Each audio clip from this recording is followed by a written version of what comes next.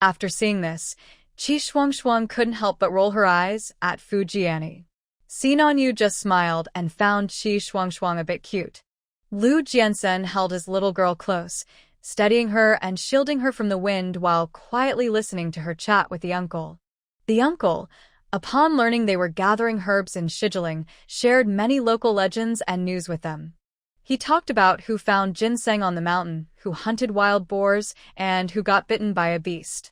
The uncle also told them which season is best for visiting Shijiling, where to find the most of certain things, and many topics emerged from the mountain's wild game and herbs. Gu Xiaoxi listened patiently the whole time. The uncle was very talkative, and sometimes Lu Jiansen and Sinan Yu would chime in, making the atmosphere in the carriage very pleasant and not at all dull.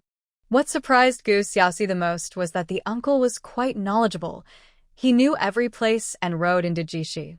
When he realized Gu Xiaoxi and the others wanted to get back to the city quickly, he took several shortcuts and got them to the city around 11 at night.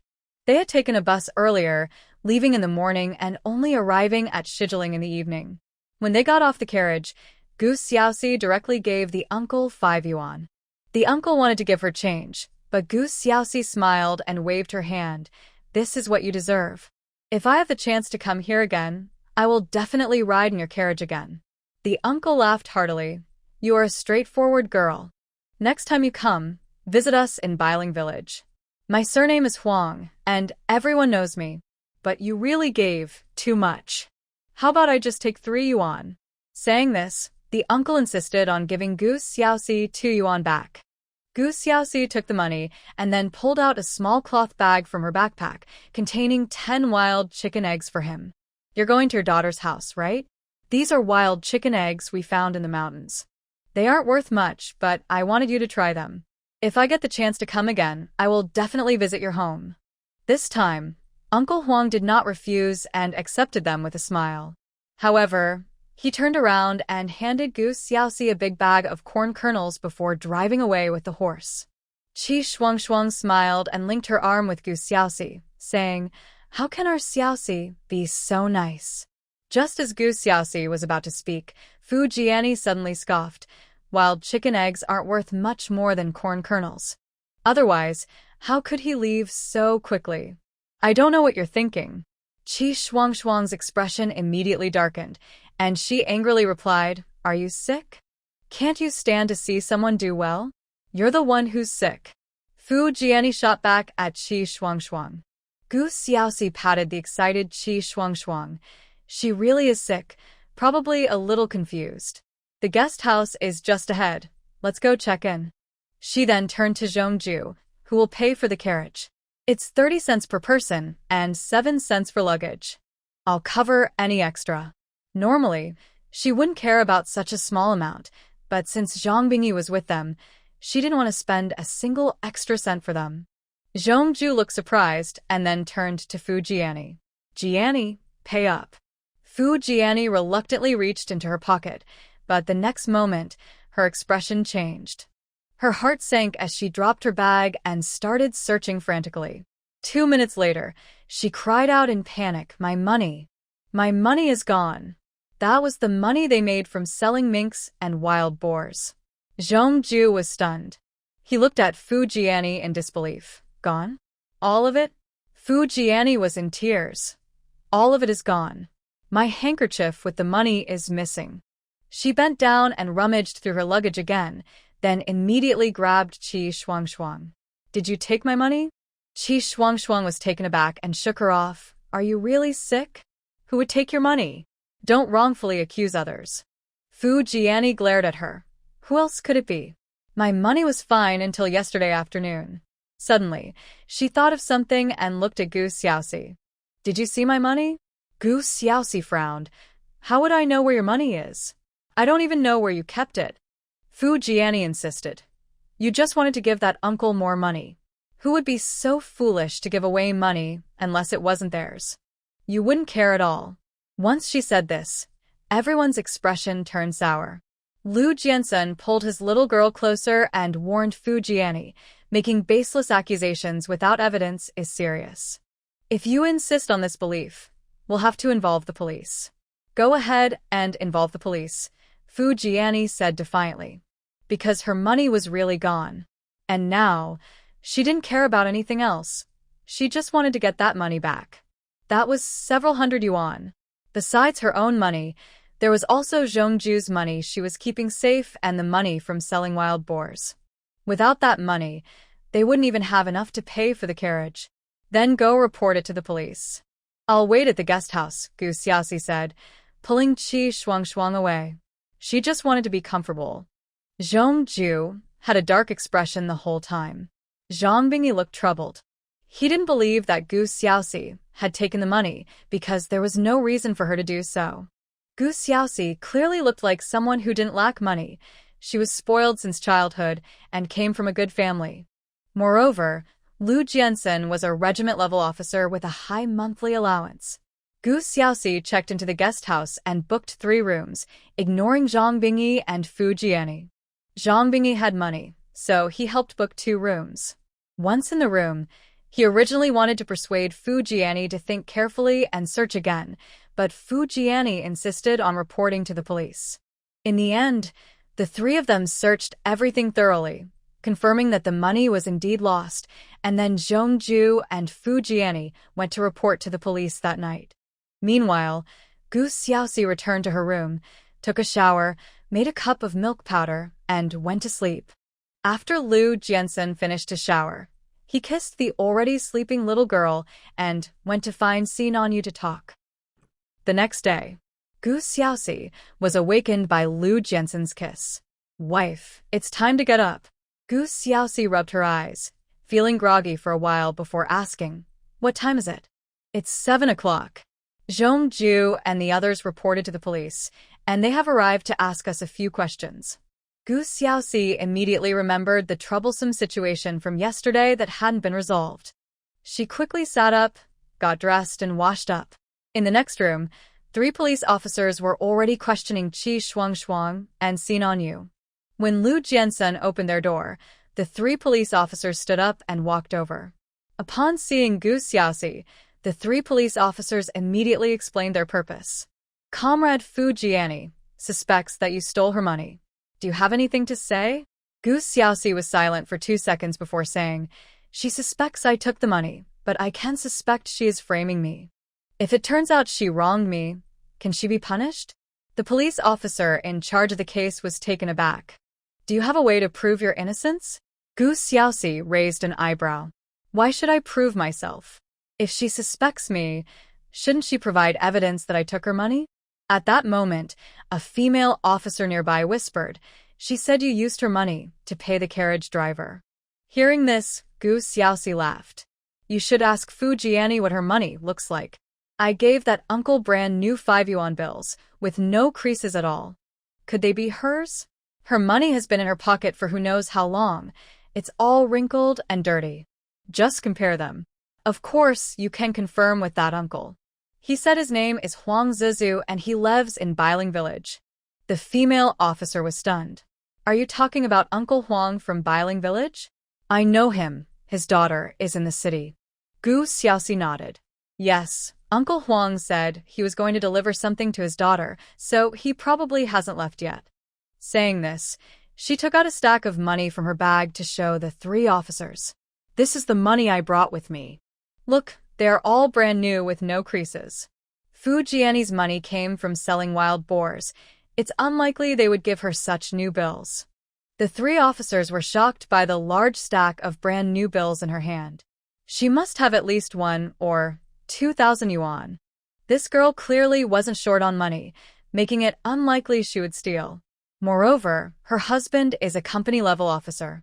Officers, please investigate Fu Jiani thoroughly. Otherwise, let her think about it.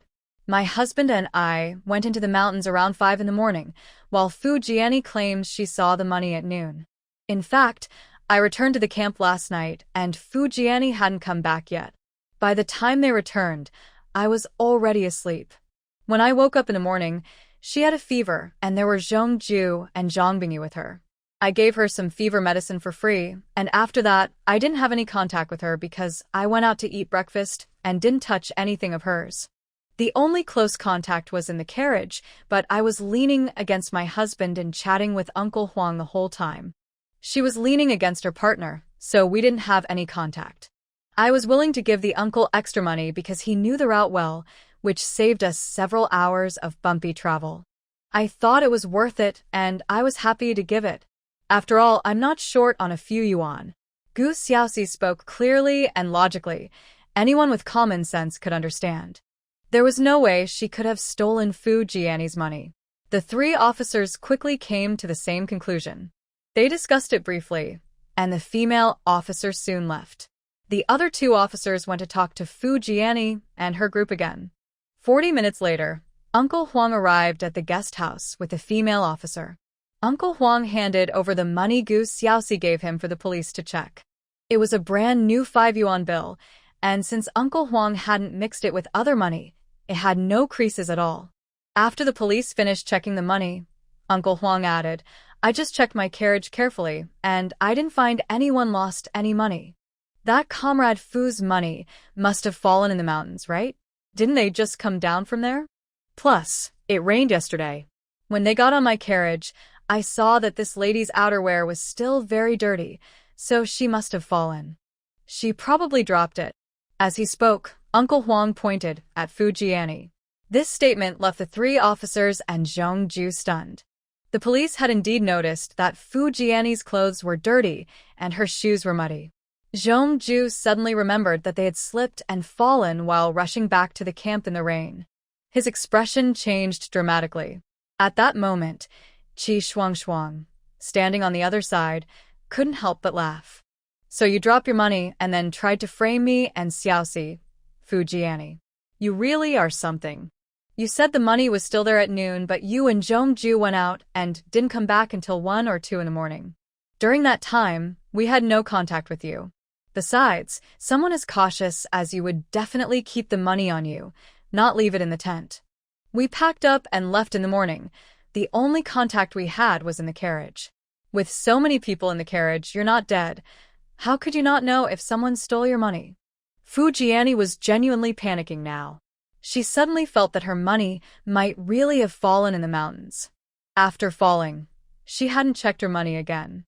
This morning, when they said they were going down the mountain, she had a fever and hadn't looked to see if her money was still there. What should she do now? She looked at Zhong Ju in panic and fear. "Zhong Ju, The police officer in charge looked at Fu Jianni's expression and understood what was happening. He said sternly, "The facts are clear. You dropped the money yourself. If you want to find it, you'll have to go back to the mountains. But first, you need to apologize to these two ladies." Upon hearing this, Fu Jianni burst into tears. She was already in such a terrible situation and now had to apologize to others. Gu Xiaoxi waved her hand. "Forget it. An insincere apology isn't worth much. Let's just let it go this time for Zhang Bingyi's sake." Qi Shuangshuang nodded. "Even if she apologizes, it won't be sincere. I hope she learns to be a better person and not wrongfully accuse others again. I won't hold it against her." Just as Xiaoxi said, an insincere apology means nothing to the person giving it or the one receiving it. Lu Jianxin saw that the matter was resolved, nodded to the three officers, and then turned to his little girl. "Let's go have breakfast." Gu Xiaoxi immediately nodded and then looked at Uncle Huang. "Uncle, let us treat you to breakfast." Uncle Huang smiled and waved his hand. "No need. It's already this late, and I've had breakfast." "Then let's treat you to lunch at the state-run restaurant." Gu Xiaoxi changed her words. Uncle Huang laughed. "Is this girl so rich that she can't spend it all?" Gu Xiaoxi smiled. "We're going to buy tickets back to Qingbei soon. I don't know when we'll meet again. I just wanted to treat you to a meal because you're a good person." Uncle Huang laughed heartily. "All right, that sounds good. Let's have lunch. I haven't had a chance to eat at the state-run restaurant yet." Gu Xiaoxi smiled too, and after agreeing on a time, she went to have breakfast. As soon as she left, Qi Shuangshuang naturally followed her. As they left the guest house, Qi Shuangshuang smiled and said, "Uncle, you're amazing. You guessed that Fu Jianning's money fell off the mountain and knew she fell too." Gu Xiaoxi nodded with a smile Sometimes, experience is really important. Uncle has a lot of life experience. Actually, she hadn't expected Fu Jianing to fall on the mountain either. The four of them went to a state-run restaurant for a hearty breakfast, and then Gu Xiaoxi took Qi Shuangshuang to explore the supply and marketing cooperative. Lu Jiansen and Si Nanyu went to the post office to send their packages and then bought train tickets. At the cooperative, Gu Xiaoxi had enough money but lacked tickets, so she didn't buy much, just enjoying the atmosphere. Qi Shuangshuang bought a lot of things, including food and supplies. By noon, the two of them headed back to the state-run restaurant. Not long after they sat down, Uncle Huang came over. He wasn't empty-handed. He brought a large cloth bag. After sitting down, he handed the bag to Gu Xiaoxi and whispered, "Girl, this is for you. Inside are 2 mink furs for making hats, and some pears for you to eat on the train." "Thank you, Uncle." Gu Xiaoxi accepted his kindness. When ordering, she nearly ordered one of everything the restaurant could make. The waiter couldn't help but say, "Comrade, 3 people can't eat this much." Gu Xiaoxi quickly replied, "We have 2 more people coming. We'll take leftovers because we'll be on the train for several days, so having more food is fine." The waiter nodded in understanding, "Okay." When the first dish, braised pork, arrived, Lu Jiansen and Si Nanyu also came over.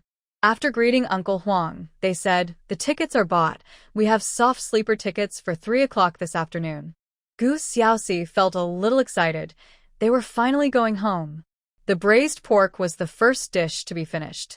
Next came a delicious pickled cabbage, which was very appetizing and to Gu Xiaoxi's taste. The following dish, catfish stew with eggplant, surprised Gu Xiaoxi even more. She thought the chef at this state-run restaurant was really skilled, probably a master, much better than her own cooking.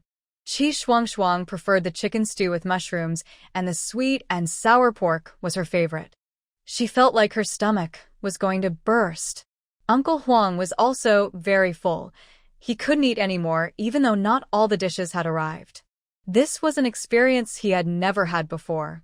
To Gu Xiaoxi, it didn't seem like they had that many dishes, just generous portions, so everyone felt satisfied. After packing the leftovers, they said goodbye to Uncle Huang. When they returned to the guest house, the staff stopped Gu Xiaoxi. "Comrade Gu, the other 3 who came with you have already left. Comrade Zhang asked me to tell you they went up the mountain to look for the lost money." Gu Xiaoxi nodded, "I understand, thank you. If they come back here in a few days, please tell Comrade Zhang that we returned to Qingbei today." "Okay," the staff member nodded. Back in a room, Gu Xiaoxi felt quite happy. She didn't have to call Zhang Bingyi anymore, which saved her a task. Considering they would be on the train for several days, she quickly washed her hair and took a shower. Lu Jiansen organized their things and prepared food for the train. Seeing Xiaoxi in the shower, Qi Shuangshuang hurried to take a shower too. At 2:30, the 4 of them left the guest house with their things. Meanwhile, Zhang Bingyi, Zhong Jiu, and Fu Jianing had already boarded a bus to Jilin. However, upon arrival, they realized they had taken the wrong bus due to their accents and ended up in Juling instead of Jilin. So, the 3 of them had to make their way back and switch to the correct bus to Jilin. At that moment, Gu Xiaoxi and the others were already on the train, resting in their sleeper berths. Gu Xiaoxi was unaware that after going up the mountain, Zhang Bingyi and the others spent a whole day finding Fu Jianing's lost money. But then, an accident happened. Zhong Jiu was bitten by a snake. Zhang Bingyi, being a doctor, had to clean the snake venom and carry him down the mountain, which exhausted him. Fu Jianing cried the whole time, complaining about their heavy luggage but too scared to drop it, which made her cry even more. Meanwhile, while having dinner on the train, Gu Xiaoxi suddenly saw several lines of golden text floating before her eyes. Snake venom extraction technique requires 2 merit points. Snake anti-venom antibody cultivation and separation technique requires 5 merit points. Snake venom elimination technique requires 10 merit points. Gu Xiaoxi was taken aback, not understanding why the system's skill shop suddenly offered her snake venom skills. Who got bitten by a snake? She looked around but didn't see anything unusual. However, Lu Jiansen, being a soldier with a lot of outdoor experience, found these skills necessary, so she learned all three. Recently, she had consumed a lot of merit points and felt uneasy not earning some back. So, after dinner, she took the opportunity to go to the restroom and walked around the train. After a while, she managed to earn 6 merit points. That night, Sinanyu, who was on the same train, got off to transfer back to Kyoto. 2 days later, in the evening, Gu Xiaoxi and the others returned to Qingbei. As soon as she got off the train, Gu Xiaoxi felt inexplicably happy, as if she had returned home. "Xiaoxi, it's getting dark. Come to my house," Qi Shuangshuang said. She was also very happy. It felt so comfortable to be home. Having only been away for 10 days, she realized how much she missed home. Gu Xiaoxi turned to Lu Jiansen, unsure of his plans. Lu Jiansen nodded. "Let's go to Qi's house first." He needed to give the ginseng to Qi Lao and ask about the medicine. He knew that Qi Lao and Director Chen were helping them find medicine. However, when the three of them arrived at Qi's house, they found it empty. Qi Lao was not home. Qi Shuangshuang looked confused. "My grandpa isn't working a night shift again, is he?" "Xiaoxi, you sit here. I'll go ask Director Chen." "Oh, go ahead." Gu Xiaoxi sat down in the living room and casually wiped the table with a cloth. After Lu Jiansen put down their things, he went to the kitchen. Seeing Lu Jiansen starting a fire to boil water, Gu Xiaoxi also filled a pot with water and tidied up their rented room. She replaced the bedding with fresh ones. Since there were no spare shoes here, she took out 2 pairs of new cotton shoes from the display room, one for her and one for Lu Jiansen.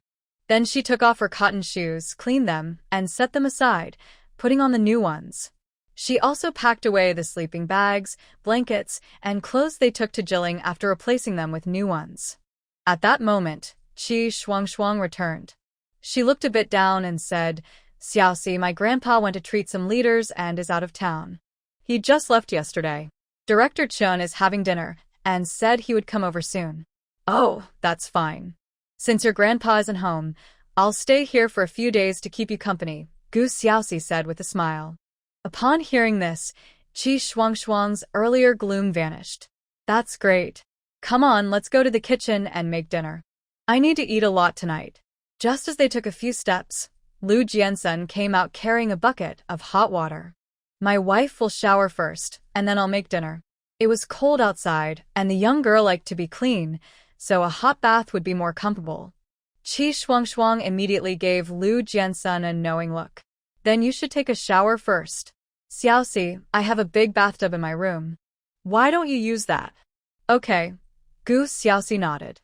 Lu Jiansen carried water into the room, then took the bathtub that Qi Shuangshuang mentioned and washed it 3 times before bringing it back. Gu Xiaoxi enjoyed a nice bath, and by the time she came out, Dean Chen had been talking with Lu Jiansen in the kitchen for a while. Seeing Gu Xiaoxi come out, Dean Chen smiled and said, "Xiaoxi, Qi Lao probably won't be back for 5 or 6 days. Why don't you go to the military hospital tomorrow during work hours? Lu Jiansen will head back to the army and will pick you up when Qi Lao returns." Gu Xiaoxi glanced at Lu Jiansen, saw him nod, and then nodded in agreement. "All right. I'll go to the hospital tomorrow." Dean Chen was very pleased and chatted with them about the situation in Jilling, also taking a look at the century-old ginseng. Afterward, he couldn't help but exclaim, "When Qi Lao sees this, he will definitely be happy. Your prescription is missing only a few herbs, and with this ginseng, you probably only need 1 or 2 more ingredients." Gu Xiaoxi felt very happy to hear this. Clearing out the toxins was more important than anything. After chatting for a bit longer, when Lu Jiansen brought 3 bowls of egg noodles to the table, Dean Chen took his leave. After finishing the noodles, Lu Jiansen pulled his little girl into the room to talk for a while. "I'm going back to the army tonight. I'll come to pick you up in a few days." "You're going back tonight?" Gu Xiaoxi thought he would at least wait until tomorrow morning. Lu Jiansen sat her on his lap and kissed her soft red lips. "I'm going back to reward you." Gu Xiaoxi blinked. "What reward?" Lu Jiansen gently played with her smooth hair and said softly, "Dean Chen said the military airport in Shilling province applied for a bonus for you, which is 1,000 yuan. The ginseng and herbs that Li Kuan and the others brought back also earned you a 500 yuan bonus from the army. Gu Xiaoxi was shocked. So much? Am I the only one? Lu Jiansen chuckled and nodded. You're the only one. You're different. We're soldiers. Gu Xiaoxi pouted. Isn't that unfair? Lu Jiansen laughed. Even though we don't have bonuses, completing rescue missions well counts as military merit. Accumulating enough can lead to promotions. So, isn't that fair? Gu Xiaoxi nodded. That makes sense. Then let me give you a proper kiss. Ah? Before Gu Xiaoxi could react, Lu Jiansen kissed her lips passionately. After a lingering kiss, he finally released the soft and fragrant girl in his arms. I'm leaving. Take care of yourself. Okay. Is there a car to take you back to the army? Gu Xiaoxi asked. Yes, don't worry. Lu Jiansen turned back and kissed her forehead. Don't send me off, it's cold outside. Gu Xiaoxi insisted on seeing him to the door. Lu Jiansen looked at the girl standing in the night and couldn't help but walk back, hugging her against the wall and kissing her fiercely again. Wait for me to pick you up. After saying that, he reluctantly left. He needed to report back early so he could take a few days off to come back. Back in her room, Gu Xiaoxi initially wanted to chat with Qi Shuangshuang, but as soon as she sat down, she realized her period had started. After a busy time, she decided to go to bed early. The next day, after having breakfast with Qi Shuangshuang, Gu Xiaoxi went out. Qi Shuangshuang went to work at the supply and marketing cooperative, and she rode her bike to drop Gu Xiaoxi off at the military hospital. Gu Xiaoxi intended to go directly to Dean Chen's office, but when she reached the hospital lobby, she ran into Lu Jianlin. Seeing her, Lu Jianlin waved, sister-in-law. Gu Xiaoxi walked over to him. Are you going back to Qingbei? Lu Jianlin nodded with a smile. Yes, I've been back for 3 days. The army's medical office arranged for another doctor to take over, so I returned to the military hospital. Is your second brother's leg completely healed? Lu Jianlin's expression turned a bit complicated. Sister-in-law, are you going to Dean Chen's office? Let's talk while we walk. Okay. Gu Xiaoxi looked at him curiously, but continued upstairs. As they climbed the stairs and found themselves alone, Lu Jianlin finally said, Sister-in-law, my second brother got married again. Gu Xiaoxi paused, thinking she must have misheard. Married again? To whom? Lu Jianlin sighed, looking somewhat frustrated. After you left, something happened with the Bai family. They arranged a marriage for Bai Wenyue with a powerful old man who wanted her to have a son. But then, somehow, he found out that Bai Wenyue couldn't have children, and the marriage fell through. At this point, a doctor came down the stairs, so Lu Jianlin stopped talking. They went upstairs and chatted at the end of the corridor for a while. The Bai family kept the news about Bai Wenyue's infertility very tight. Once it leaked, they thought it was our family who said something. To save her reputation, Bai Wenyue claimed that the reason she and my second brother have been married for so many years without children is that my second brother is incapable. Gu Xiaoxi blinked, remaining silent. Lu Jianlin felt uncomfortable discussing this with his sister-in-law, so he quickly got to the conclusion. Later, my second brother, in a fit of anger, married Helin, who had been trying to win over our family. Gu Xiaoxi. This moment of anger could lead to a lifetime of consequences. She didn't like Helin at all. After a moment of silence, she suddenly asked, Did Grandpa, Grandma, and my parents agree? Lu Jianlin looked pained. That day, Helin took my second brother out for a walk, and when they returned, they had already gotten the marriage certificate. Grandpa hit my brother twice, and Grandma hasn't spoken to him since. My dad was busy, and since it was a military marriage, he didn't say much. My mom is just sulking. Gu Xiaoxi. What kind of situation is this? She felt like Lu Jianye had lost his mind. After a moment of silence, she thought of another question. Helin is Bai Wenyue's good friend, right? Doesn't she have any thoughts about marrying your second brother? That good friend probably can't be a friend anymore, right? Lu Jianlin sneered. Those two women fought in the family compound. Bai Wenyue said that Helin had always been sabotaging her relationship with my second brother, trying to take her place. A day later, Bai Wenyue also got married. to someone named Xia Wanghuai from the Xia family. Gu Xiaoxi was a bit confused. Who is this Xia Wanghuai? The Xia family used to be famous merchants in the capital, quite wealthy. Xia Wanghuai is the son of their housekeeper. Gu Xiaoxi was puzzled. So she married the son of a housekeeper? Lu Jianlin shook his head. You don't know much about things in Kyoto. There are rumors that Xia Wanghuai is actually the son of his mother, Xia Zhu, and the current head of the Xia family. And the Xia family only has this one son. The rest are daughters. Gu Xiaoxi was taken aback. What did you just say? Xia Zhu? This name is the same as the person who sent money to her grandfather from the Gu family? Could it be such a coincidence? Yes, Xia Wanghuai's mother is named Xia Zhu. I've heard that the head of the Xia family privately calls her Little Pearl. That's how this relationship came to light. Where is this Xia Zhu from? Gu Xiaoxi asked. Lu Jianlin didn't expect his sister-in-law to be interested in Xia Zhu. After thinking for a moment, he replied, I only know she is from a rural area in another province and once saved a member of the Xia family. I don't know much else. Gu Xiaoxi pondered. Xia Wanghuai? Forgetting? Is it hard to forget? Or does the word Hua actually refer to her hometown, Huaicheng? Is she overthinking it? Sister-in-law, I won't be going back for the new year. I heard from old Qi that he will take you to the mountains to gather herbs again. Please invite me to join.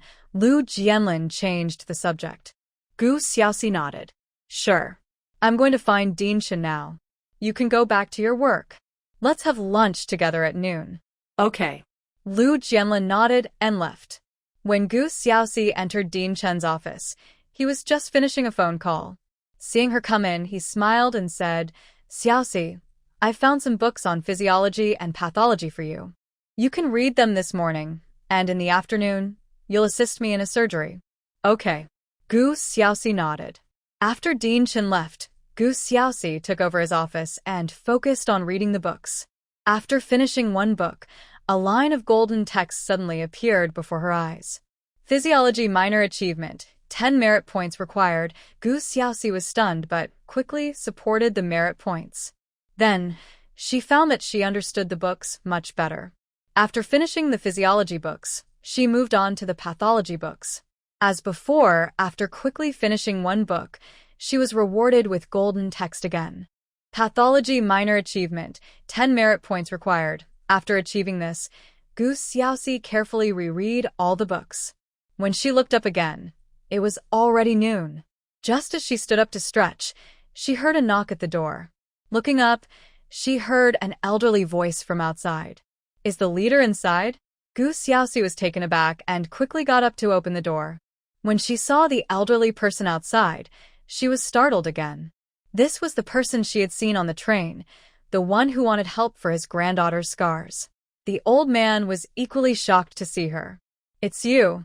Gu Xiaoxi nodded as he recognized her. Why are you still in Qingbei? The old man looked a bit awkward. We heard that the doctor who does sutures at the military hospital is really skilled, so we decided to wait a while. We haven't run into that old Qi you mentioned, so we haven't gone back yet. Gu Xiaoxi. She had told them the truth, but they didn't believe her. Are you here to see Dinshin? He has something to attend to, and won't be back until the afternoon. Miss, I just heard someone say that the doctor, who does sutures, has returned. Can you help me ask? Gu Xiaoxi sighed. I am the doctor you mentioned. My name is Gu Xiaoxi. The old man was completely stunned. This girl was telling the truth on the train? But why were there so many different stories when they tried to find out at the military hospital? Some said it was a bold and meticulous female doctor, while others said it was an old doctor. Only someone with extensive experience could have that skill. All of that aside, the important thing was that this girl had said on the train that the scars couldn't be removed with sutures. So, they had been waiting in vain. Gu Xiaoxi was also feeling a bit troubled. She had indeed been unable to help with the scars before, but now she could. However, she couldn't contradict herself by directly removing the scars, so she had to say something more tactfully. Medicine is advancing every day, and we doctors are constantly learning. Diseases that were hard to treat before will gradually become treatable. I've been researching how to lighten scars. If you're willing to try, You can bring your granddaughter over." As she spoke, she casually tapped the stack of books she had just read on the table. The old man nodded, thanked Gu Xiaoxi, and left. What Gu Xiaoxi didn't know was that after the old man told his granddaughter that she was the doctor, she frowned with resentment. "I don't want her to treat me. At most, we will wait for that old Qi to return." With that, Gu Xiaoxi felt relieved and went downstairs to find Lu Jianlin for lunch. But Lu Jianlin was dealing with an emergency patient in the operating room, so she went to the cafeteria alone. After eating, she returned to the dean's office. Having read the books several times, she was bored, so she took out the mink fur that Uncle Huang had given her from the new product display room. Originally, she wanted to make a hat, but then she thought that by sewing the two pieces of fur together, she could cleverly make herself a fitted vest. With that in mind, she carefully designed it and began to cut the fabric. When Dean Chun came over, Gu Xiaoxi's vest was almost finished. Seeing that she had the leisure to make clothes, he knew she had finished reading. This afternoon, an additional surgery has been scheduled. There's an appendectomy. Do you dare to take the lead? Dean Chun asked tentatively. Gu Xiaoxi paused her work. Do you really want me to lead? Dean Chun smiled as she pushed the question back. Just observe the surgery. I'm leading now. If you feel confident, you can do the next appendectomy. Gu Xiaoxi nodded. No problem. After finishing her vest, Dean Chun briefed her on the upcoming patient's condition. Gu Xiaoxi listened attentively and carefully reviewed the patient's medical history. An hour later, she followed Dean Chun into the operating room. This was a subtotal gastrectomy, with Dean Chun as the lead surgeon, and there were other assistants, including 2 doctors and 2 nurses. As before, Dean Chun explained various precautions to Gu Xiaoxi before the surgery. When making the incision, he emphasized to Gu Xiaoxi to be decisive, not timid, and to control her strength. The surgery lasted 3.5 hours and went smoothly. Gu Xiaoxi performed the final suturing. Dean Chun was very pleased with her performance, so after a 40-minute break, he arranged for the next appendectomy. Throughout the preparation and various steps before the surgery, Dean Chun did not intervene and just observed. Gu Xiaoxi was a bit nervous at first, but with Dean Chun watching and giving her reminders, she didn't make any more mistakes. When it came time to perform the surgery, Gu Xiaoxi was highly focused. Fortunately, under Dean Chun's guidance, the appendectomy went very smoothly. She handled the suturing with ease, and the surgery was completed. Just as the patient was being wheeled out of the operating room, a line of golden text floated before her eyes. Perfect appendectomy. 5 merit points required, Gu Xiaoxi blinked. So the skill shop doesn't give skills first. It gives them after she finishes the surgery? After silently learning the perfect appendectomy, she immediately looked at Dean Chun. I suddenly realized I made quite a few mistakes during the surgery, and there are many areas to improve and pay attention to. I will do better next time. Dean Chun smiled and nodded. It's a good habit to review your surgery afterward. You did very well for your first surgery. Keep up the good work. I'll see if there are similar cases tomorrow and arrange another surgery for you. Okay. Gu Xiaoxi agreed immediately. It was already past 6 and Dean Chun was heading home, so Gu Xiaoxi borrowed a bike and went home too. On the way, Dean Chun talked to her about surgeries and cases. At dinner, she told Qi Shuangshuang about her surgery today. Qi Shuangshuang gave her a thumbs up. Xiaoxi, you are amazing for doing surgery. Gu Xiaoxi smiled and said, it's all thanks to Dean Chun's good teaching. I'll go to bed early tonight to rest up and continue learning tomorrow. I want to be a good surgeon. Qi Shuangshuang laughed. Are you still working at the recycling station? Gu Xiaoxi nodded. Yes. For now, the 2 jobs don't interfere with each other. Her job evaluation was a 2-star waste purification specialist, and she felt the recycling station work suited her better. Moreover, she discovered an issue. In the hospital, whether performing surgeries or helping others, she earned no merit points. However, outside the hospital, saving and helping people earned her merit points. So, she felt she could study medicine and be a good doctor, but not like Lu Jianlin, who worked in the hospital. That wasn't suitable for her dual development. Seeing her so motivated and driven, Qi Shuangshuang felt inspired too. She said seriously, I will also work hard from now on. Gu Xiaoxi thought for a moment and said, why don't you read more books in your free time? I've been reading lately and learned a lot. You should review your middle school knowledge and read books that interest you. Qi Shuangshuang paused. Why learn middle school knowledge? It's useless. Gu Xiaoxi raised an eyebrow. How is it useless? It's very useful. For example, I recently learned math and found it really helpful. When I was in Jilin, I even used math to calculate the distance down the mountain to get back to camp quickly. Learning geography helps with direction. Good language skills improve comprehension. She went on, making Qi Shuangshuang feel that not picking up that knowledge to study would be a waste of time and life, and unfair to herself. All right, I'll study. I'll secretly read a bit every night when I get home. Since she couldn't openly spend time studying, she could use her evenings. After all, she didn't have much to do at night. Yes, let's study hard and improve every day. Gu Xiaoxi encouraged her. Qi Shuangshuang nodded with a smile. Okay, study hard and improve every day. I really admire you. The two chatted and laughed for a while before heading off to shower and sleep. The next day, as soon as Gu Xiaoxi arrived at the hospital, Dean Chen called her to observe a surgery. This was a cesarean section performed by the renowned gynecologist Dr. He Rujuan. After the surgery, Gu Xiaoxi was given a suturing task. This time, the suturing wasn't just limited to skin. She had to suture the uterine muscle layer, serosal layer, and so on, totaling 7 layers. So, it was her first time using fine suturing on a person. After the surgery, He couldn't help but say to Dean Chen, this girl is perfect for our obstetrics and gynecology department. Her suturing is flawless. Dean Chen smiled and said, she's suitable for many areas. We can occasionally have her help you out. He laughed. Are you trying to train her in surgery? Dean Chen nodded, yes. Her husband is a soldier, and a very excellent one at that. I hope she learns surgical techniques. She enjoys it and has talent. I understand.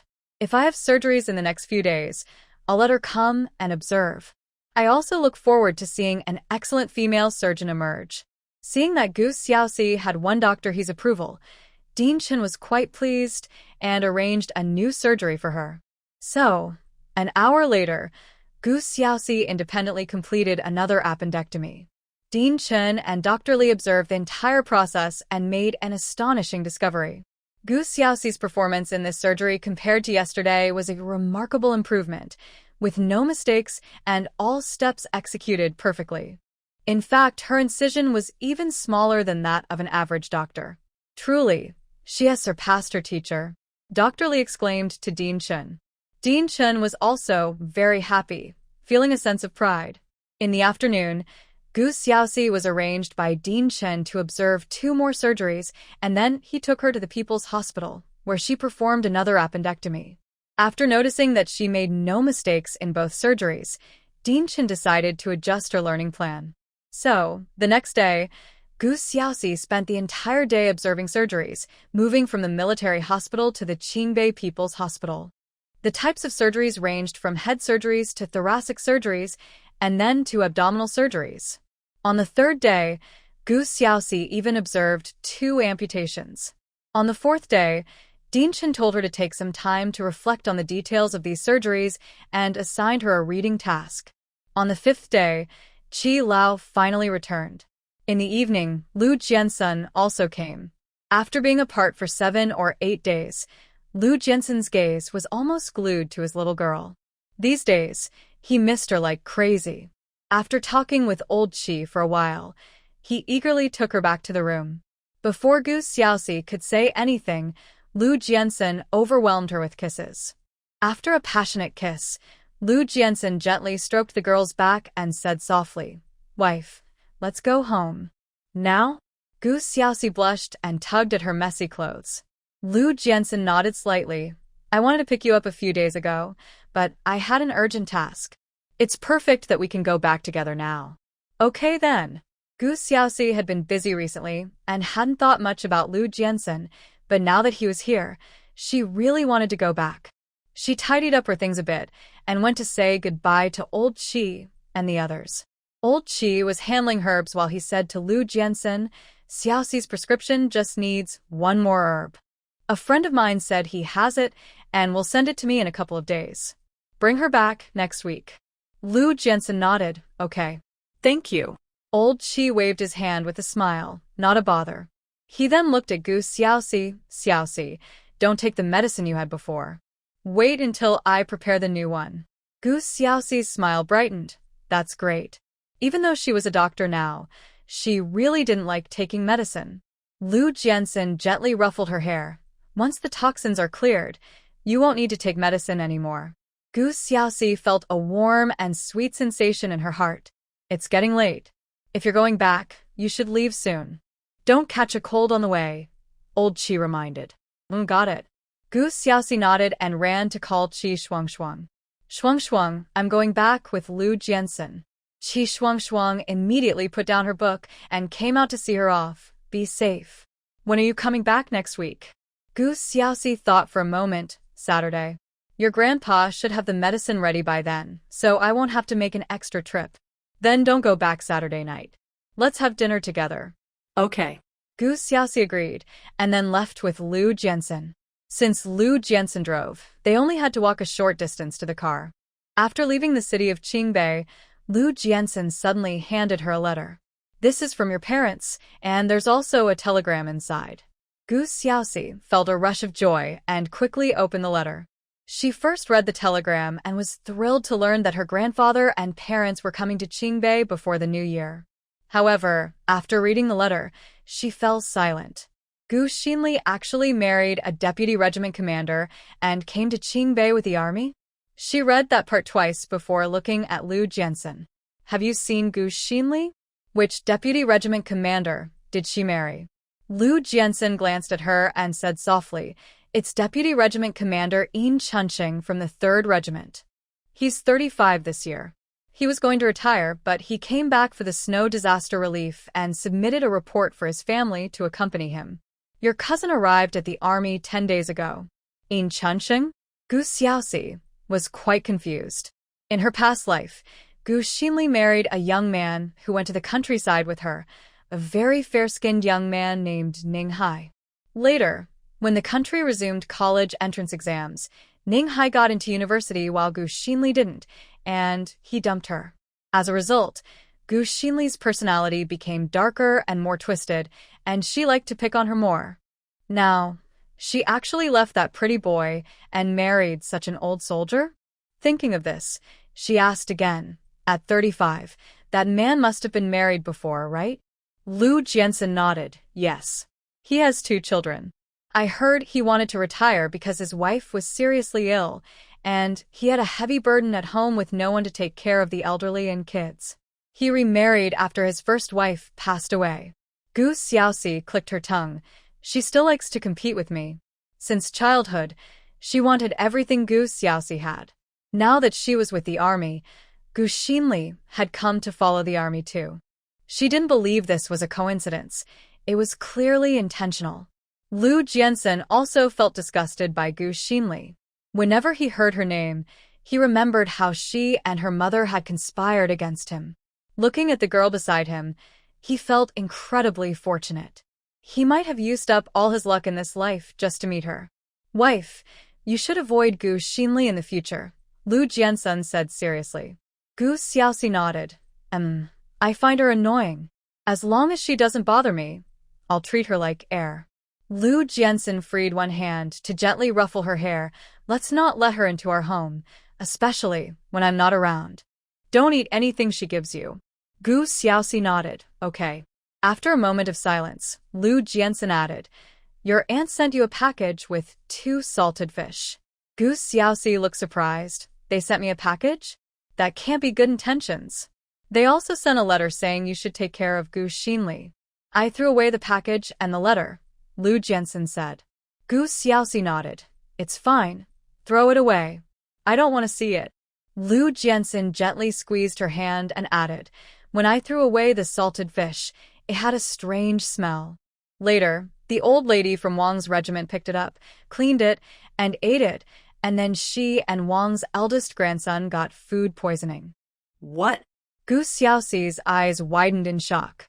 That's the old lady who insisted on buying pork from us and offered you 5 cents. Lu Jiansen thought. She might not remember her well. Gu Xiaoxi took a deep breath. I remember that old lady. What happened next? Did she blame you? That old lady was quite unreasonable. She wanted me to pay, but the political commissar scolded her. Later, I thought about it and figured the fish must have been the problem. Otherwise, if she picked it up, she shouldn't have gotten food poisoning. Lu Jiansen expressed his concern. After all, that mother-daughter pair had a history of poisoning. Plus, with the toxin still in Gu Xiaoxi, he had to be cautious. Hearing this, Gu Xiaoxi became serious. I need to inform my parents about this. I don't want them to send us problematic fish that end up going to my parents. People are short on food these days. Even one fish can fill a meal, and generally, no one would throw it away. As they talked, they arrived back at the army at 10:30. Lu Jiansen dropped off his girl at home before going to return the car. Gu Xiaoxi entered the kitchen, quickly boiled some water, and prepared to take a shower. Then, she lit a stove and carried it to her room, using a warming spell to drive away the cold in the house. Just as she sat down to change her shoes, she heard some noise outside the door. Soon, she recognized a familiar voice. Little sister, you're back. Gu Xiaoxi smiled and felt very happy. Brother, why are you back so late? Gu Dachuan laughed heartily. I heard someone say they saw Lu Jiansen back, so I figured you must be back too. How are you? I'm doing well. Brother, do you want a late-night snack? Gu Xiaoxi noticed her brother came over without much clothing on and felt a sudden urge to feed him. Gu Dachuan nodded with a smile. What do you have? Let's have some. Gu Xiaoxi immediately ran back to her room and brought out a plate of fried pine nuts. Brother, eat this first.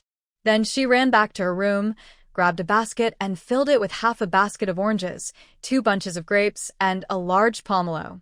She covered it with some newspapers for disguise before bringing it out. Brother, this is for you. She had so much fruit because the fruit she had grown in her small space had ripened in the past few days. However, she couldn't just take them out casually. It was quite a bit of work. Gu Dachuan lifted the newspapers, and his eyes lit up. How did you get so much fruit? Gu Xiaoxi raised her eyebrows proudly. I bought it through special channels. Don't ask, just eat. But Gu Dachuan's expression darkened. Did you go to the black market? Gu Xiaoxi was taken aback for a moment and quickly shook her head. No, don't think that. I can perform surgeries independently now and met someone who has a way to buy fruit without tickets, so I just bought a bit more. Gu Dachuan sighed in relief. That's good. You scared me. I'm telling you, places like the black market are dangerous. If you get caught, it's a huge problem. Do you understand? Gu Xiaoxi nodded obediently. Got it. You and Lu Jiansen are both soldiers. I wouldn't make mistakes. Hurry and take the stuff. I need to shower. Oh. Gu Dachuan didn't stay longer, grabbed some pine nuts, took the basket, and helped her close the door as he left. However, just after Gu Dachuan left, Lu Jiansen returned. You're back so soon? Gu Xiaoxi asked while filling the hot water bottle. Not really. Your brother is faster than me, Lu Jiansen replied with a smile. Did you just see him? Yes, he was quick coming over and quick going back. Gu Xiaoxi smiled slightly. He came over just to check on me. He probably thought I didn't come back with you because I was unwell. Then let's invite him for dinner tomorrow night, Lu Jiansen said, gently ruffling her hair. Okay. Gu Xiaoxi closed the water bottle and got a bucket ready to pour water. Lu Jiansen took the items from her hands. I'll pour the water. You go back to your room first. Gu Xiaoxi nodded and went back to her room. Since she was going to shower, she let her hair down. When Lu Jiansen came in with the water, he suddenly found it hard to look away. For some reason, he loved seeing the young girl with her long hair down. She looked beautiful. Of course, she looked good with her hair tied up too, but seeing her hair down made her look soft and delicate, making him want to hold her close. Feeling flustered, he sensed something was off with himself. Gu Xiaoxi didn't notice and saw Lu Jiansen turning as if to leave, so she took off her outer coat and changed her shoes. When she walked to the bathtub, She realized Lu Jiansen had only closed the door and hadn't actually left. He stepped forward, wrapped his arms around the thinly dressed girl, and gently kissed her lips. "Wife, how about we shower together?" Gu Xiaoxi's face suddenly flushed bright red. "No, the bathtub is too small." Lu Jiansen pressed her against the tall bathtub, wrapping his hands around her waist, and said in a teasing tone, "Our bathtub is a double tub. It's big enough."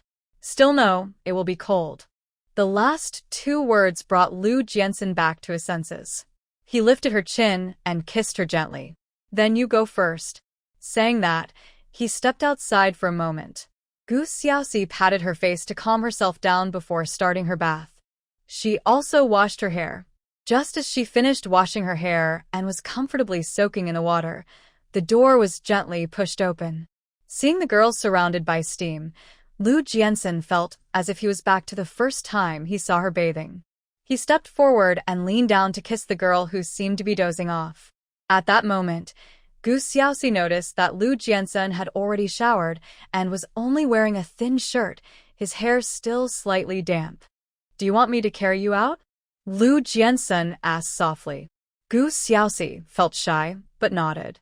Lu Jiansen seemed to have received a reward, grabbed a clean towel, and reached out to lift the girl from the water. Everything that followed felt natural. He helped her dry her hair and body, showering her with gentle kisses on every inch of her skin.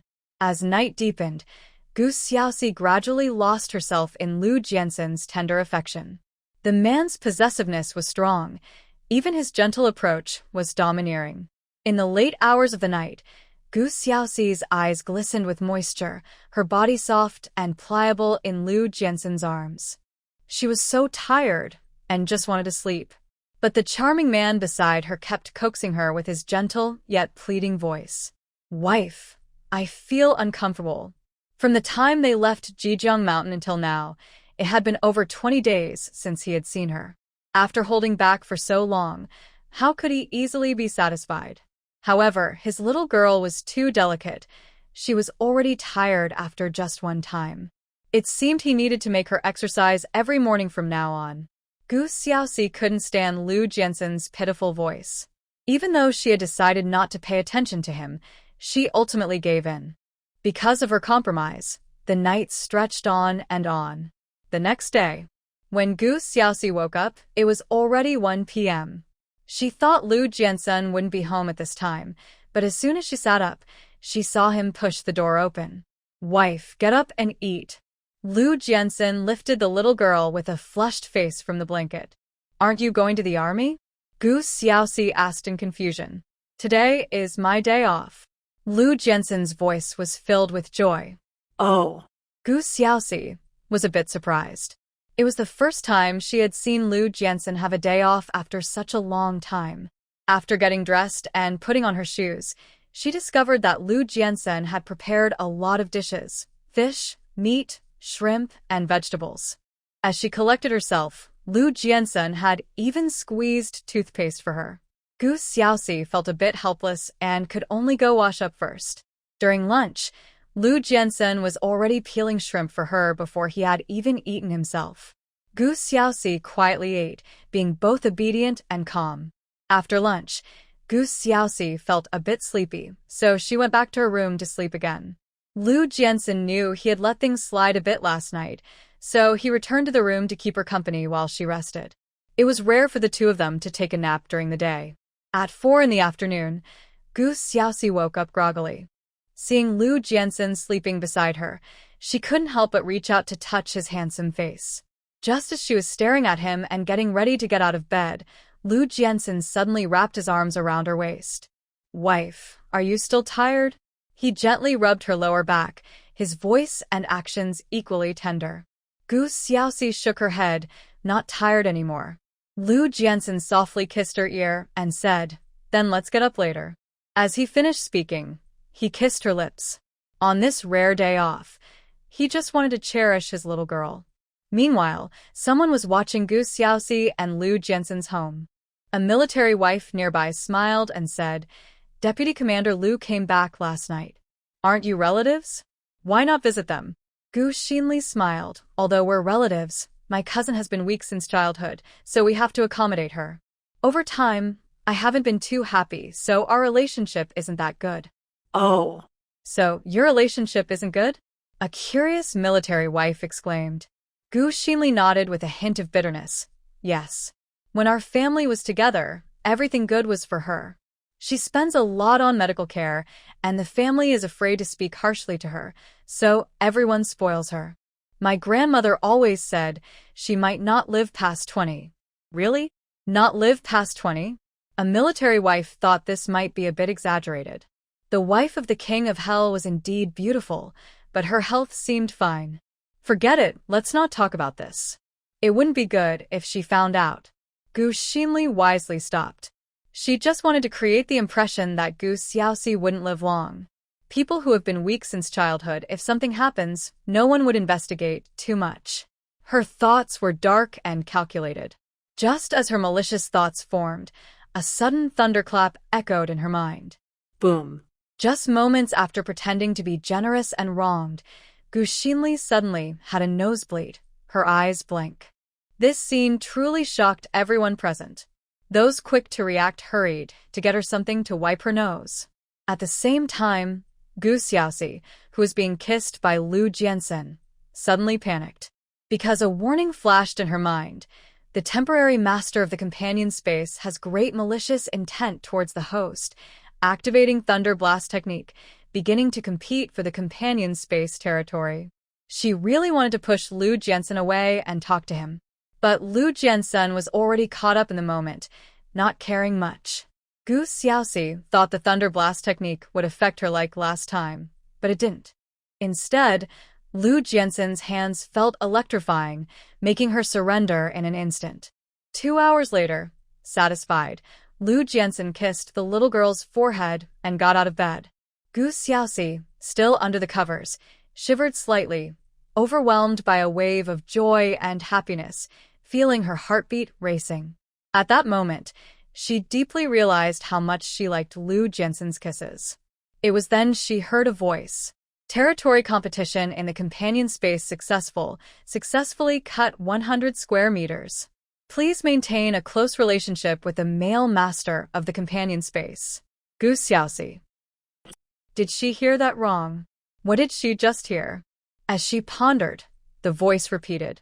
Territory competition in the companion space successfully cut 100 square meters. Please maintain a close relationship with the male master of the companion space. While Gu Xiaoxi was still surprised, the voice seemed to worry she didn't understand and added, key point, maintain a close relationship. At that moment, Gu Xiaoxi didn't know what to say.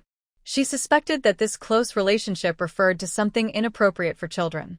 Just then, Lu Jiansen, now dressed, came over and kissed her. I'm going to cook. If you're tired, wait a bit longer to get up. Gu Xiaoxi suddenly grabbed his hand and quietly asked, Did you feel anything special just now? Lu Jiansen looked into her beautiful, glistening eyes, smiled, and kissed her cheek, teasing her. Very comfortable. Very satisfying. I want you again. Gu Xiaoxi's face turned red. I didn't ask you that. Lu Jiansen thought for a moment and replied, A special feeling is feeling very happy. Holding you feels like I have the whole world.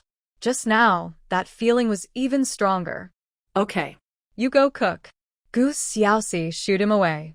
Lu Jiansen lifted her chin and kissed her lips deeply. I'm serious.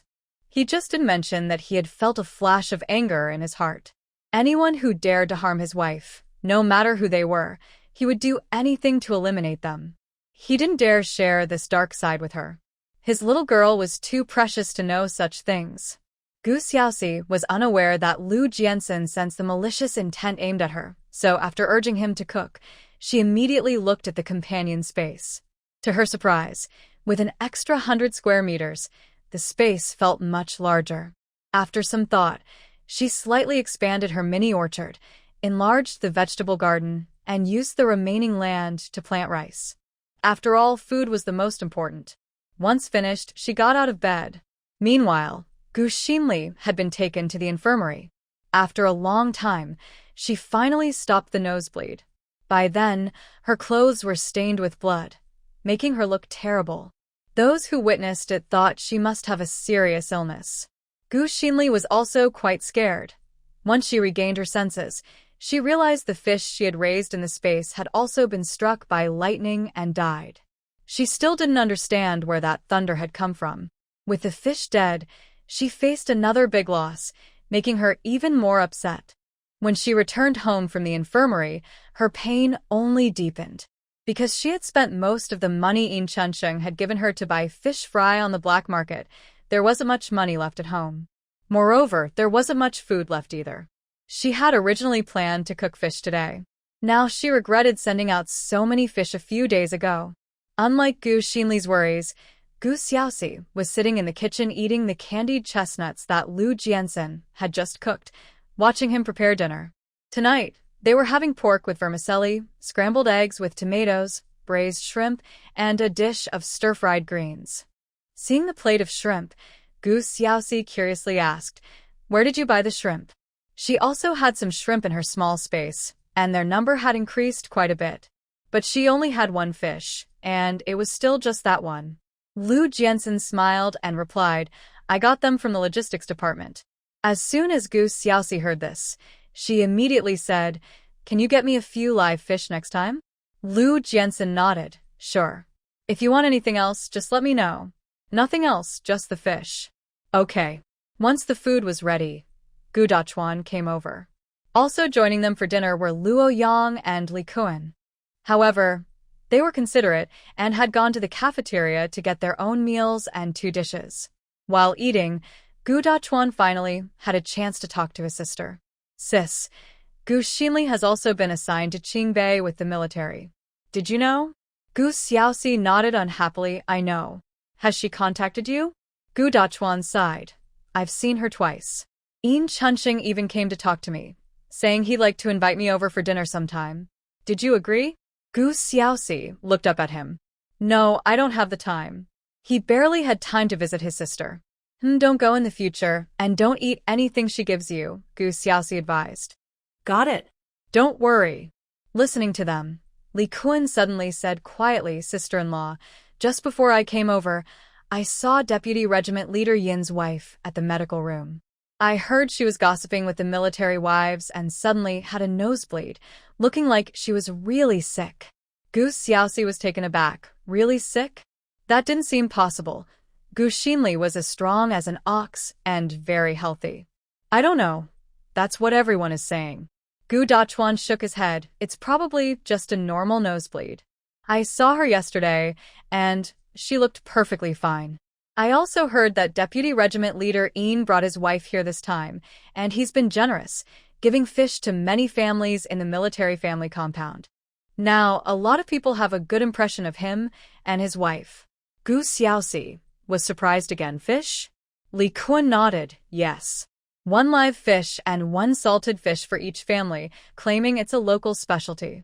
Everyone says she knows how to get along with people." Gu Xiaoxi frowned and looked at her brother. "When did fish become a specialty of Huai City?" Gu Dachuan raised an eyebrow. "It doesn't matter what she says. She has been lying since she was little." At this point, Luo Yang, who was trying to finish his bowl of rice, spoke up.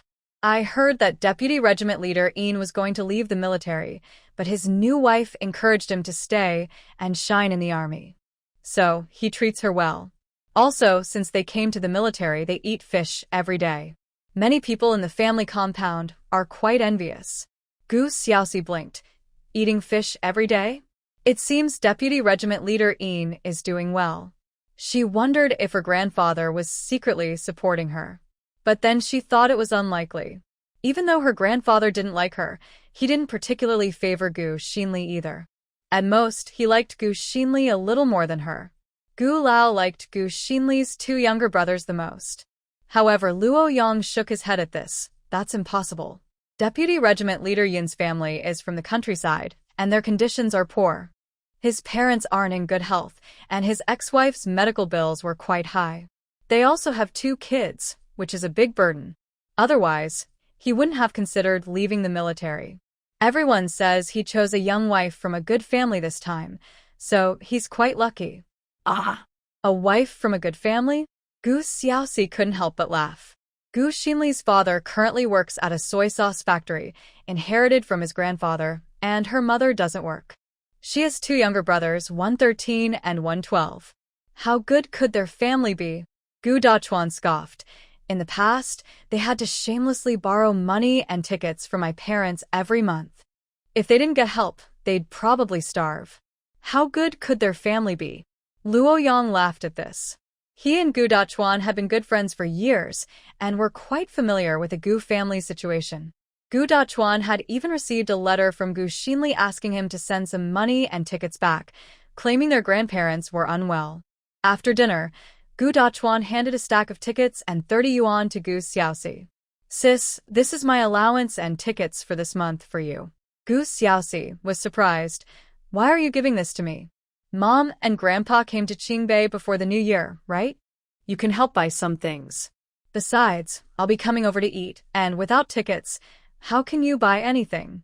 Gu Xiaoxi thought for a moment and only took the tickets. "You keep the money for yourself. I have enough. You having money is one thing. This is mine." Gu Dachuan directly shoved the money into her hand. At that moment, Lu Jiansen got up and brought out two envelopes, one thick and one thin. "Wife, this is your bonus and my allowance." Gu Xiaoxi felt delighted and immediately opened the thick envelope to count the money inside. Wow, there really was 1,500 yuan. After counting, she returned her brother's money and proudly said, "See? I'm much richer than you. Save your money for when you get married."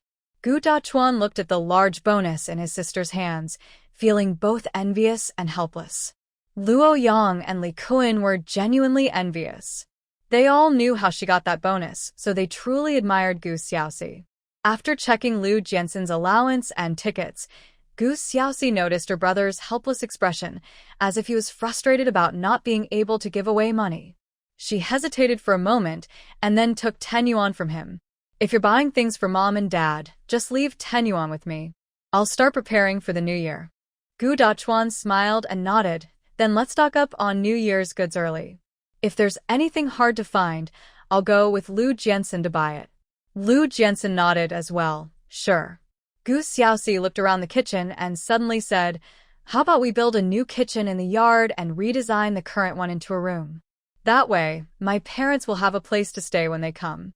After all, their yard wasn't small, and making a small kitchen was completely doable. According to the specifications of their house, the current kitchen should have been a room. It just collapsed before. Lu Jiansen nodded. "Okay, I'll arrange for someone to build the kitchen in the next few days."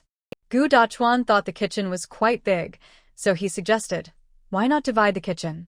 That way it can become 2 rooms, and even if Grandpa comes, there will be a place for him to stay."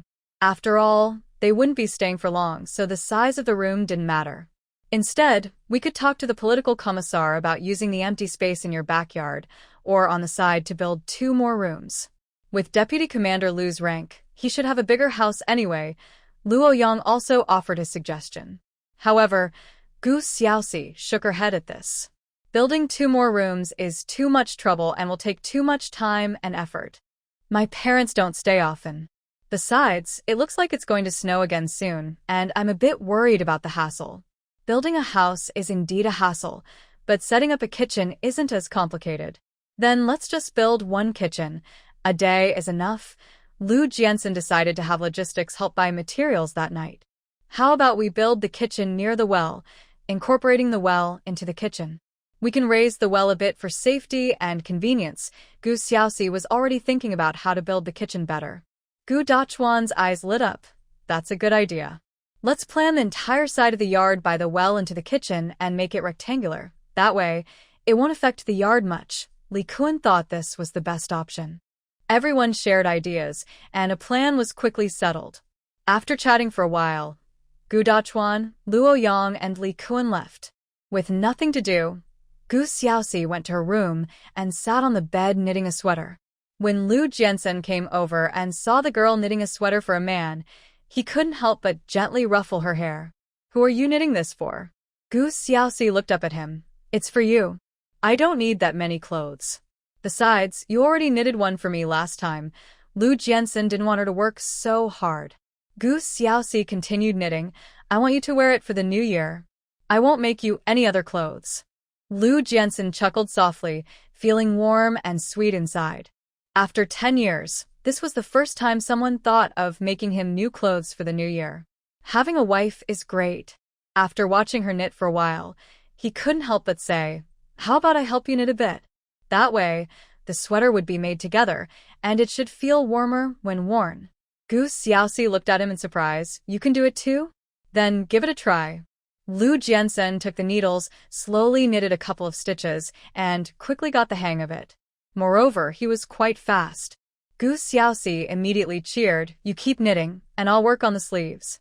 The two worked together, and the atmosphere in the room was very pleasant. However, Lu Jiansen didn't plan to finish the sweater that night. He wanted to do something else with his girl. So, after 2 hours of knitting, he put down the needles and pulled her into the blanket. Soft kisses soon made Gu Xiaoxi lose herself. The next day, Gu Xiaoxi got up at the same time as Lu Jiansen. Rarely, they had breakfast together. After Lu Jiansen went to the army, Gu Xiaoxi took some wooden boards from the new product display room, preparing to make a shelf for the small space. Just as she started, a line of golden text suddenly floated before her eyes. Woodworking Master requires 5 merit points.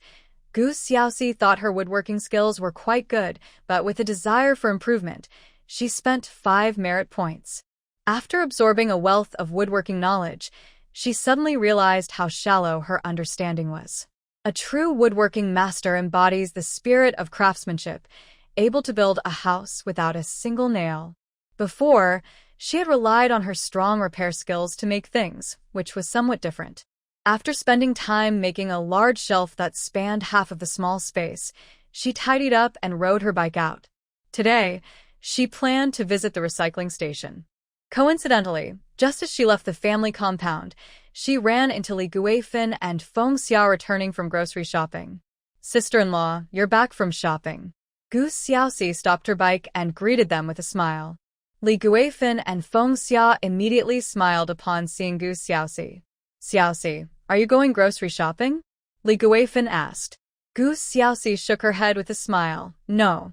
I'm going to the recycling station." "Oh, you're going to work." Li Guifin realiza. "Xiaoxi, could you bring me some old newspapers when you come back?" Feng Xia suddenly spoke up. Gu Xiaoxi nodded. "No problem. I'll bring some back for you." "Then hurry up. We can chat when you return." Li Guifin waved her hand. "Okay." Gu Xiaoxi replied and rode off. When she arrived at the recycling station, Gu Xiaoxi found it had changed a lot. It was empty, with hardly any trash or recyclables left. For a moment, she was confused.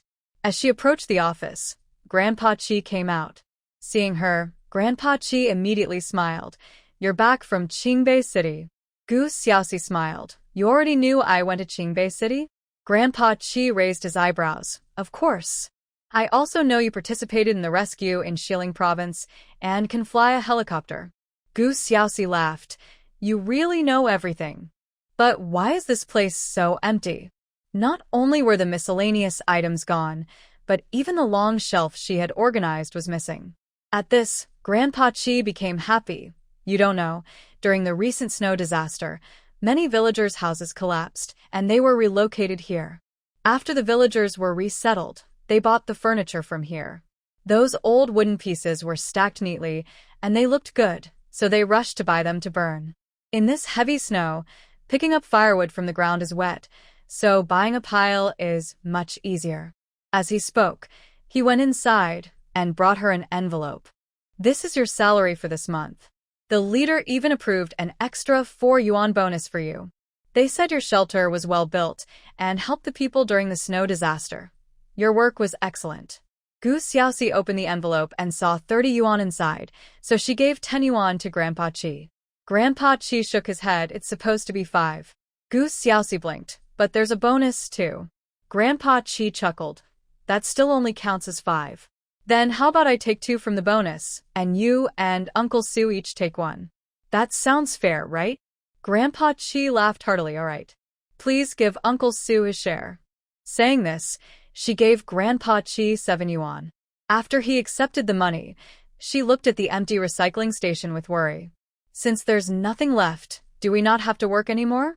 She was hoping to earn some points. Uncle Chi smiled and said, "You don't need to come these days since there's nothing to do. Everyone will tidy up before the new year, and the useless stuff will probably be sent to the recycling station then. Oh. Then I'll just continue to rest for a few more days." Saying this, Gu Xiaoxi took out 30 oranges and a bag of pine nuts from her bag. "I bought the oranges in Shuncheng, and I picked the pine nuts on the mountain." Try some. Uncle Chi accepted the oranges and pointed to the house. "We have tofu. Do you want some?" Gu Xiaoxi nodded eagerly, "Yes." "Then take a few pieces. I'll get you more before the new year." "Can you make stuffed tofu?" Gu Xiaoxi's eyes sparkled with joy. "Can you buy some meat and ingredients?" "My parents and grandpa will come to the army for the new year this year." Uncle Chi nodded. "All right, bring it over." Gu Xiaoxi happily went and returned with 4 pieces of soft tofu, still smiling. Just as she reached the entrance of the family compound, she remembered that Sister Feng Xia wanted some newspapers. She stopped her bike, glanced at the new product display room, and grabbed a bundle of newspapers to put on the back seat of her bicycle. Seeing the blank newspapers, she took out 20 sheets, cut them into 4 pieces with a knife, and made a thick stack. When she got back to the family compound, she shouted at Sister Feng Xia's door. "Sister Feng Xia." At that moment, Feng Xia was washing vegetables in the kitchen. Hearing Gu Xiaoxi's voice, she quickly came out. "Sister, here are the newspapers you wanted. I also brought some blank paper for your kids to write or draw on." "Thank you." Feng Xia hurriedly took the thick stack of newspapers. "How much do I owe you?" Gu Xiaoxi didn't really want any money, but there were many people around, so she casually said, "Just give me a dime." Feng Xia laughed. "You only want a dime for all this?" Gu Xiaoxi winked at her. "Well, I'm an employee, so it should be easier." Just a dime is fine. Feng Xia nodded and happily gave her a dime. They chatted for a bit before heading home. Back at home, with nothing to do, Gu Xiaoxi made some changes to her bicycle. She lowered the seat, changed the horizontal bar to a slanted one, and added a wire basket in front. Since Lu Jiansen didn't ride the bike much, and it was a bit high for her, she made the adjustments. After finishing, she had just washed her hands when Li Guifen's voice came from the door. "Xiaoxi." "Sister, come in and sit." Gu Xiaoxi smiled and welcomed her. Li Guifen brought a large bunch of dried kelp. "This is from my brother, who sent it from a coastal city. I brought some for you to try."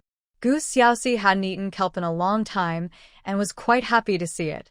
Thank you, sister. She then took out a large bag of pine nuts from her room. "Sister, these are pine nuts I picked on the mountain a few days ago. I picked a lot and sent some home. These haven't been roasted yet, so you can roast them as snacks." Li Guifen laughed. "I came to deliver something, and now I'm leaving with something too. That's how it should be. I'll make kelp for lunch." Li Guifen smiled. "Then you cook. By the way, do you want to come with us to collect firewood this afternoon?"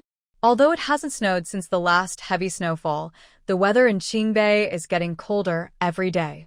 With less firewood, winter will be tough. Gu Xiaoxi nodded. "Sure. I have nothing to do this afternoon. Then I'll come to call you later." After agreeing, Li Guifin went home. Gu Xiaoxi went into the kitchen to start cooking. Lu Jiansen must have bought some food last time he came back because there was some rice and flour in the kitchen. However, she didn't use those grains. Instead, she took a bag of rice harvested from her small space in the new product display room. After cooking the rice, she made kelp and tofu soup, fish-flavored eggplant, stir-fried chicken giblets, and roasted a chicken. When the meal was ready, Lu Jiansen returned home. Along with him were Gu Dachuan, Luo Yang, Li Kuan, Zhuanzi, and Lu Xiangqian, who had brought back 3 carts of blue bricks. Seeing their efficiency, Gu Xiaoxi quickly invited them in to eat. Gu Dachuan ran to the kitchen to take a look and found that his sister had made a rich lunch, but there wasn't enough rice. He immediately told Luo Yang, "We have a feast today, but there's not enough rice. Hurry and go to the cafeteria to get some." Luo Yang understood immediately. "I'll go right now."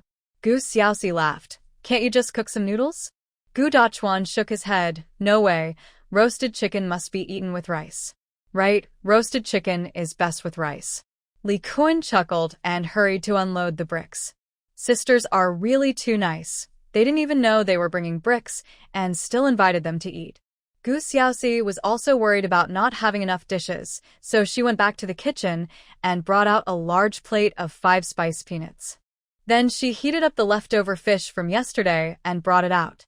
When Li Kun and the others finished unloading the blue bricks and saw the table full of dishes, which were even more abundant than a typical New Year's Eve dinner, they all gasped in surprise. I haven't eaten tofu and roasted chicken in a long time, Lu Xiangqian said shyly, scratching his head.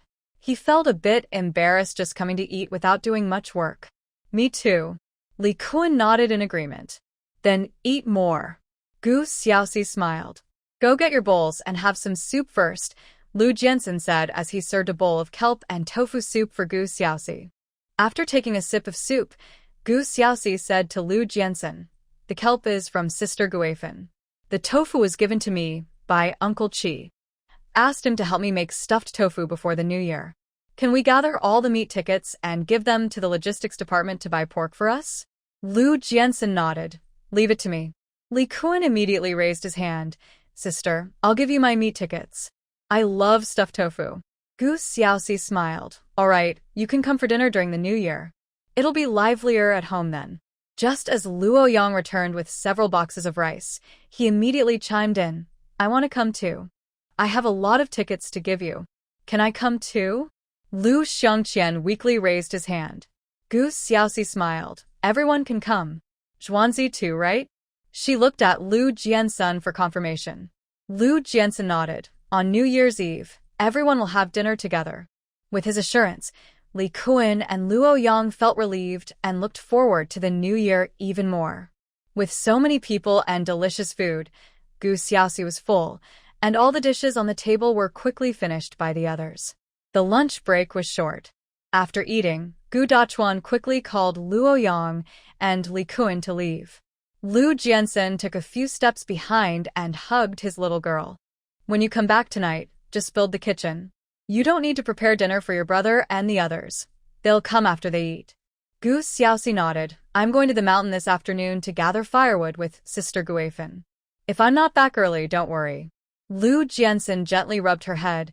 Leave the firewood gathering to me. You don't need to go. Gu Xiaoxi smiled slightly. I'm not really going just for the firewood. I just want to join the military wives group activities occasionally. I modified my bike this morning, and I'll ride it later. Lu Jiansen glanced at the modified bike in the yard and nodded slightly. Be careful and come back early. Okay, I will. Lu Jiansen leaned down and gave her a light kiss before leaving. Gu Xiaoxi prepared for her trip up the mountain. She packed a sickle, a thick rope, and a woven bag, placing them all in the basket at the front of her bike. When Sister Guifan came to call her, she put on her small bag and pushed her bike out. Li Guifan saw her riding the bike and laughed. That bike can't go up the mountain. Are you not afraid of losing it if you leave it down here? Gu Xiaoxi opened her bag and took out a thick iron chain with a big lock. I'll lock it to a tree. When I gather firewood, I can tie it to the back of the bike. Otherwise, I won't be able to bring the firewood back. Li Guifan looked at her slender arms and legs and nodded with a smile. That works. Feng Xia and I plan to push a cart. It can hold more and is easier. Yeah, let's go. Gu Xiaoxi pushed her bike and walked slowly with Li Guifan.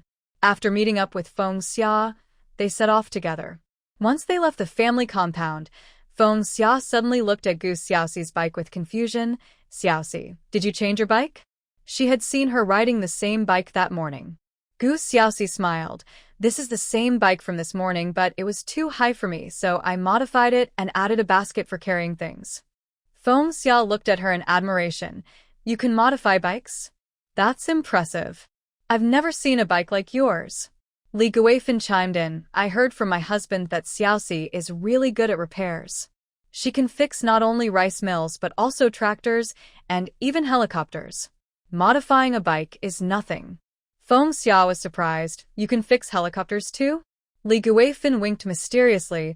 Xiaoxi was away on a mission recently. Not many people know she can fix helicopters, so don't tell anyone. I only found out because my husband accidentally let it slip. Gu Xiaoxi laughed. Sister Guifan, you're amazing. I'm not that amazing. I just don't have a ticket to buy a bike. Otherwise, I would definitely ask you to help me modify one like yours.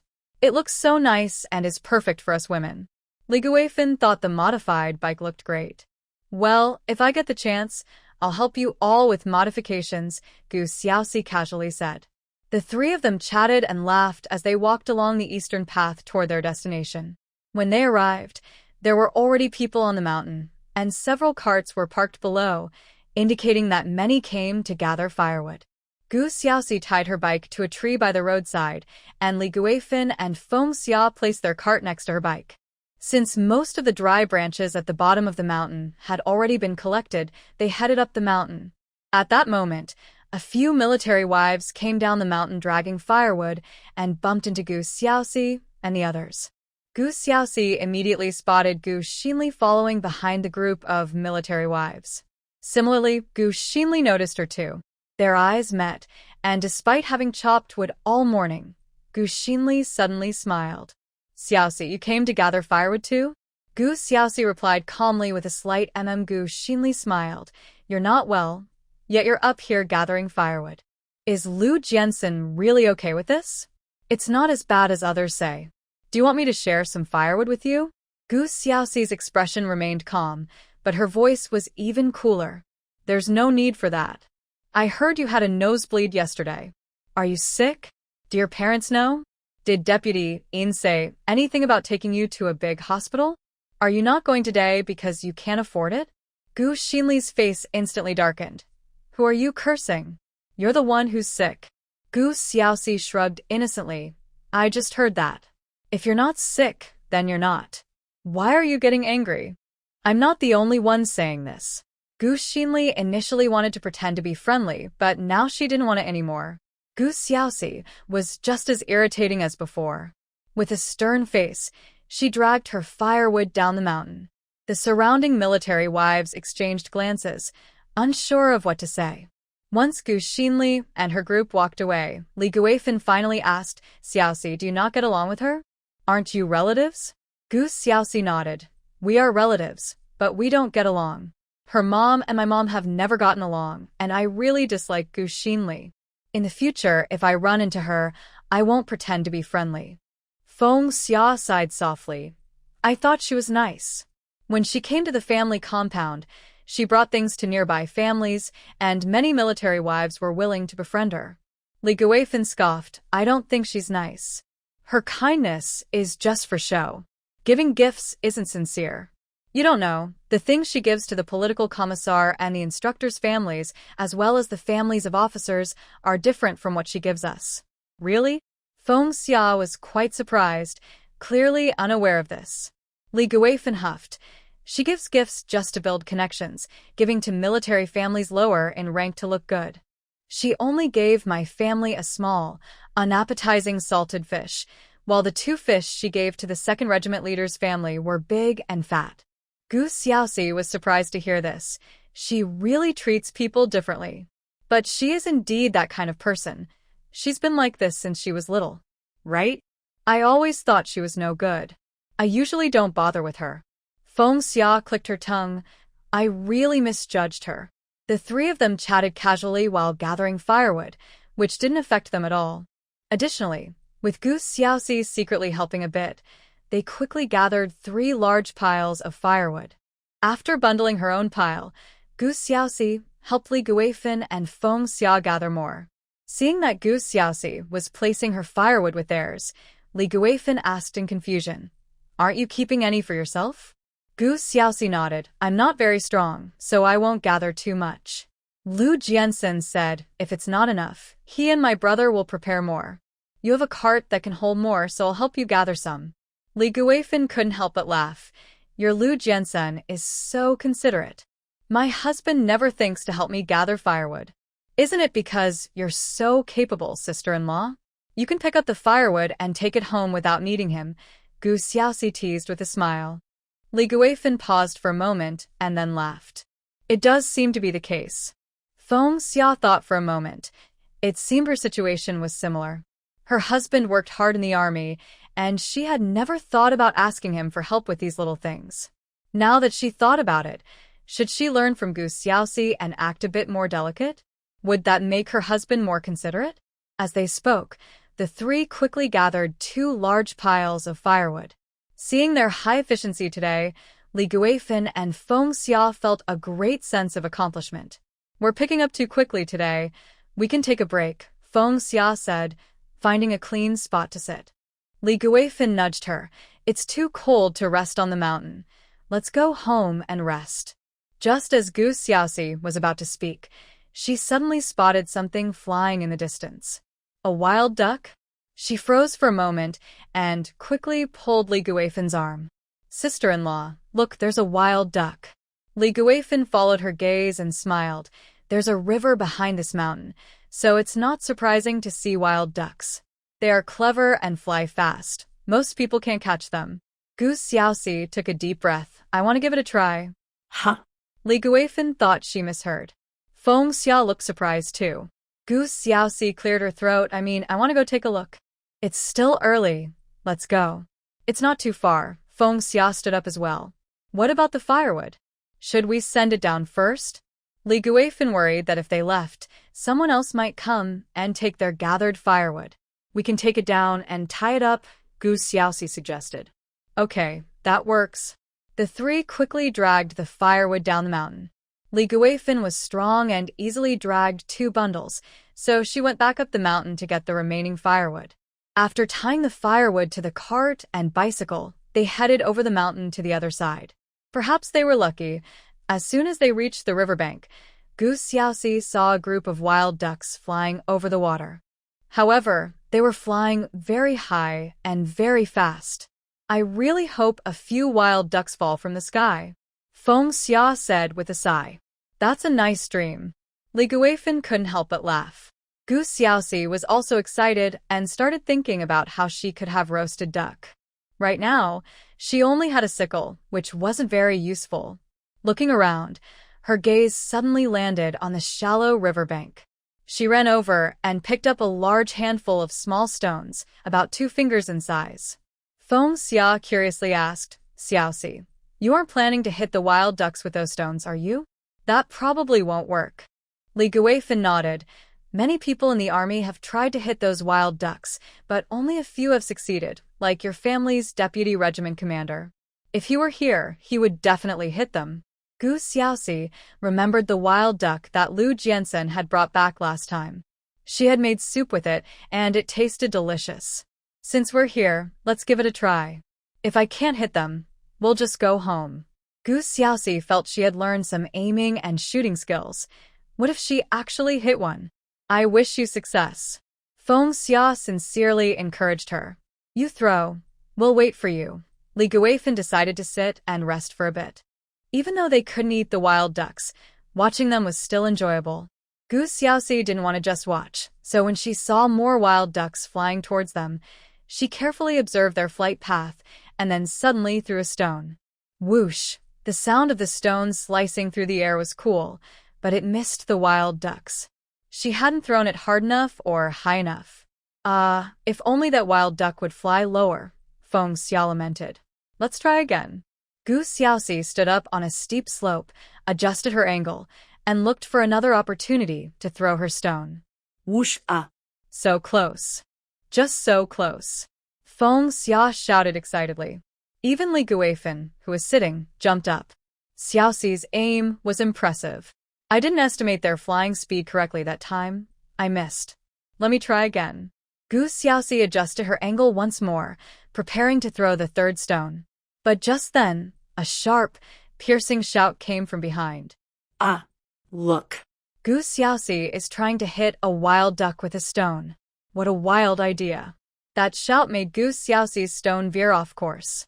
Turning around, she saw Gu Xinli, who had come back after gathering firewood, and frowned. Li Guifeng also turned and glared at Gu Xinli. What are you shouting about? Are you crazy? You scared the wild ducks away.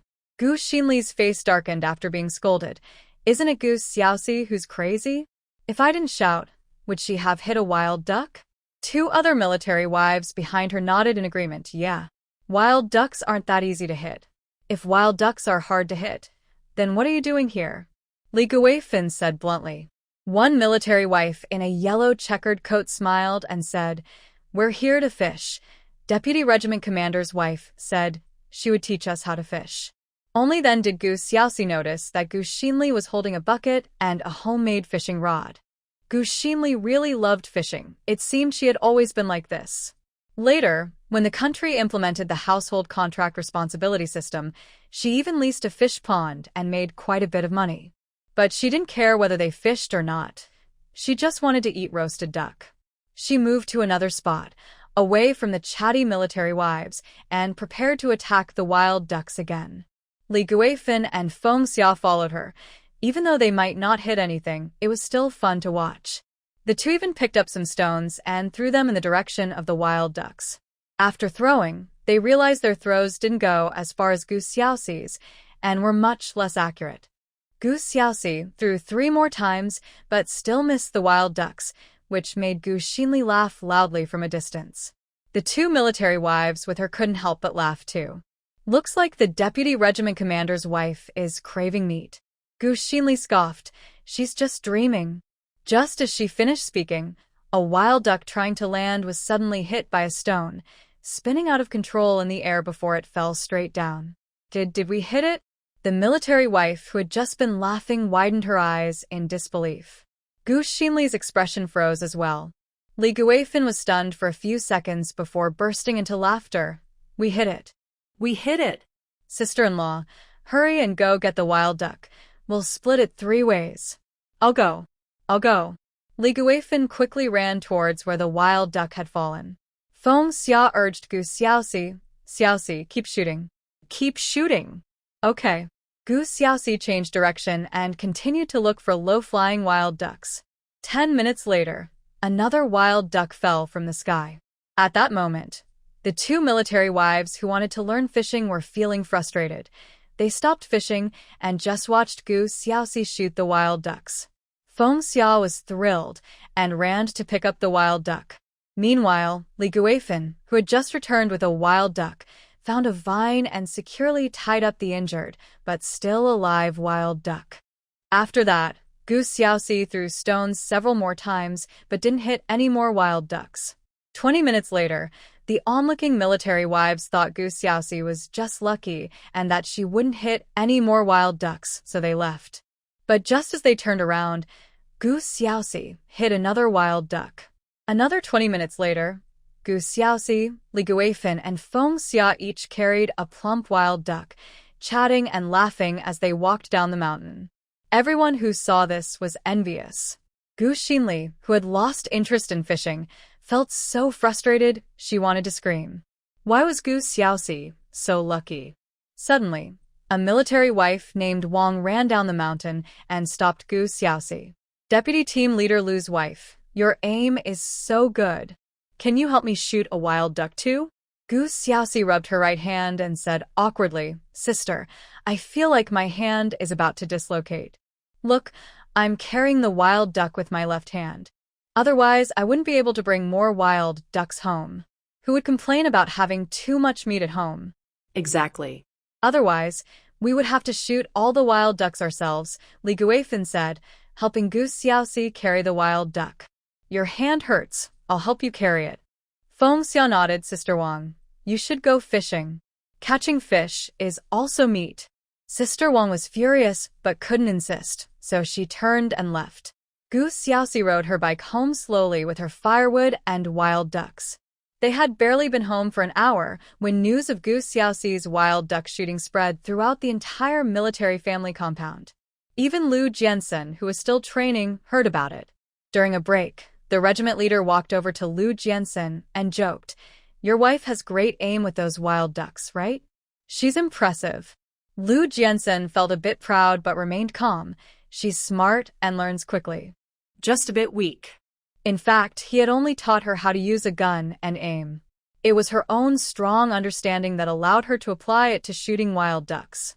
At that moment, Wang Sheng, Li Guifin's husband, walked over and said with a smile, Thanks to Deputy Team Leader Lu's wife, we'll have wild duck for dinner tonight.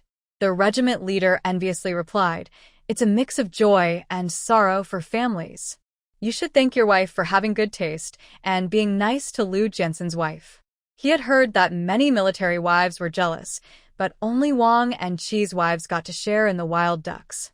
So, the relationships between women sometimes affect the men too. Wang Xing clearly felt closer to Lu Jensen now. Qi Ji was away, but would surely be happy when he returned. Wang Xing chuckled, yes, I should thank my wife. She's straightforward and not nice to everyone, mainly because Deputy Team Leader Lu's wife is good. His wife had probably cursed many people in private. However, she really liked Lu Jensen's wife, always calling her sister Xiaoxi, and whenever there was something new and delicious at home, she would think of sending it to her. But Lu Jensen's wife was generous too. No wonder his wife liked her. Lu Jensen thought his little girl would definitely want to cook the wild duck for dinner, so he said to the regiment leader, why don't you come over for dinner tonight? The regiment leader waved his hand. Next time. Aren't you building a kitchen tonight? You should head back to help soon. Wang Sheng immediately said, are you building a kitchen? I'll go help too. Lu Jensen didn't refuse and nodded. Thanks for that. Not a problem. It's the least I can do.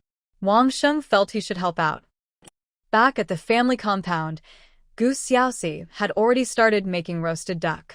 Although Lu Jensen said she didn't need to cook for others, she still took the time to steam 2 large baskets of radish dumplings.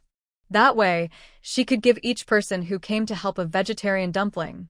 It was a gesture of goodwill. After that, she made 100 wontons filled with vegetables and eggs. By the time she finished, Lu Jensen and the others had returned. As soon as Gu Dachuan walked in, he asked, sister, how are you cooking that wild duck? Gu Xiaoxi couldn't help but laugh. You know I shot a wild duck? Gu Dachuan raised an eyebrow. How could I not know? Many people have heard about it. I'm making roasted duck. Do you want to eat some before building the kitchen? I won't be cooking for everyone tonight, but I did steam some dumplings. Gu Xiaoxi pointed to the kitchen. Gu Dachuan looked at Lu Jensen, who had just entered. What do you think? Lu Jensen glanced at him. Then let's eat while it's hot. It'll help us work better. Great. Gu Dachuan immediately dashed into the kitchen. The roasted duck is ready, but I haven't sliced it yet, Gu Xiaoxi said to Lu Jensen. Lu Jensen gently ruffled her hair. I'll slice it. In the kitchen, Gu Dachuan washed his hands and had already divided the dumplings among Li Kuan and Luo Yang. With 40 dumplings in 2 baskets, they shared 2 each, leaving the rest for his sister and Lu Jensen. Once the roasted duck was sliced, everyone had 2 pieces, ate some dumplings, and then got back to work without delay. Before long, Wang Sheng and Qi Ji also came to help. With more hands, the kitchen framework was nearly completed in less than 2 hours. Gu Xiaoxi couldn't help much, so she started boiling water to prepare for a shower. Even though she thought Lu Jensen was busy, he still found time to bring her the shower water. Finish quickly and get some rest. I'll come back to pour out the water later. Lu Jensen leaned down and kissed her soft lips. Gu Xiaoxi nodded. Got it. After Lu Jensen closed the door and left, she took a shower and went to bed. She didn't know how long it had been when she felt someone kissing her, so gentle and careful. In her dreams, she felt a strong pull and unknowingly became lost in the moment. The next morning, Lu Jensen got dressed, kissed the exhausted girl softly, and quietly closed the door as he left. Not long after he left, Gu Xinli appeared at his door, knocking for a long time. However, Gu Xiaoxi was sleeping deeply and didn't hear. 10 minutes later, Gu Xinli left in frustration, gritting her teeth. Gu Xiaoxi woke up, and it was already 9 o'clock. Seeing the newly built kitchen in the yard, she felt very happy. The kitchen was almost finished, except for the doors and windows, and the stove wasn't built yet. It was clear that Lu Jensen and the others must have worked late into the night. While she was cleaning the kitchen and yard with her cleaning skills, Li Guifin came over with big news. Xiaoxi, did you know? This morning, the wife of Deputy Team Leader Yi knocked on your door. Gu Xiaoxi took a sip of porridge and asked curiously, she knocked on my door? I didn't hear it. but why would she knock? Li Guifan hesitated and winked at her. You definitely won't guess the reason. What is it? Gu Xiaoxi lost her appetite and looked at her with curiosity. Sister Guifan was practically her source of gossip in the entire military family compound. Li Guifan motioned for her to put down her bowl and chopsticks before she slowly explained. Didn't you shoot a wild duck yesterday? That news spread throughout the family compound. Later, Deputy Team Leader Yin's kids found out too. Guess what happened next? Li Guifan teased. Gu Xiaoxi thought for a moment. The kids wanted to eat duck meat too? Li Guifan nodded. That's about it. The two kids, one is 8 and the other is 3. The older one got angry when he found out you didn't share the duck with Gu Xinli. He scolded her, saying since you are relatives, you should have shared it with her, implying she must be a bad person. Gu Xiaoxi raised her eyebrows. That kid isn't dumb. Li Guifan snorted. Exactly. But Gu Xinli was already in a bad mood. She didn't have duck, didn't catch any fish, and then got scolded by the kid, so she took her anger out on him. But the kid ran fast and was strong, somehow pushing Gu Xinli into the latrine behind their house. What happened next? Gu Xiaoxi was curious to know what happened after that. The older one ran away, and Gu Xinli crawled out of the latrine and took her anger out on the younger one, beating him up badly. The kid was small and didn't dare to say anything. In the morning, he cried, and Deputy Team Leader Yin noticed something was wrong and rushed him to the clinic. She came to your house because she seemed to want to borrow money. I heard that the kid's rib was broken and he needs surgery. Gu Xiaoxi was shocked. Did they hit him that hard? Yes. That woman is really cruel. Li Guifan skufa. She can give fish to everyone but still needs to borrow money? After hearing the news, Gu Xiaoxi continued to eat her porridge. She still needed to have her breakfast, which Lu Jiansen had made early in the morning. Li Guifan nodded with a smile. We thought the same thing. She usually acts generous but came to borrow money from you. After you didn't open the door, she went to borrow money from that Wang sister who was with her yesterday. Oh? Did they lend her money? Seems like she borrowed $2. Didn't Deputy Team Leader Yin say anything? Gu Xiaoxi asked curiously. She had never met Yin Chunsheng and didn't know what kind of person he was.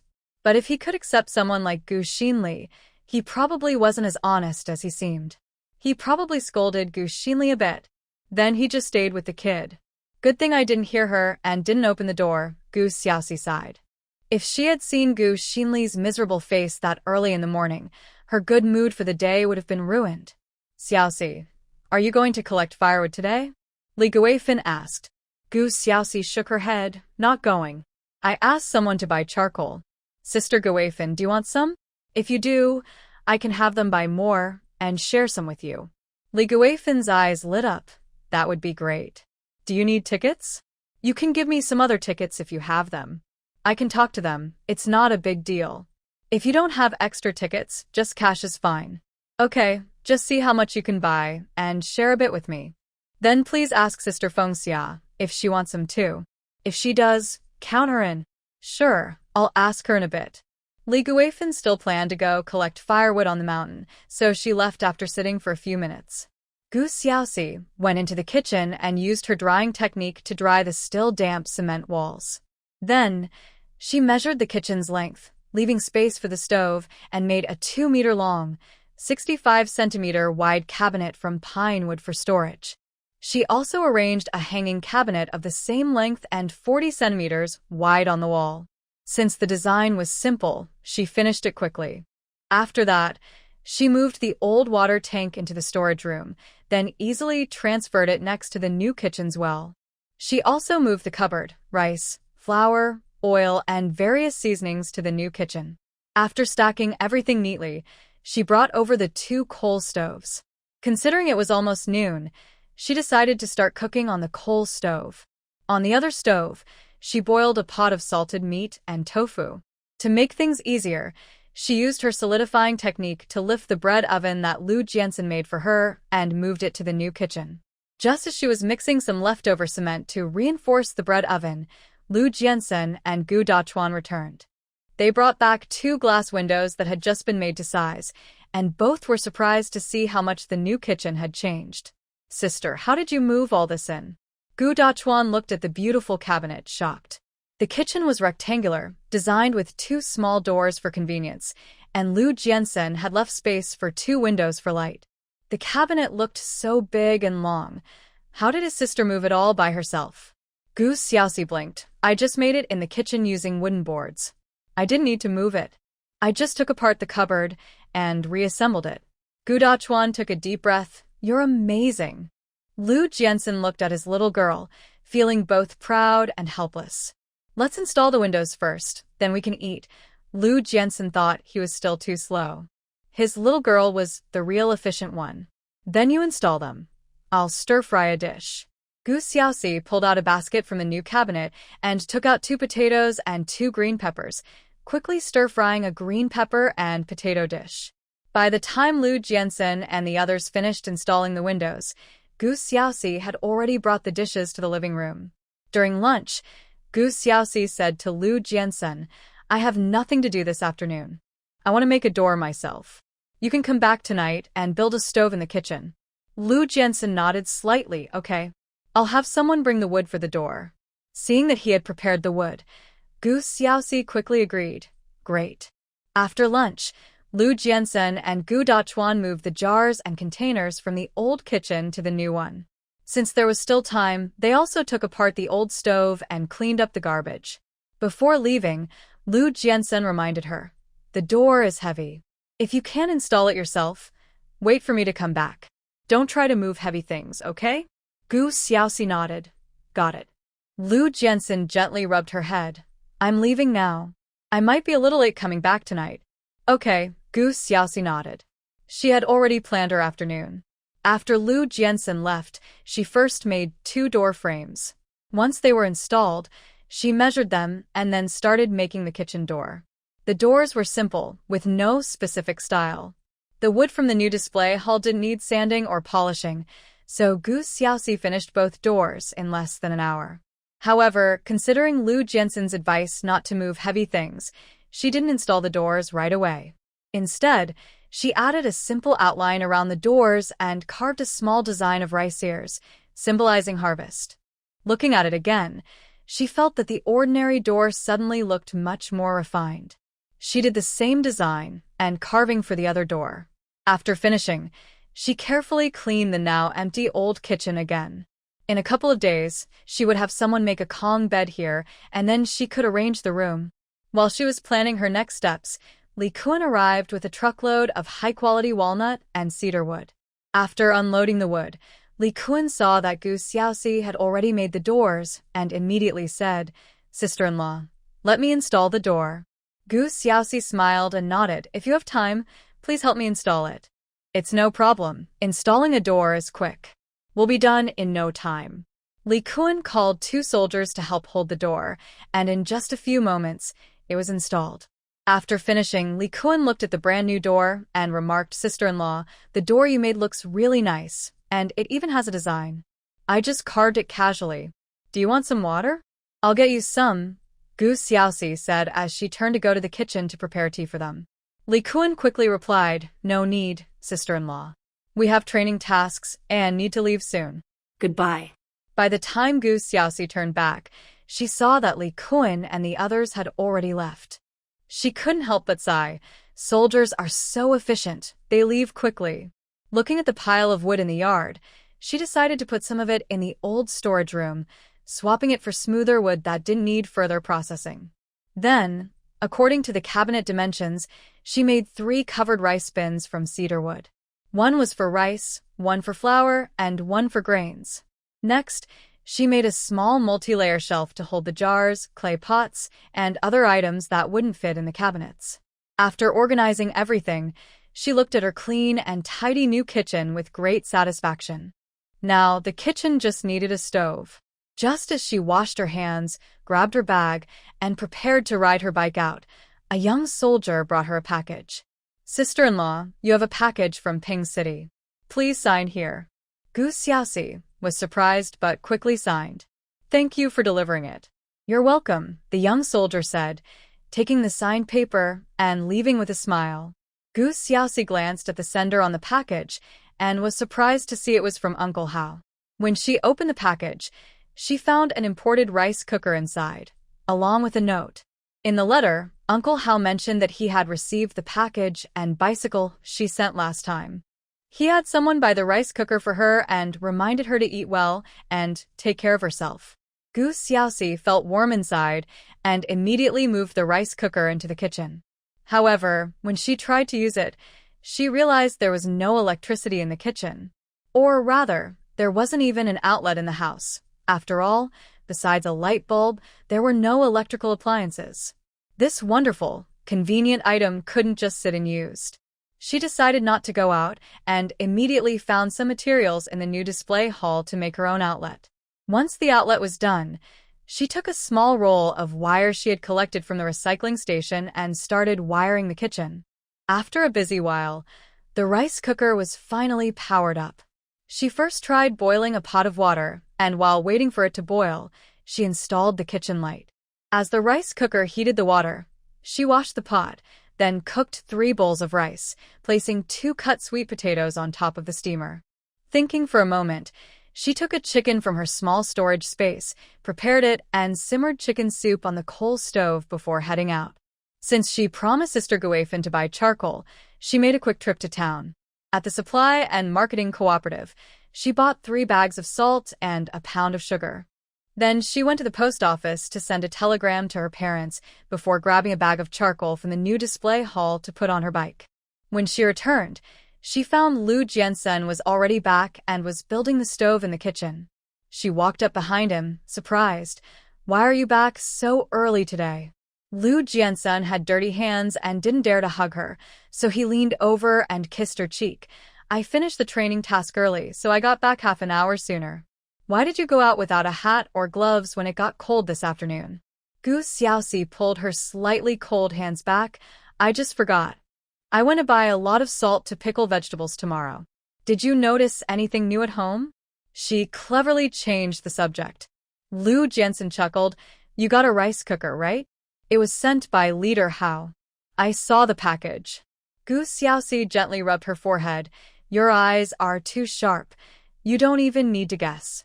"Next time, I'll play along and make a guess," Lu Jiansen said, looking at his little girl fondly. "Then you can build the stove." "Is my brother coming over tonight?" Gu Xiaoxi checked the chicken soup she was simmering and added some seasoning. "I asked someone to invite a few skilled craftsmen from a nearby village to work on the new Kong at home. He went to pick them up and will be back soon." As they were talking, Gu Dachuan and the others came in carrying things. Gu Xiaoxi felt a bit in the way, so she started cooking in the kitchen. After making chicken soup, she took out a small piece of salted meat and cooked a dry pot of salted meat with hand-torn cabbage. Seeing that the girl had finished cooking, Lu Jiansen reminded her, "You should eat first. No need to wait for us." Oh. Gu Xiaoxi filled a bowl with chicken soup, took a sip, and then ran over to Lu Jiansen. "Do you want to try some?" A hint of a smile crossed Lu Jiansen's eyes as he took a sip from the bowl where the girl had just drunk. "It's really good, right? Then you should drink more." Saying this, she insisted on feeding Lu Jiansen the entire bowl of chicken soup before getting another bowl for herself. Watching the girl happily drink her soup, Lu Jiansen couldn't help but glance at her rosy lips. After taking a few deep breaths, he quickened his pace in laying bricks. After drinking the soup, Gu Xiaoxi ate a small bowl of rice and a piece of steamed sweet potato, then went back to her woodworking. This time, she made 10 round coasters to prevent the hot pot and bowls from damaging the kitchen countertop. Next, she nailed together 2 simple wooden boxes to store the charcoal from the bag. This made it easier to take out and kept things clean and tidy. After finishing the stove, Lu Jiansen built a vegetable washing sink in the kitchen and made a new drainage ditch. Once he was done, he washed his hands and sat down for dinner. Gu Dachuan arrived in the kitchen at that moment, but didn't eat right away. Instead, he happily drank 2 bowls of chicken soup.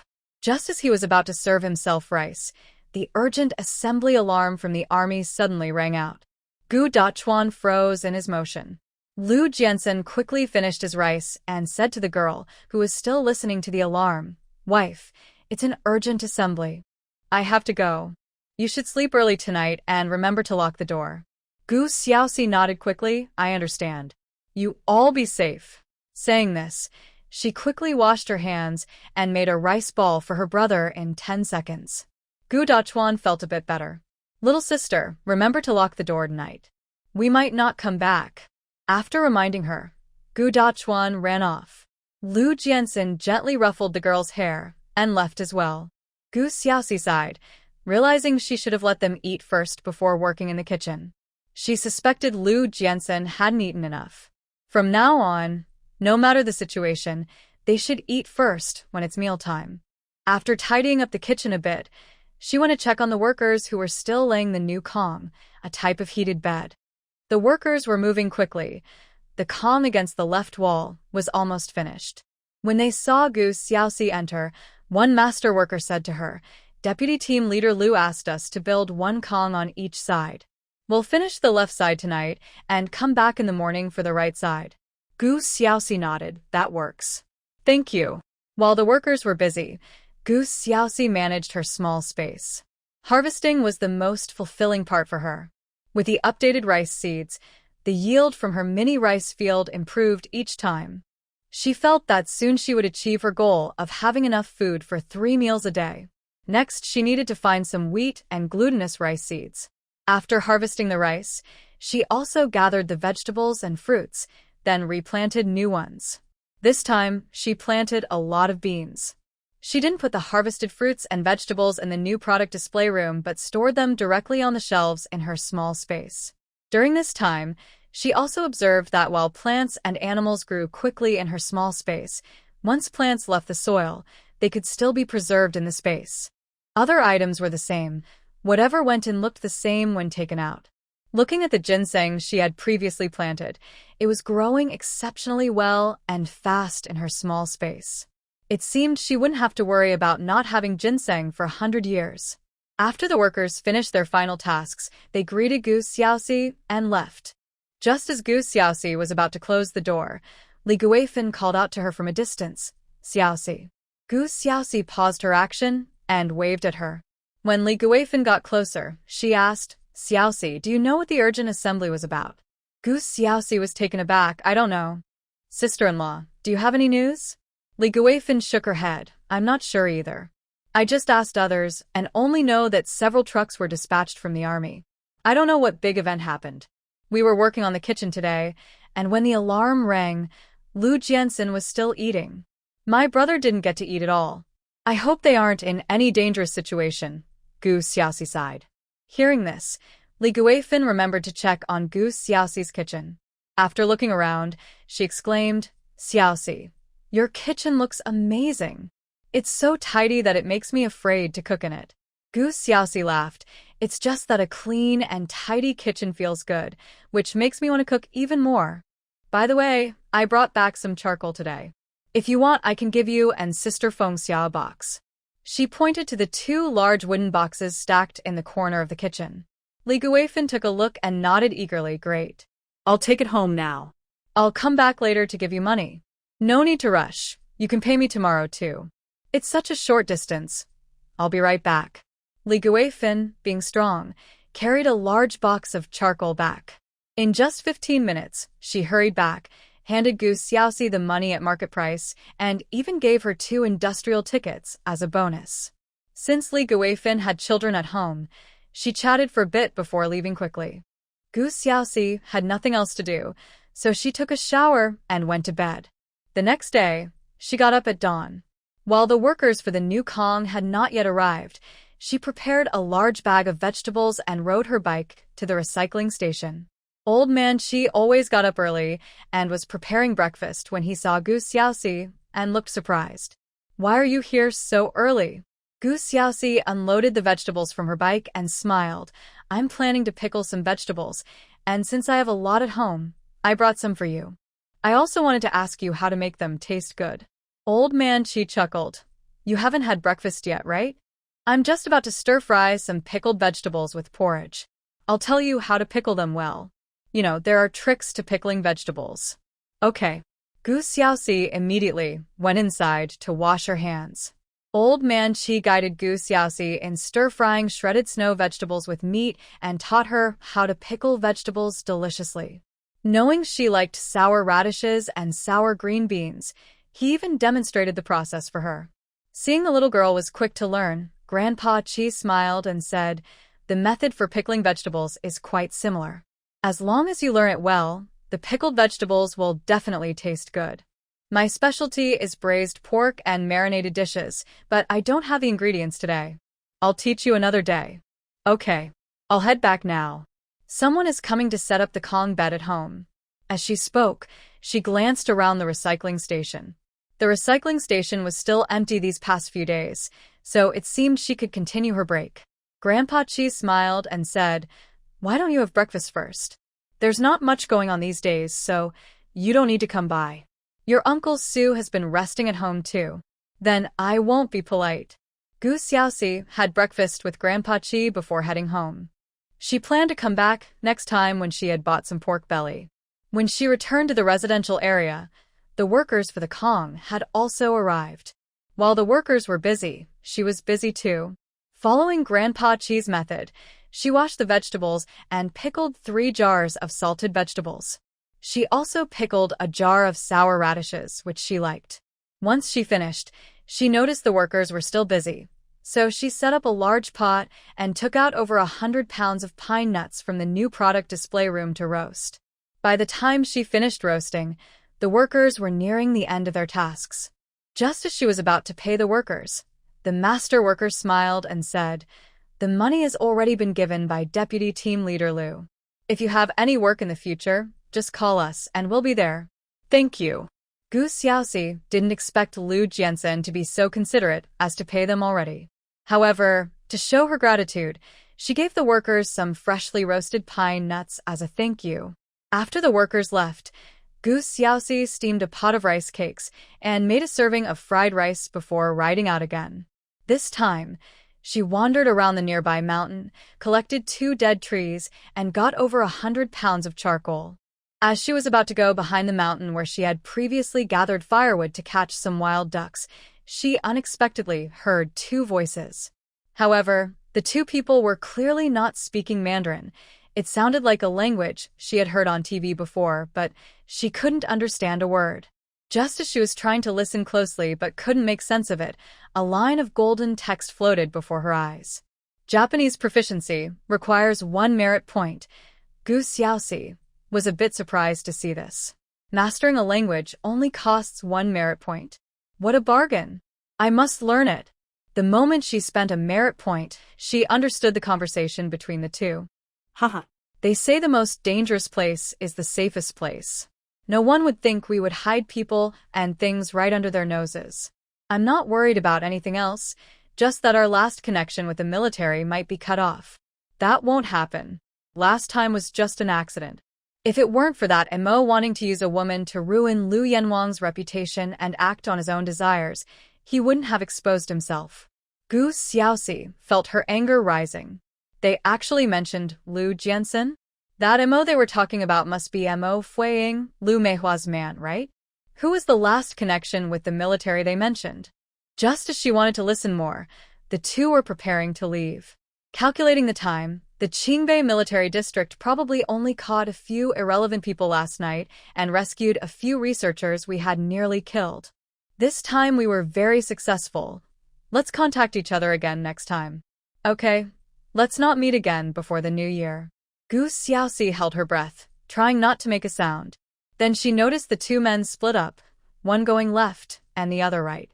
The man going left was very cautious, looking around as he walked.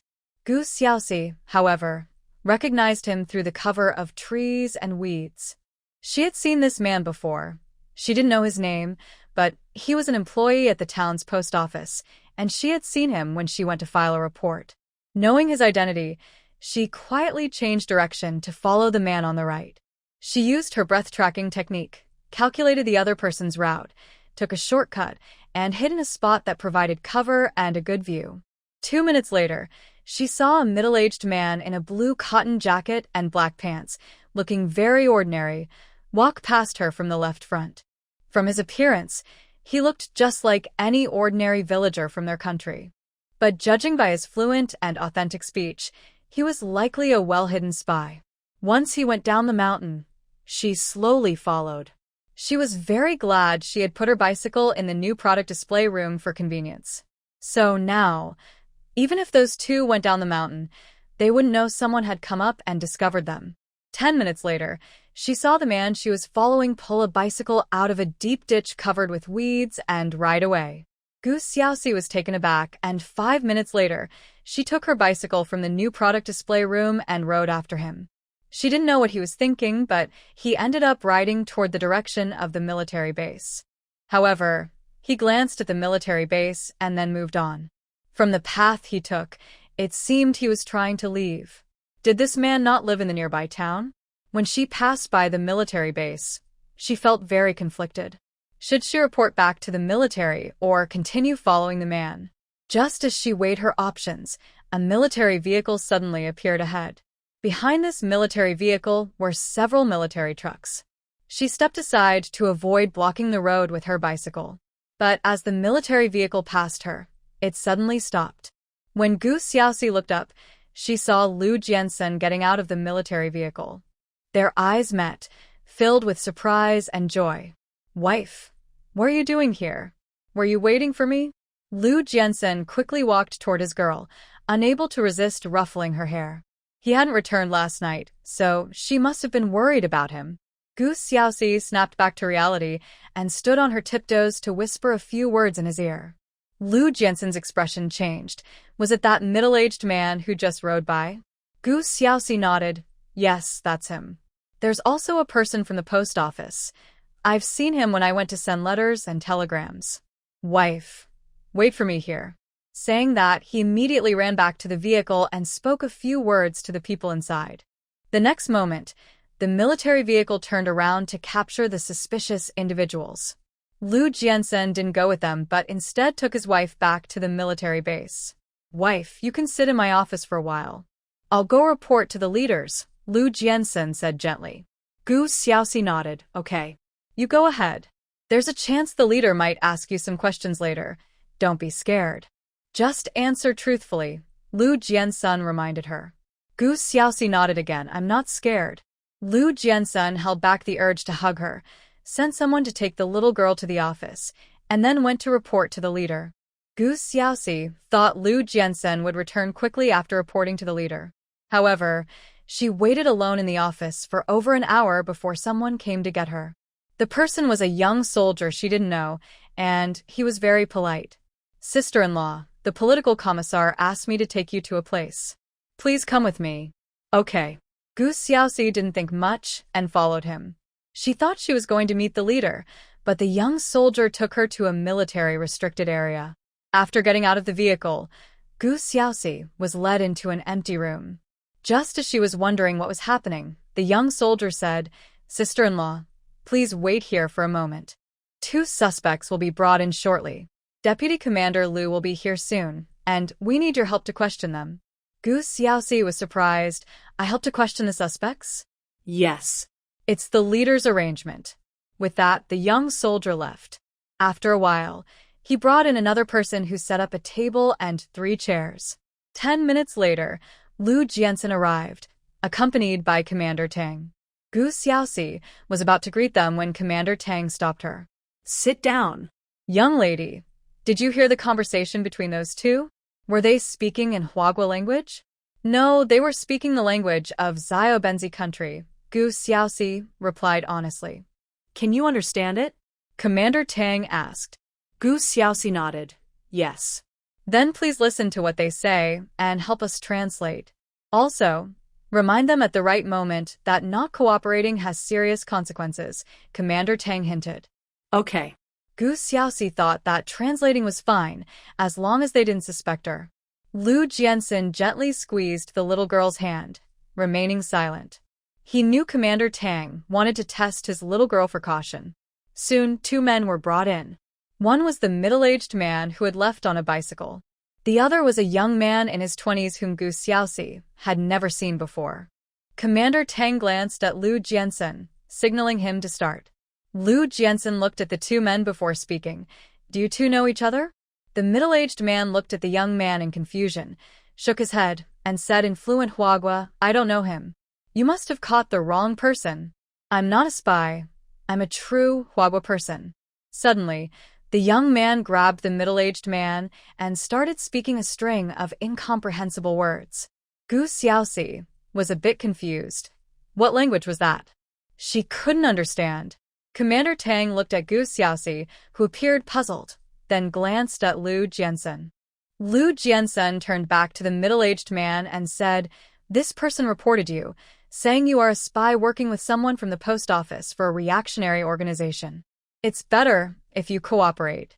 Gu Xiaoxi nodded and spoke a long string of words in Japanese. Resisting will lead to severe consequences. You speak Huagua so well. You must have family, right? Where are your ancestors from? Did they join the reactionary organization with you? Do you have children? Should we bring them in to keep you company? The middle-aged man was stunned, staring at Gu Xiaoxi. The young man was also taken aback, looking at Gu Xiaoxi in disbelief. Commander Tang was somewhat surprised. Although he didn't understand what Gu Xiaoxi said, he could tell from her expression that she was threatening the two men. Seeing that Commander Tang didn't react or stop her, Gu Xiaoxi turned to the young man again. From your expression, I can tell you understand Japanese. Don't try to fool us with that nonsense. Just confess. We Huagua people are merciful, but we won't tolerate traitors. If you confess well, you might get leniency. Why seek death when you can live? The young man's face changed drastically, and he seemed to want to faint. But at that moment, Gu Xiaoxi reached into her pocket, flicked her finger, and a small stone hit him in the middle of his face. The young man's eyes widened in disbelief. Gu Xiaoxi smiled. I didn't mention it before, but I'm also a doctor. Whether you faint for real or pretend, you won't get away with it. If you make me unhappy, you might find it hard to close your eyes in the future. The young man was frozen in place. As he struggled to react, he saw the smiling girl suddenly pull out a row of shiny silver needles from her pocket and said in a gentle voice, Have you heard of Huagua traditional medicine? It can cure all diseases. But a few needles can leave someone paralyzed, making them wish they could die, but unable to. You've heard of that, right? The young man began to tremble all over. The middle-aged man was skeptical, but felt a bit scared. The Huagua military never interrogated people like this. Commander Tang found it hard to hold back a laugh. He realized he had been too cautious. This girl was like a female version of Lu Yanwang, so proud yet deeply patriotic. At that moment, Lu Jiansen tapped the table. Anyone who wants to experience Huagua traditional medicine should sit quietly. Those who want leniency can raise their hands. Gu Xiaoxi twirled a silver needle in her fingers, flicked it lightly, and it pierced the young man's left arm. The young man stared at Gu Xiaoxi in terror, realizing his arm had gone numb and he couldn't move. Then he noticed the seemingly delicate girl glancing at his legs. His heart sank. He felt she intended to cripple him. Panic, fear, and dread mixed together, prompting him to quickly raise his right hand. I confess. I confess. Gu Xiaoxi stood up with a smile. Sorry. That was a slip of the hand. Now, please confess properly. With that, she stepped forward and removed her silver needle. Commander Tang. Although the girl was smiling and looked lovely, he felt she resembled Lu Jiansen even more at that moment. Lu Jiansen slightly lowered his head, suppressing a smile. His little girl was so cute when she scared people. Fierce yet adorable. The young man didn't hold back anymore and started to share everything he knew. The middle-aged man stood by, staring blankly, wanting to stop him but constantly seeing Gu Xiaoxi looking at him with a silver needle. At that moment, Gu Xiaoxi suddenly spoke. I can tell you know him. Our comrades saw you contacting that person from the post office on the mountain. If you reveal the remaining spies in the military, you could earn a merit and reduce your sentence. Think it over. She paused and added, Of course, if you don't want to talk, that's fine too. Can you sign a voluntary donation agreement with me? After you die, your body could be used for dissection and research at our hospital. That way, your death would have meaning. I'm also curious to see if a trader's brain and heart are different from an ordinary person's. The middle-aged man's eyes widened. Did he just imagine that? This girl wants to study her own body? Colonel Tang. How did the interrogation suddenly turn so gruesome? Lu Jiansun cleared his throat. Why not choose the second option? Help my wife improve her medical skills. The middle-aged man was stunned. A proper soldier was being told not to confess, but to donate his body? No. He wasn't afraid of death, but he was terrified of being dissected after he died, with his organs removed and not buried properly. As a citizen from a war-torn country, he had heard too many stories about how many Chinese people were killed for medical dissections. He didn't want to become one of them. Seeing the girl smile at him again, he quickly raised his hand. No, I'll confess. Colonel Tang. He's confessing already? To him, the girl's threat seemed harmless. Their country wouldn't do such things. But Gu Xiaoxi sighed in disappointment. Oh, no spirit of sacrifice. Just kidding, don't take it to heart. Please confess properly. After saying that, she looked down and started playing with her fingers. For some reason, the middle-aged man didn't think she was joking at all. The more casually she spoke, the more afraid he felt. At that moment, he had a strange thought. In the field of medicine, this seemingly gentle girl had a special credibility. What she said couldn't be a joke, and she would definitely follow through. So, when Lu Jiansun began to ask questions, he answered thoroughly. They even revealed the last spy in the military. However, the middle-aged man only knew that the person worked in the logistics department and had never met him, only communicating through notes. Once he finished confessing, Colonel Tang had the two taken away. After a moment, Colonel Tang returned after giving some instructions. Seeing Gu Xiaoxi, he smiled and asked, "Little girl, do you really want to study the brains and hearts of traders?" Gu Xiaoxi coughed lightly, "Not really. But for medical students to improve, practicing on cadavers for surgeries like craniotomies and heart-lung operations is indeed better. Aren't you afraid?" Colonel Tang asked curiously. Gu Xiaoxi scratched her head. "I've never seen a corpse. But Director Chun took me to observe many surgeries. I can now perform appendectomies independently and will definitely learn more surgical procedures. I was just trying to scare that guy earlier." How did you know he would be scared? This was what Colonel Tang was curious about. Gu Xiaoxi smiled and said, "I once heard my grandfather say that while fearing death is human nature, some people aren't afraid of dying but are afraid of being despised after death, or having their corpses abused, even having multiple fake graves." When I asked that man to confess, he showed no reaction, clearly not wanting to cooperate. So, I tried mentioning his post-death arrangements. Colonel Tang burst out laughing. What a post-death arrangement! Lu Jiansun's wife was indeed bold and perceptive. However, he had a sensitive question to ask. How did you come to learn Japanese? In this era, learning a foreign language could easily be seen as having ideological issues. Gu Xiaoxi had considered this from the start, so after a few seconds of silence, she explained. I've had poor health since childhood, and my family wanted me to have an easier job. At first, I wanted to work at a newspaper. Also, I heard that a great leader from our country speaks 8 languages, and I admired him since I was little. Coincidentally, there was an old professor near my home who used to teach English at a university, so I learned English from him. Later, something happened in the professor's family, and I found Japanese books at a recycling station. I learned some Japanese from an old man who always picked up trash. I have a good memory and learn quickly, so daily conversations in English and Japanese are no problem for me. As soon as she finished speaking, 2 lines of golden text floated before her eyes. Fluent in English requires 1 merit point. Host's language sense improved requires 5 merit points. Gu Xiaoxi was slightly surprised but quickly paid the corresponding merit points. In her past life, her English was good but not fluent. Liking to learn is a good thing, Colonel Tang remarked. He didn't see anything wrong with learning English or Japanese. Among the enemy agents he had encountered, some seemed ordinary and unskilled, even lacking foreign language skills, yet their hearts were corrupted, becoming parasites to the country. Sometimes, Ignorance and blind obedience led to greater downfall. Have you found the people and things they were hiding? Gu Xiaoxi cautiously asked Lu Jiansen. Specialists are looking for them. They will definitely be found. Lu Jiansen replied quietly. Gu Xiaoxi sighed in relief.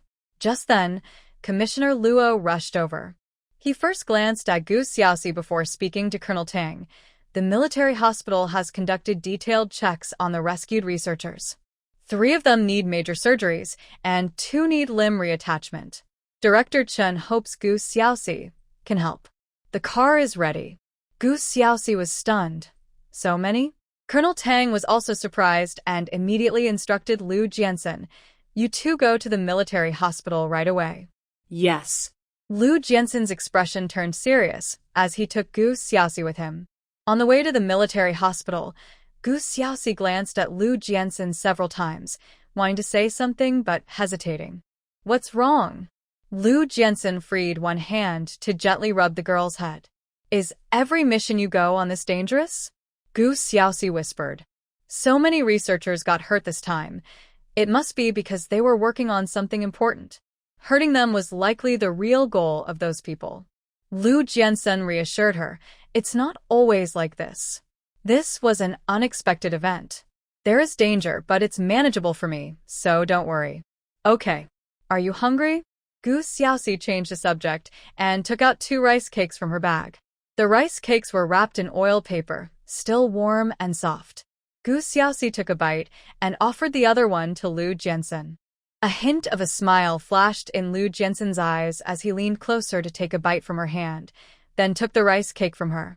During their journey, Gu Xiaoxi occasionally fed Lu Jiansen, saving them time for dinner. Meanwhile, the doctors and nurses at the military hospital were extremely busy. This was not only because of the injured researchers needing surgery, but also due to an accident at the Qingbei steel plant, where over 10 workers were injured, some seriously. As soon as Gu Xiaoxi arrived, a nurse hurried over. Dr. Gu, Dean Chun is in the operating room and wants you to come in right away. Okay. Gu Xiaoxi didn't wait for Lu Jiansen, who was still parking, and headed straight to the operating room. At that moment, Dean Chen was performing a limb reattachment surgery and couldn't afford to be distracted. Gu Xiaoxi prepared for the surgery and quietly stood beside Dean Chen. This wasn't her first time observing a limb reattachment surgery, but she still watched carefully and attentively.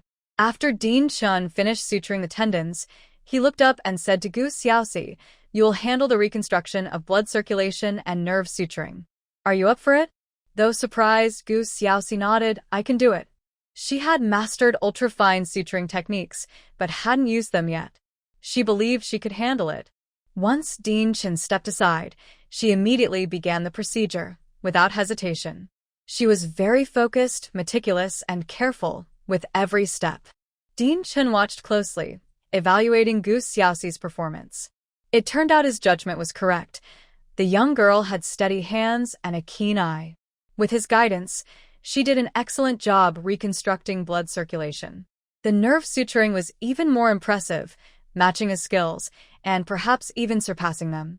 The final closure and bandaging were incredibly simple. Once the surgery was complete, he immediately arranged for 2 more surgeries. Yes, 2 surgeries. He planned to perform 2 limb and finger reattachment surgeries in the same operating room, with him handling one patient and Gu Xiaoxi the other. Having another surgeon would reduce one patient's suffering and increase their chances of recovery. Plus, he could observe and guide the young girl. Soon, Gu Xiaoxi began her first solo finger reattachment surgery. The patient was a researcher in his 50s. During the surgery, he felt both surprised and anxious, worried about the young doctor. The surgeon was too young, which made him uneasy. But seeing Dean Chen's calm demeanor eased his mind a bit. A doctor specifically called by Dean Chen must have good skills. Once he settled down, he quickly recognized the young doctor's excellence. She was fast, precise, and steady, and her hands were gentle. He hardly felt any pain during the suturing. When he glanced at Dean Chen's surgery and then back at his own finger, he realized his first finger reattachment surgery was already at the final suturing stage. 5 minutes later, Gu Xiaoxi glanced at Dean Chen and then started a new round of finger reattachment surgery. Yes, this patient had more than one finger injured. Both hands had all 10 fingers with varying degrees of injury. It was clear that this patient was one of the researchers rescued by Lu Jiansen and his team. Only terrorists would be so brutal and cruel. Researchers rely on their minds, but they also need their hands. Without hands, how could they conduct research and experiments? Out of respect and compassion, she quietly used a bit of green healing flame with each suture. She hoped to help the patient recover their hand function better. By the time she finished the entire surgery, 3 hours had passed. Meanwhile, Dean Chen's surgery was still ongoing. During a break in suturing, Dean Chen asked Gu Xiaoxi, who was standing nearby, "Do you still have the energy to continue? If so, I'll arrange another surgery for you." Gu Xiaoxi nodded. Yes. Dean Chen immediately arranged another surgery. However, this one was not in their operating room, but in another one at the military hospital. The patient was under general anesthesia for a chest surgery to remove a foreign object, and Gu Xiaoxi's task was to perform right-hand finger suturing after the surgery. When she finally emerged from the operating room, it was already bright outside. This was her first real experience of how challenging being a doctor could be. That night, she wasn't the only one who didn't sleep. Most of the hospital staff had been working through the night. As she considered whether to visit Dean Chen's office or find Lu Jiansen, she saw 2 familiar figures approaching her. "Sister-in-law, you finished your surgery. My brother bought breakfast." Lu Jinglin waved from a distance. Gu Xiaoxi smiled, feeling her previously tense heart relax. "Just in time. I'm hungry too." Lu Jiansen quickly stepped forward and handed her a cup of soy milk. "Warm up your stomach first." "Okay. You both eat too."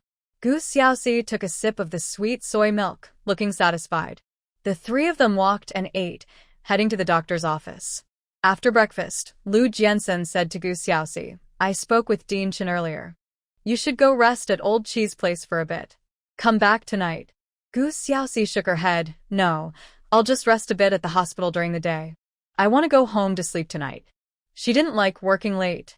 Seeing that his sister-in-law didn't want to go home, Lu Jinglin suggested, "Why not rest in the doctor's lounge?" Gu Xiaoxi nodded. "That works." Lu Jiansen had no choice but to accompany her to the lounge. The little girl fell asleep on the pillow. He watched over her for an hour before leaving the hospital alone to go to Old Cheese House. Old Cheese prescription should be ready, so he needed to check on it. As he was leaving the hospital, he saw someone approaching with a bag. When Gu Xinli saw Lu Jiansen from a distance, her expression changed. Why was Lu Jiansen at the hospital? Had he been injured on a mission? For some reason, the thought of him possibly being hurt made her feel oddly pleased. Of course, if it were Gu Xiaoxi who was hurt, she would be even happier. It would be best if these two were separated forever. Just thinking about such a wonderful scene made her laugh out loud. At that moment, a sudden thunderclap echoed in her mind. Boom! Bang! In the next instant, she saw lightning filling her space, and all the little fish she had worked hard to raise floated to the surface. Ah! Gu Xinli stumbled and fell to the ground. At the same time, Gu Xiaoxi, who was asleep, was jolted awake by a surge of electricity. The temporary master of the companion space has a strong malicious intent towards the host, automatically activating the thunder explosion technique to compete for the companion space territory. Territory competition successful, successfully cutting 20 square meters of land. The continuous emergency alerts made Gu Xiaoxi fully awake.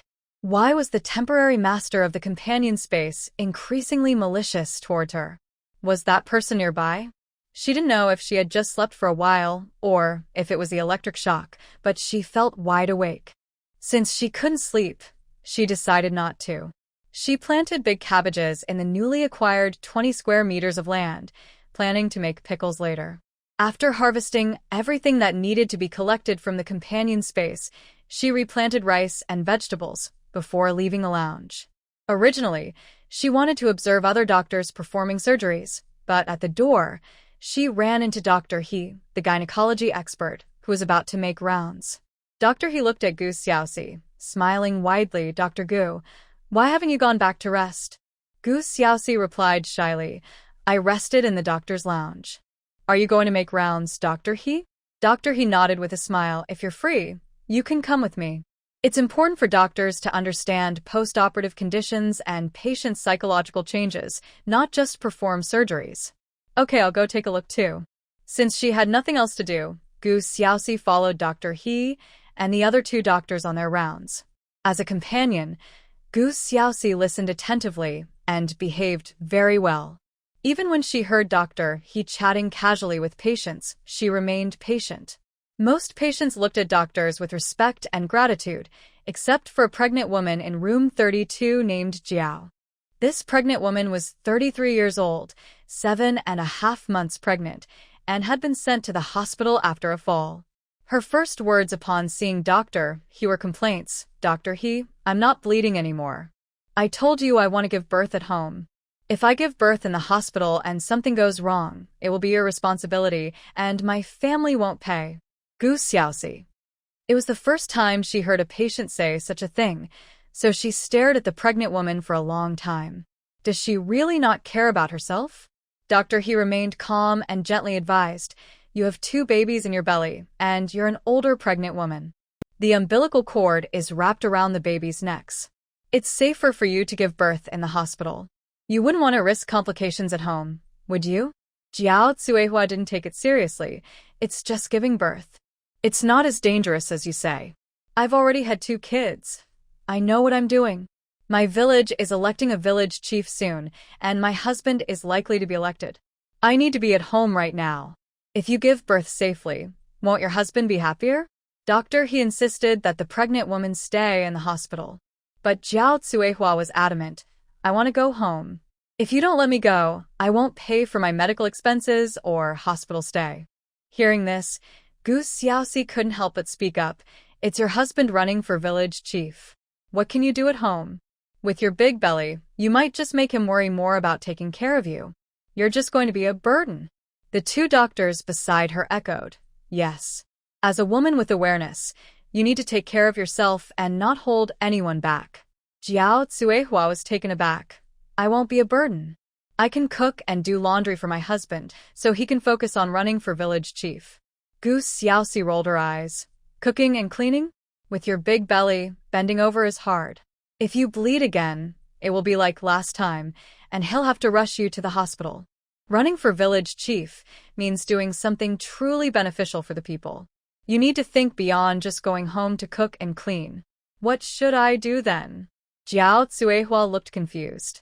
Gu Xiaoxi thought for a moment and suddenly had a good idea. She cleared her throat and said earnestly, for example, if your production team's tools are in bad shape, like sickles, threshers, rice mills, and windmills, you can find a way to get them to me. I can help you repair and replace them with new ones. Wouldn't that be a great contribution? It could help your husband in his campaign. Jiao Tsuehua's eyes lit up with excitement. Is that true? You can repair these tools? You can help us get new ones? Dr. He was also surprised, looking at Gu Xiaoxi with some concern. She understood that Gu Xiaoxi was trying to convince the pregnant woman not to leave the hospital, but was this sacrifice too much? Gu Xiaoxi smiled. It's true. The condition is that you stay in the hospital to give birth, taking care of yourself and your 2 babies. If you don't value your health, you should at least think about your children, right? This time, Jiao Tsuehua was not only tempted but also softened. She nodded. If what you say is true, I will stay in the hospital and definitely won't delay my medical expenses. Gu Xiaoxi nodded again to reassure her. It's true. When your family comes to visit today, you can tell them. My name is Gu Xiaoxi, and I'm also a doctor at the military hospital.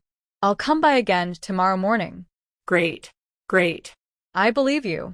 Dr. Gu, you must come tomorrow morning. I won't leave the hospital. Jiao Tsuehua was overjoyed. Their production team's tools were notoriously difficult to use, and there were hardly any good sickles left. They wanted to buy new ones, but the village had no money and no connections. Gu Xiaoxi nodded. Don't worry, I'll come, but you need to take care of yourself and give birth safely. Okay. I understand. Jiao Tsuehua's face was filled with an unshakable smile. Dr. Gu is truly a good person. The two pregnant women in the next hospital bed were especially envious when they heard this. Just as the doctor was about to leave, one of the pregnant women couldn't help but speak up. Dr. Gu, can we also bring our farming tools for repair or exchange? Gu Xiaoxi turned around, smiled, and nodded, of course. I'm not just a doctor. I'm really good at repairs, even better than at medicine. You can bring any old or unwanted tools. Thank you. Thank you, Dr. Gu. The pregnant woman was so excited that she immediately nudged her sister-in-law who was accompanying her. Hurry, go tell mom and dad. Doctors don't lie. And this is a military hospital. The truth of this matter is definitely real. After leaving the ward, Dr. He looked at Gu Xiaoxi and asked, are you really going to help them repair farming tools? Gu Xiaoxi winked and smiled, I really am. I'm very skilled at repairs. Dr. He couldn't help but laugh. You're really better at repairs than medicine? Gu Xiaoxi nodded again, really? Then she leaned closer to Dr. He's ear and whispered, I can even repair helicopters, so fixing farming tools is easy. If you don't believe me, ask Director Chen. Dr. He was taken aback for a moment, then playfully tapped her forehead. Got it. If you need help, just let me know. But don't spend too much time on this. Director Chen prefers that you focus on studying medicine. Understood. You get busy, and call me if you need me. I'll be at the hospital all day. Okay. After Gu Xiaoxi left, Dr. He turned around and really went to ask Director Chen about this. Director Chen had just arrived at the office. After hearing Dr. He couldn't help but laugh for a while. That girl isn't lying. Her willingness to repair farming tools shows her kindness. Recently, during the disaster relief in Xiling, she made significant contributions, repairing several helicopters and receiving praise and bonuses from the military airport. Dr. He praised, today's young people are truly remarkable. We should nurture this child well. Director Chen proudly said, she performed her appendectomy very well, and last night she was able to carry out a finger reattachment surgery on her own. Let's see how the patient recovers, and then I'll arrange for her to learn more. Hearing this, Dr. He offered some advice. Her suturing skills are definitely fine. She can even do delicate finger sutures. I think she should study dermatology next and learn about skin reattachment surgery. Director Chen pondered, if that's the case, we should send her to a hospital in Xincheng to learn. Director Feng, there is an expert in this area. Then let's get in touch. Gu Xiaoxi had no idea that Director Chen had arranged for her to study in Xincheng. After walking around the hospital, she went to help the overwhelmed nurses with medication and injections. Because of her actions, the nurses in the military hospital felt much more relaxed, and their fondness for Gu Xiaoxi grew.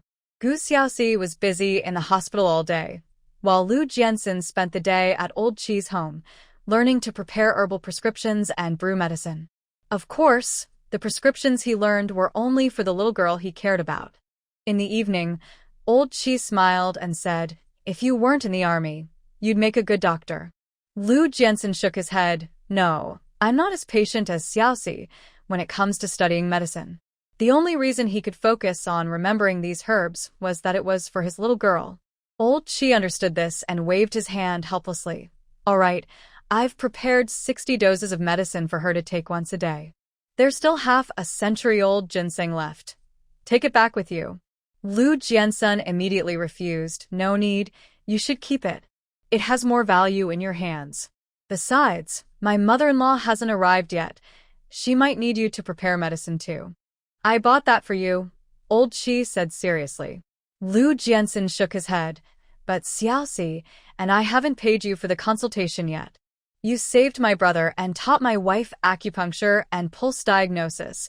Half a century-old ginseng isn't enough. Old Qi chuckled. You're quite calculating. You were the one who brought it up. Lu Jianxin knew that even if he gave the remaining ginseng to Xiaoxi, she wouldn't accept it. Old Qi stroked his beard and smiled. Fine. Tell that girl I'll keep the ginseng. And those wild chicken eggs are delicious. After the new year, I'll take you both to gather herbs, and we'll try to get some eggs from the wild chickens that eat ginseng. Great. I'll go pick her up now. Lu Jianxin stood up. Go. Bring that girl back for dinner. I'll make herbal dishes. Okay. Lu Jiansen agreed and immediately drove off. He hadn't gone to the military hospital at noon and didn't know if the girl had eaten well. At the military hospital, Gu Xiaoxi, with her small bag, had just walked out of the hospital when she unexpectedly ran into Gu Xinli. The two locked eyes, one surprised and the other angry. Gu Xiaoxi, do you know some kind of witchcraft? Gu Xiaoxi looked at her in confusion. Witchcraft? Why do you say that? Gu Xinli gritted her teeth, but stayed silent. Her space had been struck by lightning again. Thinking back, it seemed like it had happened several times because she was plotting against Gu Xiaoxi. Now she was really suspicious that Gu Xiaoxi might have some witchcraft skills. But seeing Gu Xiaoxi's expression now, it didn't seem like that. What was the problem?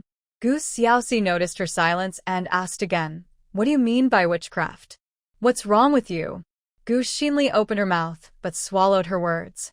She wanted to ask directly, but the matter was too secretive, and she couldn't ask outright. Frustrated, she finally shot Gu Xiaoxi a fierce glare. "Because every time I see you, something bad happens. The other morning, I knocked on your door. Why didn't you open it?" Gu Xiaoxi glanced at her indifferently. "I was asleep and didn't hear."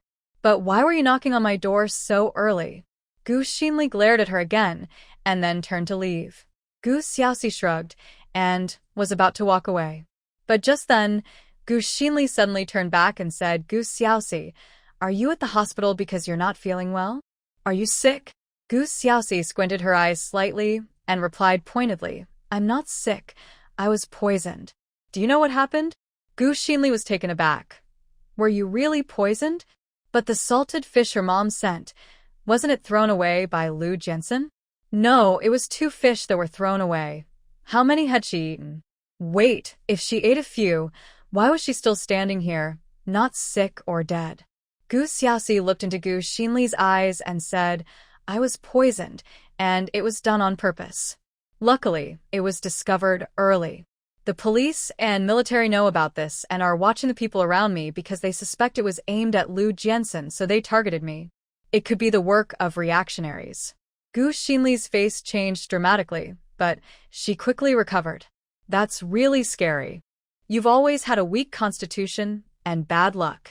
How unfortunate. I can't talk to you anymore. I have to take care of the kids." With that, she turned and left. As she walked away, her heart raced anxiously. The police and military already knew? And they were watching the people around Gu Xiaoxi? No, she couldn't make any small moves during this time. She didn't realize her footsteps were quickening, as if she were being chased by a ghost. Gu Xiaoxi watched her for a long time. Finally, she had a thought. Her poisoning must be related to Gu Xinli. If not, she was at least an informed party. Wait, why did Gu Xinli ask her if she knew witchcraft earlier? What was the reason behind that? Just as she delved deeper into this question, Lu Jiansen suddenly appeared in front of her, blocking her view. "What are you so focused on?" he asked. Gu Xiaoxi's thoughts snapped back. "I just ran into Gu Xinli and said a few words." "How did you get here?" "I'm taking you back to Qi's hometown for dinner. I need to return to the army later. Do you want to come with me?" Lu Jiansen gently ruffled her hair. Gu Xiaoxi shook her head. "I have some things to do tomorrow, so I won't go back with you. Then I'll come to pick you up in a couple of days," Lu Jiansen said softly. Gu Xiaoxi laughed. "You don't need to pick me up. It takes too long to go back and forth. I'll just take the bus myself. Then take the logistics department's bus back the day after tomorrow. I'll have them come by to pick you up," he suggested. "Okay," Gu Xiaoxi nodded. When they returned to Qi's hometown, Qi Shuangshuang was already back. She was thrilled to see Gu Xiaoxi, especially when she learned that Lu Jiansen would be leaving soon, but Gu Xiaoxi would stay. Her happiness grew even more. Dinner was lavish, and it was a special medicinal meal prepared by Old Qi. After dinner, Old Qi first checked Gu Xiaoxi's pulse. After she took her medicine, he checked her pulse again half an hour later and nodded at Lu Jiansen. "There's nothing wrong. You can go back now. I'll prepare your medicine for the next few days." "Thank you," Lu Jiansen said, reluctantly looking at Gu Xiaoxi. "Make sure to sleep early tonight." Gu Xiaoxi nodded. "Got it. Drive slowly." I'll help you carry the bathwater to your room before I leave. Lu Jiansen felt decisive most of the time, but now he inexplicably wanted to stay a little longer. Gu Xiaoxi didn't think much of it. She assumed Lu Jiansen thought the bathwater was too heavy for her to carry. In fact, she could easily do it herself. But it felt nice to have a man willing to do these things for her. After cleaning the bath bucket, Lu Jiansen filled it with water, closed the door, and held her in his arms for a sweet moment before leaving. Gu Xiaoxi initially wanted to see him off, but feeling shy, she decided to stay in her room and take a bath instead. After finishing her bath and drying her hair, she went out to get some water when Qi Shuangshuang ran over to help. The two of them carried the bathwater outside and then returned to the room. Xiaoxi, my grandpa plans to go picking after the new year, probably leaving on the second day. Do you think Si Nanyu will have time to go with us? Qi Shuangshuang asked quietly. Gu Xiaoxi thought for a moment. Shuangshuang, why don't you write a letter to Si Nanyu and ask him yourself? Qi Shuangshuang nervously poked her fingers. Would that be inappropriate? It won't be. If you want to be subtle, just say I asked you to ask him and mention that since Lu Jiansen, Lu Jianlin, and I won't be going back for the new year, please help us buy some New Year goods for the Lu family. As she spoke, she took out 100 yuan and handed it to Qi Shuangshuang. Also, please send this money to Si Nanyu so he can buy things. Just say I don't have extra ration coupons and I'll pay, but please ask Si Nanyu to think of a way for the coupons. After all, this was a way to help Qi Shuangshuang and Si Nanyu connect.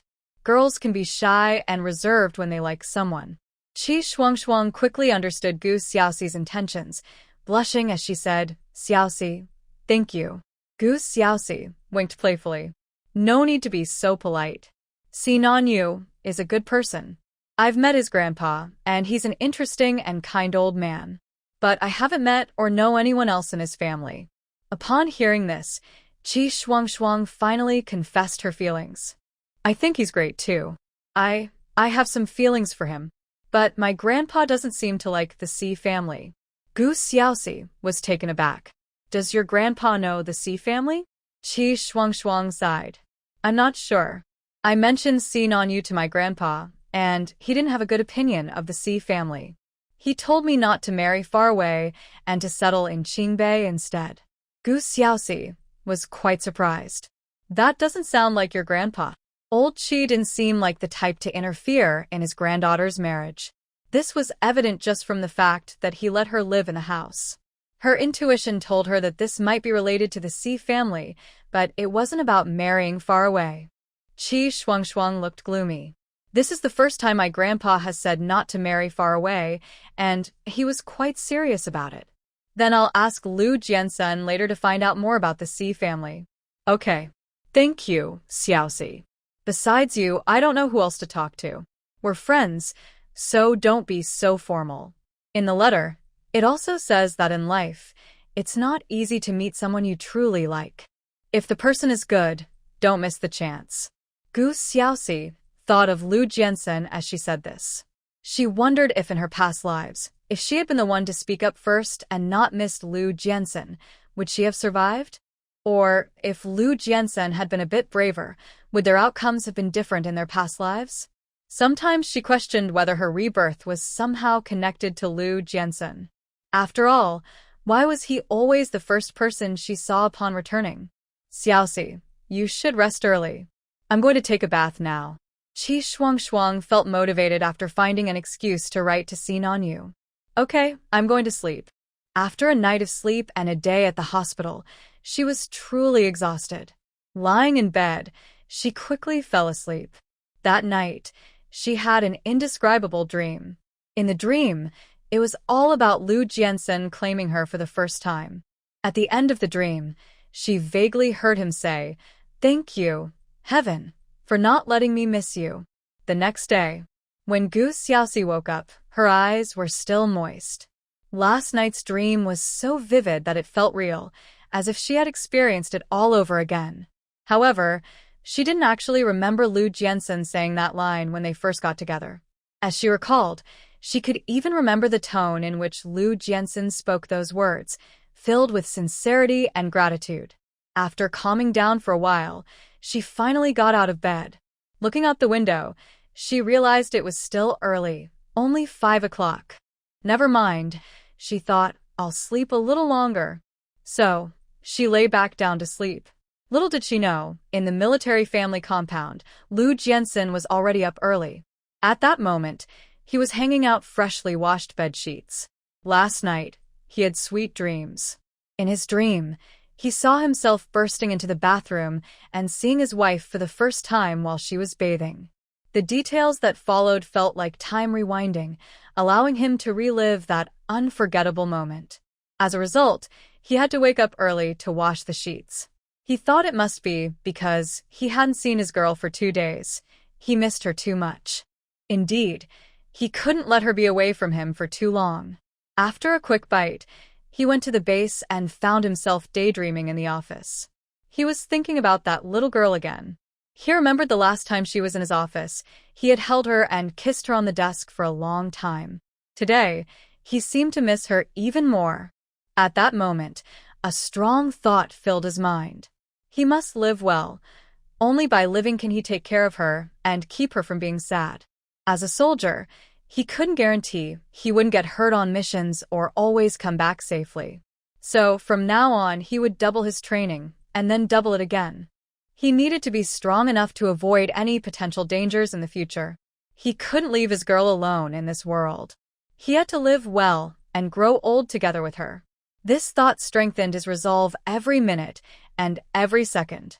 That day, all the soldiers in the unit once again felt that the nickname King of Hell for Lu Jiansen was not given lightly. At the Qingbei Military Hospital.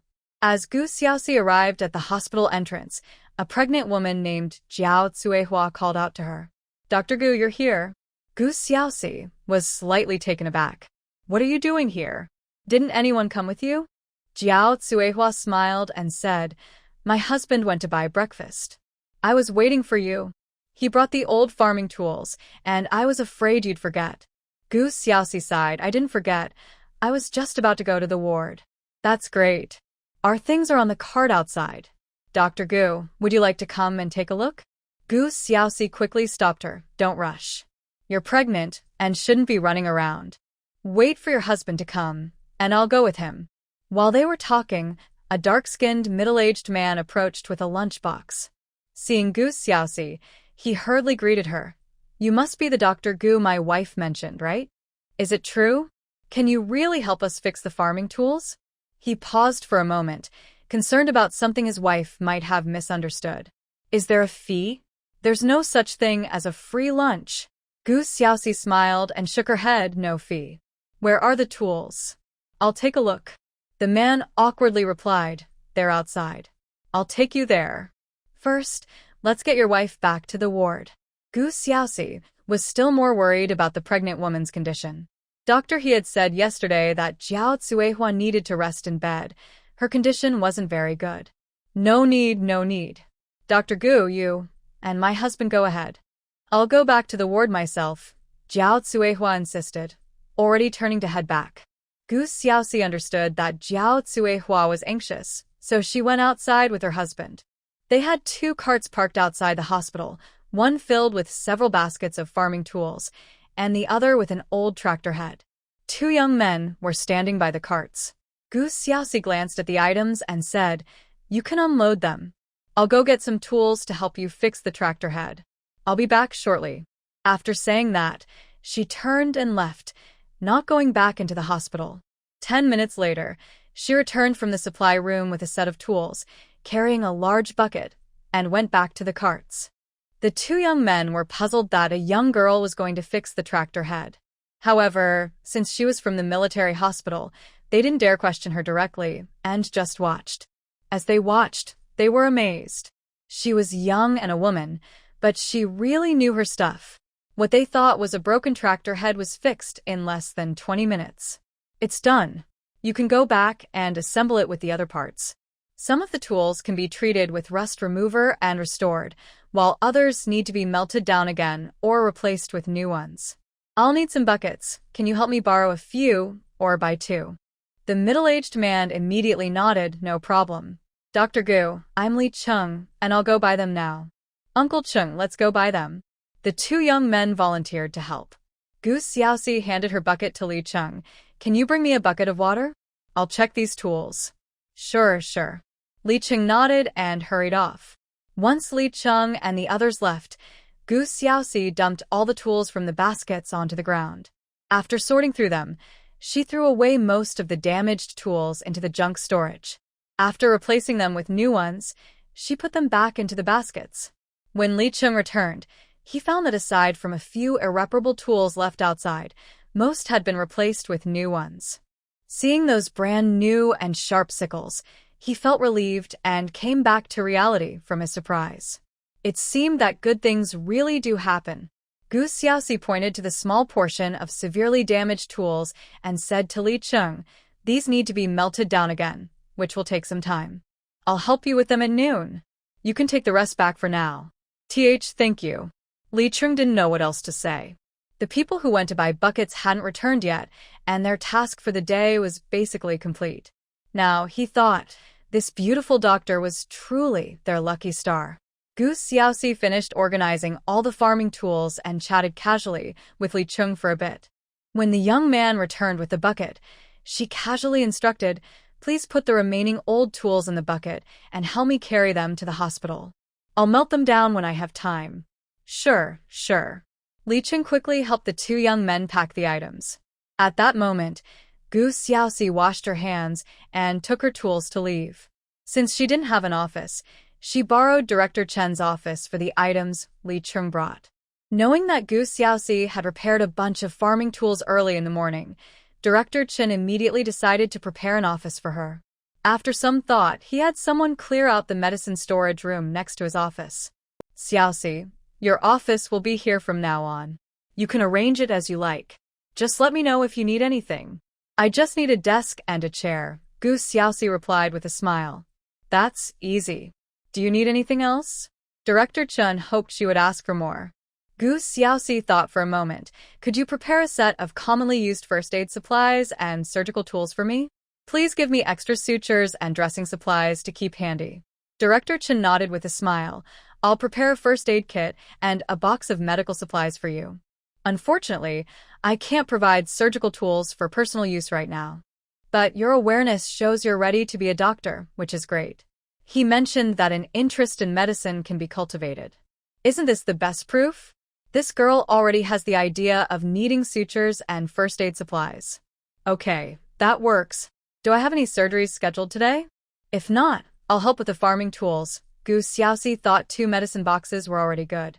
You don't have any tasks today. You can check the wards and help wherever needed. Yesterday, this girl worked as a nurse, and he saw nothing wrong with that. Starting from the basics would help her understand patients better. Understanding patients often has a direct relationship with understanding their conditions. Great. Gu Xiaoxi loved this kind of unstructured work. It meant she had a lot of autonomy. Once her office was set up with a desk and chair, she took the farming tools from Director Chen's office. After cleaning the office, she exchanged the old tools for new ones before heading to the nurse station to help. She was busy all morning. At noon, she returned to her office and took the tools to Jiao Cuihua's ward. Jiao Cuihua and her husband were extremely grateful, making the other 2 patients envious. The pregnant woman who had asked her sister to report back yesterday again inquired, "Dr. Gu, my father-in-law is the village chief in our area, and there are many old and broken farming tools in our village. Can we bring them over in a day or 2 for you to help repair?" Gu Xiaoxi planned to return to the army tomorrow afternoon, so she intended to decline. However, before she could speak, a prompt appeared in her mind. For helping villagers exchange old tools for new ones and boosting productivity, her merit points increased by 100. What she was about to say changed to "sure, but it's best to send them today or by tomorrow afternoon because I plan to return to the army tomorrow. I only come to the military hospital 1 or 2 days a week. I can handle anything you bring today before I leave, but after that, it might take a week." "Okay, I'll try to have them send it today." Gu Xiaoxi nodded. "When you have things to send, bring them to the office next to Director Chen's. That's where my office is."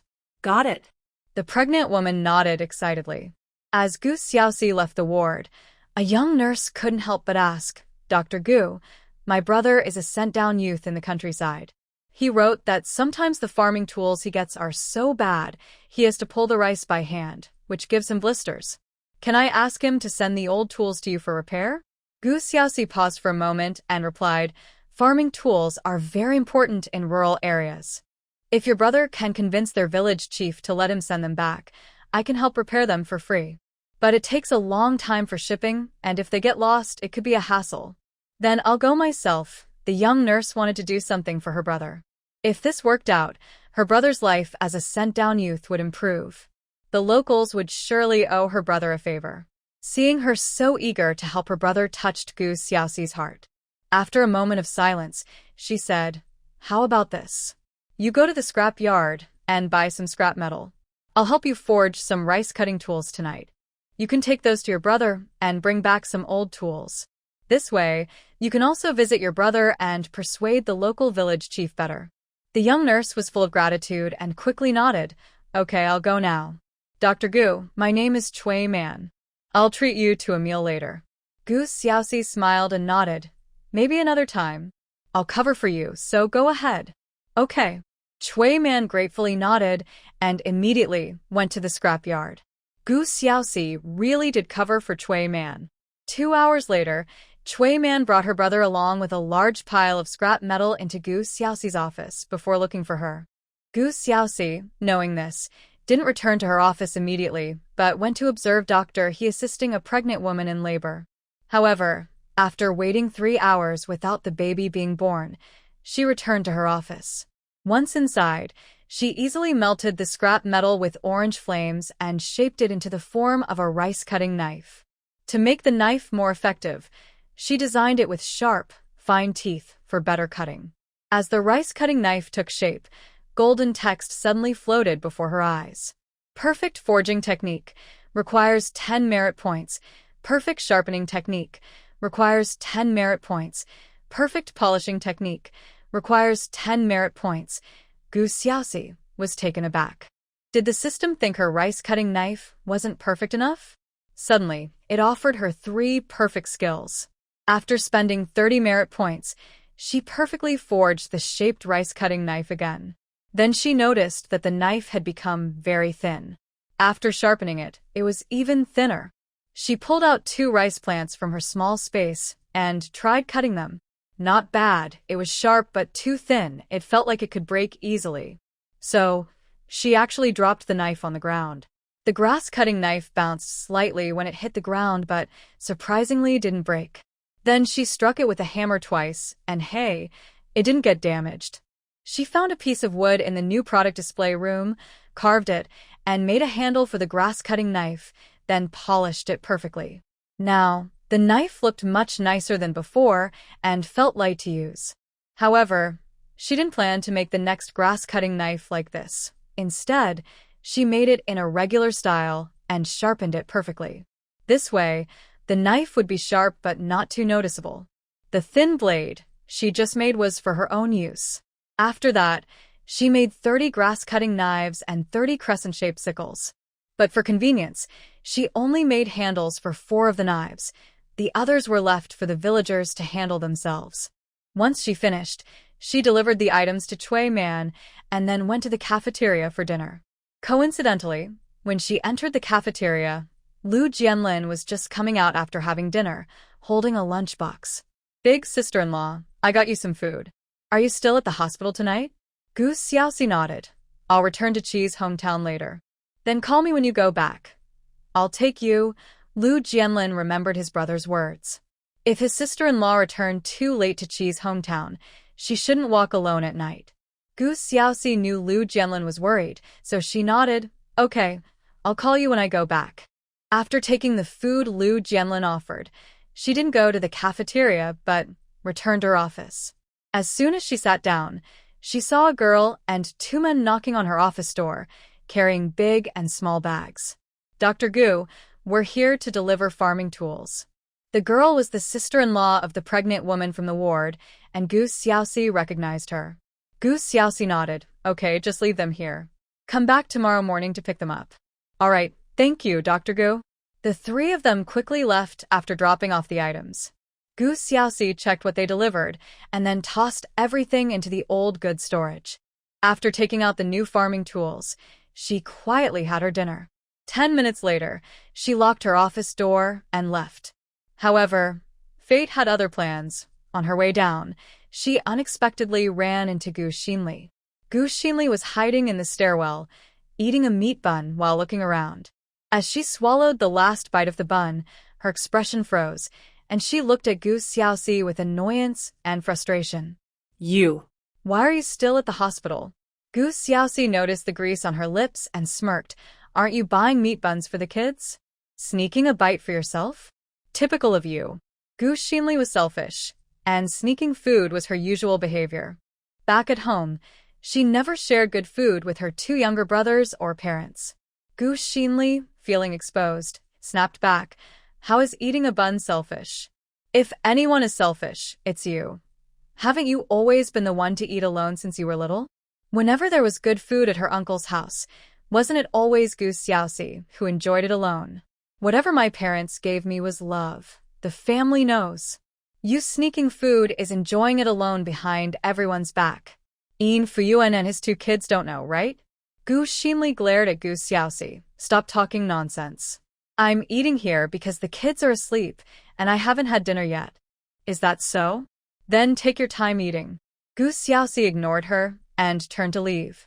Watching Gu Xiaoxi's slender figure, Gu Xinli felt bitter knowing the man she liked ended up marrying her.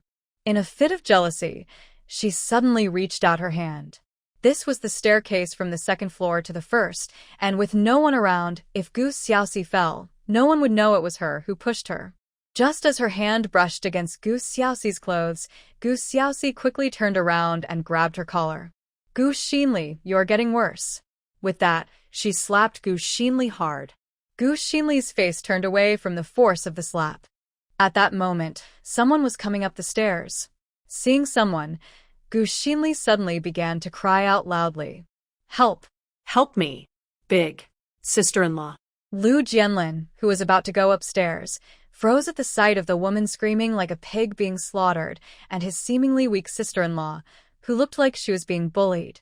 Gu Xiaoxi cleared her throat and released her grip. But Gu Xinli suddenly froze. The person who appeared was actually Lu Jianlin's brother? He called Gu Xiaoxi sister-in-law? Seeing Lu Jianlin's worried gaze on Gu Xiaoxi made her both angry and frustrated. Why did this person come and give Gu Xiaoxi an ally? In her frustration, she lost her temper and unbuttoned her outer garment, then shouted, Catch the pervert! Catch the pervert! Gu Xiaoxi was taken aback and quickly pushed Lu Jianlin away. This woman fell into a cesspit. She's filthy all over, so keep your distance. As she spoke, she planned to teach Gu Xinli a lesson before anyone arrived.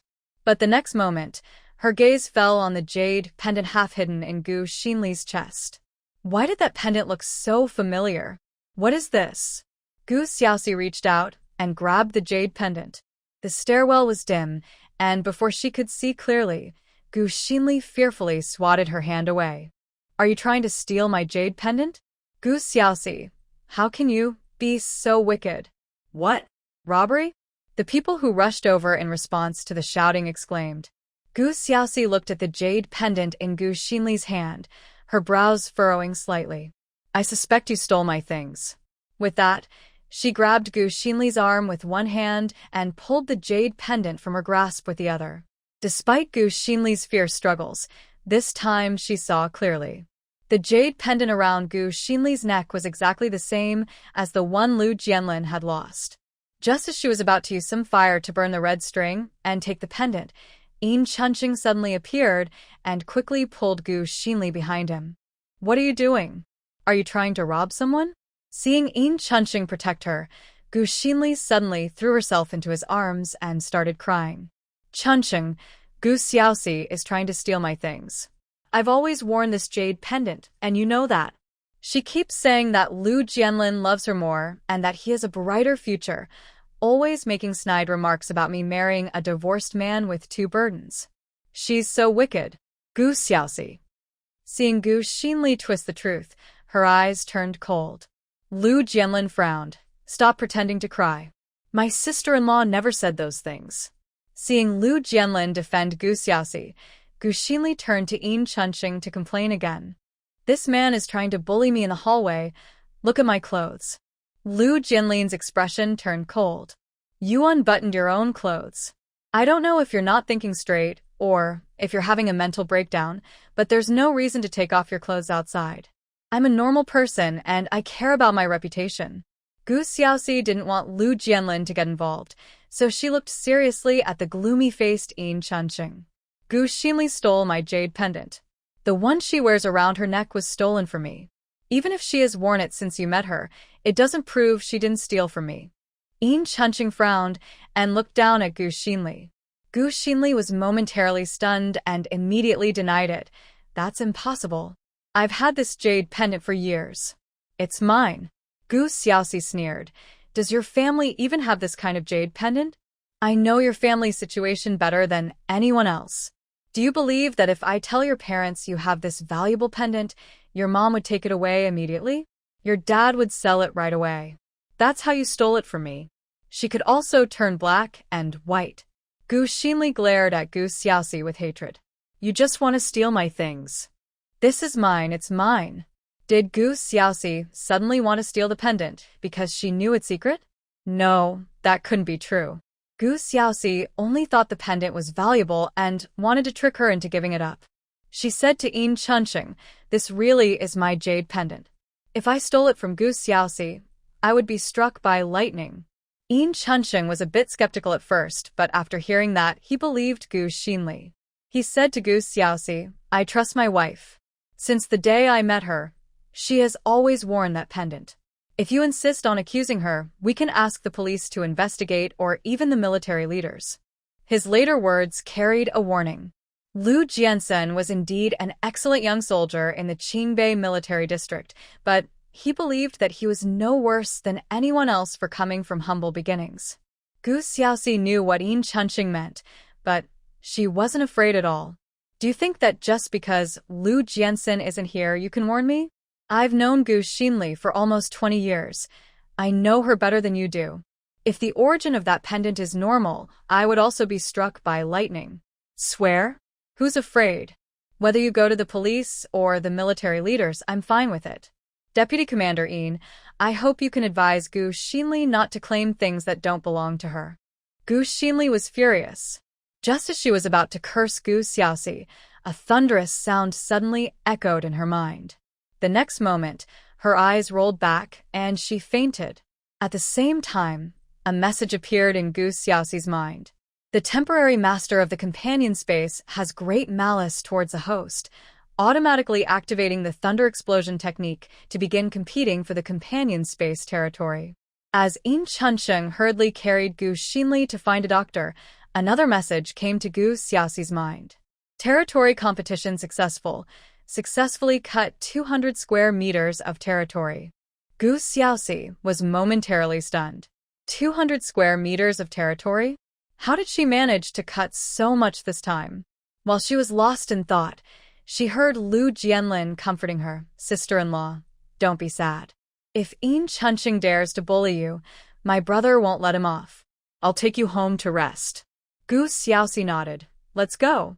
On the way, Lu Jianlin asked sister-in-law, is that jade pendant really yours? He felt that the pendant looked a bit like one of the pair left to his brother by their grandfather. Gu Xiaoxi was silent for a moment before saying, don't you think it looks familiar? I think that pendant is exactly like the one your grandfather left to your brother, which was later stolen by Bai Wenhua. At least the appearance and pattern were the same. The texture and material felt the same in her hand. When she held the pendant, she had a special feeling.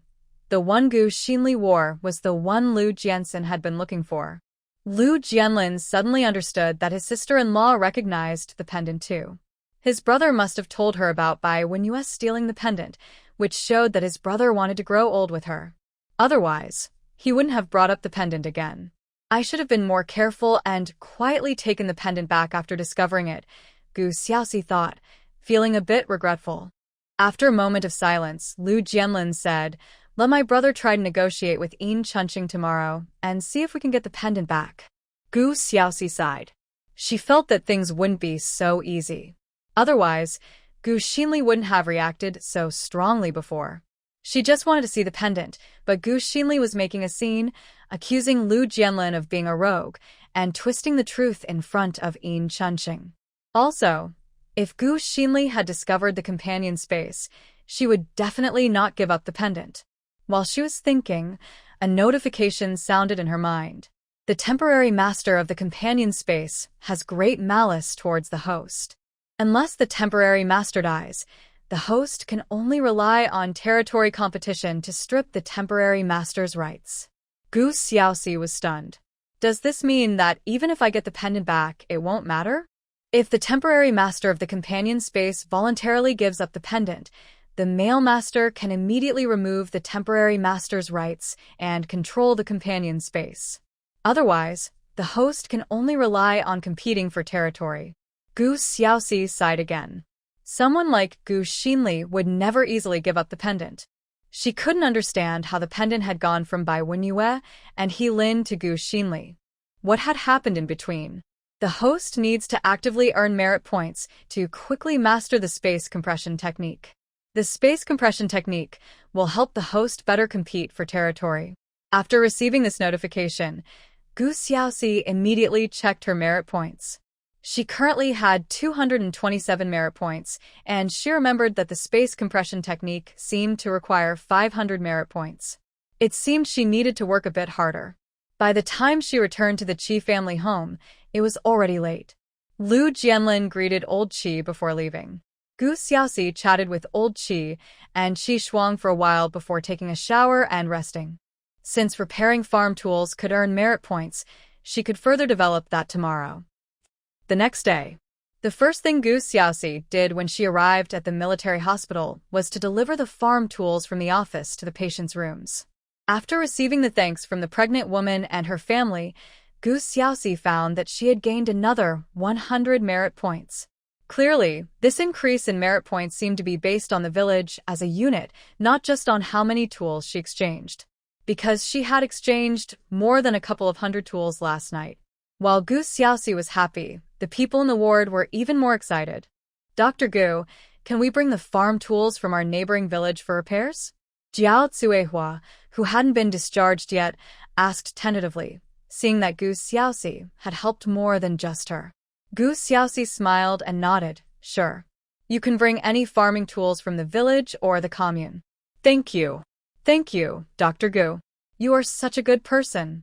Jiao Tsuehua was overjoyed. The other two people in the ward were also discussing how to quickly share this good news with people they knew before being discharged. Opportunities for free repairs like this are rare. Gu Xiaoxi was still a doctor at the military hospital, not a repairman, so after leaving the ward, she quickly went to help at the nurse's station. However, she was soon called to the office by Director Chen. Xiaoxi, did you have a dispute with someone last night? Gu Xiaoxi was taken aback for a moment, but then honestly nodded. Yes, I had a small argument. It was clear that someone had reported her to Director Chen.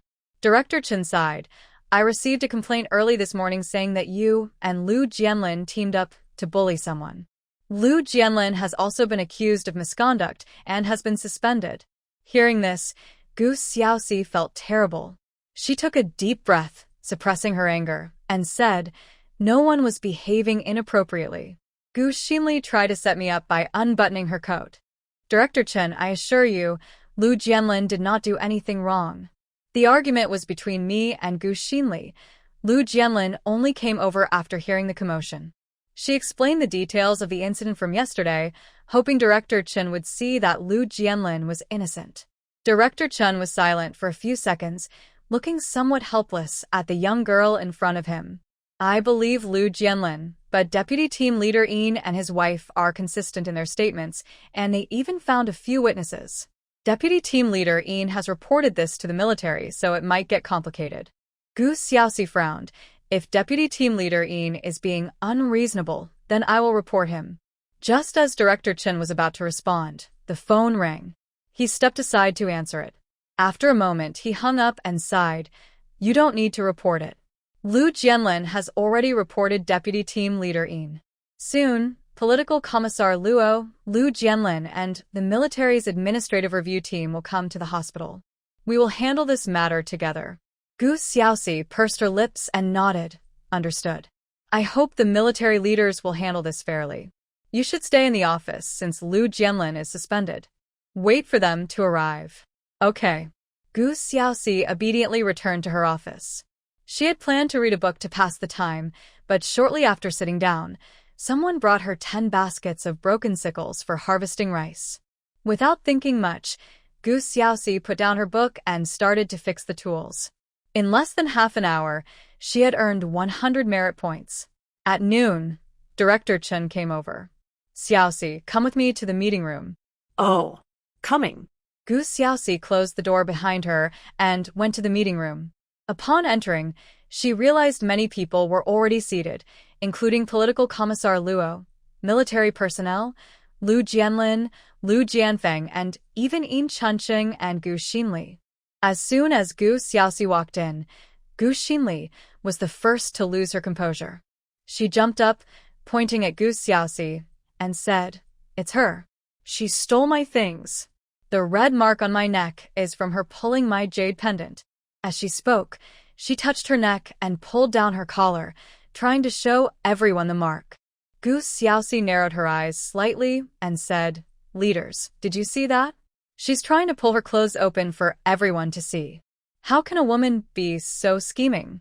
Just yesterday, she was shouting about catching a pervert when someone was several meters away from her. This isn't just being scheming, it's malicious. Yin Chunqing frowned and said coldly, "You're slandering her. My wife does have a mark on her neck, and you can't deny that. You also hit her, which caused her to faint yesterday. The doctor's diagnosis can confirm everything. Even if Lu Jianfeng has great military achievements, you shouldn't be so arrogant." Lu Jianfeng stood up and pulled his little girl to sit beside him, giving Yin Chunqing a calm but cold glance. "The mark on your wife's neck could have been caused by you. I heard that your wife broke 3 of your son's bones a few days ago, and he has bruises all over. Some say you hit your wife. Her fainting could also be a result of your actions." Yin Chunqing's expression darkened, and he unconsciously clenched his fist.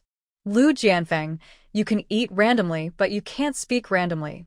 Gu Xiaoxi couldn't stand Yin Chunqing's distortion of the truth and slammed her hand on the table. Everyone turned to look at her. Political commissar Luo cleared his throat, about to speak, but Gu Xiaoxi spoke first.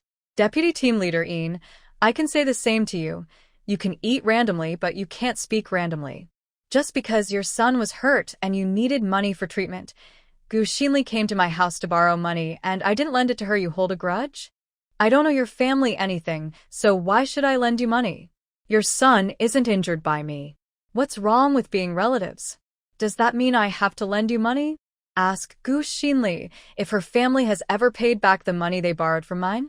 You usually mock me, but when it comes to borrowing money, you remember me?" Yin Chunqing frowned. "What nonsense are you talking about? Who mentioned borrowing money? Don't change the subject." Gu Xiaoxi snorted. "This all started because Gu Xinli came to my house to borrow money, and I didn't open the door. Then when I ran into Gu Xinli at the hospital yesterday, she brought it up, which led to the argument. After that, Lu Jianlin and others heard the noise and came over. Gu Xinli heard Lu Jianlin call me sister-in-law and thought we were family, so she felt at a disadvantage and tore open her clothes to shout about catching a pervert, deliberately framing me. If she hadn't torn open her clothes herself, I wouldn't have seen the jade pendant on her neck and realized it was stolen from me." Upon hearing this, Lu Jianfeng glanced at Gu Xinli's neck. Lu Jianlin had already told him about the jade pendant he had been searching for, which was now on Gu Xinli. No matter what, he had to get the pendant back. Just as he was about to speak, Gu Xinli started to cry. "I didn't steal it. I didn't steal your jade pendant.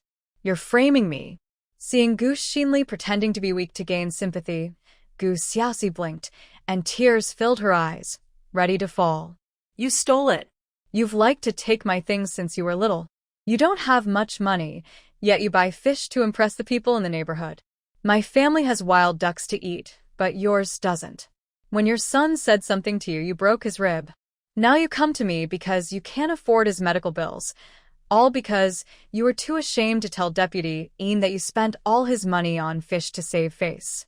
You are just mad because I wouldn't lend you money, and now you're making false accusations. I didn't hit you, but Deputy Ian says I knocked you out. You want to extort some compensation to pay for your son's hospital fees.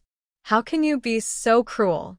If I had known you were this bad, I should have spread the word about what you did before going to the countryside. You dare. Gu Xinli interrupted Gu Xiaoxi, both angry and anxious. What do I have to fear? You. Shut up. Gu Xinli was both flustered and furious, looking ready to attack. Lu Jianxin frowned slightly and gently patted his little girl's head. Don't be scared. Just because someone is loud doesn't mean they are right. At this point, Commissar Luo had already formed his own judgment. He glanced at the other administrative investigators beside him, who all nodded in agreement.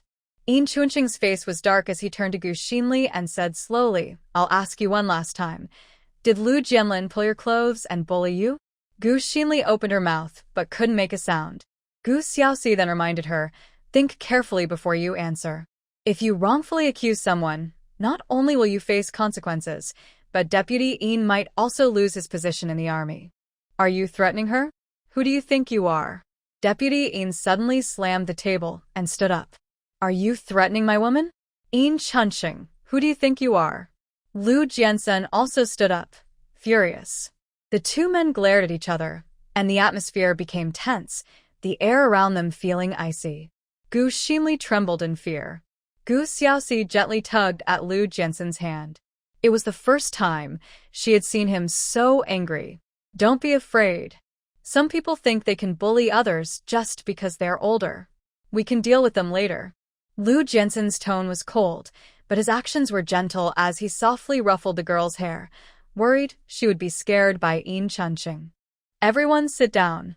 Commissar Luo, who had been listening the whole time, waved his hand, signaling Lu Jianxin and Yin Chunqing to take their seats. Lu Jianxin shot Yin Chunqing a cold glare, moved his chair closer to his little girl. Yin Chunqing, feeling unwilling, still sat down. Commissar Luo looked at Gu Xinli and said, Comrade Gu Xinli, I will ask you one last time. Did Lu Jianlin act inappropriately towards you? He paused before continuing. Lu Jianlin is 23 years old, from Kyoto, and his family has a good standing there. Many women want to marry him, but he chose to come to Qingbei for training. His awareness and understanding must be high.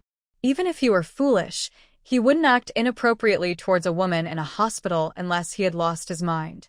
These words clearly favored Lu Jianlin, making Yin Chunqing feel anxious and frustrated. The others present found his reasoning very sound. Not only would Lu Jianlin not do such a thing, but even a person with normal judgment wouldn't. Moreover, Gu Xinli wasn't attractive enough to make a man disregard everything. At this moment, Gu Xinli was truly panicking.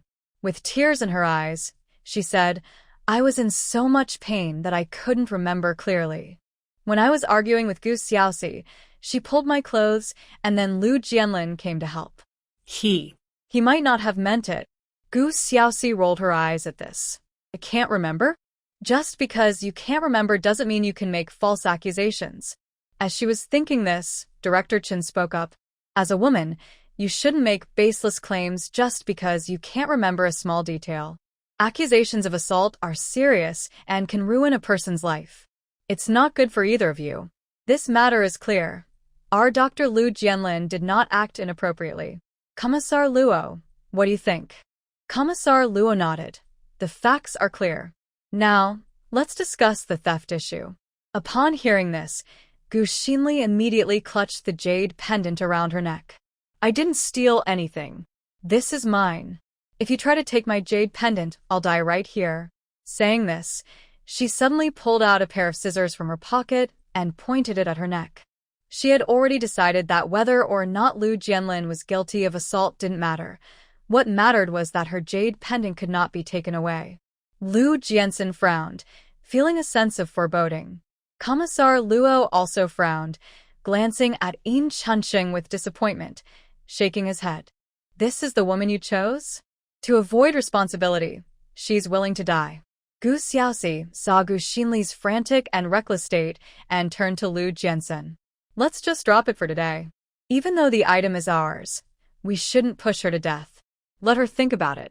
Lu Jiansen wanted to ensure they got the jade pendant back today, but hearing his little girl's words, he nodded. All right, we'll do it your way. After saying this, he looked at Commissar Luo and the other leaders. Let the leaders handle the follow-up. Even though my brother and my wife are wronged, we shouldn't push someone to the brink. It's getting late. I'll take my wife to eat. Commissar Luo nodded. Go ahead. You have the day off today. Spend time with your wife and don't be angry. We'll handle this matter later. Yes. Lu Jiansen replied, and took his little girl away. 2 minutes later, Lu Jianlin also came out of the meeting room. While eating in the hospital cafeteria, he couldn't help but ask, Brother, what if they don't return the jade pendant? We'll find a way, Lu Jiansen said, already thinking of dozens of methods to retrieve the pendant. Gu Xiaoxi hesitated but ultimately said nothing. After finishing their meal, Lu Jianlin returned to the hospital, while Gu Xiaoxi tugged at Lu Jiansen's sleeve. Will you go shopping with me? Sure. Lu Jiansen replied, taking her soft, delicate hand. After leaving the hospital, they strolled leisurely down the street. When they reached a quiet corner, Gu Xiaoxi stopped. Lu Jiansen stopped too and gently ruffled her hair. Don't worry, Yin Chunsheng won't dare to do anything to you. I will get the pendant back. Gu Xiaoxi looked up at Lu Jiansen, gathered her thoughts, and finally spoke. If she doesn't return the pendant willingly, you won't be able to take it. Lu Jiansen paused for a moment. Not able to take it? Gu Xiaoxi wanted to explain directly, but when the words came to her lips, she found it hard to speak about the old for new system. She could only express it indirectly. Gu Xinli has become the temporary owner of the jade pendant, do you understand? Stealing it back, grabbing it back, or forcing it back, it still carries her aura. It's been tainted. Unless she returns it willingly, the jade pendant will never truly belong to you. After saying this, she subtly tapped the jade pendant around her neck. It told me. Lu Jiansen's expression changed, and he quickly understood what she meant. That is to say, they needed Gu Xinli to return the jade pendant willingly. However, that woman probably knew the pendant's special significance. Otherwise, she wouldn't have threatened to commit suicide to avoid returning it. Getting her to return it willingly? It would be difficult, but he had to try. He had to get the jade pendant back. I understand the situation. I'll take a break this afternoon and ask for leave tomorrow. I'll stay with you for the next 2 days. He had already decided to stay at the military hospital for the next 2 days to think about how to get Gu Xinli to return the jade pendant willingly. Gu Xiaoxi guessed why Lu Jiansen wanted to take leave. She quietly said, Can you help me with something? I want to help more communes and villages repair farming tools for free. This will help me and the jade pendant. Her words were a bit vague, but Lu Jiansen agreed, without hesitation. Okay, I'll take care of it. Since they were out, they went to the supply and marketing cooperative to buy some food and supplies before returning to the military hospital. Gu Xiaoxi went to her office, while Lu Jiansen went to find Director Chen. Half an hour later, Lu Jiansen returned with news. Wife, Director Chen said there will be a free clinic event at the military hospital before the new year, going to a remote village. We can organize the farming tools repair there too, all for the people. Our team will send a few people to help maintain order. Of course, the main reason was that he wanted to spend time with his girl openly. Gu Xiaoxi's eyes lit up when she heard this. That's great. Can we also organize an old for new event? Lu Jiansen looked a bit confused. Old for new? Gu Xiaoxi smiled and explained, let the villagers exchange their old items for new ones, anything at all. We can buy a batch of supplies from the cooperative since the villagers will need to buy New Year goods anyway. This counts as a service to the community. Lu Jiansen nodded with a smile. Sure. If you want it to be easier, you can talk to Qi Shuangshuang, and then I'll discuss it with their leaders. Okay, I'll talk to her tonight.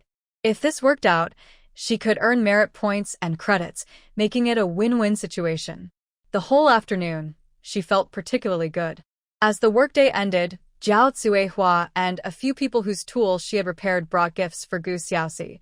20 pounds of pork, 2 live chickens, 2 live ducks, and 3 large bags of sweet potatoes, and peanuts. With so many people, it created quite a scene, making many in the hospital envious. At first, Gu Xiaoxi refused their gifts, but they insisted it was from the village and left quickly. Jiao Cuihua, who was heavily pregnant, even pretended to have a stomachache to avoid accepting. Gu Xiaoxi felt it wasn't appropriate to accept gifts in the hospital, so she took the items to Director Chen's office. How about we give these to the hospital cafeteria? They can add a dish for everyone tomorrow? Director Chen chuckled. These are for you personally. Take them home. This doesn't break any rules. Seeing Director Chen say this, Gu Xiaoxi kept 3 bags of sweet potatoes, and peanuts. The chickens and ducks and the pork are hard to divide, so let's give those to the hospital staff. Consider it my small gesture. Director Chen nodded with a smile. All right. I'll thank you on behalf of everyone. It's getting late. You should head home. Okay, I'm leaving. After saying goodbye to Director Chen, Gu Xiaoxi tossed the 2 live ducks into her mini space in her office. She carried the pork and chicken and left the hospital. As soon as she reached the hospital entrance, she saw Lu Jiansen coming to pick her up on his bicycle. After handing him the items, they returned to Qi's home together. Meanwhile, in the hospital ward, Gu Xinli watched Gu Xiaoxi and Lu Jiansen chatting happily as they left through the window, feeling bitter as if she had eaten bitter herbs. Even from a distance, she could see how well Lu Jiansen treated Gu Xiaoxi. A man who seemed cold would smile whenever he saw Gu Xiaoxi. Looking back at Yin Chunsheng, who sat beside the hospital bed with a gloomy expression, she felt a sense of unwillingness. Although Yin Chunsheng was also a deputy regiment leader, he was older and not as handsome as Lu Jiansen, and his family background was not even half as good. Most importantly, he had 2 burdens to carry. If she hadn't married Yin Chunsheng to escape that poor mountain village, she wouldn't have chosen him. Yin Chunsheng was also dissatisfied, as he had realized that Gu Xinli was not as innocent as she pretended to be. However, with so many people around in the hospital, he didn't say anything. It wasn't until after dinner that he finally called Gu Xinli outside. In the cold night, they stood in a sheltered, secluded spot to talk. Where did your jade pendant come from? Yin Chunsheng asked directly, his tone revealing no emotion. Gu Xinli unconsciously tightened her grip on her clothes, unsure how to respond. Did he really believe Gu Xiaoxi's words? Seeing her expression, Yin Chunsheng's voice turned harsh. Be clear. Don't try to deceive me. If I hadn't been here today, do you know the consequences? You would have been detained for questioning. Yin Chunsheng's tone was too severe, even threatening, causing Gu Xinli to panic.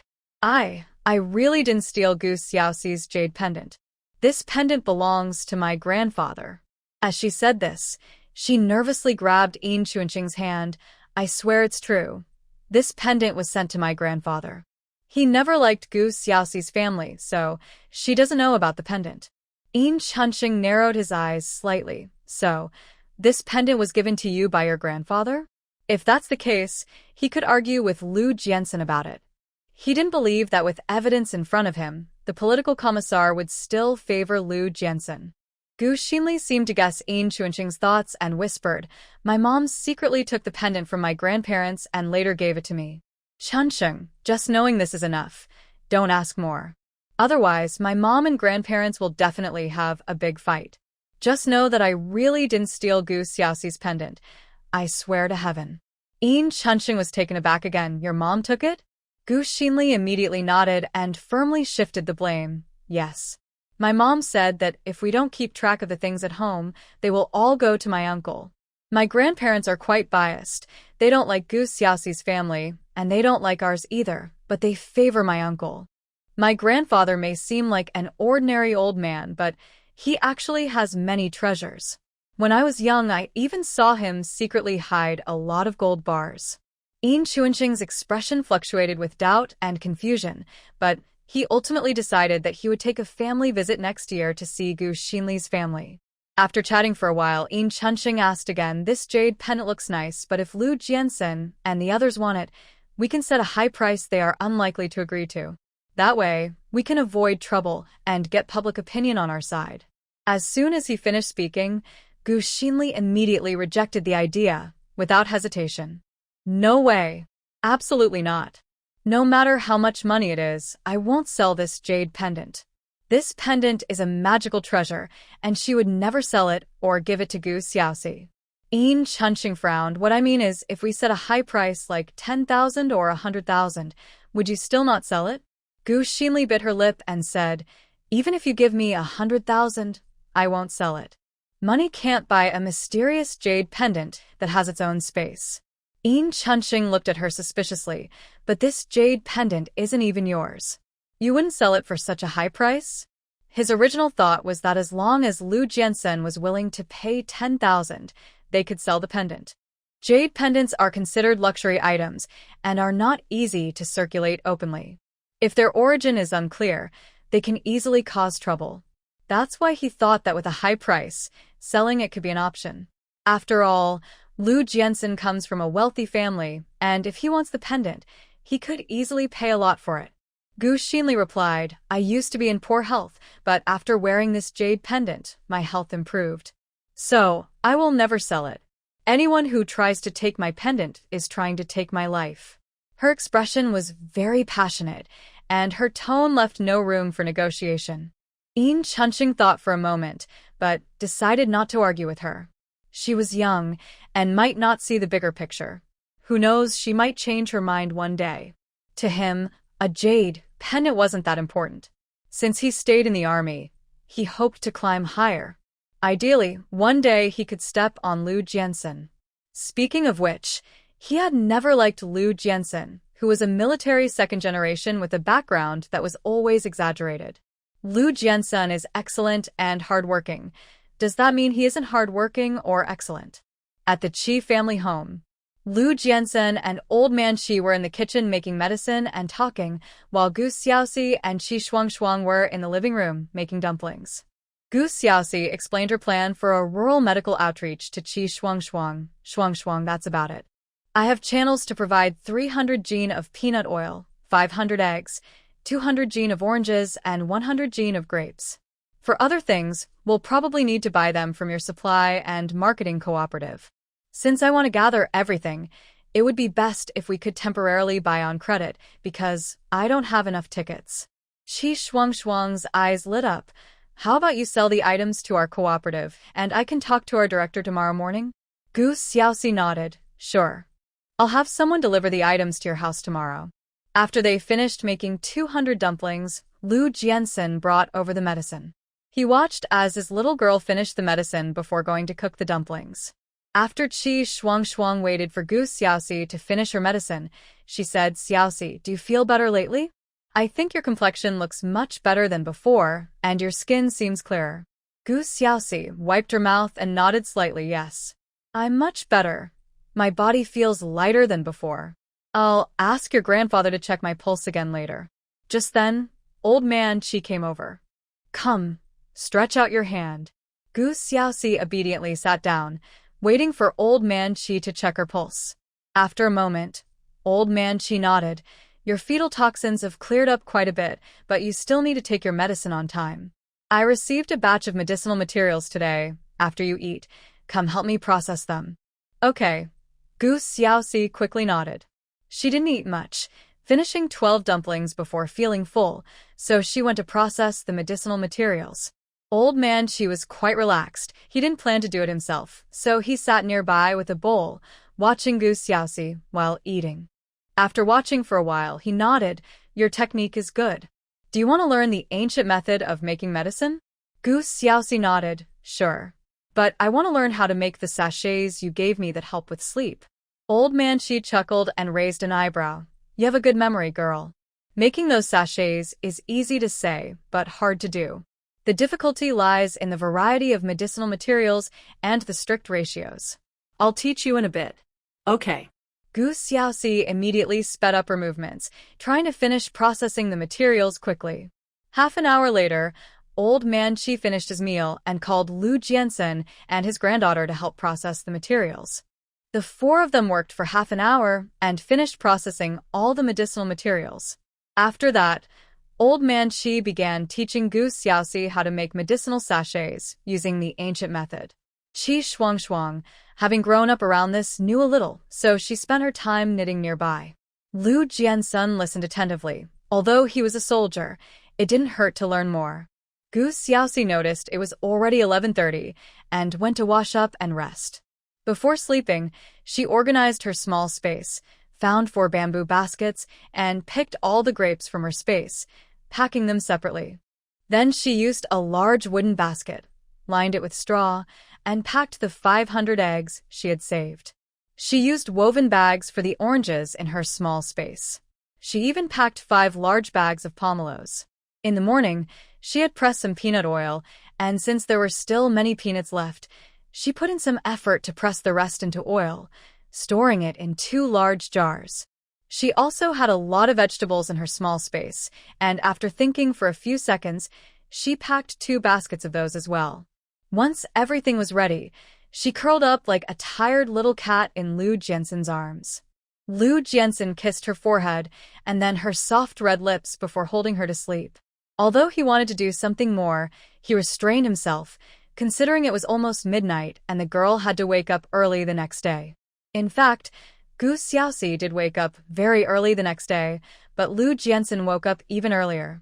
By 5:30, Lu Jiansun was already making breakfast.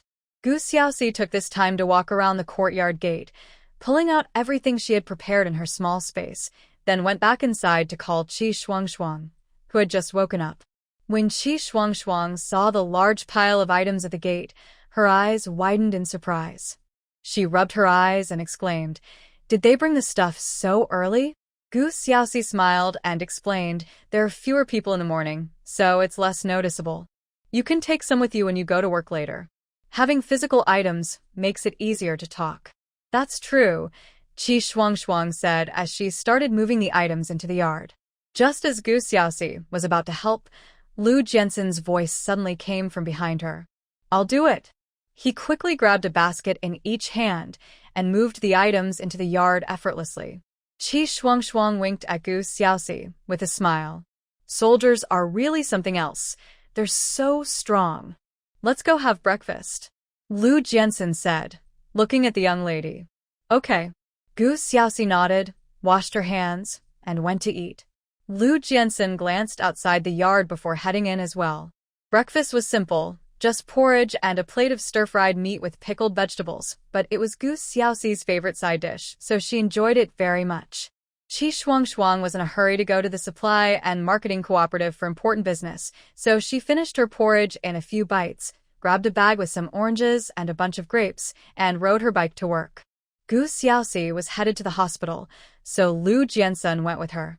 As soon as they arrived at the hospital, Gu Xiaoxi was called to observe a surgery, while Lu Jiansun went to find Yin Chunxing in the ward. When Gu Xiaoxi came out of the surgery, it was already 11:30.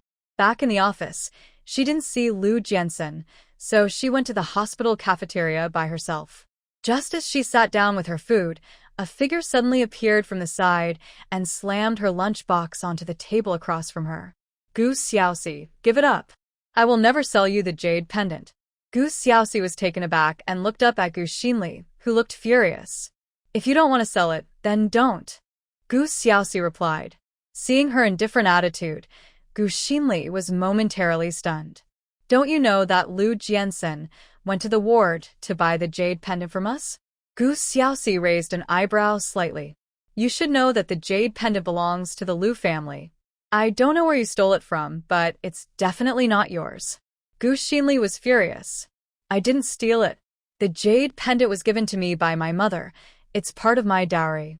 Gu Xiaoxi scoffed. "Then your mother must have stolen it. Either way, it's not yours." Gu Xinli rolled her eyes in frustration. "The jade pendant you want might just look like mine. I won't pursue the false accusations, but don't come asking for it again. No matter how much money you offer, I won't sell it." Gu Xiaoxi glanced at her neck. "Show me the jade pendant, so I can see if I'm mistaken." Gu Xinli immediately pulled up her collar. "Don't even think about taking my things. Come back when you decide to sell it," Gu Xiaoxi said with a light scoff, then returned to her meal. Seeing that Gu Xiaoxi didn't care, Gu Xinli felt a bit strange, but didn't say anything further.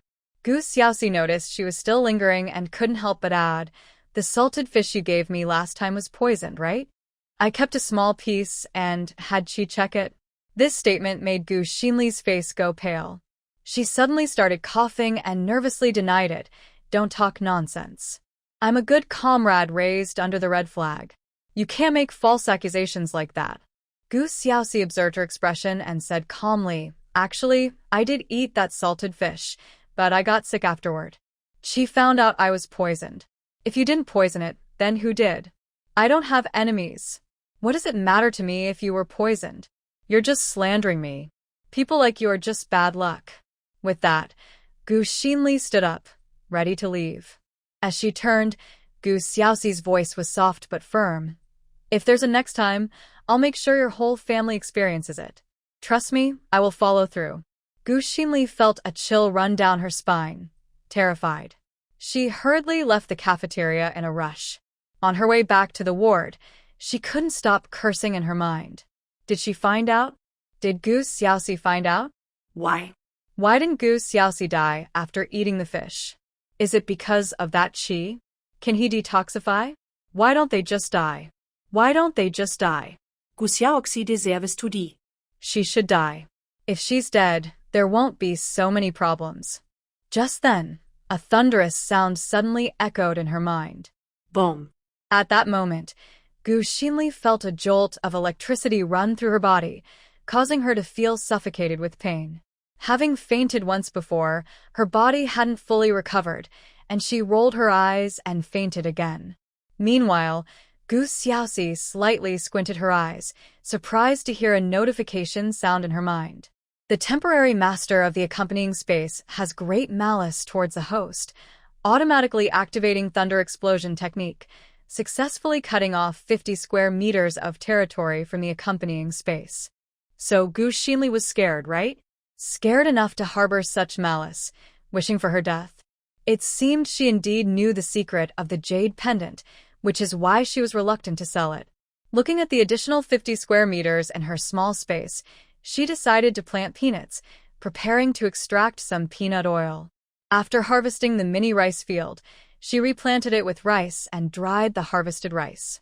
After this round of threshing, she had over 300 pounds of pure white rice. Gu Xiaoxi was delighted and immediately packed 50 pounds into a cloth bag.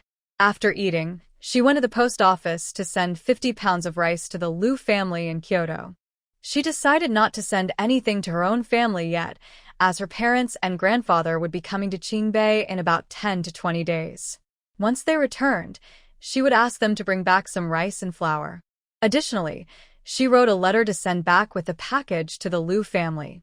While mailing the letter, she noticed some beautiful stamps and couldn't resist buying a few.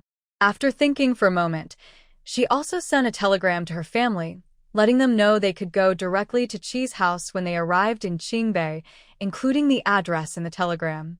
She did this because she was worried that she might be delayed in the countryside for her free clinic or might not be at the military hospital to meet them. Back at the hospital, just as Gu Xiaoxi was about to go upstairs, she was called over by Qi Shuangshuang, who was running toward her. "Xiaoxi, over here, over here." Seeing Qi Shuangshuang rushing toward her, Gu Xiaoxi smiled and said, "What brings you here?" "Come and tell you some good news," Qi Shuangshuang said with a smile, patting her army green backpack. "It's packed with a lot of money." "Then let's go to my office." Gu Xiaoxi guessed that things must have gone well, otherwise, Qi Shuangshuang wouldn't have come all this way looking so happy. Once they reached the office, Qi Shuangshuang eagerly pulled out a stack of money from her bag. "Xiaoxi, the things you gave us added up to 300 yuan. We also got you a lot of coupons." She then took out a packet of coupons. Gu Xiaoxi glanced at them and saw food stamps, oil stamps, fabric stamps, industrial stamps, and coal stamps. Everything was quite comprehensive. "Thank you. What about the countryside trip?" Gu Xiaoxi asked curiously as she accepted the money and coupons. Qi Shuangshuang winked playfully. "Of course, it's all set. You don't know, but this morning Lu Jianxian from your family also talked to our leader. Our leader was very cooperative. I'll go along when the time comes." By the way, the project you mentioned about exchanging old for new has guidelines now. We'll take some items and exchange them based on points. Old items will be collected to calculate points, and you can exchange for different things as long as you have enough points. Gu Xiaoxi was a bit surprised. This method is great. Your leader is really impressive and smart. She had only suggested it without thinking much. Qi Shuangshuang laughed. It's not our leader who's impressive, it was Lu Jianxian who proposed it. He will settle the costs for this batch of points with our leader separately. Gu Xiaoxi smiled. He didn't mention it to me. I wonder what he was doing at noon. Qi Shuangshuang smiled. Our leader took him out for a meal. He originally didn't want to eat, but our leader said he had something to discuss with him, so I was sent over. I wanted to invite you to dinner, but I arrived late. Then should I invite you to the state-run restaurant? Gu Xiaoxi suppressed a laugh. Qi Shuangshuang waved her hand. Let's just eat at home tonight. There's still a lot of meat you brought back yesterday. My grandpa said he would make braised pork tonight. You should go home early. I won't disturb your work. Okay, see you tonight. After Qi Shuangshuang left, Gu Xiaoxi went to help at the nurse station. However, not long after, she was called by Director Chen to observe a surgery. This surgery was different from the previous ones.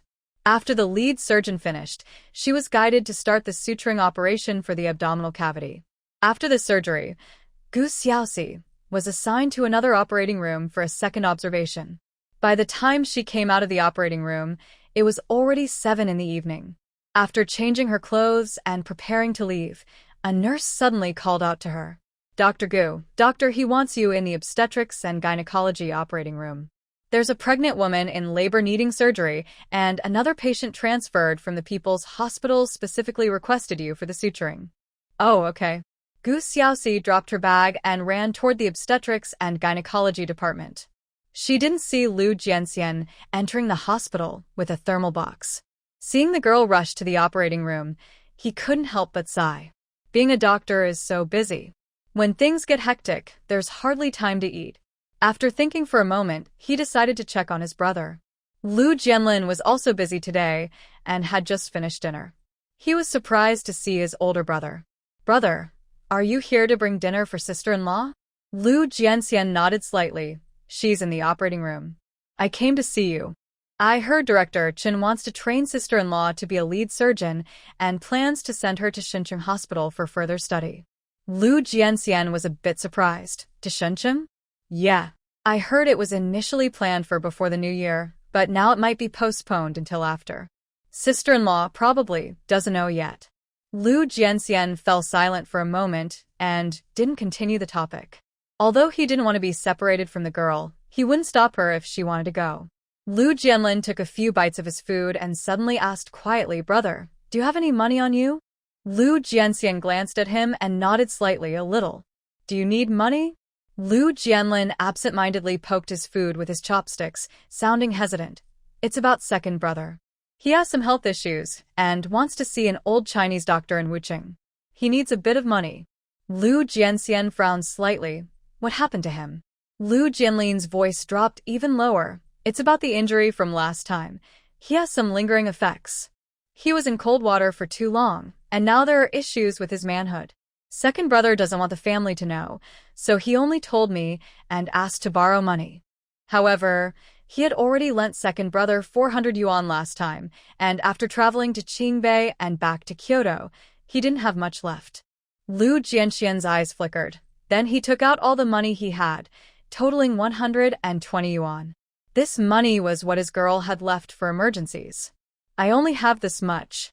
The money at home is managed by your sister-in-law. If it's not enough, I'll ask your sister-in-law for more later. That should be enough. I have another 100 here so we can send it back together. Lu Jianxian was silent for a few seconds, then thoughtfully said, Tell Jianye that if the doctor he finds isn't good, he can come to Qingbei. Qilao's medical skills are still very good and cover a wide range. And also, it's a waste of time to send money back. Just call Dad and have him send money to Lu Jianye. If he doesn't want anyone to know, it's easy to find an excuse. Just say you asked Lu Jianye to find someone to buy ginseng for your sister-in-law and have Dad advance it. Lu Jianlin was slightly taken aback, using sister-in-law as an excuse. Aren't you saying Lu Jianye needs to see a doctor urgently? Some things can't be delayed. Doing this would save Lu Jianye's face while ensuring he gets medical attention. Lu Jianlin quickly understood and returned the money to his brother. Then I'll call Dad tomorrow. Lu Jianxian didn't take the money back. You keep it. It's good to be prepared. Okay. Lu Jianlin nodded. His brother was more thorough in considering things. Actually, it was just that second brother wanted to save face. If he had just told his brother, things would be resolved faster. Just like his brother said, wouldn't it be better to see Qi Lao for treatment? But second brother clearly didn't want his brother to know about it. Second brother wanted to save face. He felt caught in the middle, but considering the consequences, he chose to tell his brother the truth this time. After eating, Lu Jianlin chatted with his brother for a bit before getting back to work. Lu Jianxian then went to the surgery area. What he didn't know was that someone was watching him from a distance, filled with resentment and bitterness. In the operating room, Gu Xiaoxi was performing the final sutures on a woman who had been transferred from the People's Hospital. Her suturing was quick, gentle, and precise. While her work went smoothly, he was facing a serious situation. The woman in labor suddenly started to bleed heavily. To make matters worse, the newborn, who had just been delivered by cesarean section, was not breathing and had not cried at all. The atmosphere in the operating room became extremely tense. Gu Xiaoxi's heart raced as she saw the nurses in chaos while he worked quickly to stop the bleeding. She took the initiative to perform emergency care on the newborn. 5 minutes later, the baby let out a loud cry. With the newborn saved, Gu Xiaoxi immediately conducted a thorough examination of the child. However, Dr. He's situation was still dire. Although the bleeding had stopped, they discovered a major problem. The mother's heart was failing. Gu Xiaoxi had to join the effort to save the mother. After more than 3 busy hours, the mother was finally stabilized. By the time the patient was transferred to the intensive care unit, it was already 11:30 p.m. Thanks to you today, He said, a bit tired as he patted Gu Xiaoxi on the shoulder. If it weren't for her timely and effective emergency work, they would have wheeled out a corpse instead of a patient.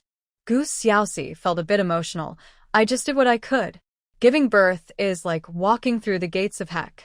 It makes me scared to have children. Being a mother is truly amazing.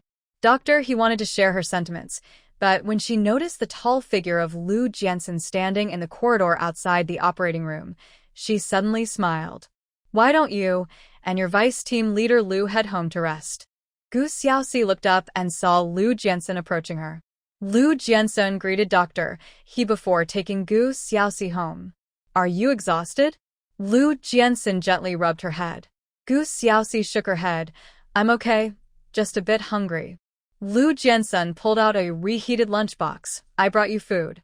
Want to eat in your office before heading back? Sure. Gu Xiaoxi nodded. Once in the office, Gu Xiaoxi sat at the table to eat while Lu Jianxin went to get a pot of hot water. The meal Lu Jianxin brought was quite lavish, including the braised pork that Qi Shuang had mentioned and her favorite shrimp, which were already peeled. Gu Xiaoxi thought Lu Jianxin was really thoughtful. After eating, they rode home together.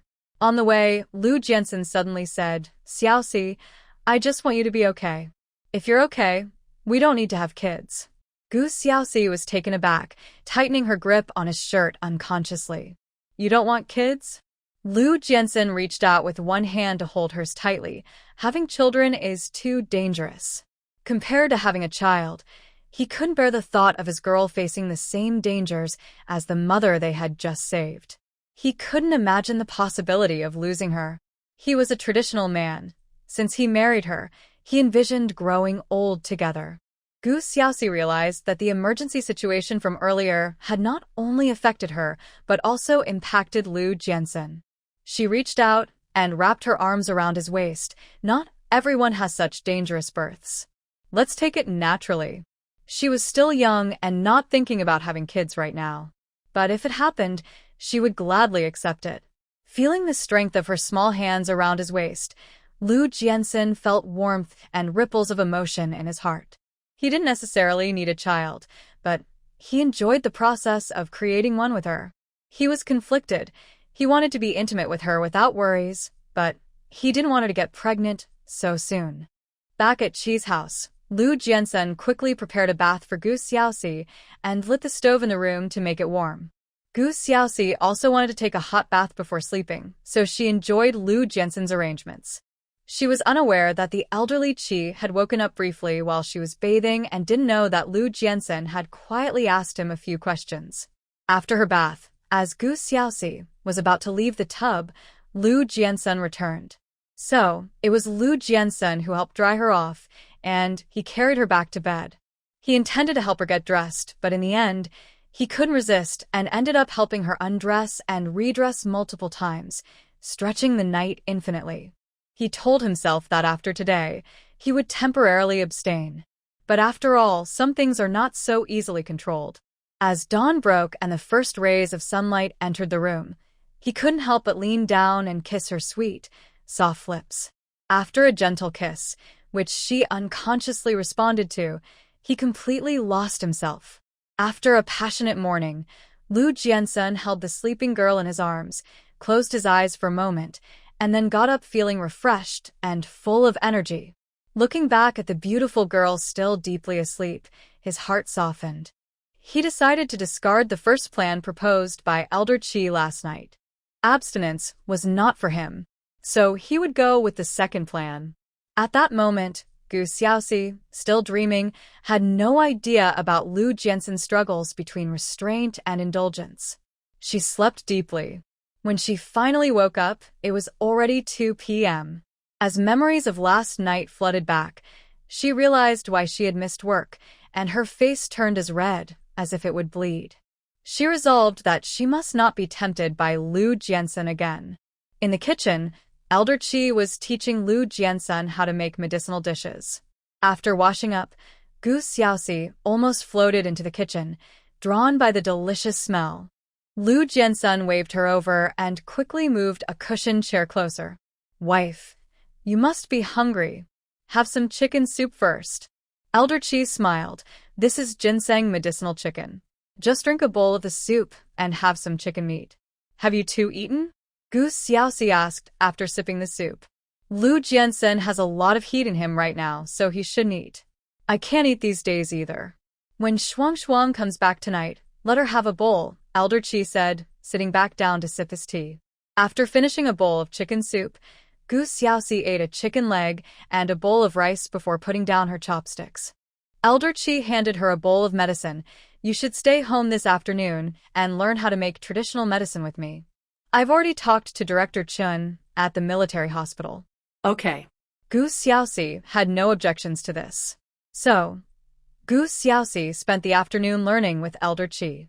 Lu Jiansen went out for a while in the afternoon and returned just in time for dinner. Of course, he came back to cook dinner.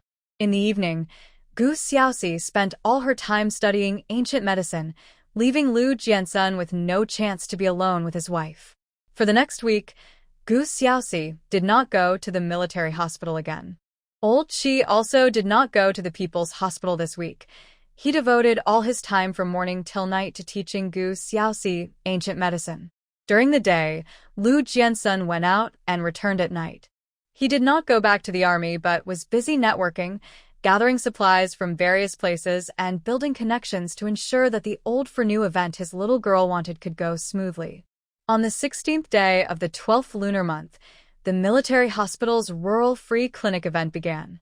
Gu Xiaoxi and Qi Shuang prepared their things and boarded the military vehicle with the main group. On the way, Gu Xiaoxi learned that this rural free clinic involved not only the Qingbei Military Hospital, but also the Qingbei People's Hospital and the Qingbei Central Hospital. In addition, medical teams from Kyoto, Shenzhen, Haicheng, Jiangcheng, and Ningcheng were also sent to provide medical assistance to Qingbei. The scale was so large that Gu Xiaoxi was a bit surprised. The group set off in the morning and arrived at their destination, a place called Triangle Town Commune, only after dark. Since it was a free clinic and the military was involved, 2 rows of green tents had been set up in advance for everyone to rest. Gu Xiaoxi thought she would have to share a tent with the hospital staff, but Lu Jiansen called her, and Qi Shuangshuang away. Are we staying with the Qingbei hospital staff? Qi Shuangshuang asked curiously. Gu Xiaoxi understood why Lu Jiansen called her out, but why did he call Shuangshuang too? Lu Jiansen glanced at his little girl and explained, the Old for New event is in another tent, where there is a resting area for you. You will stay there, and also keep an eye on the supplies. Gu Xiaoxi's eyes lit up. That's great. She had been worried about managing the Old for New event with so many people around. Qi Shuangshuang couldn't help but laugh. Looks like I'm benefiting from Xiaoxi. The tent for the Old for New event was large, formed by combining two big tents. Inside, the arrangement was neat, with a long row of shelves filled with various items, resembling a large supply store. Next to the shelves, there was a spacious area with a circle of long tables to separate and store the old items brought by the villagers. At the back of the tent, there was a partition that looked like a storage room, filled with various supplies, along with an 1.8-meter wooden bed, a set of tables and chairs, and a stove. Though simply arranged, it was much more comfortable than being crammed with a lot of people in a tent. Gu Xiaoxi looked around and felt quite satisfied. You can set the rules for item exchange yourself, Lu Jiansen said, ruffling his little girl's hair. Gu Xiaoxi nodded. Okay. Will you come to help me tomorrow? Lu Jiansen smiled slightly, a soft light flashing in his eyes. Yes. Tomorrow, this place is a priority. I will personally bring people here. Gu Xiaoxi felt happy and relaxed. Just as they were talking, Li Kun walked in carrying a thermos. Sister-in-law, I brought you dinner. Gu Xiaoxi smiled. Thank you. Have you eaten? I've eaten, but our team hasn't. You can eat. Li Kun chuckled. Just as Gu Xiaoxi was about to respond, she saw a woman in a white coat walk by. She froze for a moment and immediately stood up. It wasn't surprising to see someone in a white coat, but what caught her attention was the woman's profile, which looked remarkably like her aunt, Gu Yilan. No, or rather, that woman was the same one she had seen on the train before, the one who resembled her aunt. Lu Jiansen noticed the change in his little girl's expression and followed her gaze, locking onto the white figure. What's wrong? Gu Xiaoxi took a deep breath and frowned. The woman who just walked by looks a lot like my aunt. Except for the age difference, her features are very similar. Lu Jiansen raised an eyebrow. Really that similar? He glanced at Li Kun. Go check who that woman in the white coat is, about 1.65 meters tall, with permed hair. Understood, Li Kun replied, and left immediately. Qi Shuangshuang gasped. You can tell her height just by looking at her? Lu Jiansen's eyesight was impressive. It was already dark, and she had seen a woman walk by, but she couldn't make out her appearance, let alone judge her height. Gu Xiaoxi was still lost in her thoughts. For some reason, she thought of the name Xie Zhu again. Why did this person named Xie Zhu keep sending money to her grandfather, old Gu? What kind of relative could they be? If they weren't relatives, why would they send money? And it wasn't a small amount either. Lu Jiansen set the food on the table, then turned and leaned closer to Gu Xiaoxi. Eat first. If she can wear a white coat and you don't know her, she definitely isn't from Qingbei Military Hospital. You can find out easily. Okay, Gu Xiaoxi replied and quietly started eating. The meal consisted of white rice, pork stew with vermicelli, a plate of pickles, and a bowl of steamed egg, clearly a special small pot meal. Just halfway through the meal, Li Kun returned. I found out who that person is. She's a doctor in the obstetrics and gynecology department of Xincheng First Hospital, named Xie. She's originally from Kyoto. Lu Jiansen frowned slightly upon hearing this. Is she from the Xie family? Gu Xiaoxi was also taken aback. Is she related to that Xie Zhu family? Lu Jiansen nodded slightly. The current head of the Xie family has 5 daughters, and Xie is the second. However, Xie was raised in Shenzhen by the Xie family and married early. I've only heard her name, but never met her. Gu Xiaoxi looked up at Lu Jiansen. You've met my aunt. Do the other members of the Xie family look like my aunt? Lu Jiansen was silent for a moment before saying, I haven't interacted with the Xie family, but I've seen most of them, except for Xie. He added, I'll go check tomorrow to see if she really looks that similar. Gu Xiaoxi pouted. She really does look a lot like her. I saw that woman once on the train. Lu Jiansen was a bit surprised. You saw her on the train?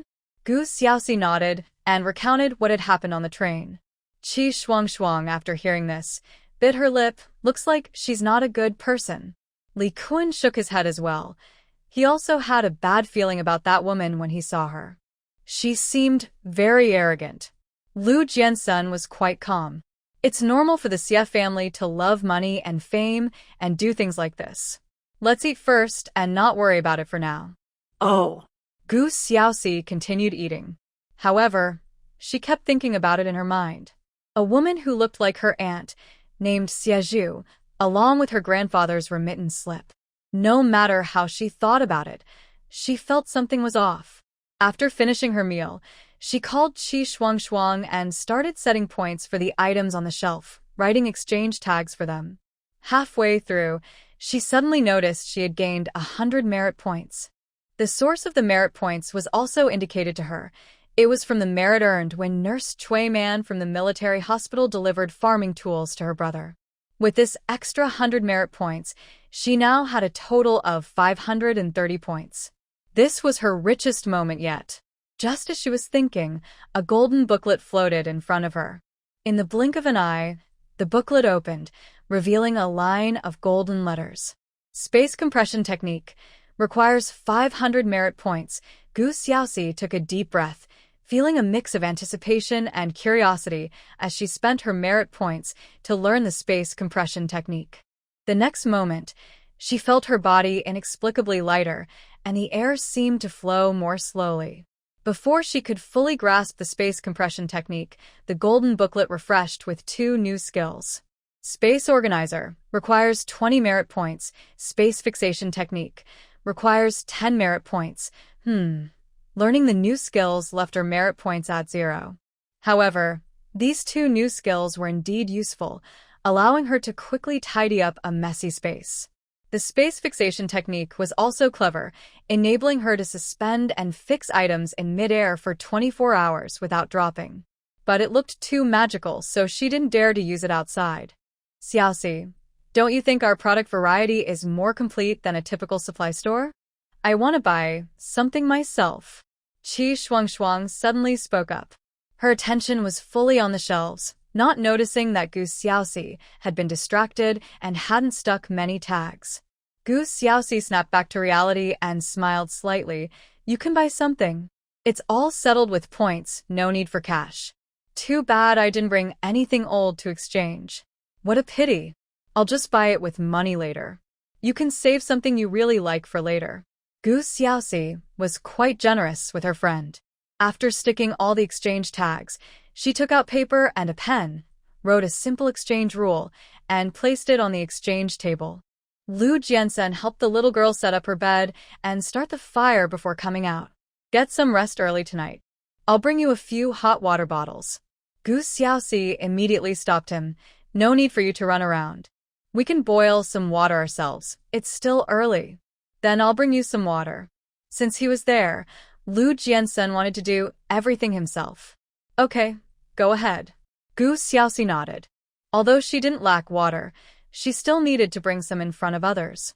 After Lu Jiansen left, she sat down to rest for a while and managed her small space. After harvesting the mini rice field, she collected all the peanuts in her small space, pressed them into peanut oil, and planted new rice and peanuts. She also harvested the apples, grapes, oranges, and pomelos from the fruit trees and packed them into bags. Just as she was collecting today's eggs, a few people arrived outside the tent. Excuse me, can we really exchange old items for new ones? Does it have to be a specific type of old item? Gu Xiaoxi looked up to see a girl in her 20s, wearing a Red Cross armband of a volunteer medical worker, looking a bit shy. With her were 2 men and 2 women, likely from the same hospital. Gu Xiaoxi nodded. Yes, any old items you use in daily life are fine. Can we exchange them now? You are medical staff, so you can exchange them now. Although the exchange was supposed to start tomorrow morning, since she was still awake, she could earn a few points easily. The girl immediately took out a slightly cracked harmonica from her pocket. Can this be exchanged? How many points is it worth? Gu Xiaoxi stepped forward, took a look at the harmonica, and said, "You're the first to exchange, so I'll give you 50 points. You can choose something worth 50 points or less." "Teach, thank you." The girl was thrilled and immediately went to pick something. The others also started to think. "I have an old sweater with a hole in it. Can I exchange it?" A male doctor asked shyly. Gu Xiaoxi nodded. "Sure. The sweater is worth 10 points. Great, I'll go get it now." The male doctor quickly ran back to his tent. He had just seen that 10 points could buy half a pound of brightly colored new yarn. That sweater had been worn for many years and was no longer warm. "Can worn-out shoes be exchanged?" asked a middle-aged female doctor who hadn't spoken before. Gu Xiaoxi nodded again. "Yes, they can. But what do you need old shoes for?" the female doctor asked curiously. Gu Xiaoxi smiled. "It's all about serving the people. The time is limited to these few days of free clinics, so don't miss out." The female doctor laughed and immediately went to find her unwanted old items. Seeing that Xiaoxi's exchange was already open, Qi Shuangshuang rushed over to help. Before long, Gu Xiaoxi had collected another holy sweater, 2 old cotton jackets, an old military coat, and 2 pairs of old shoes. During the exchanges, some people traded sweaters, while others exchanged old cotton jackets for new cotton filling. The person who exchanged the military coat used their old coat and added 1 yuan to get a brand new military coat. Little did they know, the military coat they bought was actually their original coat. So, just as Gu Xiaoxi bent down to grab the clothes, she earned 1 point and 1 yuan from the old goods storage. When the 2 old cotton jackets appeared in the new product display, she used the universal color card to change the colors of the jackets and restocked them on the shelf. As for the sweater, it naturally became yarn, and she changed it to red.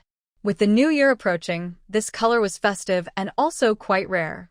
After exchanging the old shoes, she received 4 pairs of children's shoes in different sizes. Just as she was taking out some wooden blocks to make a box for the harmonica, Lu Jianxin and Li Kun returned with 2 buckets of water and 2 hot water bottles. As soon as he put down his things, Li Kun eagerly asked, "Sister-in-law, can we exchange old bullet casings for new ones?" Gu Xiaoxi smiled and nodded. "Yes, we can. 2 casings count as 1 point. You can tell others." Li Kun was excited and laughed. "Great. Thank you, sister-in-law. I'll go tell them right now." "Go ahead. If you want to exchange, come tonight. I won't go to bed early. Tomorrow there will be too many people," Gu Xiaoxi reminded him. "Got it," Li Kun replied, and ran off. Lu Jianxin gently ruffled the hair of the young girl beside him. "Do you like bullet casings?" Gu Xiaoxi smiled. Bullet casings are made of copper or steel, and they can be melted down and reused. "Where will you stay tonight?" Lu Jianxin pointed to the tent behind them. "In the tent behind you. Call me if you need anything." "Okay, that's close." Gu Xiaoxi was quite happy.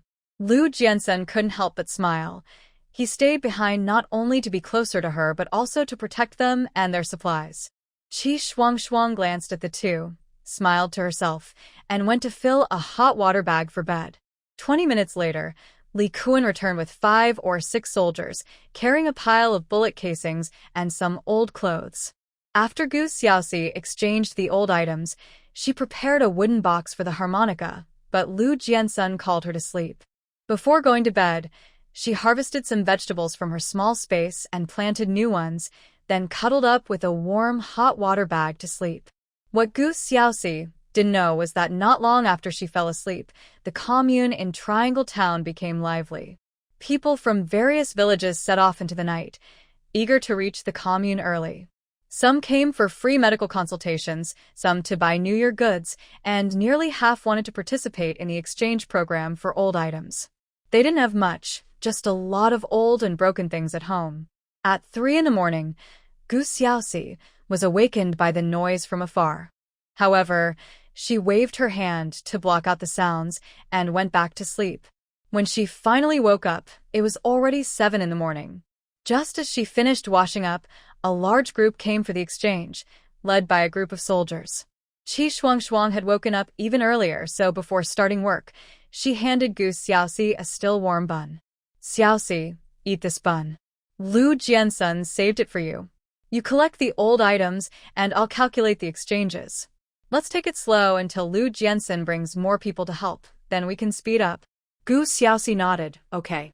She poured herself a cup of water, took a bite of the bun, and started greeting the people in line. The first to come for the exchange was a woman carrying a load of radishes.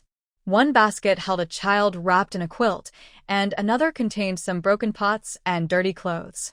Comrade, can I exchange these? Gu Xiaoxi glanced at the items, but didn't take them. Instead, she pointed to a few empty baskets beside her. Put clothes in the first basket and kitchen items in the second. One piece of clothing is worth 5 points, and 3 broken bowls count as 1 point. 1 point can be exchanged for a new bowl or other items. Gu Xiaoxi explained loudly so that everyone could hear. After that, people started passing the information along, and she didn't need to explain anymore. Since she only needed to speak, her work collecting old items went quickly. On Qi Shuangshuang's side, people were picking and choosing, calculating and hesitating, which slowed things down significantly. Gu Xiaoxi thought for a moment and added a new rule. Please choose your items before exchanging. Once you decide, there are no returns or exchanges. Each person has a maximum of 5 minutes to choose. Otherwise, those behind might not get anything today. When everyone heard this, they quickly relayed the rule to those at the back of the line. At the same time, they reminded those at the front who were still exchanging. This increased efficiency. 20 minutes later, Lu Jiansun arrived with Li Kuan, Lu Xiangqian, and Zhuangzi to help. Suddenly, the exchange process sped up even more. Of course, Gu Xiaoxi was the only one collecting old items. The others were helping with the exchanges. Whenever a basket of old items was full, she would have Lu Jiansun take it to the tents partition for sorting. In just an hour and a half, Gu Xiaoxi's exchange system level upgraded to novice level 8. By noon, her trading level rose again to novice level 9. Although she had been busy all morning, Gu Xiaoxi felt very happy and didn't stop collecting old items even during lunch. By 3 in the afternoon, the shelves of rice, flour, and oil were empty, and her trading level reached novice level 10. Since she couldn't produce rice or flour, she added 300 pounds of peanut oil and several baskets of fruit. In this era, fruit was expensive and rare, so the exchange points were naturally high. Even so, the fruit sparked a small frenzy, and even the medical staff came to exchange for some. By 7 in the evening, almost everything on the shelves was gone. Many items were bought with cash because people didn't have enough points, showing high enthusiasm. When counting the remaining supplies, Gu Xiaoxi found that almost everything left was pots and pans. Qi Shuangshuang was also surprised. Xiaoxi, there's not much left in the warehouse. Should we get supplies from the city? Gu Xiaoxi thought for a moment and shook her head. Let's first exchange these pots and pans tomorrow. I'll sort through the old items we received and organize some usable things. She had received a lot of miscellaneous items today. Everything that could be sold was exchanged for points, but the accumulation of pots and pans was indeed too much and took up space. Moreover, besides her exchange event, the Supply and Marketing Cooperative also arranged a New Year goods selling area, which had much more stock than hers. I feel like the villagers prefer to exchange for rice, flour, and oil, Qi Shuangshuang sighed. Everyone is currently in a phase of lacking clothing and food, so being able to exchange for rice, flour, and oil without needing tickets makes them more inclined toward these items. Gu Xiaoxi smiled slightly. That's because they have choices. Without other options, they can only choose from what we have now. Saying this, she returned to her room and took out 500 bottles of frostbite ointment from her bag. This was something she had carefully made under Qi Lao's guidance last week. Qi Shuangshuang then realized that Xiaoxi and her grandfather had also made a lot of ointments and pills. She quickly helped arrange the frostbite ointment neatly. Gu Xiaoxi casually handed over a large bag of packaged fever-reducing powder and hemostatic powder to Qi Shuangshuang. Put this here too. I'll go sort through the old items. Got it. Leave it to me. Qi Shuangshuang quickly nodded. Gu Xiaoxi glanced at a pile of old items she hadn't had time to sort through this afternoon, then quietly put a third of them into the old goods storage. Next, she took out a set of woodworking tools and some wooden boards and started hammering away. Qi Shuangxuang looked over several times, but she couldn't understand what Xiaoxi was making. However, when the finished product was revealed, she was stunned. Xiaoxi had made a farm windmill. Qi Shuangxuang walked around the windmill, impressed. Xiaoxi, you're amazing. You can even make a windmill. The best part was how quickly she did it. Did it even take 20 minutes? Gu Xiaoxi smiled and winked. How many points do you think this is worth? Qi Shuangxuang grinned. At least 1,000 points. Gu Xiaoxi casually nodded. Then let's go with your idea. You can put up the points exchange sign while I check on other things. Okay. Qi Shuangxuang happily went to put up the exchange sign. During this time, Gu Xiaoxi collected more items into the old goods storage and then banged out another farm windmill. After that, she quickly built a simple screen with wooden boards and used orange flames to melt down a pile of scrap metal. When Lu Jiansen and Li Kuan arrived carrying bags of rice and flour, they found that the exchange point now had 2 farm windmills and 2 threshers. Lu Jiansen was a bit surprised but remained calm. However, Li Kuan and the other soldiers were amazed and gathered around Gu Xiaoxi, who was still hammering away at the wooden boards, praising her. Sister-in-law can make windmills and threshers too. That's incredible. Sister-in-law, your skills are amazing. Gu Xiaoxi smiled. It's just recycling and transforming old items. It's really simple. Eli kunte spelmen. Simple?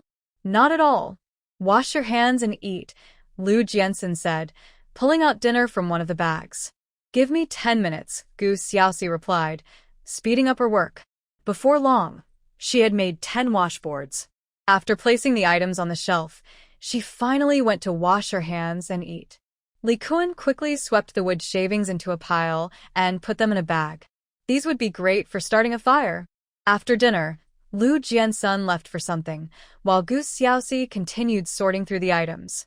With nothing else to do, she gave Qi Shuangxuang a task to make dough for steamed buns. Since there was no meat, the filling was made with chives and eggs. While Qi Shuangxuang focused on steaming the buns, Gu Xiaoxi made 50 sharp kitchen knives and 100 sickles to put on the shelf. She dragged a pile of old clothes outside the tent, and under the cover of night, exchanged them for fabric through the recycling system before bringing them back to the shelf. Just as she tossed a broken abacus into the old goods storage, her recycling system suddenly upgraded. Looking at her information, a glimmer of joy flashed in her eyes. Recycling system space owner. Gu Xiaoxi transaction level. Level 1 Junior Exchange Master Points. 0/10,000 Merit Points. 0 Occupation Evaluation. 2-star Waste Purifier Skill Mall. Opened Exchange Mall. Open what could be in the Exchange Mall? She eagerly looked at the newly opened Exchange Mall. A faint light flashed, and a semi-transparent screen appeared before her, densely displaying many item images and descriptions. But in the next moment, most of the items dimmed, leaving only a few shining, indicating that she could trade points for those items. After scanning the screen a few times, she found that the cheapest item was toilet paper, 1 point per roll, while the most expensive was a cotton quilt, costing 100 points. After thinking for a moment, she quietly stored all the items on the ground into the old goods storage, accumulating 249 points. Then, she tried buying 2 cotton quilts and 49 rolls of toilet paper from the Exchange Mall. Almost instantly, the items appeared before her. Upon checking the cotton quilts, she found them to be of excellent quality, with good elasticity, a soft touch, and very fluffy. The toilet paper was also different from what was sold in stores. It was softer, but not as good as the toilet paper given by the system when she collected trash. After pondering, she placed the toilet paper on the shelf, exchanging it for 5 points per roll. For the cotton quilts, she set the price at 200 points each. This way, she could earn more points and continue shopping in the Exchange Mall. Otherwise, her points would only decrease without increasing, making it impossible to save points for upgrades. Just as she finished organizing everything and cleaning the floor, preparing to wash her hands and help Qi Shuang, a voice came from the tent entrance. Big sister-in-law. Gu Xiaoxi looked up to see Lu Jianlin coming over and immediately responded. I'm here. Lu Jianlin had just finished a busy task. He hadn't had a chance to check in yesterday and was busy all day today, so he came over now. He originally wanted to help his sister-in-law organize the old items received today, but he found that she had already cleaned everything up. Thinking it was his brother who had sent someone to help, he didn't ask further and began to inspect the shelf. Seeing that there were even cotton quilts on the shelf, his eyes lit up. Sister-in-law, can I buy a quilt without using points? Gu Xiaoxi glanced at him and nodded slightly. If you want it, you can. If it were someone else, that wouldn't be possible. She still needed to earn points from it. Then I'll buy one, Lu Jianlin immediately said. It's a gift for you, just take it. Gu Xiaoxi casually replied. Lu Jianlin didn't dare to take it for free and left 50 yuan, hugging the quilt as he walked away. Gu Xiaoxi called after him with a laugh. You don't need that much. Just give me 5 yuan. Consider it a family price, just a gesture. That's not right. 50 is still a good deal for me. With the current low cotton production, good quality cotton quilts were hard to come by. The quilt he held looked great and felt soft, and the price was definitely high. Sister-in-law set it at 200 points, likely because this charity event and recycling activity aimed to help and benefit the people, making it a very low price. Not long after Lu Jianlin left, several female doctors came over carrying boxes of used saline bottles, asking if they could exchange them. The leader among them was surprisingly a woman who looked very much like his aunt, Xiaoru. Maybe it was the poor lighting at night, but Xiaoru didn't recognize Gu Xiaoxi and spoke politely. Comrade, can these saline bottles count for points? Gu Xiaoxi glanced at her and waved at the items in their hands. 5 empty saline bottles count as 1 point. Xiaoru frowned. Only 5 for 1 point? Others can get 1 point for 1 or 2 chipped bowls. Our saline bottles are not damaged at all. Exactly. Ours are still intact. Someone quietly agreed. Just as Gu Xiaoxi was about to respond, Qi Shuang, who had stood up to stretch, rushed over to speak. This event is mainly for the convenience of the local people. You aren't locals. If you take more, the locals will get less. Gu Xiaoxi smiled at Qi Shuang and nodded slightly. That's true. The point system not only considers helping the poor, but mainly the potential reuse value of the items. For example, a broken farming tool can create labor value again if refurbished, making it valuable. Xiaoru looked a bit embarrassed and fell silent. Are you going to exchange or not? It's getting late, and we're about to turn off the lights and rest. We have to get up early tomorrow, Gu Xiaoxi reminded them. After discussing among themselves, Xiaoru and the others decided to exchange. They had collected a total of 306 empty saline bottles, which converted to 61 points, with 1 bottle left over. Gu Xiaoxi finally calculated 62 points for them. So, they began chattering excitedly as they picked items from the shelf. When Xiaoru saw a new quilt on the shelf, she was thrilled. However, the quilt required 200 points, and she had just earned 12 points.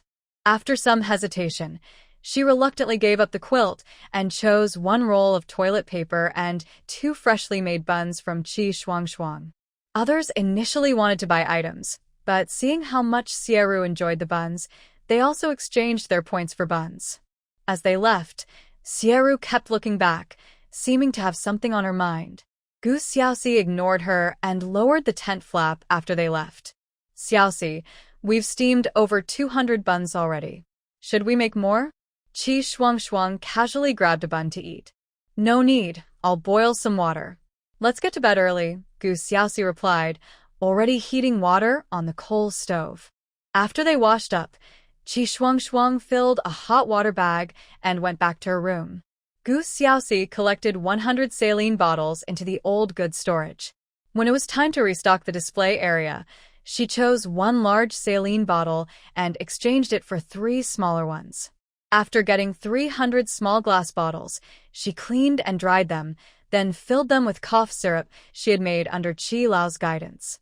Since the glass bottles had no lids, she made 300 wooden stoppers that fit perfectly.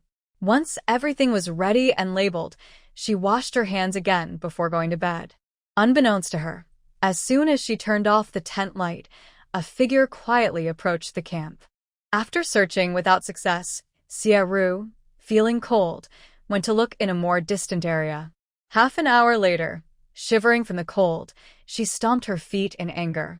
Why is there nothing? Why is there nothing at all? Weren't there so many old items during the day? How could everything be cleaned out so quickly, with not a single item left? Though unwilling, she had to return. Tomorrow, she would take a good look at where those old items had gone. At that time, she would quietly take some for exchange, considering it waste reuse. Not long after Xiaoru left, Lu Jiansun returned with his team. He had brought many new supplies, ensuring the exchange event would run smoothly tomorrow. Seeing that his girl had already turned off the lights and gone to sleep, he placed the items in his own resting tent. The next day, Gu Xiaoxi woke up at 6, and surprisingly, more people came to exchange items than the day before. During breakfast, Lu Jiansun sat beside her and quietly said, "I'll collect the old items later. Today, people from the village and commune will bring old farming tools. You'll be in charge over there." Gu Xiaoxi nodded. "Okay. Xiaoxi, do you think we should make more food?" Qi Shuangshuang asked. She felt the buns would be in high demand today. Gu Xiaoxi looked at the weather outside. The temperature has dropped quite a bit. How about we make a pot of ginger and red date tea? We can charge 2 points per bowl and give a bowl for free. Sounds good. Qi Shuangshuang happily went to prepare the tea. 10 minutes later, the exchange event officially began. The line was long, but people were happy, and the closer they got to the tent, the more orderly they became. Some carried baskets, others shouldered burdens, while those with better conditions pushed wheelbarrows or pulled carts loaded with various old items and junk. There were even people driving ox carts and donkey carts in the crowd. The first person Gu Xiaoxi attended to was the captain of a team from Triangle Town and several villagers helping to deliver farming tools. They brought rusty sickles, chipped hoes, broken plows, discarded shovels, and even an old, rusty rice mill. Gu Xiaoxi first dragged the sickles and hoes to the back room and soon returned with a pile of new sickles and hoes. "Take these back first. You'll have to wait for the rice mill." Okay. We're not in a hurry," the team captain said, grinning widely at the 2 boxes of new farming tools. Gu Xiaoxi didn't delay.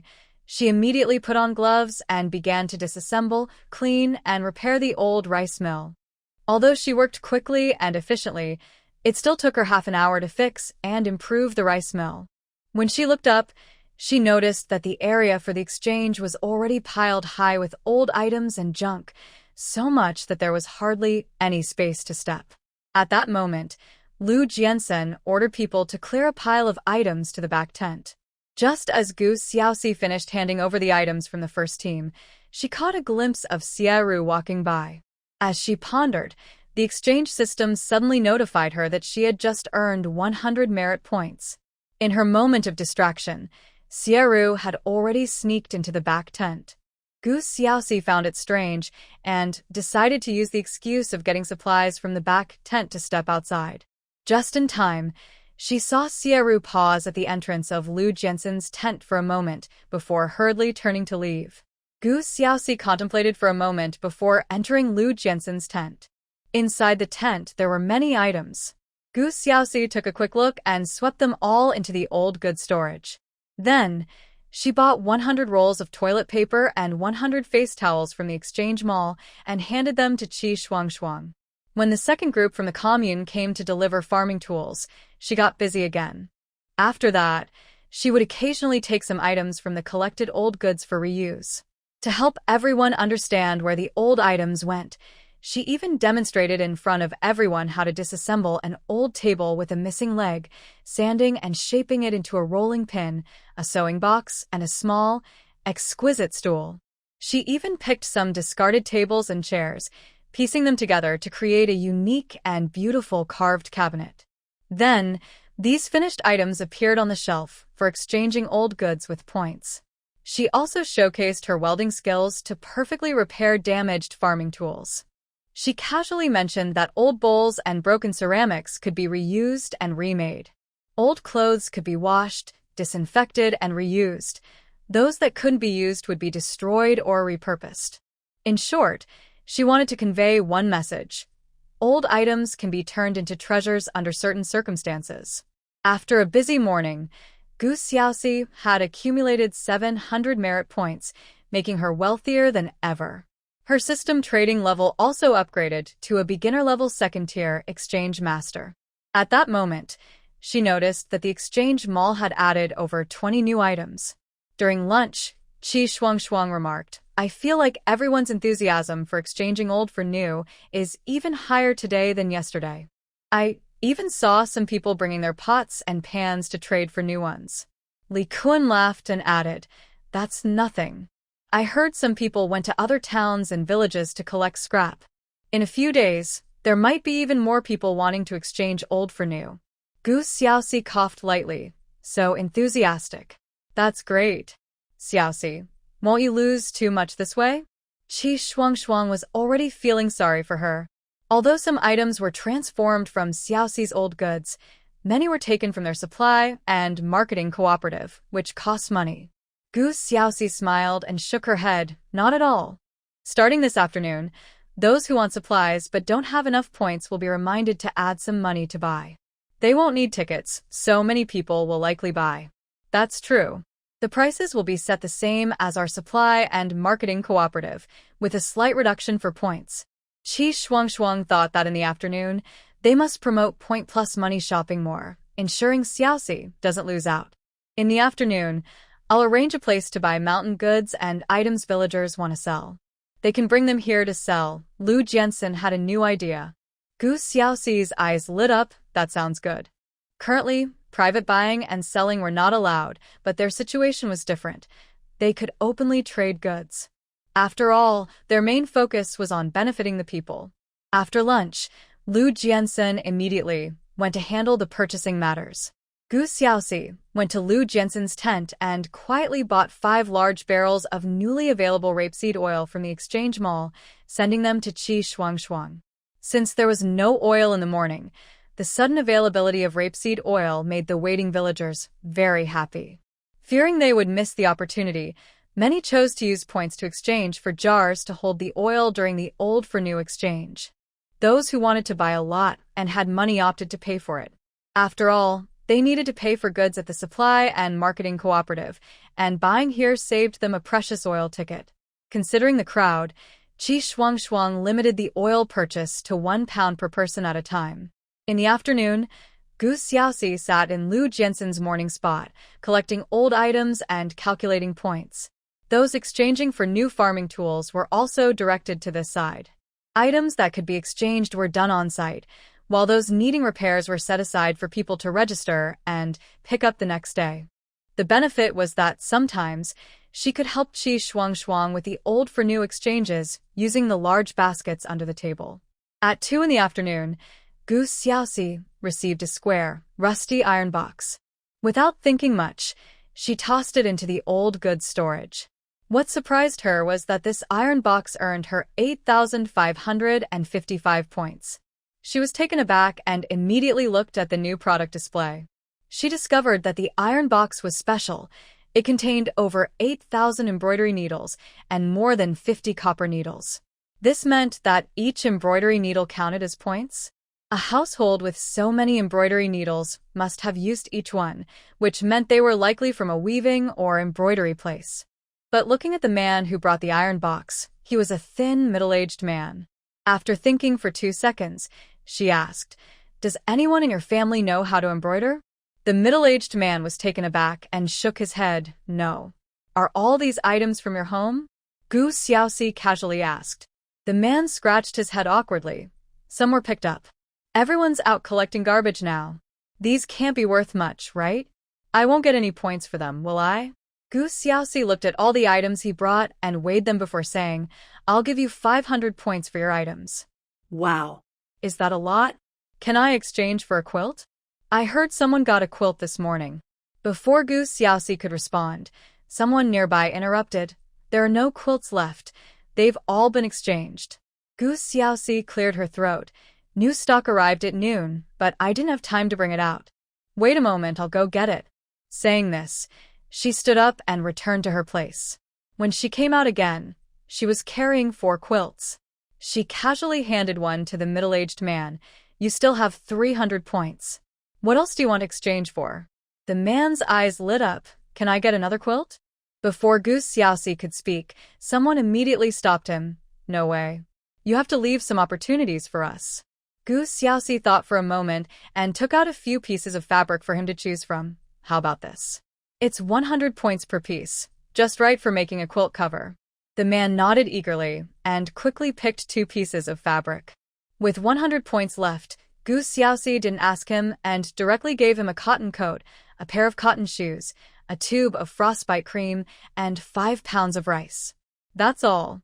The middle-aged man looked down at his shoes, which exposed his big toe, then looked gratefully at Gu Xiaoxi. Thank you. You're welcome. Next.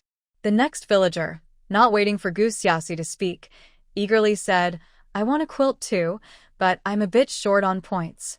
Can I pay extra? Gu Xiaoxi glanced at the items he brought and nodded slightly. Sure. You can pay an extra 10 yuan. This is a new quilt made from this year's high-quality cotton. Great. Thank you. The villager happily paid the extra money, hugged the quilt, and walked away with big strides. The next people also wanted quilts, but since they lacked points and money, they quietly exchanged for other items. Around 3 in the afternoon, Gu Xiaoxi received something interesting. It was a bundle of long, shiny black hair wrapped in cloth. It was clear that this had once belonged to a beautiful girl who cared about her appearance. She was curious about how the old for new system calculated points for hair. Was it based on the number of items, counting as 1 point each? But this was a mass of hair, countless strands. Each strand had its own history. As she placed the hair into the basket, she immediately tossed it into the old goods storage. In the next moment, she noticed a flash of golden light and saw a line of golden text float by. Triggered the exchange god's purchase information, awarded 1 display case in the exchange mall, which can sell any items, with points calculated. Gu Xiaoxi was stunned as the beautiful long hair appeared in a transparent display case. Before she could react, a flash of light passed, and the hair in the display case was gone. Then, she realized she had directly upgraded from a junior exchange master to a mid-level exchange master.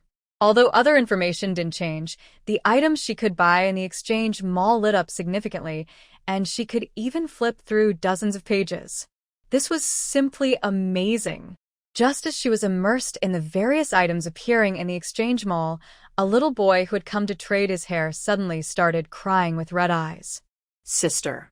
Is it not counted for points? Gu Xiaoxi quickly pulled her thoughts back. Looking at the 12 or 13-year-old boy, she gently said it counts for points. They say 3,000 strands of hair can be counted as 3,000 points. What do you want? I can help you get it.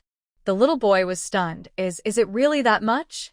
Gu Xiaoxi nodded confidently, yes. You can exchange for anything here. Everyone behind her was shocked. Is hair really that valuable? Can I trade my hair too? Someone's eyes widened. I can too. My hair is long as well. Gu Xiaoxi glanced at the speaker and lightly cleared her throat. We do accept hair, but the points vary.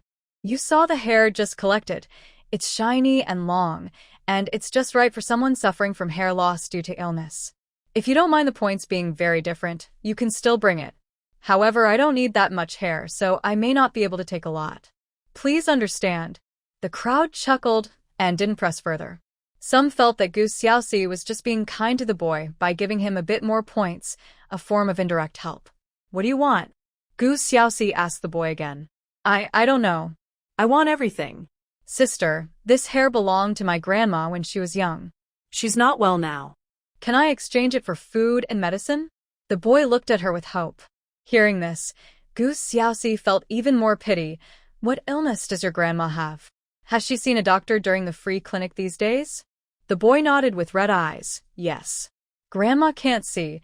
She's just sitting outside waiting for me. The doctor said she has lung problems, so she often coughs. After a moment of thought, Gu Xiaoxi softly said, "Then go bring your grandma over. I'll take a look at her." Okay. The boy replied and ran off immediately. Gu Xiaoxi helped the next few people in line calculate their points, letting Qi Shuangshuang and Li Kun assist, while she went into a separate room. She bought 200 large boxes without labels and 10 rolls of tape from the exchange mall, then opened one box, taped the bottom, and set it aside. 10 minutes later, the boy returned, holding his grandma's hand. The old lady was very thin, her eyes sunken and lifeless, her back slightly hunched, her complexion waxy and peeling, her hands covered in frostbite, and she coughed occasionally, clearly having suffered in life. "Sister, this is my grandma." Gu Xiaoxi took a stool from behind her and handed it to him. "Let your grandma sit by the table. I'll check her pulse."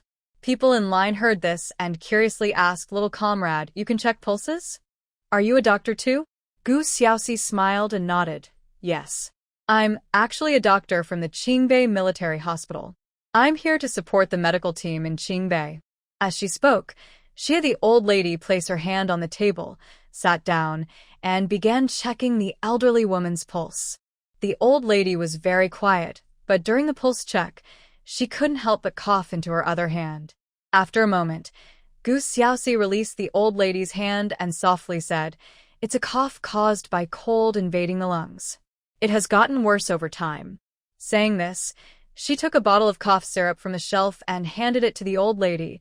"Drink half a bottle of this first and see if it helps." Thank you."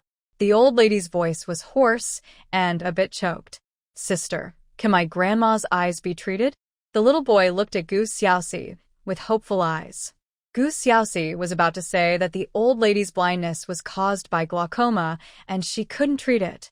But as the words were on her lips, she suddenly saw several lines of golden text float by. "Borrowed light 18-needle acupuncture technique. Requires 90 points of merit. Bright eye purification technique. Requires 20 points of merit. Fundus repair technique. Requires 20 points of merit. Perfectly formulated eye disease medicine. Requires 20 points of merit." Gu Xiaoxi was momentarily stunned. It could be done this way. Looking at the boy's hopeful eyes, she nodded slightly. "It can be treated. You and your grandma come in here and sit down. I'll give her acupuncture." Saying this, she immediately spent points to learn all 5 new skills. "Okay." The boy was very excited and quickly led his grandma in a small circle to sit beside Gu Xiaoxi. Gu Xiaoxi first collected a few old items from the people in line, distributed them to Qi Shuangshuang and Li Kun, then got up to wash her hands and took out her silver needles. After carefully examining the old lady's eyes, she used the borrowed light 18-needle technique and quickly performed acupuncture. In just a few breaths, 18 silver needles were inserted into the old lady's eyes. The people in line watched in shock, and many couldn't help but whisper, "Can this really work? It looks scary. Can you really do acupuncture on the eyes? This girl looks so young, can she be that kind of old doctor? I hope she's not messing around. Be careful not to hurt her."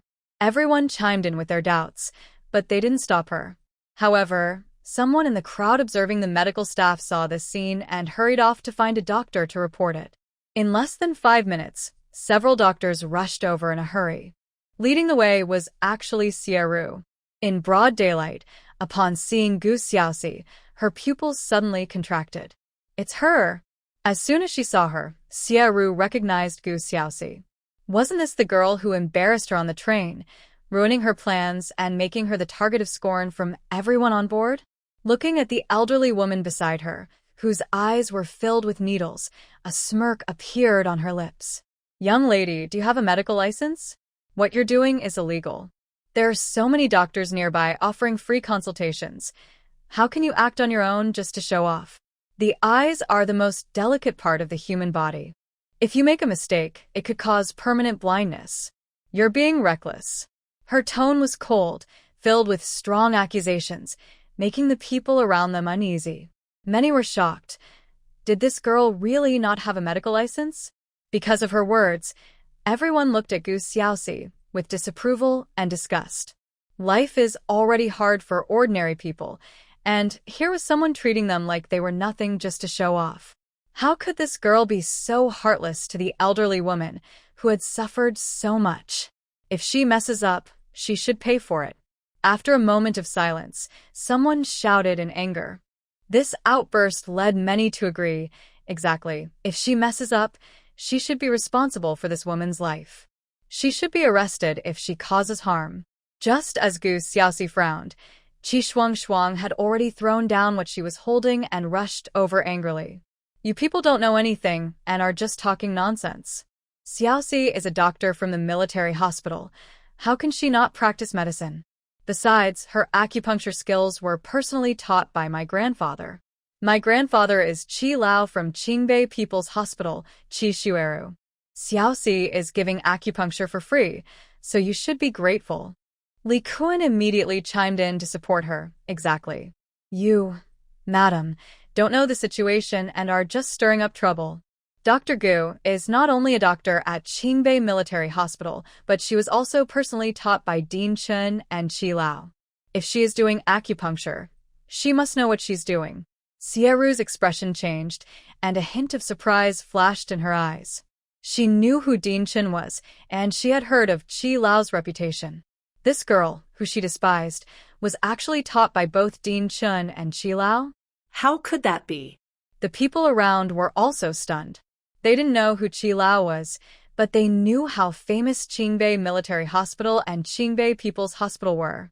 And a doctor personally taught by the hospital dean couldn't be that incompetent, could they? As everyone exchanged glances, the elderly woman receiving acupuncture moved her eyelids, wanting to speak. But Gu Xiaoxi pressed her down gently. Don't move. In 10 minutes, you can have the needles removed. Thank you, sister. I believe in you. The little boy held his sister's hand and looked at Gu Xiaoxi sincerely. The old lady also spoke softly. I believe too. Having been blind for so many years, she wasn't afraid of anything going wrong. The girl hadn't asked her for money or effort, so how could she have bad intentions? Seeing that the elderly woman believed in Gu Xiaoxi, everyone around fell silent. However, Xieru's expression was still very unpleasant. Gu Xiaoxi raised an eyebrow and then looked at the little boy who believed in her. Thank you for trusting me. After today's acupuncture, your grandmother's eyes will recover a little bit of light. Come back tomorrow, and I'll prepare a bottle of eye drops for her to use 3 times a day. Okay. I'll remember. 10 minutes later, Gu Xiaoxi removed the silver needles and gently massaged the elderly woman's eyes for a while. Then, she took a clean towel, soaked it in hot water, and discreetly used her eye purification technique. Those nearby only saw the steam rising from the hot towel but didn't notice the mist cleaning and purifying the elderly woman's damaged eyes. When she removed the towel, the little boy saw many dark brown impurities on the new towel. Wash the towel clean and apply it to your grandmother again, Gu Xiaoxi said, handing the towel to the little boy. The boy nodded and immediately followed her instructions. Gu Xiaoxi then went to her room, took out some Chinese herbs, ground them into powder, and mixed them into a paste. After the elderly woman had another hot compress, she applied the paste to her eyes. Xieru watched reluctantly for a while, but eventually, she quietly left when no one was paying attention to her. Half an hour later, the paste on the elderly woman's eyes was cleaned off, and she opened her eyes. Several doctors who had been observing for nearly half an hour, along with villagers waiting in line, all looked curiously at the elderly woman. Grandma, can you see me? The little boy asked nervously. The old lady blinked her eyes, and when she saw the moving figures in front of her, her nose tingled and tears fell. Huzi, Grandma can see. I can't see your face clearly, but I can see something. Although she could only see blurry shadows now, it was already a huge improvement for her. Thinking of this, she stood up and wanted to bow to Gu Xiaoxi. Thank you, young lady. Thank you. Gu Xiaoxi panicked and quickly supported the elderly woman. No. There are many ways to show gratitude. At your age, please don't kneel to me. My mom would scold me if she found out. Hearing this, Qi Shuang couldn't help but laugh. She stepped forward to support the elderly woman, smiling as she advised, after you go back, Make sure to rest and take care of your eyes. Remember not to sew or read in poor lighting. Be careful in bright sunlight too. She had followed her grandfather since she was little. Although she didn't study medicine, she understood these common sense tips well. She had also seen her grandfather perform acupuncture on people's eyes, but he didn't use as many needles as Xiaoxi did. Gu Xiaoxi nodded in agreement. Yes, those are the precautions. Come back tomorrow, use the eye drops for a few days, and your vision will gradually improve. Thank you. I'll remember. The old lady nodded eagerly. You still have 3,000 points, which can be exchanged for many things. What do you want? I'll help you get it, Gu Xiaoxi reminded with a smile. But the old lady shook her head. I don't want those. Can we just consider it as medical fees? That won't do. We have rules and can't take advantage of you. If you can't think of anything, I can help you choose. The old lady felt grateful and nodded. Then I'll trouble you. Gu Xiaoxi turned to Huzi. How many people are in your family? Do you have enough food? Huzi blushed and shook his head. It's just me and Grandma at home. She often says she's not hungry and saves food for me. Gu Xiaoxi understood what that meant. She took a large box and put in 20 pounds of rice, then went to the shelf to grab 5 pounds of flour and 5 pounds of cornmeal. They received 5 apples, 10 oranges, and a bunch of grapes. Next, they prepared 2 sets of new bowls and chopsticks, 2 soup bowls, and 2 plates along with 4 pounds of cooking oil. She also took 2 face towels, 2 pillowcases, 2 pieces of fabric, 5 pounds of cotton, and 5 rolls of toilet paper. After thinking for a moment, she grabbed 5 rolls of noodles, 2 bags of salt, 10 candles, a flashlight, and a jar of frostbite ointment. Considering that children grow quickly and don't wear thick clothes, she helped pick out 2 cotton jackets, 2 pairs of cotton pants, and 3 pairs of shoes in different sizes from the items available for exchange. As a cardboard box was almost full, she looked up at Huzi and asked, "Can you carry it?" At that moment, a middle-aged man with a cart standing a meter away in line said, "I'm from the same village as Huzi. I can help carry the things back." "Thank you, Uncle Sheng," Huzi politely replied. "No need to thank me. It's not too heavy." Gu Xiaoxi sealed the box with tape and then took out a brand new cotton quilt from under her feet. That's all. Gu Xiaoxi called for Uncle Sheng from Huzi's village to come forward. The people in front of Uncle Sheng were taken care of by Qi Shuangshuang, Li Kuan, and Juzi. Uncle Sheng had quite a bit on his cart as well, totaling about 550 points. Noticing that he kept staring at the quilt from Huzi's family, Gu Xiaoxi also gave him a quilt. Uncle Sheng was so happy, he could barely contain his smile. He realized that while others were picking items based on points, the basket at the feet of this acupuncture girl had good stuff. Moreover, he roughly calculated that the value of the items would exceed the points. It seemed that the girl was completely choosing based on her mood. So, he boldly said, "You can take whatever's left in points. Anything is fine." Gu Xiaoxi glanced at him, then took a box, packed him some oil, salt, soy sauce, and vinegar, added a new quilt, a pair of festive red pillowcases, and sealed it with tape. "Is this okay? I'm giving this to you because I see you're helpful." Gu Xiaoxi looked at him. Uncle Sheng nodded eagerly. "Thank you. Thank you." Not to mention the quilts that couldn't be bought yet. That pair of pillowcases alone was worth 120 points on the shelf, plus the oil, salt, and vinegar. He really hit the jackpot. Besides, his son was about to get married, so having an extra quilt and pillowcases was perfect. After Uncle Sheng and Huzi left, many people specifically asked Gu Xiaoxi to give them items based on points. Gu Xiaoxi liked this approach. It was convenient for her and everyone else, saving time on choosing items and speeding up the line. Even so, Gu Xiaoxi and the others were busy until 7:30 p.m. when the crowd finally dispersed. At that time, Lu Jiansen also brought dinner for the day. There were too many people today. "Do you think there will be even more tomorrow?" Qi Shuangshuang said while eating. "It shouldn't be that bad. With so many people coming these days, not everyone will come again tomorrow." Gu Xiaoxi thought there would be fewer people. Moreover, their points couldn't accumulate. They had to settle on the spot. If some people wanted to exchange items, they were likely to come back the next day. Maybe someone from the neighboring town will come tomorrow. Lu Jiansen reminded. For some, exchanging old for new was like winning the lottery, and distance wouldn't stop them. Will we have enough supplies tomorrow? Qi Shuang asked, a bit worried. Today, the shelves were almost empty again. Even the pots and pans that were rarely exchanged yesterday saw many people trading today due to the oil and noodles. I'll find a way to bring in more supplies. We also bought a lot of grain today. Li Kuan and Juzi will bring it over soon. As Lu Jiansen spoke, he looked at his little girl. I'll take all the old items collected today to the back tent. You can check what can still be used. Anything that can't be handled, give it to me. Gu Xiaoxi nodded. Okay. She really appreciated Lu Jiansen's full support without asking questions. After dinner, Lu Jiansen immediately went to sort through the old items. Gu Xiaoxi first exchanged the farming tools she hadn't repaired during the day, labeled them with which village and team they belonged to, so they could be picked up tomorrow.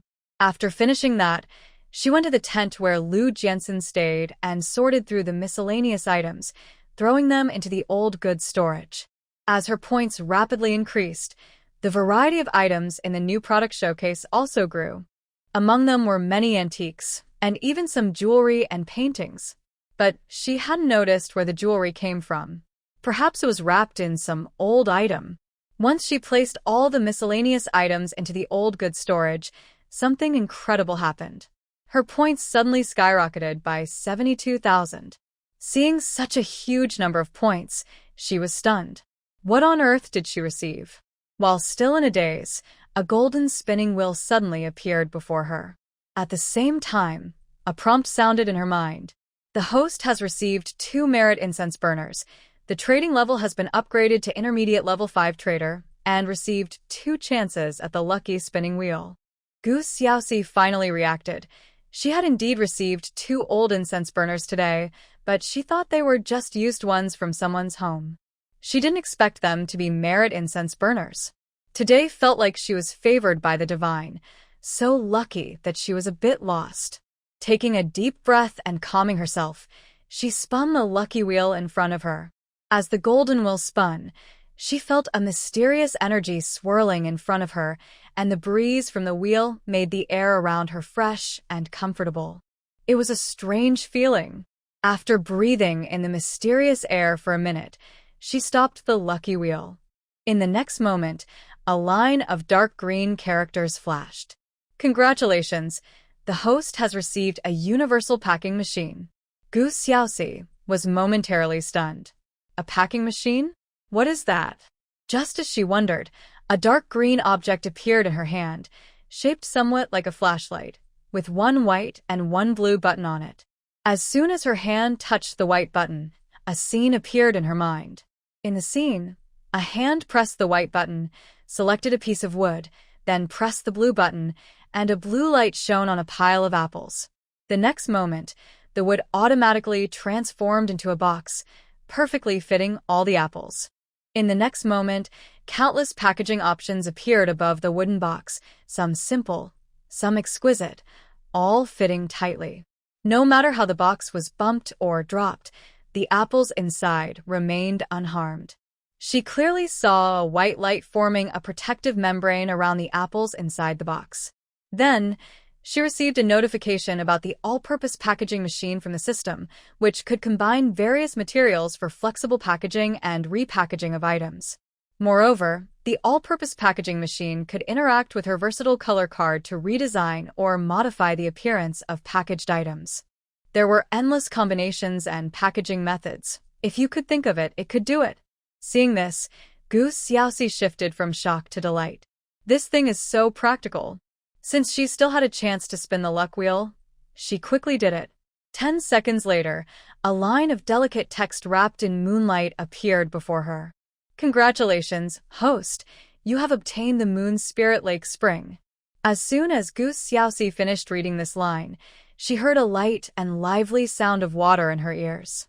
In the next moment, she noticed a beam of soft moonlight descending into her companion's space. Before she could feel happy, a warning sound echoed in her mind. Emergency alert! Emergency alert! The companion space cannot hold the Moon Spirit Lake Spring, activating Thunder Blast technique and Space Compression technique to compete for territory. As soon as the message ended, a rumbling thunder filled her mind. Suddenly, it felt like her world was filled with flashes of lightning and thunder, and her heart felt immense pressure and pain. At the same time, someone else was suffering even more than her, Gu Xinli, who was having dinner. The terrifying thunder in her mind felt almost tangible, striking her down. Her hand trembled, and the bowl fell to the ground. When Yin Chunxing looked over from across the table, he saw her crouched on the floor, pale and in pain. "What's wrong?" Yin Chunxing quickly put down his bowl and rushed to check on her. Gu Xinli unconsciously tugged at the suddenly hot jade pendant around her neck, her eyes red as she looked at Yin Chunxing. It hurts." Yin Chunxing was taken aback and immediately picked up the limp Gu Xinli. At that moment, his hand brushed against the hot jade pendant on her neck. His expression froze, and a strange look flashed in his eyes. How could the jade be hot? While Yin Chunxing stared at the pendant, Gu Xiaoxi was already curled up on the ground in pain. Just then, Lu Jiansen arrived. Seeing his girl in pain, sweating coldly, he quickly picked her up and ran outside. "I'll take you to the doctor." Gu Xiaoxi tugged at his shirt. "No need. It's the jade." Just those few words made Lu Jiansen quiet down. He stopped and carried her back to the tent, reaching for the jade around her neck. When he found the pendant was as hot as boiling water, he quickly wrapped it in his palm. "I'll help you take it off." Gu Xiaoxi didn't respond but unconsciously leaned closer to him. You feel so cool and comfortable." Lu Jiansen was momentarily stunned, but his hands reacted before his brain, tightening his hold on her. With Lu Jiansen there, Gu Xiaoxi felt her body temperature drop a bit. Although the thunder in her mind still rumbled, she felt much better. Once her brain could think again, she wrapped her arms tightly around Lu Jiansen's neck. "With you here, I feel better." Lu Jiansen gently stroked her damp hair and leaned down to kiss her lips. "I'll always be with you." Gu Xiaoxi didn't reply but mirrored his actions, kissing him back. Just that gentle touch made the kiss last longer. 10 minutes later, soft moans echoed from Lu Jiansen's room. Meanwhile, Gu Xinli fainted at that moment. Looking at the unconscious woman on the bed, Yin Chunxing pondered for a moment before removing the jade pendant from her neck and carrying her to the medical room. What he didn't know was that after they left home, the previously hot jade pendant suddenly cooled down and its glow dimmed. At the same time, Gu Xiaoxi, who had been kissed, spoiled, and deeply loved by Lu Jiansen, was now softly lying on the bed. Just thinking about what had just happened made her not want to move or get up. So embarrassing. She had been the one to cling to Lu Jiansen. She seemed to have even cried out, forgetting about soundproofing, and didn't know if anyone had heard. The thought of possibly being overheard made her feel shy. While she was lost in regret, Lu Jiansen came in with a large bucket of hot water. Seeing his girl still wrapped in the blanket, he walked over and pulled her out. "Come on, take a shower before sleeping." Gu Xiaoxi lowered her head, too shy to look at him. Lu Jiansen smiled and ruffled her hair, then leaned close to her ear and whispered, "Don't worry. There's no one outside, no one heard." Just as Gu Xiaoxi sighed in relief, Lu Jiansen added, "Even if someone did hear, it's fine. We're married. Being intimate is legal." Gu Xiaoxi blushed and didn't respond. Lu Jiansen leaned down and kissed her rosy lips, his tone playful. "Wife, do you want to stay here tonight? We can guard the supplies together." Mainly, he was worried about her condition today and didn't want her to be alone. Gu Xiaoxi initially wanted to refuse, but after some hesitation, she agreed. "Okay, but we haven't counted the supplies yet." Gu Xiaoxi sighed. "I'll go tell Li Kuan and the others to work overtime, so we can get up early tomorrow," Lu Jiansen said gently. Gu Xiaoxi used the water Lu Jiansen brought to wash her hair. Then, she took a bathtub from the new product display room, heated the water, set up a warming array, and finally took a bath. While she was comfortably soaking in the bathtub, a notification sound echoed in her mind. Territory competition in the companion space successfully cut 5,000 square meters of territory. Gu Xiaoxi was momentarily stunned, then joyfully cheered. 5,000? 5,000 square meters? Oh my gosh! That area is huge. She now understood that the Thunder Blast technique and Space Compression technique were specifically for competing for territory. Perhaps because she had an extra Space Compression technique, the territory she gained this time was much larger than before. With an uncontrollable joy, she looked at the companion's space. In her view, she saw a clear spring bathed in gentle moonlight, with the water flowing almost surrounding the entire space. At first glance, the whole space was both spiritual and beautiful, amazing. She suddenly felt that the little pain she had endured earlier was nothing. Her mood instantly brightened. Feeling good, she immediately dismantled the chicken coop she had designed earlier, letting all the chickens out, and marked out a large vegetable garden in the open space to plant various vegetables. In the remaining area, she expanded the mini rice field 20 times and planted rice. For the leftover space, she planned to grow something else. She wanted to plant a patch of peanuts because they could be pressed for oil. Once she collected other fruit seeds, she intended to plant a variety of fruits. While she was busy planning in her mind, Lu Jiansun returned. Seeing his little girl in a good mood again, with a rosy complexion while taking a bath, he felt a bit more relaxed. He walked over to her side, lightly touching the large bathtub that could fit 2 people, feeling a bit dreamy. "Wife, I haven't taken a bath yet." His voice was a bit hoarse, sounding somewhat pitiful. But Gu Xiaoxi didn't pick up on his feelings. She submerged herself in the water, blinking her beautiful eyes at him. "Wait until I'm done, then you can wash." Lu Jiansun took a deep breath. "When can I wash with you?" Gu Xiaoxi blushed and quickly changed the subject. "Don't you think it's strange that there are suddenly more bathtubs here?" Lu Jiansun gently stroked her cheek. "Not strange at all." Gu Xiaoxi stared at him in surprise. "Not strange?" Lu Jiansun smiled and patted her head. "I brought the bathtubs for you. They are old items I helped collect and handle. Remember that?" Gu Xiaoxi's eyes suddenly felt a bit teary. Lu Jiansun must know everything, right? He said that just to protect her. She took his hand and gently shook it, subtly explaining, "They fight, just like those people in the black market fighting for territory. The one who wins becomes the boss." Lu Jiansun immediately understood. "So you felt bad just now because you got hit?" Gu Xiaoxi blinked, sort of. "But I won the fight, so I got a prize." Lu Jiansun sighed in relief. "Can you avoid fighting?" Gu Xiaoxi shook her head. 2 tigers can't share a mountain, unless one is male and the other is female." Lu Jiansun, who had been serious, suddenly laughed at her words. "I'll help you fight in the future." Although he didn't know the secret behind the 2 jade pendants that led to the fighting, he was starting to sense something. When he was by his little girl's side, she clearly felt more confident and recovered faster. After taking a bath, Gu Xiaoxi changed her clothes, ran her fingers through her hair, and it dried quickly. Lu Jiansun didn't mind using the water his wife had bathed in, so he washed himself with it too. Gu Xiaoxi quickly changed the bedding and went to bed. When Lu Jiansun finished washing, changed clothes, and brought back more bathwater, he found that the little girl was already asleep.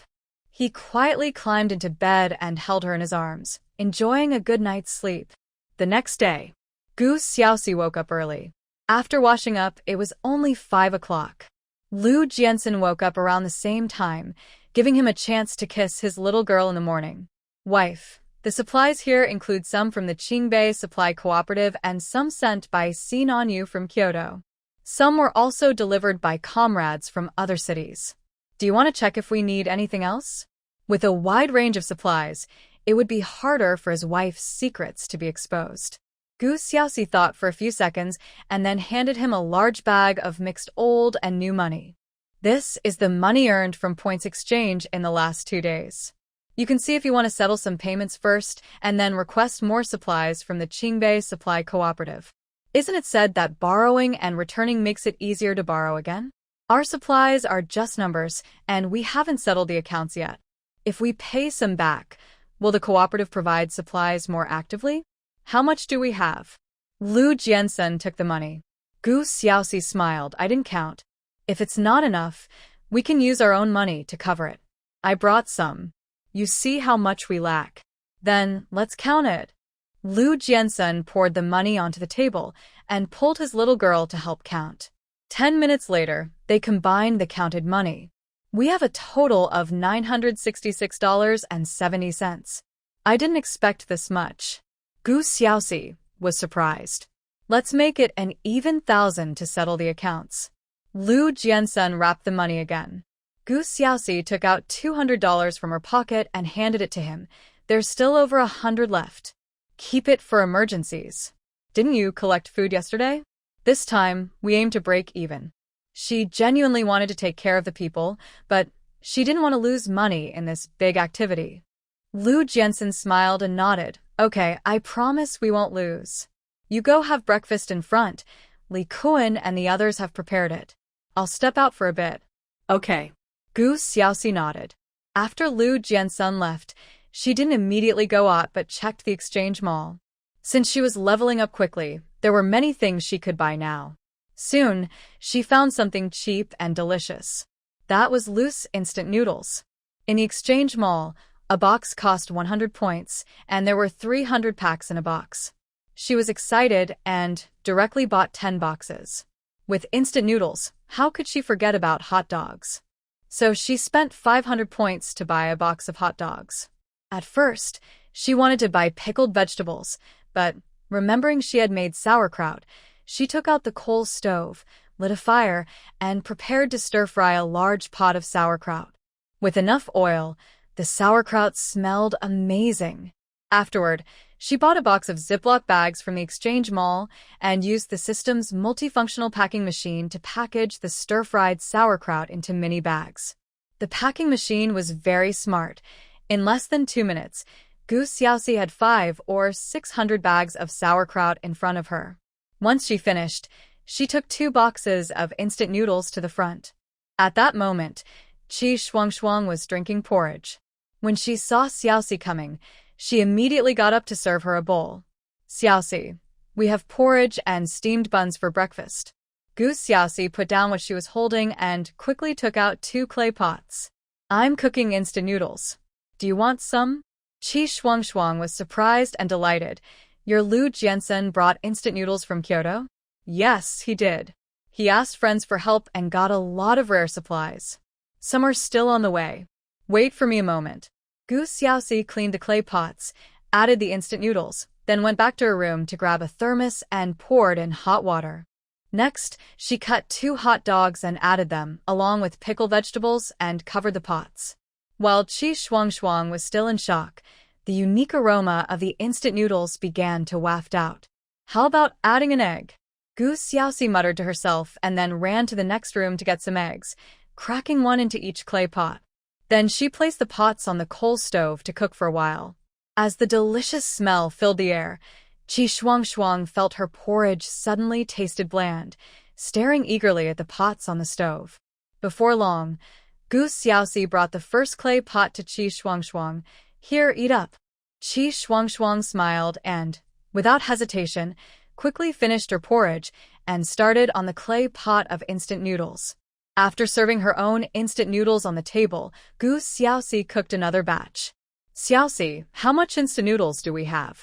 I want to buy some. They're so convenient to eat, Qi Shuangshuang asked while eating. Instant noodles are precious at the Supply and Marketing Cooperative.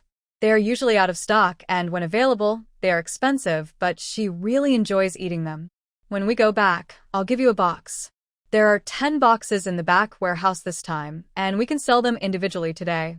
We can also cook and sell them, Gu Xiaoxi replied. Then let's cook and sell them. It's easy, and we can make some money to balance our expenses, Qi Shuangshuang immediately responded. She was really worried that Xiaoxi and Lu Jiansun would lose a lot this time. Gu Xiaoxi took a bite of the instant noodles and was about to speak when a surprised voice came from outside the tent. It smells so good. Gu Xiaoxi looked up to see a young man with glasses walking in. Before she and Qi Shuangshuang could say anything, the young man smiled and spoke. Hello, I'm Dai Qiu from the Kyoto medical team. Are you selling those instant noodles? Gu Xiaoxi nodded slightly. Cooked, 1 yuan a bowl, with egg and ham. Would you like some? Daikyu was delighted. Yes. I'll take a bowl. As Gu Xiaoxi stood up, Qi Shuangshuang quickly brought over the cooked instant noodles from the coal stove. Thank you for your purchase. Daikyu cleared his throat and immediately paid 1 yuan. Qi Shuangshuang handed the money to Gu Xiaoxi and quickly went to cook another bowl of instant noodles. After eating a few bites, Daikyu asked, I heard you have new quilts for exchange. Can you sell them? It's really cold in Qingbei, and I can't sleep at night. Gu Xiaoxi glanced at him. We can sell them, but our quality is good. If you want to buy, it's 50 yuan per quilt. Do you want some? Yes, Daikyu nodded without hesitation. Qingbei is really cold, and living in a tent makes it even colder. Local people who came for treatment said that this year's Qingbei is colder than in previous years since the last snow disaster, making it unbearable. I'll help you get it later, Gu Xiaoxi said, continuing to eat her noodles. Daikyu agreed and quickly finished his noodles. Gu Xiaoxi had only eaten half of her noodles when Daikyu finished, even drinking the soup. He looked at the pot of instant noodles Qi Shuangshuang had cooked earlier and smiled. Can I buy another bowl? I'm still hungry. Qi Shuangshuang was very happy and immediately brought him another bowl. Go ahead. Daikyu thanked her, paid, and then started eating again. After finishing her noodles, Gu Xiaoxi went to the back tent and bought 10 new quilts from the exchange mall. Once she had everything, she didn't rush over. After browsing the exchange mall, she spent 160 points to buy a set of 4 blue pattern bedding. After looking at the bedding, she had a new idea. The quilts everyone uses need to be sewn together again every time they are washed, which is too troublesome. This 4-piece set is simple and convenient, and when she has time, she can make more with leftover fabric. However, she didn't have time right now, so she bought 500 rolls of toilet paper. Just as she was about to close the exchange mall, she noticed sanitary pads out of the corner of her eye. Girls need sanitary pads, and they are hard to find in this era, making them difficult to sell too. After some hesitation, she spent 1,000 points to buy a box of soft sanitary pads and a box of night-use pads. Considering that most people are wearing loose underwear now, she also bought 100 pairs of women's cotton underwear from the exchange mall. After packing everything, she took part of it to the exchange point. When Qi Shuangshuang saw Xiaoxi carrying a big pile of things, she quickly went to help. Daikyu noticed that Gu Xiaoxi had more than one quilt, and his eyes lit up. Can I buy a few more quilts? No tickets needed. What a rare opportunity. Gu Xiaoxi nodded. Sure, how many do you want? Daikyu immediately took out 300 yuan from his pocket. I'll buy 4 first, and use the rest for instant noodles and ham. Okay. Gu Xiaoxi quickly grabbed a box to pack the instant noodles and ham. Since he was paying, the instant noodles were priced at 1 yuan for 3, and the ham at 1 yuan for 3, which wasn't cheap. Once everything was packed, Gu Xiaoxi gave him 20 small bags of pickled vegetables. Even so, Daikyu was very happy. After finishing the last bite of his noodles, he happily left with his things. Once he was far away, Qi Shuangshuang whispered, that guy is really rich. Gu Xiaoxi smiled and nodded. He came from Kyoto, so his family must be well off. Xiaoxi, these quilts are much better quality than those from our supply cooperative. They are softer. Please save 2 for me. I want to use new ones for the new year with my grandpa, Qi Shuangshuang said, thinking for a moment. Gu Xiaoxi nodded, no problem. As they were talking, Li Kuan, Zhuzi, and Lu Xiangqian came over. Gu Xiaoxi called them to help move the supplies from the back tent, quickly organizing the shelves to start today's exchange activity. Unlike what they guessed yesterday, there weren't too many people lining up early today for the exchange. However, many representatives from various villages and teams came. Some were there to pick up farming tools they had left for repair yesterday, while others brought a lot of old items to exchange. After chatting for a bit, Gu Xiaoxi learned that many villages organized a waste collection effort today. Most people were out collecting items, and the scorekeepers recorded the quantities, which the village would then exchange and distribute. This way, villagers saved time and had more energy to deal with old goods, reducing pressure on Gu Xiaoxi's side, which was a win-win situation. Gu Xiaoxi was quite happy because the two threshers and windmills that hadn't been traded out yesterday due to high points were finally exchanged. Later, Gu Xiaoxi found out that the reason so many villages gathered to find old items for exchange was that the village collective wanted those threshers and windmills. Considering this, Gu Xiaoxi took some time to quietly make 500 sickles, 20 plows, and 100 hoes from the scrap metal she collected, making it easier for the village and team to exchange.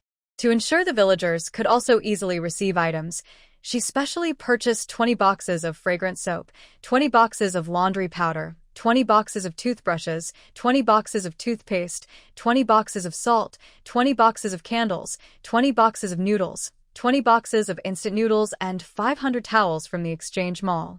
The village collective's purchasing power was significant. By noon, there were very few items left on the shelves, and several villages had paid for a lot of goods. By noon, the shelves were completely empty. Even though Gu Xiaoxi had quietly restocked twice, there were no pots, bowls, or dishes left. Why are pots and dishes selling so well today? Qi Shuangshuang, taking a break, curiously looked at the long line of people still waiting. Gu Xiaoxi shook her head. I don't know. Since Qi Shuangshuang and Li Kuan had gone to move things from the back tent, that area was now empty, making it inconvenient for her to transform items from the exchange market. So, she sat down to rest as well. The people in line who couldn't buy anything looked sadly at the empty shelves. Hey, when will you restock? I didn't come yesterday, and I still haven't bought anything today. Me too. I should have come earlier. Why don't you all go eat first and come back in the afternoon? We can eat too, Qi Shuangshuang suggested with a smile. It's okay, you eat. We'll wait. The villagers who had already arrived showed no intention of leaving. Gu Xiaoxi glanced at the 70 or 80 people still in line, then turned to Qi Shuangshuang and said, Shuangshuang, take a notebook and record what they want. Collect the old items first, register their points, and write their names beside it. I'll make some food. Okay. Qi Shuangshuang quickly took paper and pen to register each person. Sister-in-law, let's take the old items we collected to the back tent. Lu Xiangqian quickly started clearing things out.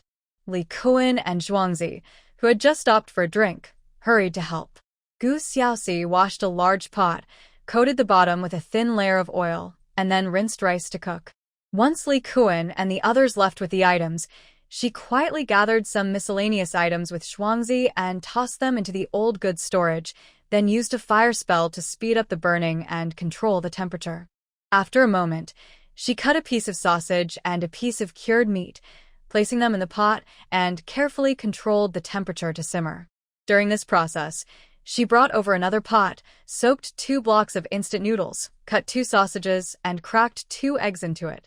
Once everything was ready, she did some woodworking. This time, she was making desks. 12 minutes later, she took the pot off the coal stove and placed the pot of noodles on to cook for 2 minutes before taking it off. At this point, the aroma of the clay pot rice and noodles wafted out, catching the attention of many. Just as Gu Xiaoxi was about to call Li Kuan and the others for lunch, Dai Qiu rushed over right on time. Wow, not only instant noodles for lunch, but also rice? I want one of each.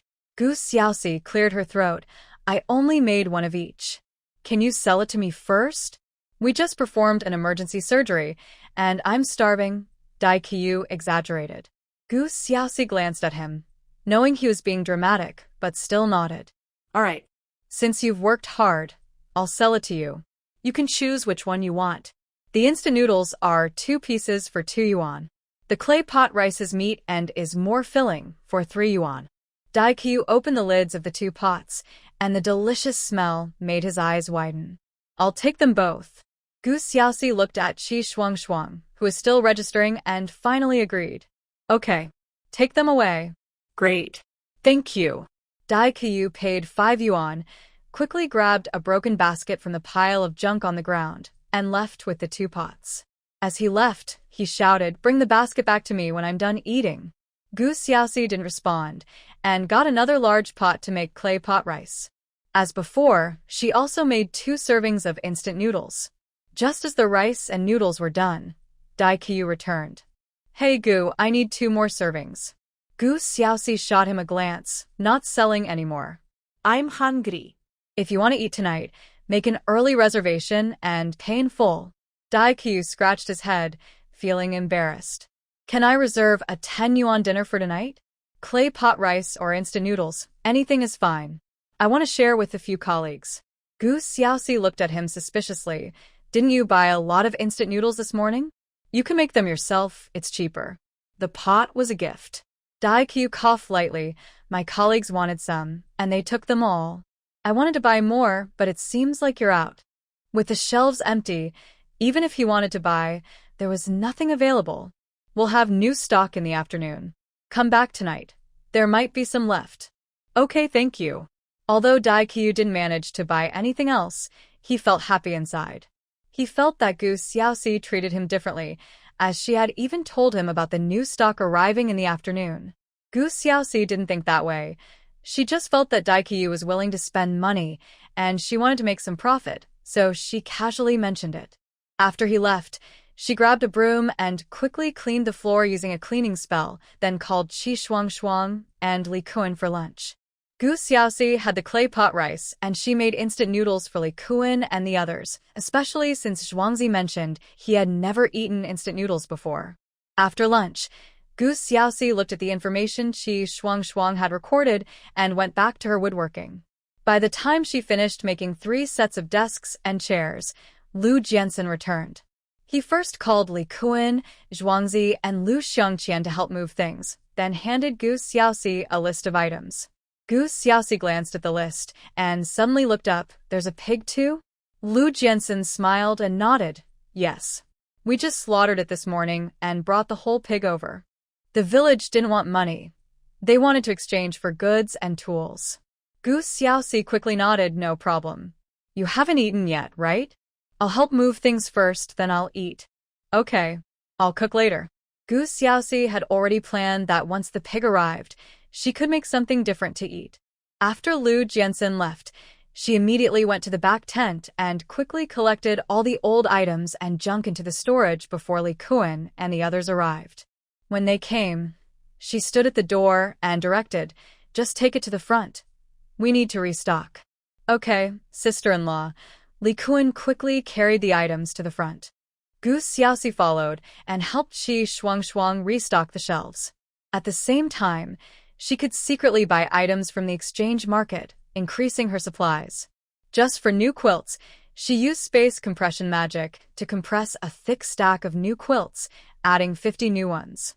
When the pork was brought over, Gu Xiaoxi took a quick glance and immediately bought a box of sweet potato noodles from the exchange market, planning to make liver noodles for dinner. The people who had lined up and registered their names saw the pork and their eyes lit up. Without waiting for Gu Xiaoxi to instruct them, they quickly formed a line on the side where the pork was placed. Gu Xiaoxi didn't hesitate and used a clay pot to wash the rice, cooking a pot of rice for Lu Jiansen. Then, she took a bucket of pig offal outside to handle it. Her movements were quick, and she returned shortly. Once the rice was ready, she sliced some lean meat and made a pot of pig liver and lean meat soup before helping Qi Shuang organize things. After everything was moved over, the old for new exchange lines split into 2 groups, one for exchanging pork and another for exchanging points for supplies. Lu Jiansen arranged for people to cut the pork before sitting next to his girl. I'll come collect the old items in the afternoon. Gu Xiaoxi nodded. You go eat first. The food is ready on the coal stove. Come back to exchange with me later. Okay. Lu Jiansen nodded lightly. He ate quickly and returned in less than 5 minutes. Gu Xiaoxi had no choice but to give up her spot for the person in charge of collecting old items. At that moment, she noticed a small figure in the distance in line. It was Huzi and his grandmother. Only then did she remember that she had forgotten to prepare the eye drops last night. So, she hurried to the back tent, picked out the needed herbs from a large bag given by Qi Lao when he taught her ancient medicine, and processed them into a liquid. Next, she filtered and purified the liquid. Just as she was about to use a small porcelain container for the eye drops, she suddenly thought of the system's all-purpose packing machine. With a thought, she quickly took out the system's all-purpose packing machine, selected a piece of wood, and then selected the medicine she made. In the next moment, the wood turned into pulp and quickly transformed into special little bottles, packaging all the medicine. Feeling the soft yet sturdy little bottles, she modified their shape for easier use. Since there were many eye drops, she placed 2 bottles in the empty system mall display. The selling price in points was set by herself, and since she didn't know how much to charge, she randomly set it to 200 points and left it at that. As she was leaving, she casually took a bag of rice from her small space. Just as she approached, Qi Shuangshuang called out to her, "Xiaoxi, how many points for the desks you made? Someone wants to know." Gu Xiaoxi thought for a moment and replied, "Try to let only students exchange. If it's the student themselves, it's 50 points for a set, including a desk and chair, plus a pencil and a notebook. For parents, it's 60 points for a set." Got it. Qi Shuangshuang nodded with a smile. Xiaoxi wanted to help the children in the village who love to learn. Gu Xiaoxi moved some of the old items she just received to the back tent, then bought 2,000 ordinary pencils, 50 fountain pens, 50 staplers, a large box of staples, 50 bottles of ink, a box of grid notebooks, and 5 large boxes of erasers from the exchange mall. Then, she took a box of blank paper that she had previously cut from old newspapers and used the stapler to make 200 art notebooks. After moving the items to the old for new exchange point, she picked out some broken furniture and wood from the collected old items to make a simple 3-layer bookshelf, then arranged the stationery like pencils, fountain pens, and notebooks on it. Before she could label them, someone nearby asked, "Comrade, how many points for a pencil?" "Pencils are 2 points each, fountain pens are 120 points, erasers are 2 points each, and notebooks are 3 points each," Gu Xiaoxi replied, already writing the point exchange labels to stick on. The fountain pens were expensive because she bought them from the exchange mall for 120 points each, so she wasn't making any profit. "I'll take a pencil, an eraser, and a notebook. I don't want the toilet paper I just got," an elderly man selecting items immediately told Qi Shuangshuang. Qi Shuangshuang nodded kindly. "Sure, I'll exchange that for you." Seeing that Huzi was getting closer in line, Gu Xiaoxi waved to him. "Huzi, bring your grandmother to the front." Huzi, noticing that Sister Gu was free, hurried to help his grandmother over. Gu Xiaoxi brought out a stool for Huzi's grandmother to sit on and took out 3 bottles of eye drops. "Grandma, these eye drops should be used 3 times a day, with 2 or 3 drops each time. Huzi, you help remind her." She said the last part while looking at Huzi. Huzi nodded eagerly. "Sister Gu, I remember." Huzi's grandmother quickly thanked her. "Comrade Gu, thank you. I feel like my eyes are clearer today, and I can vaguely see Huzi's features. Plus, I'm not coughing as much." Comrade Gu's voice sounded young, but her medical skills were truly impressive. "I can bring another bottle of cough syrup back, but you don't need to drink half a bottle at once. Just take a small sip, once in the morning and once at night. I'll help you use the eye drops now and show you how." Gu Xiaoxi instructed, then opened a bottle of eye drops. Huzi's grandmother sat up straight, looking a bit nervous. Gu Xiaoxi smiled and said, "No need to be nervous. Just tilt your head back slightly." While speaking, she quickly administered the eye drops. Just as Huzi's grandmother was about to open her eyes, she reminded her again, "After using the eye drops, keep your eyes closed for 5 minutes before opening them. Can these old buttons be exchanged for points?" Huzi suddenly handed Gu Xiaoxi an old cloth bag he was carrying. Gu Xiaoxi opened the bag and saw it was filled with various old buttons, in many styles and a large quantity. She looked at Huzi in surprise. "Your family has so many old buttons?" Huzi nodded. "My grandma and mom are great at sewing. Sometimes they help others mend clothes, and these are from old clothes that others didn't want. Some were also picked up from the recycling station. Then I'll give you 500 points for them." Gu Xiaoxi didn't count, but felt that the buttons were worth quite a bit. Huzi quickly shook his head. "Sister Gu, you don't need to take special care of us. Just enough points to cover the eye drops is fine." Gu Xiaoxi laughed. "The points for the eye drops are counted in yesterday's total. Then these buttons are a gift for Sister Gu," Huzi said firmly. Huzi's grandmother then softly added, "Comrade Gu, these buttons aren't worth much, and some are even broken. You don't need to give us points for them. She understood that they had already received a great deal. When they returned to the village yesterday, almost everyone in the village envied them. Gu Xiaoxi thought for a moment and decided not to insist further. She sat down, pretending to put the bag into an empty box by her feet, but the next second, she tossed the bag into the old items storage. When she saw that these buttons added 6,619 points, she was at a loss for words. Huzi and his grandmother were truly her lucky stars. Even though she earned a lot of points, it wouldn't be practical to give thousands of points for just a bag of buttons. However, she could do something else. 5 minutes later, she applied medicine to Tiger's grandmother's eyes again and quietly performed a retinal repair.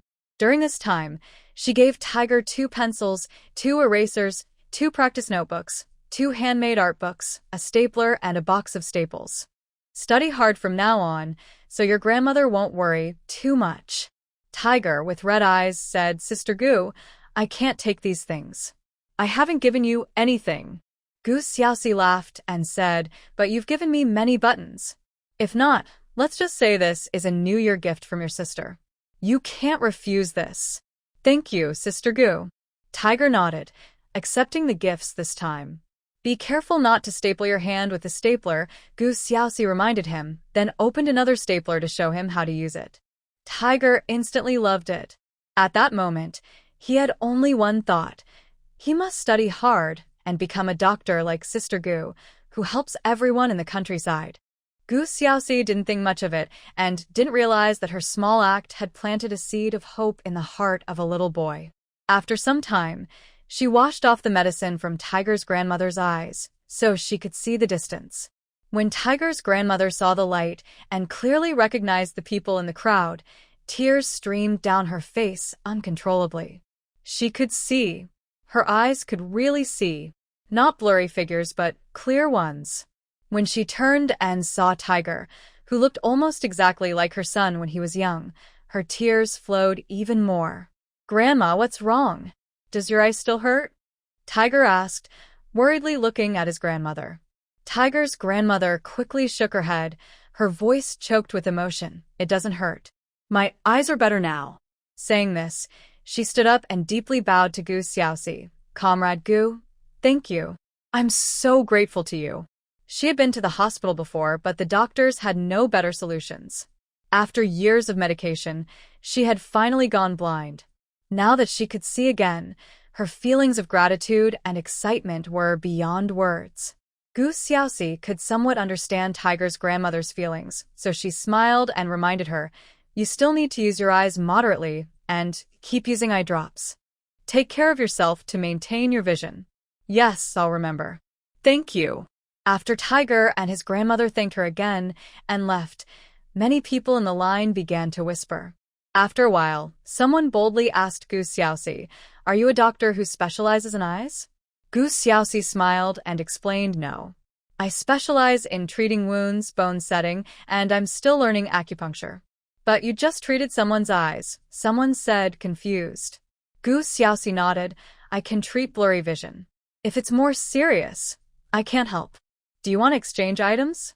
We can send a group over here. Gu Xiaoxi changed the subject, and immediately a group of people came over from Lu Jiansen's side. Lu Jiansen glanced at his girl, his eyes full of warmth. His wife was beautiful and kind, smart and excellent. He felt so lucky to have met her. Busy Gu Xiaoxi sensed something and looked at Lu Jiansen, smiling sweetly. Qi Shuangshuang turned just in time to see their exchange and felt like she had just been given a mouthful of candy. So sweet. By 5:10, Gu Xiaoxi stopped helping with the exchanges and went to wash rice for dinner. She had promised IQ to take care of his dinner, so she set up 2 coal stoves and lit a fire pit. She cooked rice on the 2 coal stoves and used the fire pit to prepare dishes. She wanted to make pig liver with rice noodles, so that was a must. Since she had winter melon growing in her space, she also made winter melon and pork rib soup. While cutting the meat, she thought of making a stir-fried green pepper with shredded meat and a boiled meat dish. Once the rice was ready, she used the 2 coal stoves to cook dishes. One was stewing soybeans with pig trotters, and the other was making pork belly soup, while the fire pit was sizzling with stir-fried intestines. The delicious smell wafted out, making those still in line drool and swallow repeatedly. Daikyu arrived early, drawn by the aroma. Seeing the 4 completed dishes and the 2 still cooking, he took a deep breath. Can I eat all 7 dishes? Gu Xiaoxi raised an eyebrow. I'll give you half of each. Where's your casserole? Go get something to hold it. The casserole keeps it warm better. Okay, I'll go get it right now. Daikyu immediately ran back to get something. Lu Jiansen glanced at his girl. Are you selling to him? Gu Xiaoxi nodded. Yes. He paid 10 yuan. Do you want to eat braised pork? Lu Jiansen asked. Gu Xiaoxi smiled and nodded, yes. How about you make it? Sure. Lu Jiansen stood up to wash his hands. Gu Xiaoxi quickly took over Lu Jiansen's spot to continue the exchanges. When Daikyu came over and saw that the person serving him was the soldier who had just collected old items, he glanced at Gu Xiaoxi a few times. He felt that if it were Gu Xiaoxi serving, she would definitely give him more. The man in front of him divided the dishes evenly without shaking his hand, and he didn't spare him even a glance. Gu Xiaoxi didn't look back, focusing on her work. As it got later, fewer people joined the exchange line, making it shorter. But just when there were only about 10 people left in line, Gu Xiaoxi encountered something unbelievable. A woman actually brought 2 baskets of rusty coins, and the amount was shocking. The woman was accompanied by her family, 2 elderly people, and 3 children. When the baskets were placed in front of Gu Xiaoxi, the woman even covered them with a black cloth to shield them from outsiders' view. Comrade, how many points can these be exchanged for? Gu Xiaoxi took a deep breath, looked the woman up and down, and cautiously asked, Where did you get these? The woman, fearing Gu Xiaoxi wouldn't accept their items, quickly explained, We dug these up from the ground. There used to be a temple on the mountain north of our village, and these coins came from the wishing well there. Later, the temple was burned down, and many things disappeared. Now the villagers are searching the mountain for things, and these are what we found, so they naturally belong to us. You wouldn't refuse to take them, would you? The woman was very nervous, and the elderly and children behind her looked anxious as well. Gu Xiaoxi thought for a moment and said, I'll take them. Let me check the quality. As she spoke, she brought one of the baskets inside and poured its contents into an empty cardboard box in front of her. Then, she sifted through the pile of coins, and a large number of copper coins were already stored in the old goods shop. When she realized that each coin counted as points and that she had easily gained several thousand points, her hand paused for a moment, but she ultimately decided to store the entire basket of coins in the old goods shop. This basket of coins earned her a total of 55,517 points, which was quite a profit. Feeling a bit overwhelmed, she looked at the other basket of coins. There weren't many items left on the shelf. How many points should she give them? After some thought, she decided to act a bit shrewdly. I'll give you a total of 3,000 points. What would you like to exchange for? The woman was stunned and looked back at the 2 elderly people behind her with joy. Dad, Mom, I told you it was valuable. 3,000 points can buy a lot of things. The 2 elderly people were also pleased and quickly asked, Is there any pork left? Gu Xiaoxi glanced over at the pork section, but it was all gone now. Earlier in the afternoon, someone had run out of points and ended up buying it. Seeing the family's eagerness for meat, she gently said, We're out of pork, but we have sausages and cured meat. Would you like those? We also have chicken and eggs. The sausages and cured meat were meant for her own consumption, but she was willing to share them now. The woman nodded eagerly. Yes, we want those. We need rice, flour, and oil too. Gu Xiaoxi poured the other basket of coins into the cardboard box, then stood up and dragged over a large box from the corner. She took out a piece of cured meat, 2 sausages, 2 dried chickens, and 20 eggs. After placing everything into a nearby basket, she went to the shelf and brought over all the remaining flour and cornmeal for them. Next, she pulled out 2 large bags of rice and a 10-pound container of oil from an empty box. The woman was astonished to see so many items. This bag of rice must weigh 50 pounds. 2 bags make 100 pounds. Did this girl make a mistake? Although 3,000 points was a lot, she calculated that 1 pound of rice cost 10 points, meaning just these 2 bags would cost 1,000 points. And there were still other items. As she debated whether to remind the girl, Gu Xiaoxi brought over a box of instant noodles and 3 new cotton blankets. This time, the 2 elderly people behind her were no longer calm. "Young lady, what is this?" Gu Xiaoxi winked at them and changed the subject. "The coins themselves are also money. Is your child in school? Would you like to exchange for some stationery?" The elderly man nodded blankly. "Only Xiao Bao is in school. Our family is poor." Gu Xiaoxi thought for a moment and gathered 3 sets of various stationery, including pens, for the woman. Finally, she purchased a set of literacy cards from the exchange shop, which included 2,500 commonly used characters in a large box. She handed the items to the eldest child of the family, saying, "These are literacy cards for your whole family to learn. Our society is progressing, and it's important to keep learning. Even if you don't go to school, you should know how to read. If you can't, you can take the cards to ask others for help." "Thank you." The woman's eyes were slightly red. Just when the woman thought they had exchanged everything and was ready to leave, Gu Xiaoxi called her to a corner and handed her another cardboard box. Inside were 10 packs of sanitary pads, 10 packs of night pads, 5 pairs of underwear, 20 rolls of toilet paper, and 10 new towels.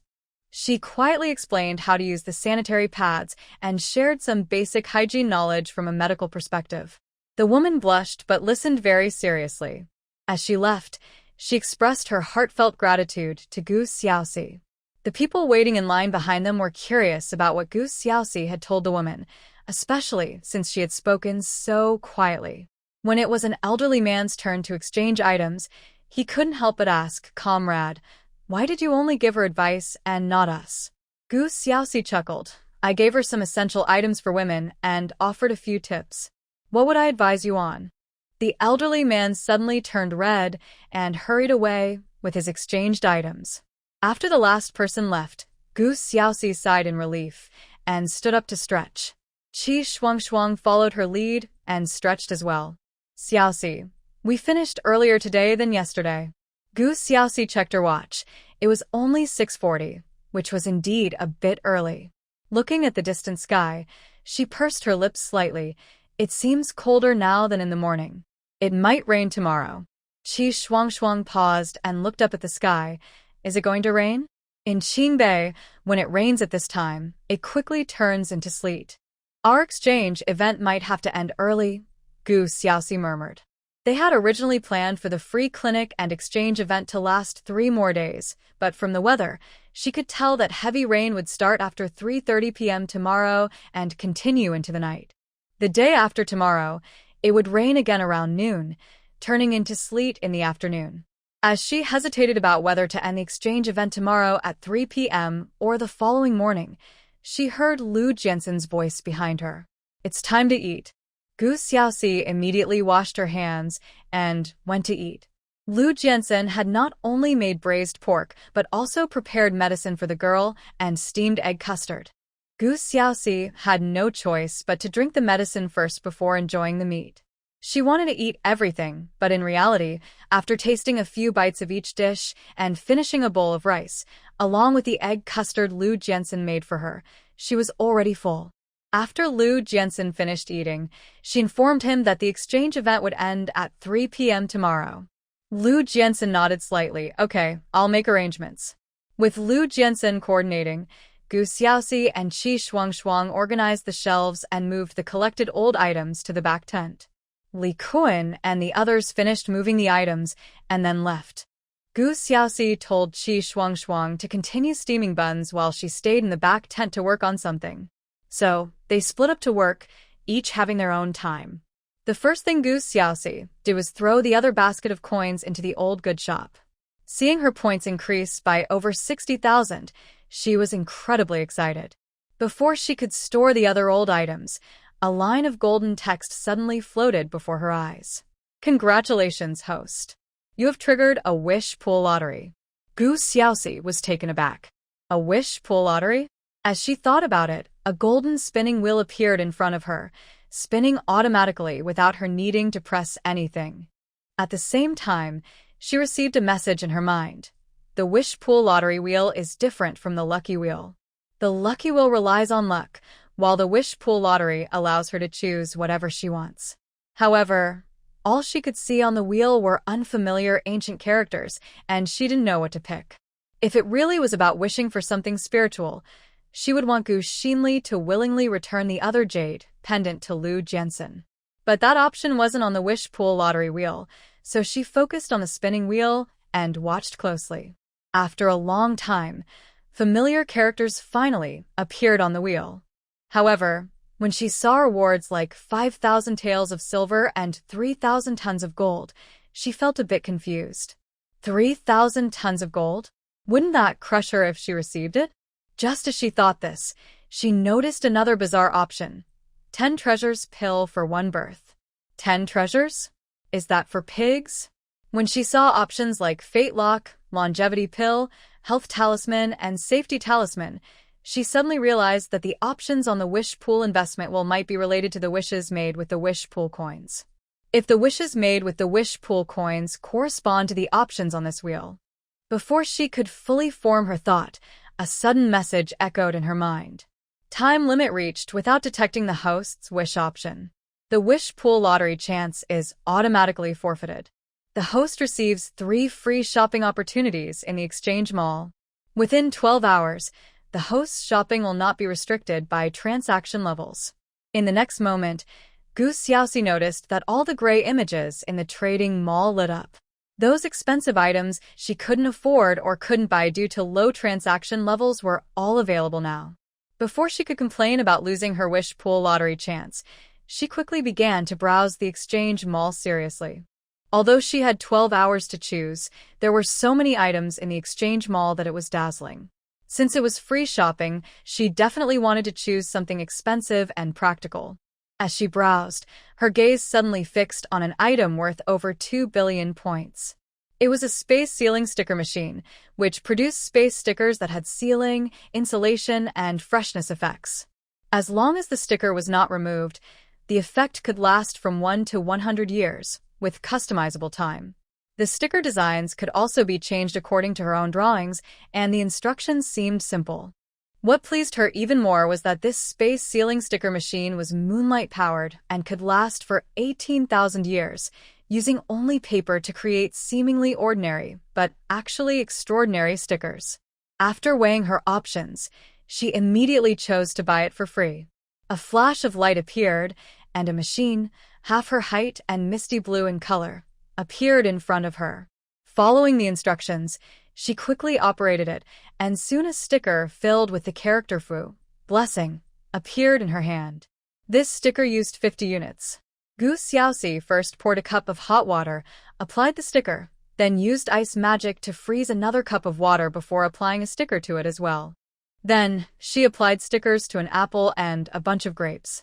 Just as she was thinking about where else to stick them, the curtain at the tent entrance suddenly moved.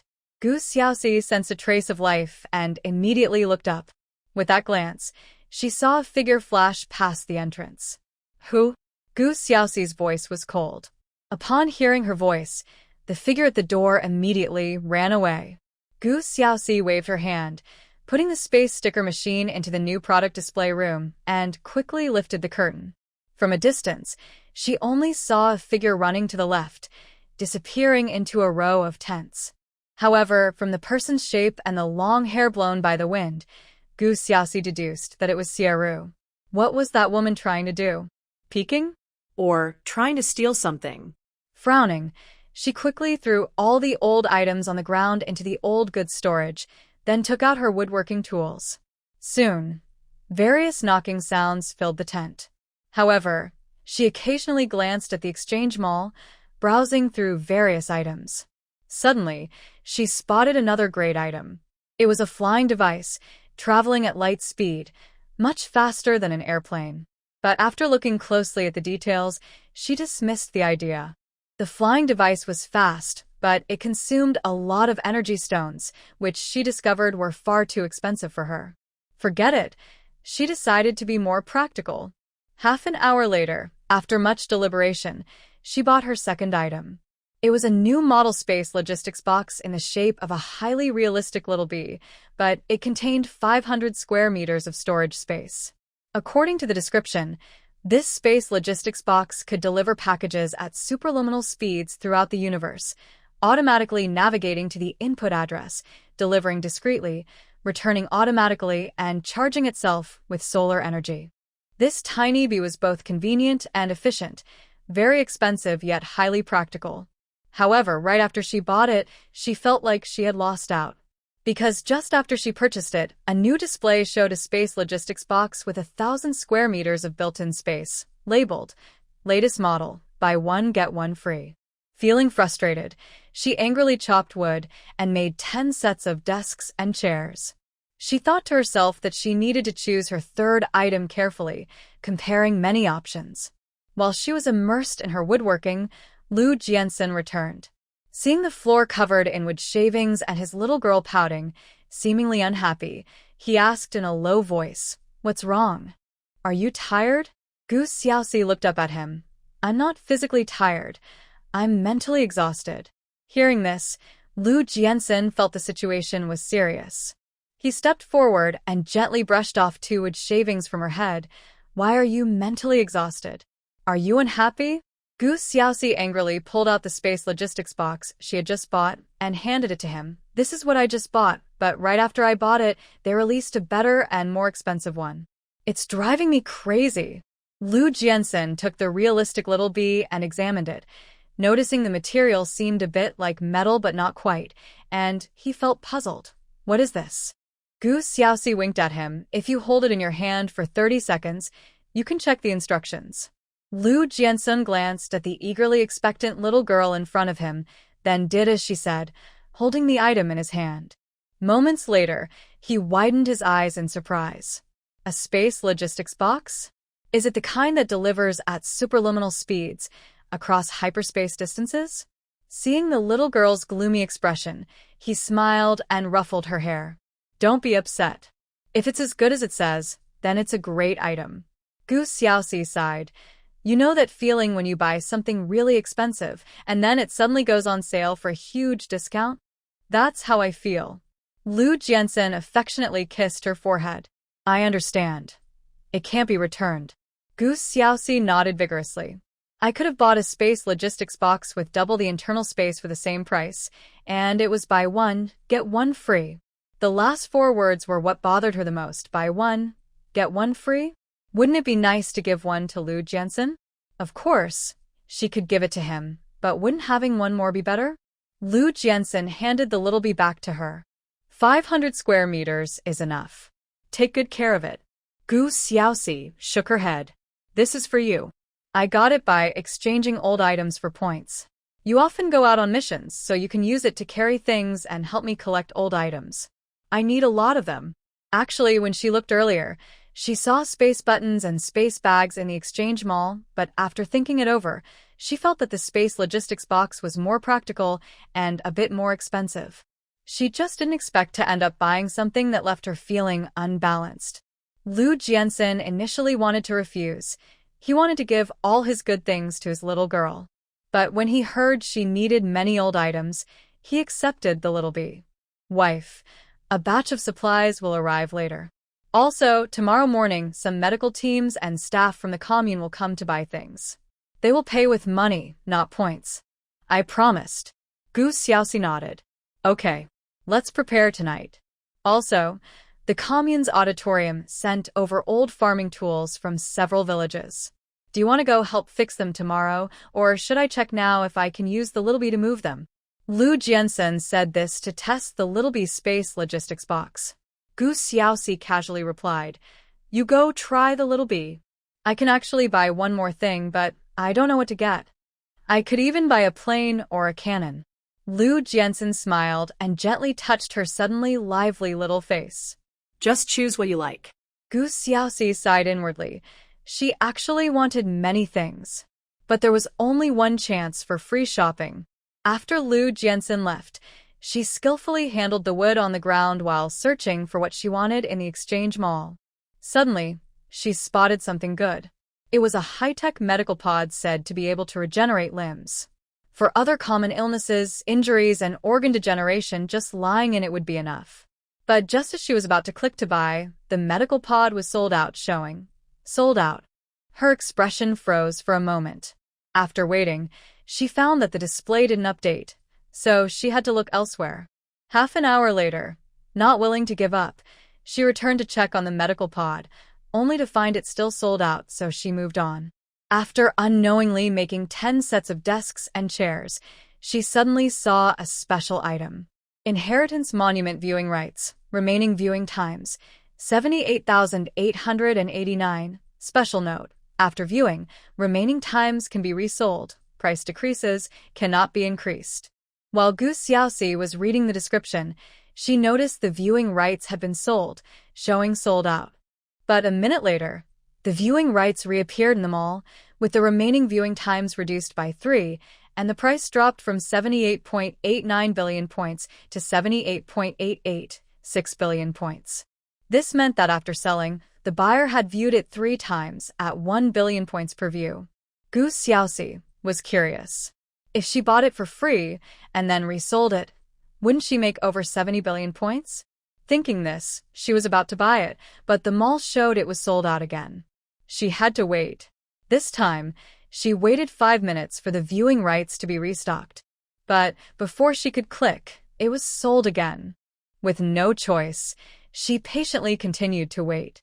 After 10 minutes, she finally managed to buy the Inheritance Monument viewing rights. But what she received was just a black, unclear plaque, made of an unknown material, cold to the touch and invigorating.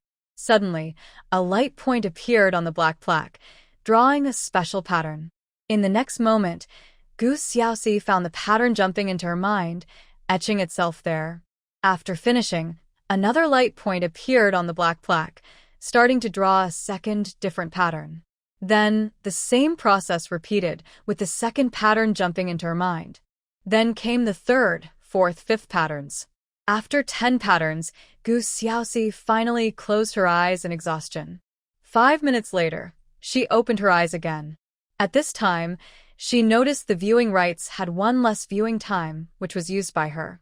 Rubbing her eyes, she looked at the black plaque again. But this time, nothing appeared on the plaque. Instead, a prompt sounded in her mind. Host soul power is too low to continue viewing the Inheritance Monument. Please sell it in your mall as soon as possible to avoid disrupting the inheritance cycle. Gu Xiaoxi was stunned for a moment and quickly placed the black plaque in her mall. It was then she realized the eye drops she had sold earlier were gone. No, they had been sold. While she was still thinking about what else to put in her display to sell, the old for new system suddenly notified her of an income of 78.875 billion points. She was screaming with excitement inside. Ah, ah, ah, ah, ah, ah, ah. She was rich. She really got rich. Suddenly becoming wealthy. Gu Xiaoxi's smile stretched from ear to ear, and she jumped up excitedly several times. Host's points exceed the level. Forced upgrade in progress. The sudden prompt cooled her enthusiasm a bit, and her mouth formed an O shape. Host consumes 600,000 points, upgraded to level 6 intermediate trader. Host consumes 700,000 points, upgraded to level 7 intermediate trader. Host consumes. Congratulations on being promoted to level 1 advanced trader, continuing to upgrade. Advanced traders also have 10 levels, and each level requires points in the billions to upgrade, which made Gu Xiaoxi feel a bit pained. But luckily, it only consumed 5.5 billion points in total, which was just a drop in the bucket compared to her total points.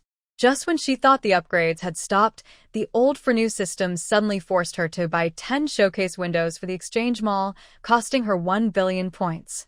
Then, her trading level jumped from advanced trader to platinum trader. Platinum Trader is one of 9 levels, directly elevating her to Glory Trader, which cost Gu Xiaoxi 900 billion points.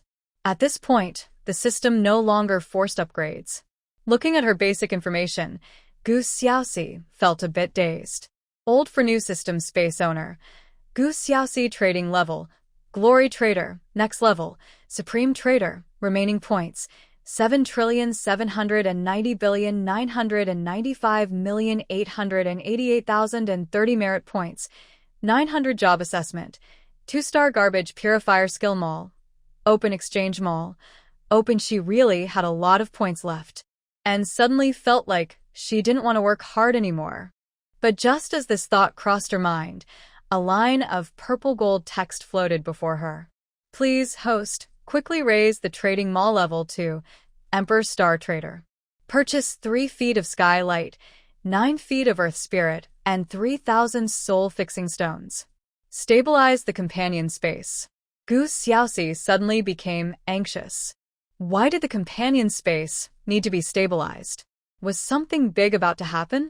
Without thinking too much, she quickly upgraded her trading level. This time, she first spent 1 trillion points to reach Supreme Trader, then spent 9 trillion points to upgrade to Emperor Star Trader. But when she searched for the price of 3 feet of sky light in the exchange mall, she completely lost her calm. Because it cost 30 trillion. She felt like her points were slipping away before she could even warm them up. But even so, she still bought it. Next was 9 feet of earth spirit, which was the same price, also 30 trillion. The soul-fixing stones were much cheaper, and buying in bulk had discounts, but 3,000 still cost her 660 billion points. Once she had everything, Gu Xiaoxi suddenly noticed that the previously foggy sky in the companion space brightened, as if sunlight was pouring down, and the plants on the ground seemed to grow faster. Before she could take a closer look, she felt her body lighten, and she found herself in the companion space. Breathing in the fresh air unique to the space, she felt momentarily dazed. But soon, she smiled with joy. Now, could people enter the companion space? Before, only her consciousness could enter and control the items inside.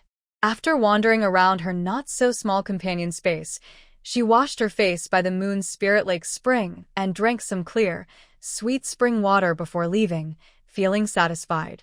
Being able to enter the companion space was wonderful. This way, even when she was outdoors, she had a place to bathe and change clothes. Feeling happy, she continued humming a tune while doing her woodworking. Meanwhile, at the Qingbei Military Hospital, Gu Xinli, who had just woken up after being struck by lightning and sleeping for 2 days, was arguing with Yin Chunqing. Why did you take off my jade pendant? Give it back to me. Give it back. Gu Xinli's eyes were filled with anger as she glared fiercely at Yin Chunqing. Yin Chunqing was startled by her fierce gaze, but quickly became irritated. It's just a broken jade pendant. Who still dares to wear one? You're making a big deal out of nothing.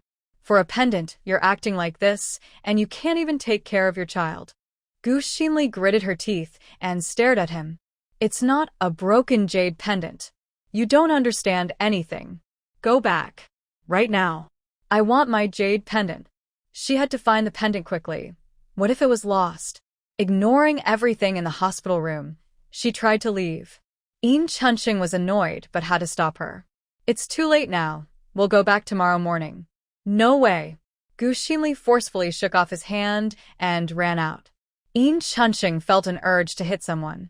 However, when he saw the person in the next bed glaring at him with a mix of resentment and anger, he could only apologize and chase after Gu Xinli. He couldn't just ignore her at this late hour. Gu Xinli was quite determined, running to the hospital gate, tears in her eyes as she knelt in front of the guard, asking to borrow a bicycle to return to the army. The guard had no bicycle and was politely refusing when Yin Chunqing arrived, trying to persuade her but ultimately had to forcibly carry Gu Xinli away. Gu Xinli scratched and hit him, leaving marks on his face. Frustrated, Yin Chunqing, who had intended to take her back to the hospital, instead turned and took her away from the hospital, throwing her in an empty area and giving her a slap without mercy. What secret does that pendant hold? Why are you so crazy about it? If you don't tell me, I'll smash it. If you don't want to continue, we can get a divorce. I don't care. His voice was cold, each word dripping with malice. Perhaps he had hit her a bit too hard, and the pain made Gu Xinli suddenly quiet. Seeing her expression, Yin Chunqing spoke again. If you don't tell me, I'll give the pendant to Gu Xiaoxi. I won't let you ruin our home over a pendant. As soon as he finished speaking, Gu Xinli screamed. No. You can't give it to Gu Xiaoxi. It's mine. Then tell me, what secret does the pendant have? Why does it feel hot? This didn't make sense. He had been thinking about this question for the past 2 days, but couldn't figure it out. Gu Xinli clenched her hands tightly, but remained silent. She couldn't tell anyone the secret of the pendant. Seeing that Gu Xinli wouldn't speak, Yin Chunxing knew she didn't trust him and couldn't help but sneer. That pendant is in my hands now. If you don't tell me, I'll give it to Lu Jiansen. I can get a good price for it. With that, he turned to leave. Gu Xinli panicked, quickly getting up from the ground and running to grab Yin Chunxing.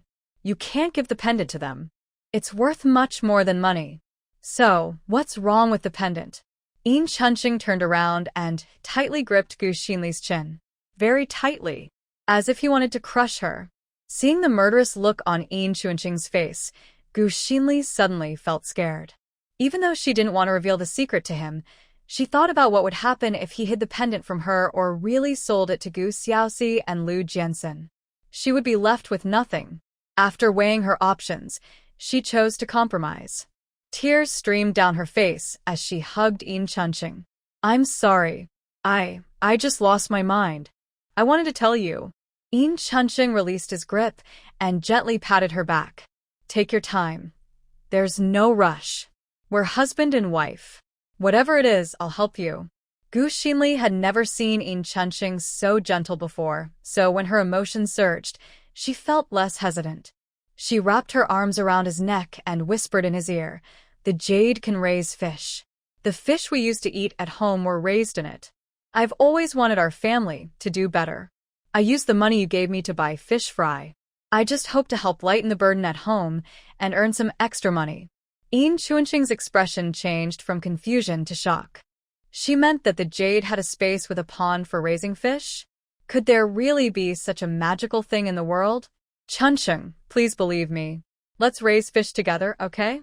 Since she had revealed the secret of the jade pendant, Gu Xinli planned to pull Yin Chunxing into this venture of raising fish and making money together. At first, she hesitated to share, not only to keep the secret but also because she wasn't sure if she would be with Yin Chunxing for life. But now that it had come to this, she had made up her mind about this man. Even though, deep down, she was somewhat put off by his 3 children his age and that he wasn't as good-looking as Lu Jiansen. Yin Chunxing, being a soldier, thought more deeply. Then what about you fainting and the jade pendant getting hot? Gu Xinli was silent for a while before saying, sometimes the pond in the jade pendant thunders, and when it does, all the fish die. But this has only happened recently. It hadn't thundered for a year before. I now feel like this might be related to Gu Xiaoxi. Every time I curse her in my heart, it thunders. In fact, after each thunder, she felt the pond seemed to shrink a little, but since the pond was already very large, she couldn't estimate how much it had shrunk. Yin Chunxing was taken aback. You curse your cousin, and the pond thunders? Is this jade pendant Gu Xiaoxi's? Gu Xinli quickly shook her head. No, this jade pendant definitely isn't Gu Xiaoxi's. I really got it from my grandfather. If Gu Xiaoxi had this jade pendant, she would have asked me for it long ago. It was sent from Kyoto. Yin Chunxing was surprised again. Someone sent a jade pendant from Kyoto to your grandfather? Does your family have relatives in Kyoto? Gu Xinli shook her head. As far as I know, we don't have relatives in Kyoto, but I don't know why someone would send something to my grandfather from there. You aren't lying to me, are you? Yin Chunxing still looked doubtful. Gu Xinli was both angry and frustrated. We'll go back to the army at dawn tomorrow, and I'll let you see the jade pendant's face. Even though Yin Chunxing was skeptical, he decided to go back and take a look in the morning. Recently, he had been going to the hospital so often that the military leaders were starting to complain. Back at the hospital, Gu Xinli returned to her bed, but because she was worried, she couldn't sleep that night. On the other side, Gu Xiaoxi also couldn't sleep. However, it wasn't because she was worried. It was because, lying in bed, her mind was filled with the patterns of light she had seen on the inheritance monument, twisting and turning, repeating over and over. As those mysterious patterns repeated in her mind until a faint light seemed to flash, Gu Xiaoxi suddenly realized something. The patterns she had learned were actually the formation diagrams used to carve soul tools. Different formation diagrams had different effects, and wearing a soul tool could even nourish a person's mental strength and body, thus prolonging life. She thought that when she had time, she would help her grandfather and Grandpa Lu and Grandma Lu prepare some. Xiaoxi, are you awake? Qi Shuangshuang suddenly yawned and sat up.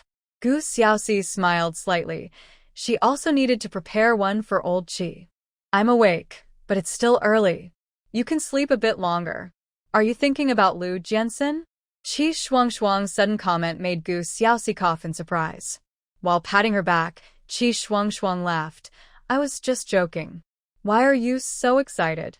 Gu Xiaoxi replied irritably. If I wanted to see him, I could just go find him. I'm thinking about something. What are you thinking about? Qi Shuangshuang asked curiously. It's going to rain. Don't you think the temperature dropped again today? It might even snow soon. We should pack up early and get ready to go back. Saying this, Gu Xiaoxi got up to get dressed and wash up. Qi Shuangshuang also felt it was particularly cold today and quickly got out of bed. As their light turned on, Lu Jiansen came over. What do you want for breakfast? Lu Jiansen looked at the girl with warmth in his eyes. Anything is fine. Did the supplies you mentioned last night arrive? Gu Xiaoxi asked. Last night, she had only made 50 sets of desks and chairs and repaired some farming tools Lu Jiansen had brought, but she hadn't waited for him to deliver the supplies. They're here, stacked in the back tent. You can go check it out first. I'll make breakfast. Okay. Shuangshuang, set up a few more stoves and boil some water. Let's sell some instant noodles for breakfast, Gu Xiaoxi called to Qi Shuangshuang. Got it, Qi Shuangshuang replied immediately while washing up. Gu Xiaoxi went to the back tent and took a look at the supplies. When she found that there was actually more than half a basket of duck eggs, she had an idea and put the duck eggs into her companion space. She planned to hatch some ducklings and raise more chickens and ducks in the space. Looking at the empty basket, she quickly bought 60 pounds of loose, white rabbit candy from the exchange mall to fill it. Since the rice she planted in her companion space would soon be harvested, she kept 50 pounds of rice and packaged the rest using the system's all-purpose packaging machine. The packaging was made from special paper bags created from wood pulp, simple and only labeled rice, 1 pound per bag, making it affordable and convenient for everyone. After that, she used the same method to package 2 large bags of flour with the all-purpose packaging machine. Knowing that people from Kyoto, Haicheng, and Shuncheng would come to buy things today, she started to think. People from Kyoto should be wealthy, right? They must want to buy something good. With this in mind, she glanced at her exchange mall. Her eyes lit up when she saw the luggage. This item is practical. However, the slightly nicer ones cost over 1,000 points each. It wouldn't be good to sell them too expensively. After thinking for a moment, she suddenly had a bright idea. Her luggage was meant for carrying things, right? Since it's for carrying, it's all about packaging. If it's about packaging, then the system's all-purpose packaging machine can design it. With that thought, she immediately bought 20 quilts from the exchange mall and began packaging them with the machine. She chose 3 types of packaging materials: scrap metal, wood, and fabric. She put some thought into the packaging design and used a color palette to match her ideas. Soon, 20 navy blue zippered suitcases appeared. She tried pulling one and found the metal wheels at the bottom were very smooth and easy to use. She unzipped it and checked inside, finding the folded blanket neatly arranged, which made her nod in satisfaction. Next, she designed a wooden handbag using the packing machine, painted it pink, and decorated it with a blooming peach blossom, fluttering petals, and a lively butterfly. Each handbag contained 5 packs of daytime sanitary pads, 5 packs of nighttime pads, and 5 pairs of underwear. She prepared 50 of these handbags.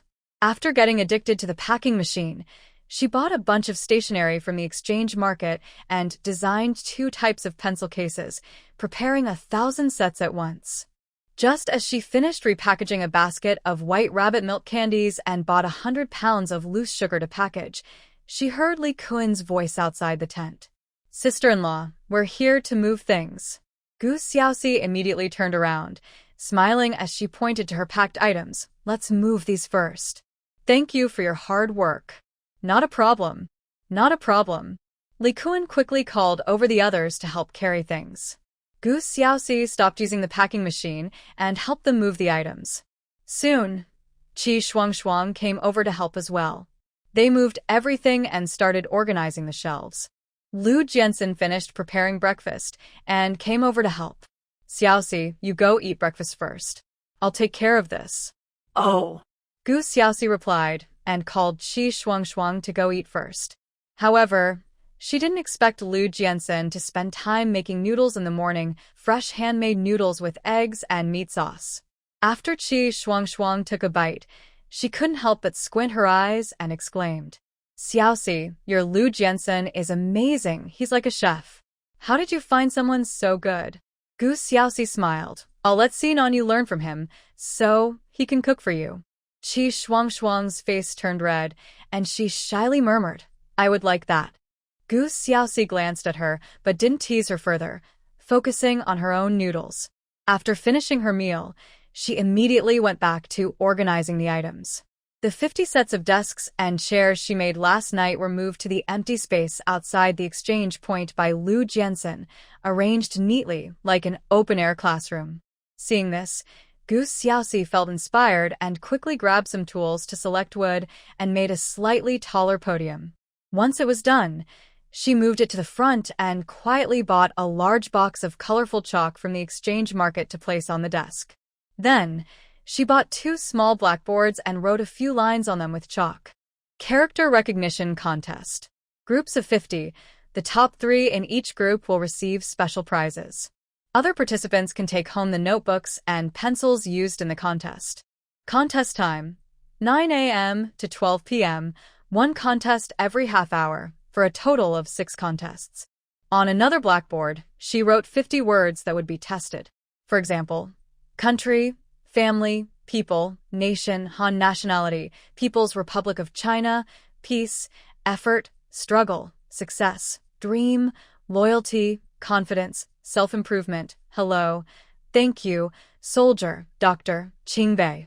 Qi Shuangshuang occasionally peeked over to see what was happening. She didn't understand why Xiaoxi was organizing a character recognition contest, but felt it was impressive. Lu Jianxin didn't think much about it. As long as his wife was happy, that was enough. Moreover, the words she wrote were very positive and worth supporting. "Sister-in-law, can we participate?" Li Kun chimed in. Gu Xiaoxi looked him over. "It's possible, but you have to compete against the soldiers." Lu Jianxin immediately added, "All right. When we get back to the unit, I'll arrange a character recognition contest." While Li Kuen was still stunned, Zhuangzi, who didn't know many characters, punched him playfully. "You little guy, looking for trouble. You know I don't like reading." He used to be illiterate, and the characters he learned were all from the army, which was very difficult.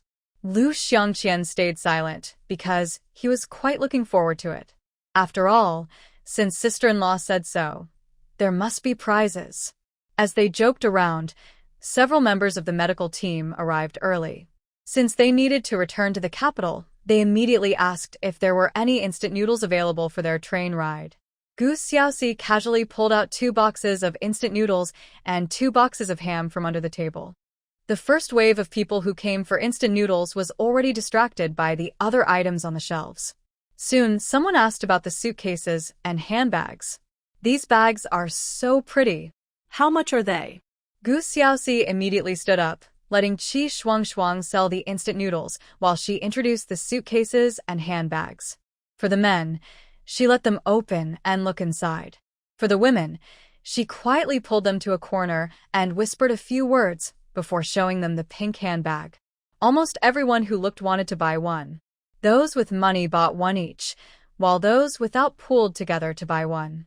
Even though she sold them at a high price, 35 yuan for a handbag, the suitcases sold even faster, priced at 108 yuan each, but they contained a 10-pound blanket, which wealthy buyers found worth it. Dai Qiu, who had already bought a blanket, even bought 2 suitcases, and left with his items. Half an hour later, he returned, looking at Gu Xiaoxi with puppy eyes. Can I buy 20 more suitcases? Gu Xiaoxi looked at him in confusion. Why do you need so many? Dai Qiu smiled shyly. Well, the new year is coming, and I want to give them as gifts. There are many elders in my family, and I want to give each one a suitcase. Gu Xiaoxi was even more surprised. Is your family doing that well? Giving such expensive gifts? Over 100 yuan is quite a lot of money now. An ordinary worker's salary is only about 20 to 30 yuan a month. Dai Qiu scratched his head, smiling happily. Expensive, but practical gifts show my sincerity. I value the new year a lot. He always made a fortune during the new year.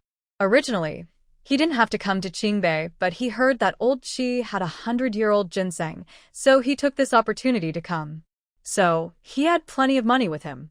But since he couldn't buy the ginseng, buying these suitcases with good blankets would work too. How warm! He had been sleeping well for several nights. Do you really want that many suitcases? Gu Xiaoxi confirmed again. Dai Qiu nodded. Yes, absolutely. Gu Xiaoxi lightly nodded. All right then. There are still some in the warehouse. Wait a moment, I'll get them for you. 10 minutes later, she made several trips back and forth, dragging out 20 suitcases, exchanging them with Dai Qiu for money. Dai Qiu seemed to have some connections, as soon a town official arrived with a group of people to help him move the items. Gu Xiaoxi didn't pay much attention and continued to collect money and sell things. Before 6:30, she sold out all her suitcases and handbags, even selling dozens of stationery sets. Overall, the purchasing power of these doctors was quite impressive.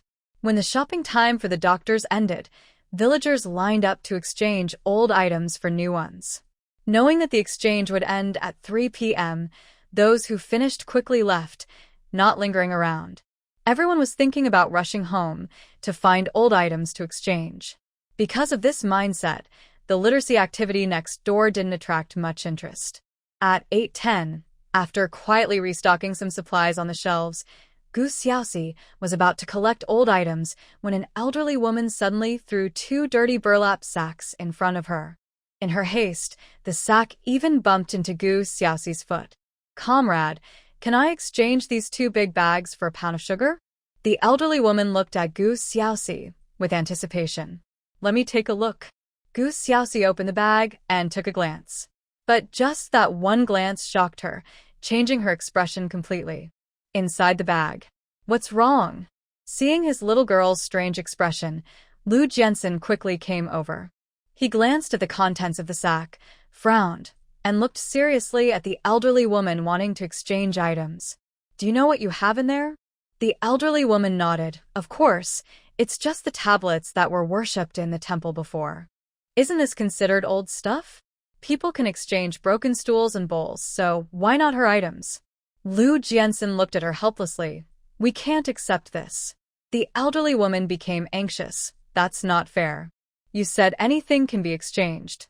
Aren't these tablets made of wood? Besides, once a person dies, who knows who these tablets belong to? I picked them up from the ruins of the temple. It's a good deed. Why can't I exchange them? Others in the line began to whisper. Some felt the elderly woman was disrespectful to the dead, but others thought that since she brought the tablets, not giving her something would be unlucky. Gu Xiaoxi felt a bit frustrated and after a moment of silence said, Tablets cannot be exchanged for items. It's too disrespectful to the deceased. But since you picked them up, it's still a good deed. I'll give you 2 bars of soap as a personal gift. The elderly woman was pleased with this and happily left with the soap. Gu Xiaoxi was now quite troubled. 2 big sacks of tablets. What was she supposed to do with them? Exchange them for new tablets? What a headache. I'll take them to the back, Lu Jiansen said, worried about his little girl feeling upset, and carried the 2 burlap sacks to the back tent. Even after the sacks were gone, Gu Xiaoxi still felt uneasy. By 9 p.m., she handed over the task of collecting old items to Lu Jiansen and went to oversee the literacy competition. Since it was the right time, many people were willing to participate. After all, Just by sitting there for the competition, even if they came in last, they would at least get a pencil and a notebook. It was like getting something for free. Seeing everyone's expressions, Gu Xiaoxi suddenly added a new rule. If anyone sitting down for the writing competition writes not a single correct word, they won't get to take anything. You have 5 minutes now. Those who can't recognize characters should quickly learn a few. The character for people has only 2 strokes. It's very simple. And your surnames. Don't you want to learn to write your names? For example, the character for Lin is made up of 2 wood characters, so 2 woods make a forest. Another example is the character for Sun, which is made up of sun and small, so the sun's son is a grandson. And for Zhang, it's the character for Bao stretched out. With these few sentences, many people began to feel that recognizing characters wasn't so difficult after all. Some who didn't know any characters focused and managed to learn a few. What surprised Gu Xiaoxi was that as they learned characters, her merit points increased. Since she could earn merit points, Gu Xiaoxi took it seriously. In the first writing competition, she gave everyone a pencil, an art notebook, and a mini pencil sharpener to use. For the official competition, she selected 40 words for dictation from a small blackboard and added 10 random new words. After the dictation, she told everyone to stay seated while she walked around with a red pen, quickly checking who got how many right. Of course, she only noted the top 3. The first prize was a stationery set. The second prize was a box of colored chalk. The third prize was a small pack of colorful sticky notes. Once the prizes were announced, everyone's enthusiasm soared. They realized that the first prize stationery set included not only pencils, erasers, rulers, and triangles, but also a fountain pen. Winning first place was definitely a big deal. Before the second round of the competition began, many people started studying hard to recognize characters. Gu Xiaoxi even spotted a 7- or 8-year-old elder among the crowd, focusing intently on learning characters. Feeling overwhelmed, Gu Xiaoxi asked Lu Jiansen for help and called over a few soldiers who wrote well to teach others. To facilitate the teaching, Gu Xiaoxi quietly went to the back tent and brought back 10 small blackboards to distribute to the teaching soldiers. After the second round of the literacy exam, Gu Xiaoxi found that her merit points increased by 56, making her want to hum a tune. Meanwhile, Gu Xinli and Yin Chunxing returned to the family compound. The moment she received the jade pendant, her heart finally settled. However, when she saw a large area of charred black in the pendant's space and realized that the fish she had just raised had all died, her heart sank further. Having already planned to share the secret with Yin Chunxing, she closed the door, drew the curtains, and took his hand to enter the space. But the reality was that only Gu Xinli disappeared into the space. Seeing a living person suddenly vanish before his eyes, Yin Chunxing was unsettled. It felt like seeing a ghost. But thinking about what Gu Xinli had said about the space fish pond, he calmed down. He waited for 10 minutes until Gu Xinli reappeared. He immediately grabbed her hand. "Didn't you say you would take me in?" Gu Xinli stared at him in surprise, "It seems. I can't take you inside. I just tried to bring you in." Yin Chunxing didn't believe it and quickly said, "Try again." Gu Xinli nodded and tightened her grip on his hand. But the next second, she was still the only one who entered the space. Yin Chunxing stared blankly at the spot where Gu Xinli had disappeared. Why couldn't he enter that space? Did Gu Xinli really try to bring him in? Was she playing tricks on him? With such a treasure, was she trying to keep him out? When Gu Xinli reappeared, he immediately grabbed a rope and tied them together, also binding her hands. "Now, let's try again." Gu Xinli understood he thought she wasn't bringing him in, so she complied. Though a bit frustrated, she still went along with the attempt. The fact was, even with the rope, only Gu Xinli disappeared again. However, when she returned, she appeared in the same spot, still tied to him. If he hadn't confirmed that Gu Xinli had really vanished for a few minutes, he would have thought he was imagining things. "Does this jade only recognize you?" Yin Chunxing seemed to have hit on something important. Gu Xinli nodded, "It should. When I got the jade, I accidentally cut my hand, and my blood touched the edge of the jade. That's when I discovered its secret." Upon hearing this, Yin Chunsheng quickly took a fruit knife and cut his finger, smearing his blood on the jade. But the jade didn't absorb his blood at all. Instead, a force directly repelled his blood from the jade. The jade remained completely clean, without a trace of blood. Yin Chunsheng looked stunned. This jade was indeed extraordinary.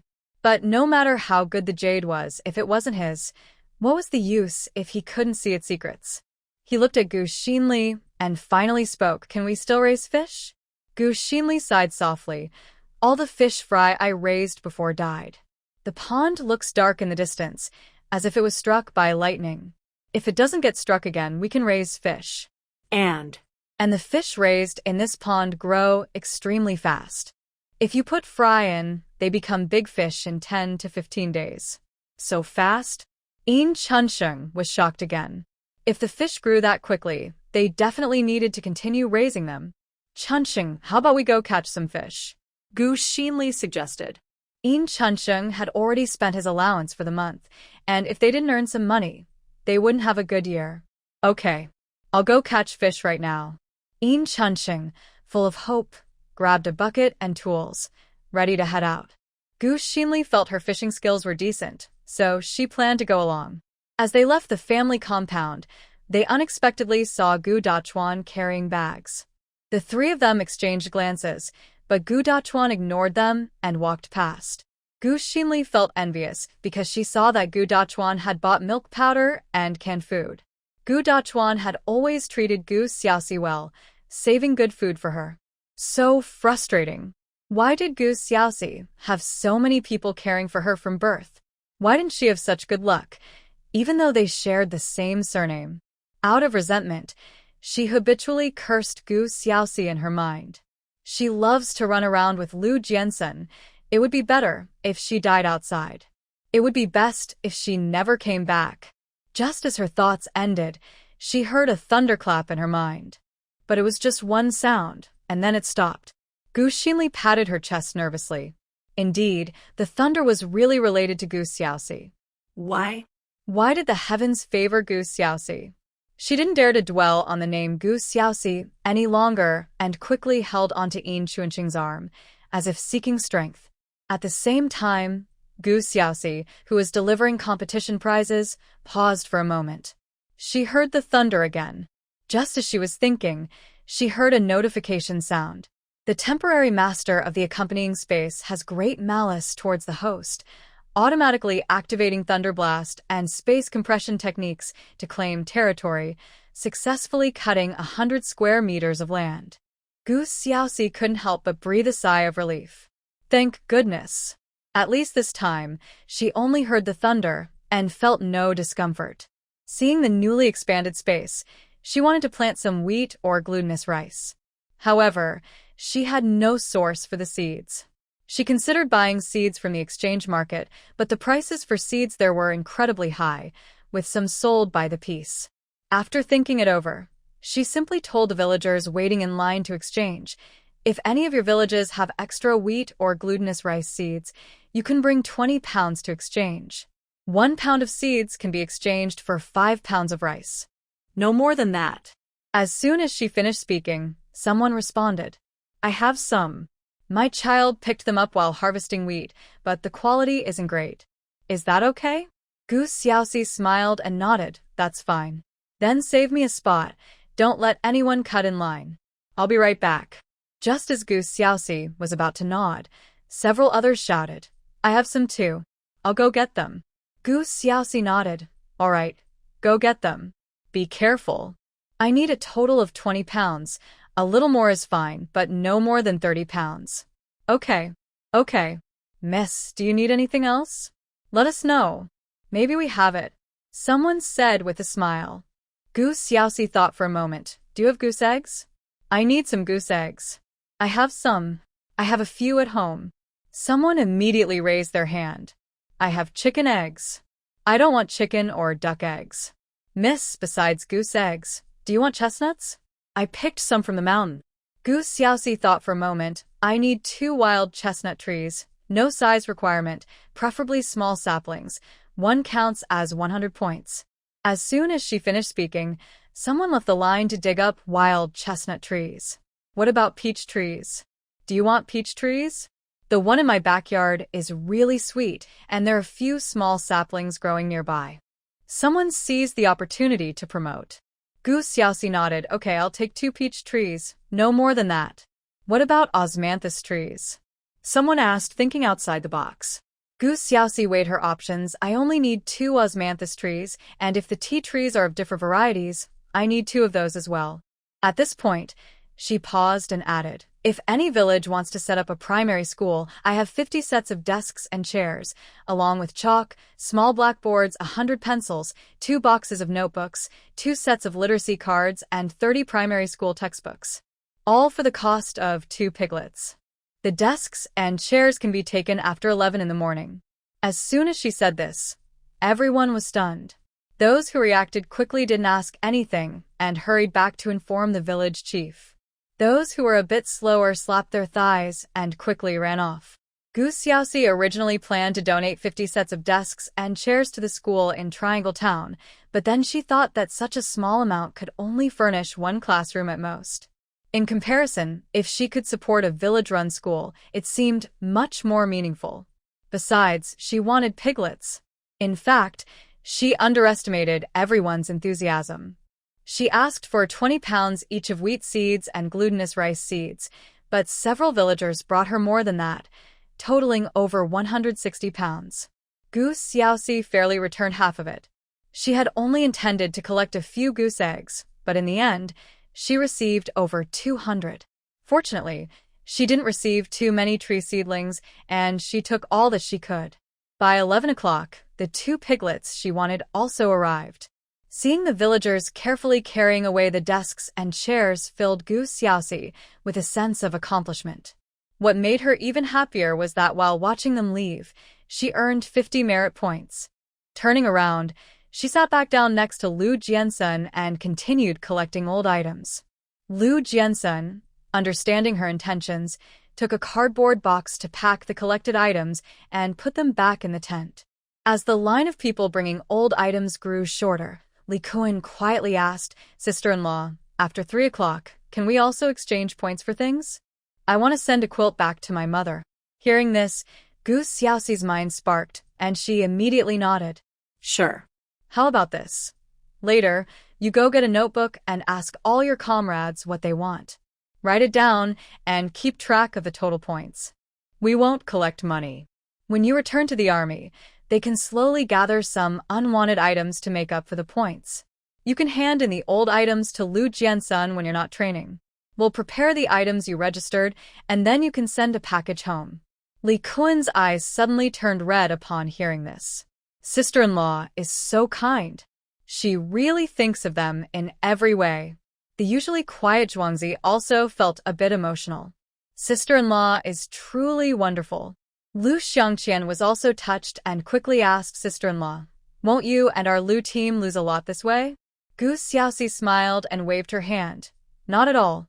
If we make good use of old items, it saves a lot of money.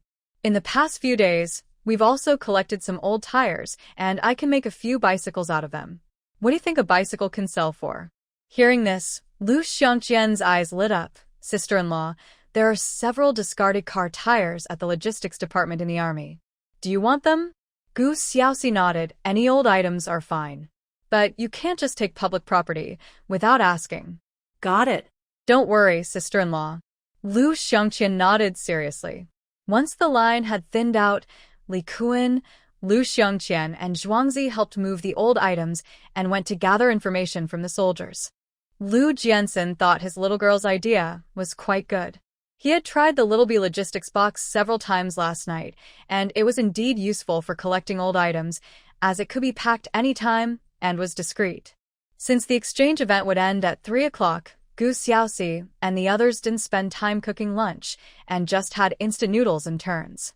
At 2 o'clock in the afternoon, Gu Xiaoxi sent someone to spread the word, no longer allowing new people to queue for the exchange.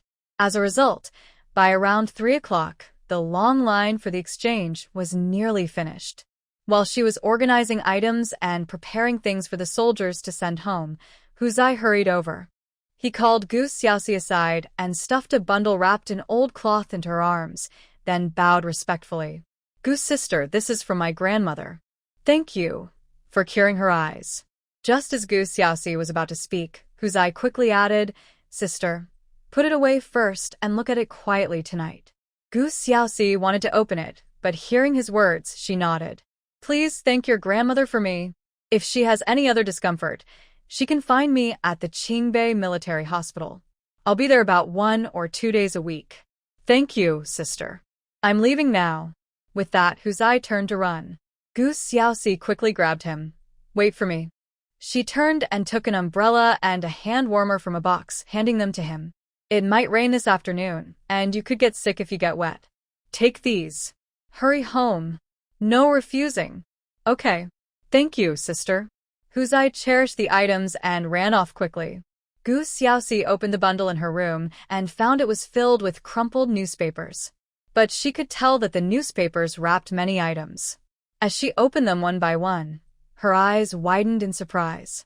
Inside the old newspapers were gold and silver jewelry, including gold hairpins, gold combs, jade bracelets, jade pendants, jade charms, gemstone necklaces, earrings, and dozens of other pieces. Huzai's family was surprisingly wealthy. It made sense. Huzai's grandmother had such beautiful hair, so their living conditions must have been good in the past. But in these times, these items couldn't be easily used, or else their family situation wouldn't be poor. With mixed feelings, she placed everything into the old goods storage. Then she went to the back tent and collected the old items into the storage. However, when her gaze fell on the 2 spirit tablets, she felt troubled again. What to do with these? Throwing them away? Isn't that taboo? After some hesitation, she bravely decided to put the 2 spirit tablets into the old goods storage.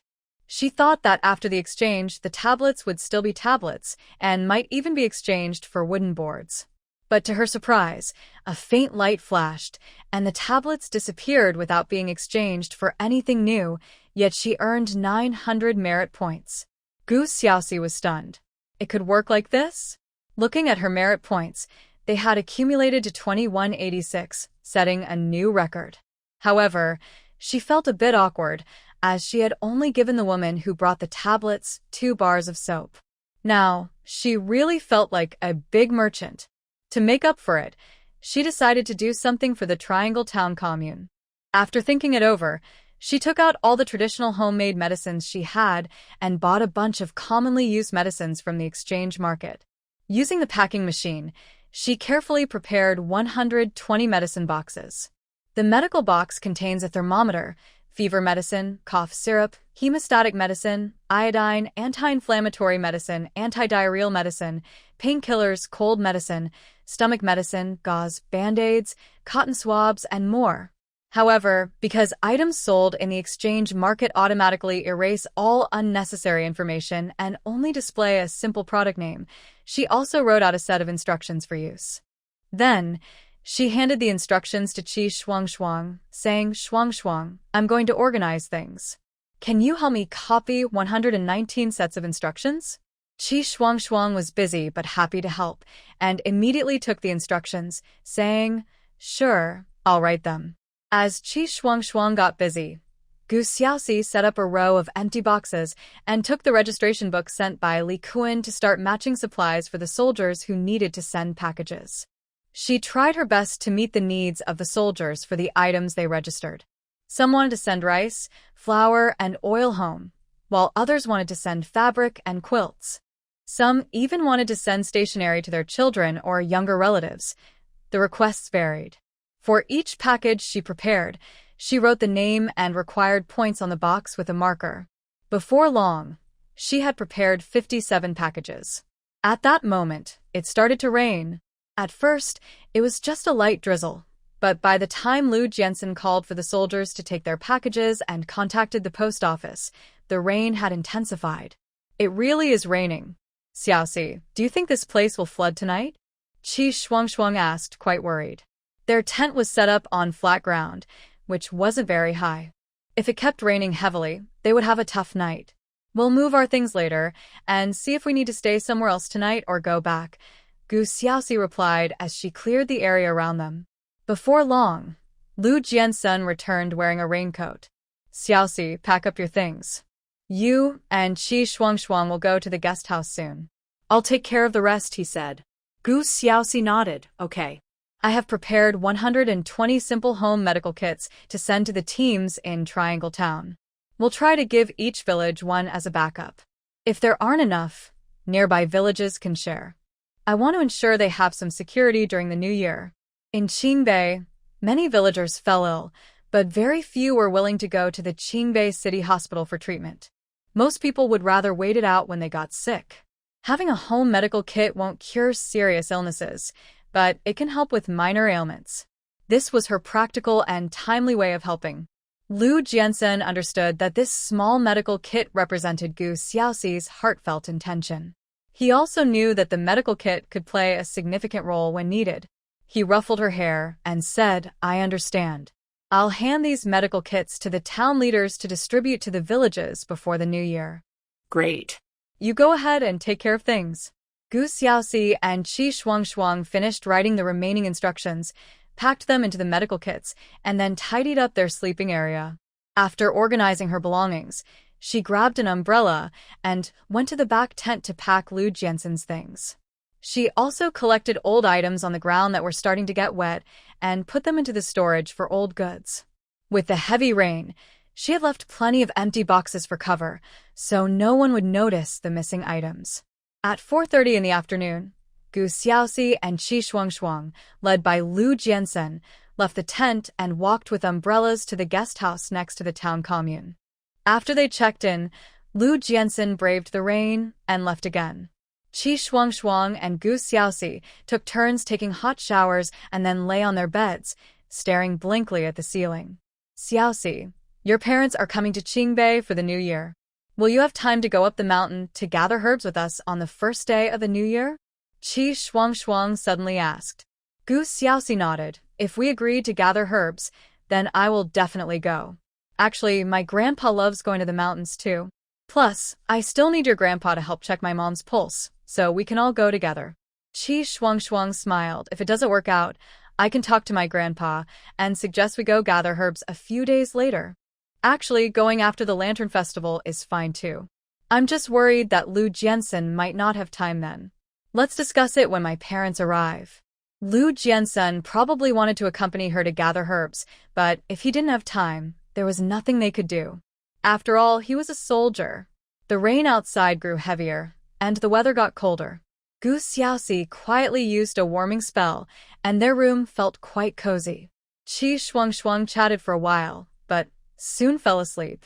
Unable to sleep, Gu Xiaoxi quietly got out of bed, used a soundproof spell next to Qi Shuangshuang so she could rest well, and then slipped into her small space. Looking at the vast rice fields, she felt quite emotional. From now on, she wouldn't have to worry about being hungry. After planting the various saplings she exchanged for today, her gaze suddenly fell on the small pit she initially used for raising fish and shrimp. Now there were plenty of shrimp, but still only one fish. It was time to dig a bigger pond. As soon as the thought crossed her mind, a pond appeared downstream of the moon's Spirit Lake Spring, and the fish and shrimp from the small pit were instantly transferred there by a white light. Gu Xiaoxi nodded in satisfaction, then went to collect eggs and killed 2 chickens. After processing the chickens, she suddenly realized she needed a kitchen. In the future, she could easily come to her space to cook whenever it was convenient. Thinking of this, she immediately looked at the exchange market. She remembered seeing something about a smart kitchen before. After searching around, she indeed found a display selling smart kitchens, but the price was quite high, over 192,000 points.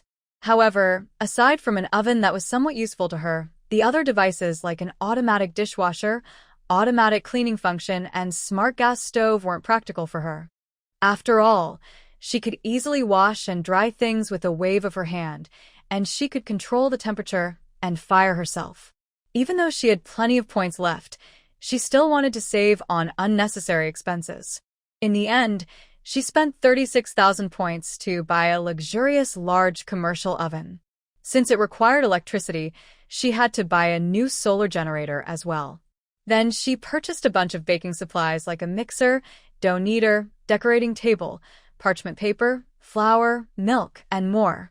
After buying everything, she cleverly moved a pile of wooden boards from the new product display area into her small space and used the system's all-purpose packing machine, intending to pack her newly purchased items. In fact, her idea worked. After her operation, the box shape of the commercial oven slowly transformed into the shape of a wooden house. Gu Xiaoxi carefully selected and redesigned according to her preferences, then bought some glass from the exchange market to add to the packing machine. Soon, the wooden house she designed had windows with glass. Later, she thought the windows were too small, so she replaced an entire wall with glass and even changed the door to a glass door. At first, the roof of the wooden house was a standard wooden roof that could be tiled, but then she changed it to a smooth, curved shape. By the time the wooden house was finished, a unique baking room had appeared near the moon's spirit lake spring. After designing the electrical system, Gu Xiaoxi took various pots and pans that were originally in the new product display room, used the packing machine to create a row of shelves against the wall, and made a long table for baking. As for chairs, she had plenty in the display room, so she just took 2. After organizing the miscellaneous items, she bought a smart rice cooker and a portable Firestone stove from the exchange market. After cleaning the rice cooker, she rinsed some rice and cooked a pot of rice. Then, she went to the field to pick some green beans, pulled some vegetables, and picked an eggplant, which she washed in the small stream below Moon Spirit Lake. Even though she could have used a cleaning spell to wash everything at once, this time, she patiently cleaned them slowly. For her, she enjoyed this moment of leisure and comfort. Once the vegetables were clean, she stir-fried a plate of greens, a plate of green beans with eggplant, a plate of braised shrimp, and a pot of chicken with chestnuts. Finally, she made a bowl of steamed egg. After preparing the meal, she took out the lunch boxes and packed everything before leaving the space. Back in her room, Qi Shuangshuang was still asleep. Checking her watch, it was just 7:30. The rain was still falling outside. Although it was warm inside, it was wet and cold outside. When Gu Xiaoxi opened the door, a rush of cold air hit her, making her sneeze. She quickly closed the door and rubbed her hands together. Forget it, time to eat. She took out the packed lunch boxes, ate one herself, and sealed the rest with space-sealing stickers.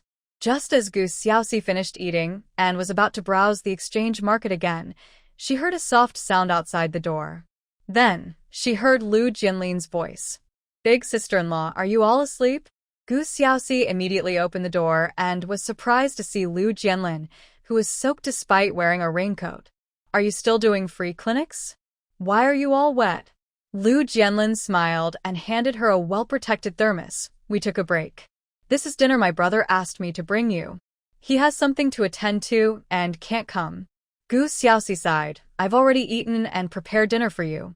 Saying this, she turned and took 2 lunch boxes from the table for him. "Where do you live?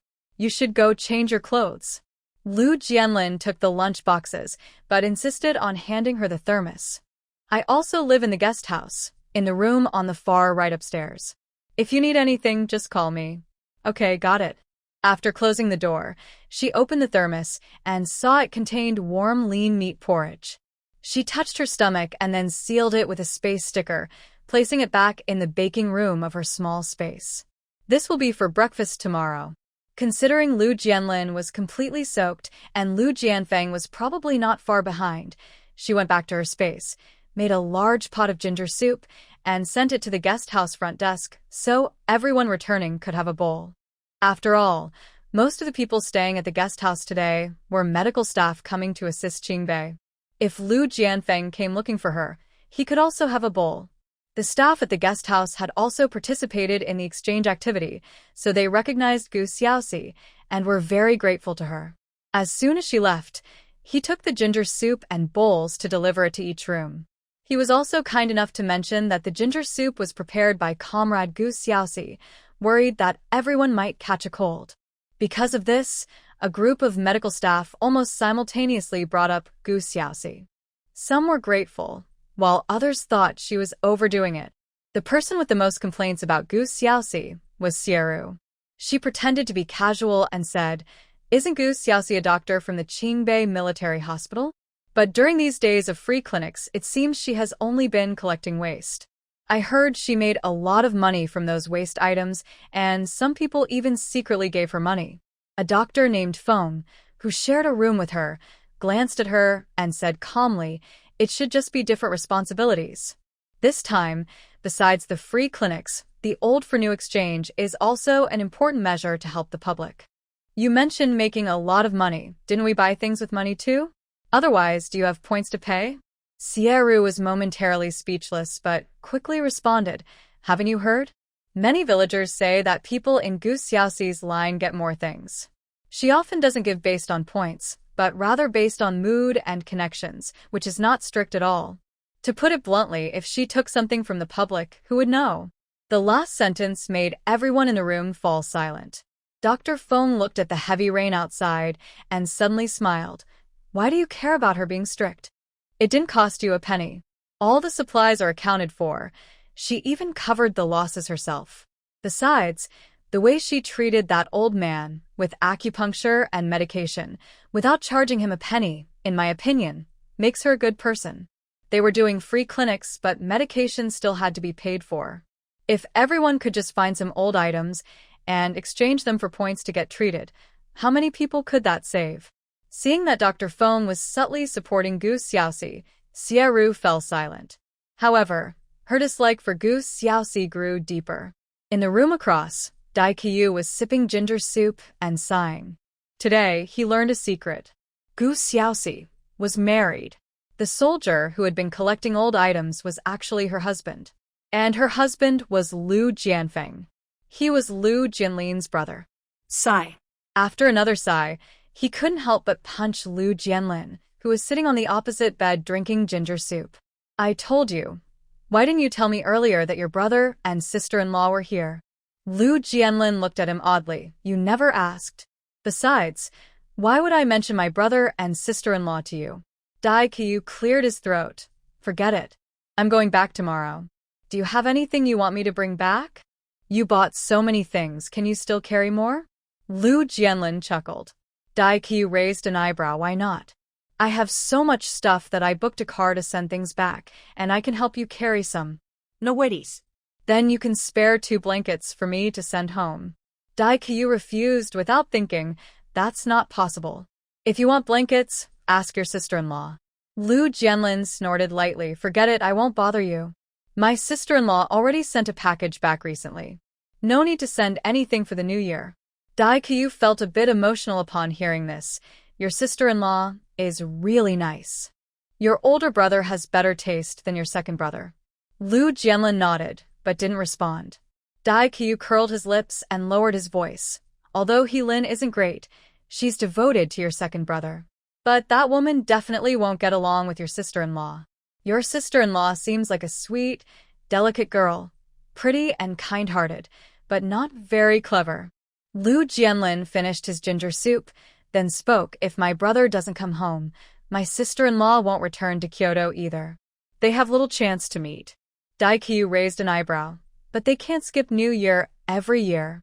As long as Heilin and your second brother stay together, there will definitely be conflicts between her and your sister-in-law. Do you believe that?" Lu Jianlin frowned. "Are you so sure?" Dai Qiu chuckled softly. "Who am I? I dare say Heilin is among the top 3 schemers I've met. She can manipulate Bai Wenyue. Think about it. Bai Wenyue is really just a foolish, reckless person, single-minded. Heilin, on the other hand, is like a silent but cunning dog. I genuinely think your sister-in-law is a good person, which is why I'm saying this. If you want harmony in your family, you need to pay more attention to Heilin and protect your sister-in-law." Listening to Dai Qiu's comments, Lu Jianlin felt mixed emotions. It showed just how poor his second brother's judgment was. "Hey, don't think I'm nagging. I consider you a friend, and I really believe your sister-in-law is good." Dai Qiu sighed again. Lu Jianlin glared at him. "My sister-in-law is good. You don't need to keep repeating it. Stop thinking about unnecessary things." Dai Qiu shrugged. "I'm just envious of your brother." By the way, does your sister-in-law have any unmarried sisters or cousins? Lu Jianlin looked at him in disbelief. Don't even think about it. My sister-in-law only has one older brother in the army. She has a cousin, but they are rivals. That cousin even married a deputy commander who doesn't get along with my brother, also in the Qingbei military district. Dai Qiu scoffed. That's quite exciting. Yeah. By the way, aren't you looking to buy 100-year-old ginseng? After the new year, old Qi will take my sister-in-law to the mountains to gather herbs, and I'll go too. I'll keep an eye out for you. If old Qi or my sister-in-law finds ginseng, I'll contact you. Dai Qiu perked up. What day are you going herb gathering? Can you take me along? I want to shine a little too. Lu Jianlin snorted. Aren't you busy making big money and collecting red envelopes during the new year? We might go on the first day of the new year. Can you make it? Dai Qiu laughed. Not on the first day. I can go after the 8th. Can't you go a little later? We'll see then. It depends on my sister-in-law and old Qi's plans. If you go later, just find a way to let me know. If I can personally dig up 100-year-old ginseng, my old man will definitely support me. Go to sleep. Dream about whatever you want. Lu Jianlin ignored him. He also wanted to dig up 100-year-old ginseng. But it wouldn't be that easy. In Kyoto, the Lu family, Grandpa Lu and Grandma Lu were packing up to move. Lu Lianxing couldn't stop them and, feeling frustrated, kicked his son Lu Jianya. It's all your fault for being unfilial. Lu Jianya didn't dare to speak and knelt beside them. Wei Minjing found her son in the way and pulled him aside. Your grandparents are upset. Don't be a nuisance here. Go back to your room. Mom. Lu Jianya started to speak but was interrupted by Wei Minjing. Don't call me. I'm upset too. Grandpa and Grandma had lived in the military compound for decades, but because of He Lin's antics, they were so angry they decided to move out overnight. Lu Jianya opened his mouth but ultimately stayed silent. After packing what he wanted to take, Grandpa Lu said to his son, "That's it. Don't blame Jianya anymore. Although the old Lu house was taken back by He Lin through some connections, it is still our family's property. Sure, the house is old and a bit shabby, but it's livable. We can renovate it later, and I believe Shaoxin and Xiaoxi will like it." Hearing this, Lu Jianya didn't know what to say. He was unaware of He Lin's theft of his grandfather's ginseng. However, He Lin was his wife, and explaining wouldn't help. What bothered the family more was that the precious ginseng was actually brought back by his older brother and sister-in-law through Sinan Yu. Grandpa didn't even want to cut a slice to eat, and now the family probably thought He Lin wanted to drive the elderly away. Grandpa Lu took a few steps outside and then seriously told his son, "Lianxing, I'm telling you now, since I moved into the old house today, it belongs to me and has nothing to do with you. I plan to leave it to Shaoxin and Xiaoxi. As for your things, you can decide whether to leave them to Jianya or Jianlin. It's up to you." Lu Lianxing sighed. "Dad, what are you saying? I won't be thinking about your house. If you want to give it to Shaoxin and Xiaoxi, then give it to them. Jianya doesn't have the face to ask for it." Lu Jianya hung his head. He truly felt ashamed. He Lin's actions were a slap in the face to him and his grandparents. Grandpa Lu nodded. No matter if they have face or not, it's better to clarify now. This way, we can avoid conflicts later. Grandma Lu chimed in. It's indeed better to clarify. Jianya, you're not a child anymore, but you make decisions too carelessly. You have to live your own life. Take care of yourself. Though she was older, she wasn't blind. That He Lin was looking down on them. First by Wenyue, then He Lin, these two women made her realize that her grandson had serious judgment issues. Very serious issues. Of course, she and her husband wanted to move not because they were afraid of He Lin, but because they genuinely wanted to return to the old Lu house. There were several benefits to returning to the old house. They could protect it and avoid family conflicts. Seeing less of He Lin would mean less annoyance and stress, allowing them to live a few more years. Most importantly, they could leave a set of ancestral property for Shaoxin and Xiaoxi. She couldn't bear to see her eldest grandson not come home every new year just to avoid family conflicts. She wanted Shaoxin to always have a home to return to and be willing to come back. This was something she had discussed with her husband. So once they packed up, they left without any reluctance. Lu Lianqing and Wei Minjing quickly helped move things and sent the elderly couple off. Outside the military compound, Si Nanyu had already arrived with the moving truck. Seeing they were ready, he hurried over to help. When he saw Lu Jianya, he shook his head expressionlessly and walked away. Tomorrow, he needed to call Lu Jianchen. The next day, when Gu Xiaoxi woke up, the rain outside had stopped. Qi Shuangshuang had gotten up even earlier and was not in the room. She quickly packed her things and took out the lean meat porridge from yesterday. As she was finishing her preparations and slowly eating breakfast, she heard Lu Jiansen's voice outside the door. "Xiaoxi, are you awake?" Gu Xiaoxi immediately got up and opened the door. Seeing that Lu Jiansen was also holding breakfast, she smiled. "Did you come to have breakfast with me?" Lu Jiansen closed the door and gently kissed her forehead. "I've already eaten. This is breakfast for you. There are buns and soy milk. Do you want some? Then you eat a bit more. I want to drink porridge." Gu Xiaoxi looked him up and down. "Where did you sleep last night?" "I slept in the tent. I was busy until late and didn't come to find you." What Lu Jiansen didn't say was that he had been busy all night and only managed to sleep a little after dawn. Gu Xiaoxi took a few sips of porridge and then asked, "Are we going back today?" "Today, the free clinic event has one more day, so we probably won't be able to go back until the evening." Gu Xiaoxi looked at the sky outside and hesitated before saying, "The temperature dropped a lot today. It might snow in the afternoon. It's too cold for the free clinic outside." Lu Jiansen gently rubbed her head. "Today, the location of the free clinic has moved to the town health center and the local elementary school. You can rest at the guest house today, and we'll go back in the evening." "Okay." Gu Xiaoxi nodded. After finishing her porridge, she handed a large bag of money she had earned over the past 2 days to Lu Jiansen. "You still need to settle the bill, right? Here you go." Lu Jiansen could tell that his little girl hadn't counted it. So, he poured the money onto the table and began counting it one by one.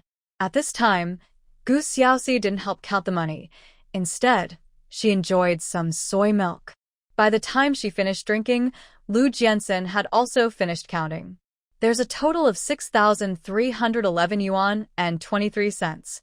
I only need to pay 1,080 here." Gu Xiaoxi was a bit surprised. "So, the remaining 5,000 plus is our profit?" "You still have costs to consider," Lu Jiansen reminded her with a smile. Gu Xiaoxi nodded. "That's true. I spent quite a bit too." However, she had used points for her expenses. Thinking about it, the 5,000 plus they earned mostly came from Daikyu, with the rest being small amounts. "I'll take 1,001 and you keep the rest." Lu Jiansen returned the remaining money to her. "Don't you want to keep some extra money on you for emergencies?" Gu Xiaoxi didn't think it was necessary for him to give her all his money every month. Besides, Lu Jiansen wasn't the type to spend recklessly, so she felt at ease. "No need. I already have no spare cash on me." Seeing that he didn't want it, Gu Xiaoxi put the remaining money away. "Wife, I'm going to settle the bill with the supply and marketing cooperative now. I'll come back to find you at noon." Lu Jiansen gently wiped the corner of her mouth. Gu Xiaoxi thought she might have gotten some soy milk on her lips while drinking, so she unconsciously licked it. Just as Lu Jiansen was about to leave, he couldn't help but wrap his arms around her waist and leaned down to kiss her lips. After a passionate kiss, he reluctantly let go of her and left. Gu Xiaoxi patted her flushed cheeks and then closed the door to go out. Since it wasn't raining, she could walk around nearby. Maybe it was fate. She didn't walk far before she unexpectedly ran into Sieru. Sieru was carrying a medical box and, upon seeing Gu Xiaoxi, glared at her fiercely without greeting. Gu Xiaoxi felt a bit confused but ignored her. However, looking at Sieru's back, she suddenly wanted to take a photo to show her parents. This woman really looked a lot like her aunt, Gu Yilan. Lost in thought, she suddenly remembered something and quickly looked at her exchange mall. After searching for a while, she spent 23,000 points to buy a premium instant camera gift package. She planned to find an opportunity to secretly take a photo of Sieru. With this idea in mind, She found a nearby spot to sit and quietly wait for Sierra to pass by again on her way back to the guest house. While waiting, she continued browsing the exchange mall to see if there was anything else she needed to buy. Before long, her gaze landed on a slim smartphone with global signal coverage and instant calling capabilities. But in this era, there were no signal towers, so buying it would be useless. Sigh. Forget it.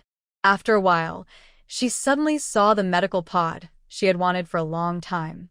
But just as she clicked to buy, the display showed sold out again. This was frustrating. It was too popular. Turning around, she checked the display for the small B space logistics box. She found it also showed sold out, and there was no restock. It seemed that buying things in the exchange mall required some luck. With this thought, she decided to buy anything she wanted as soon as she saw it in the future. Continuing to scroll down. This spa massage bathtub looks good. Although it costs 100,000 points, it comes with a matching shower head and 24 space water beads, which seems like a good deal. Gu Xiaoxi tapped her finger and bought it. Huh. An all-smart eco-circulating technology toilet? That sounds impressive. It can turn waste into technological fertilizer. That's very practical. Gu Xiaoxi thought for a moment and bought it too. A 300,000-point ultrasoft silk mattress? It also comes with a bed made of calming wood. Although she didn't know what ultrasoft silk was, the description said this mattress could provide good sleep and was a blessing for insomnia patients. Even though she didn't have insomnia, she thought it was worth trying. Just after buying the mattress, a prompt sound suddenly echoed in her mind. Congratulations! The host's total spending points have reached purple level A grade.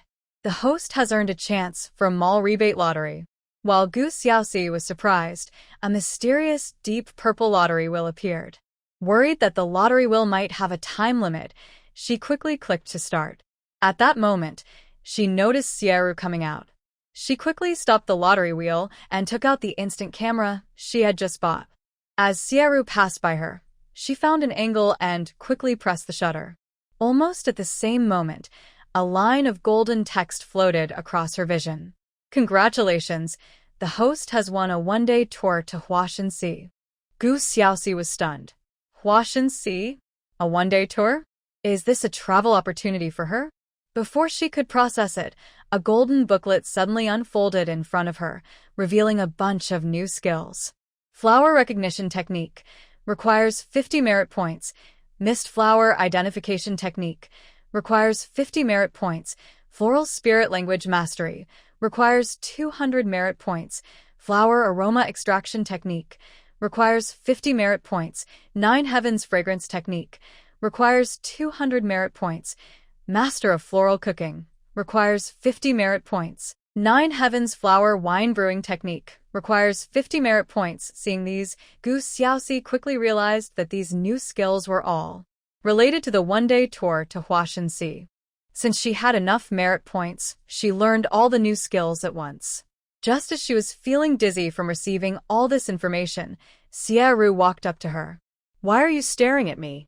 Gu Xiaoxi paused for a moment, resting her chin on her hand, hiding the photo from the instant camera. She had been looking at the new skills in the golden booklet, and perhaps Sierra thought she was staring at her. Noticing Sierra's unfriendly gaze, she weighed her words before saying, "You look like someone I know. Do you have relatives in Huai City?"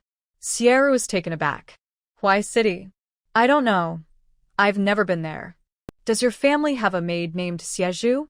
Where is she from? Sierra frowned. You even know my parents' maid is named Xiezhu? Gu Xiaoxi chuckled lightly. My husband is Liu Jiansen from the Liu family in Kyoto. Knowing you are from the Xie family isn't strange, right? Sierra was surprised.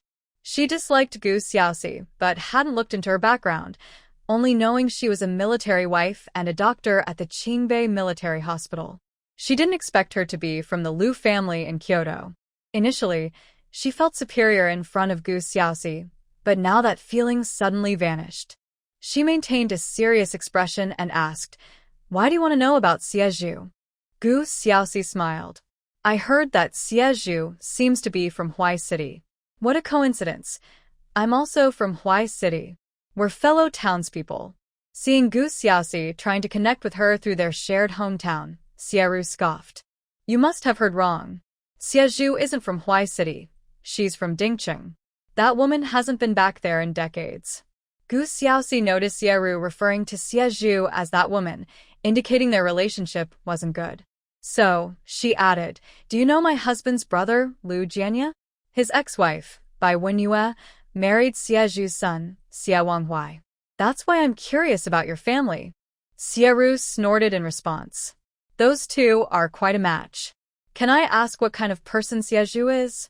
Gu Xiaoxi casually inquired, then pulled a shiny red apple from her pocket and offered it to Xieru. Fresh fruit was rare, especially in winter, and seeing a juicy apple was quite surprising. Although Xieru didn't like Gu Xiaoxi, she did like apples. Seeing Gu Xiaoxi offering her an apple, which seemed to indicate she wanted to hear some gossip, she accepted it. She adjusted her expression and said something trivial. Xiezhu has been our maid for decades. I can't say she's kind or bad. I just don't like her. You want to know if Bai Wenyue is doing well at the Xie family, right? You'd be shocked. Xiezhu treats Bai Wenyue like her own daughter. Xie Wanghuai likes her too. Even my parents don't mind that Bai Wenyue was previously married. Gu Xiaoxi. Your family is so generous? Gu Xiaoxi was quite surprised. Xieru tossed her hair and huffed. The Xie family is a kind family. They say kind families will have good fortune. Our family has always been kind to others. Hearing this, Gu Xiaoxi couldn't help but laugh. Then how come I remember you didn't inherit that tradition? Xieru suddenly glared at her. You look gentle, but you have a lot of bad thoughts. Gu Xiaoxi didn't mind her attitude this time and smiled casually. It's fine, I'm leaving. Since you gave me an apple, I'll tell you that Bai Wenyue doesn't have to worry about food at the Xie family, but if she misbehaves, she'll get punished sooner or later. With that, Xieru turned and walked away. Gu Xiaoxi was surprised by Xieru's words but soon understood. Although her focus was on Xiezhu, the divorce between Lu Jianye and Bai Wenyue had a significant impact. Many people knew Bai Wenyue once liked Lu Jiansen, and Xieru probably thought she wanted Bai Wenyue to suffer as much as possible. Of course, that wasn't wrong. Bai Wenyue was a terrible person.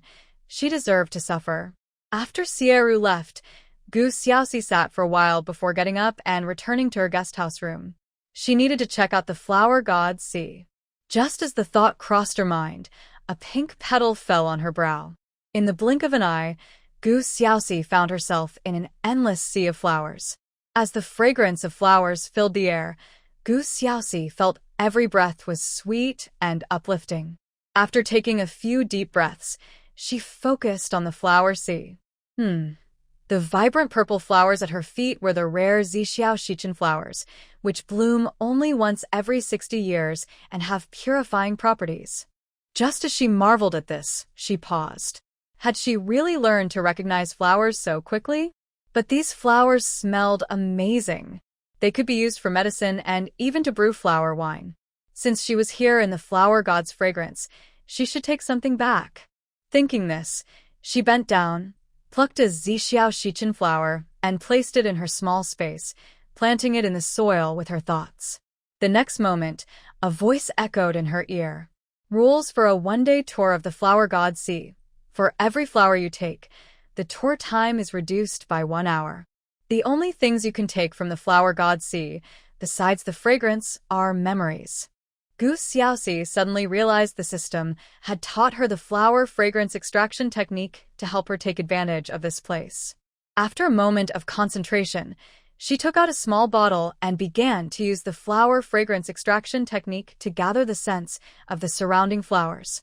After filling a bottle with the fragrance, she sealed it with a special method unique to the extraction technique, preventing the scent from escaping. After preserving the rich floral fragrance in over 100 bottles, she started extracting the unique scents from special flowers. She busily ran around the flower god sea for 2 hours. Feeling tired, she found a spot to sit, inhaled some floral fragrance, and admired the flowers around her. As she observed the flowers, she realized she could understand what they needed. For example, one Ju Yuxiang wanted a bath, so Gu Xiaoxi fetched water from her moon spirit lake spring and used the cleansing technique to give it a wash. Then, Jiu Yuxiang gave her a branch to cultivate. The best part was that it didn't cost her any time. After this experience, she occasionally pinched off a tender shoot, caught a bug, or pulled some weeds. Gradually, the plants in her small space began to multiply. Sometimes it was branches, sometimes seedlings, sometimes leaves, sometimes petals, and sometimes roots. In short, the plants in the flower god's sea were all sentient. After 6 hours, Gu Xiaoxi stopped to rest for a moment and rubbed her sore legs. The flower sea was so vast, she felt like she hadn't walked very far at all. No, I need to adjust my focus and work harder. I should gather more flowers and herbs. Such opportunities are rare. Who knows when I will get another chance? With this belief, she took advantage of the fragrant flowers around her and extracted the scents she needed, creating a healing incense called 9 Heavens Concentration Incense. To be honest, just smelling this incense made her feel energized. At the same time, she felt a warm energy flowing through her body, instantly washing away all her fatigue. Feeling revitalized, she quickly made over 100 bottles of 9 Heavens concentration incense and continued to run through the flower sea. What Gu Xiaoxi didn't know was that she wasn't the only one in this flower sea. Someone had suddenly pulled a few flowers and then disappeared. Others headed deep into the flower sea towards the flower spirit mist garden, hoping to collect rare spiritual plants. Gu Xiaoxi wasn't thinking too much. She just took whatever she saw.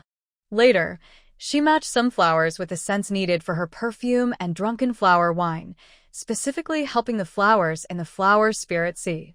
Overall, her main goal was to transplant as many different types of flowers as possible into her small companion space without needing a lot of any one kind. It wasn't that she didn't want more, she just didn't have the time. So, lost in the flower sea, she busily calculated her 11 hours, trying to maximize her gains.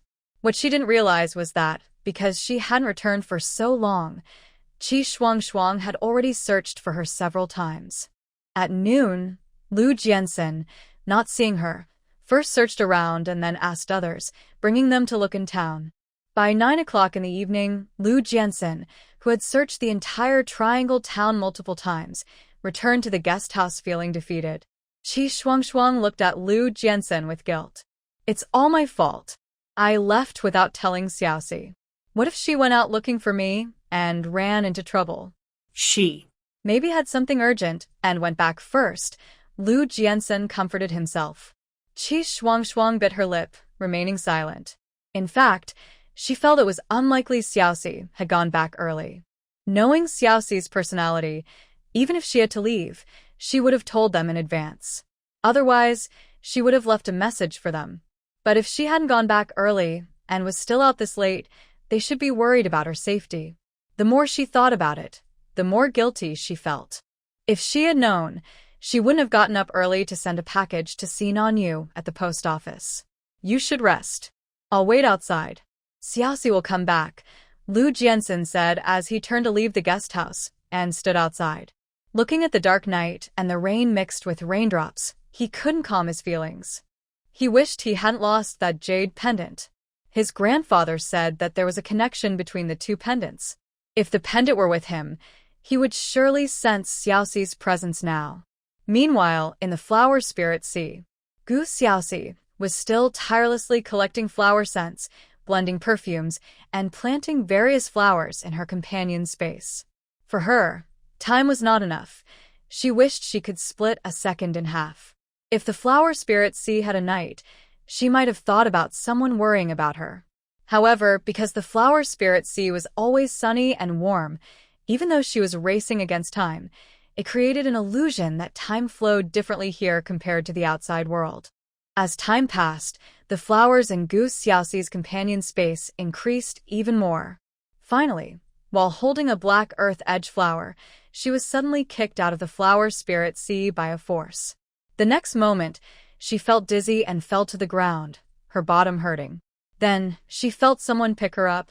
Gu Xiaoxi turned her head and saw it was Lu Jiansen, and she couldn't help but wrap her arms around his waist in grievance.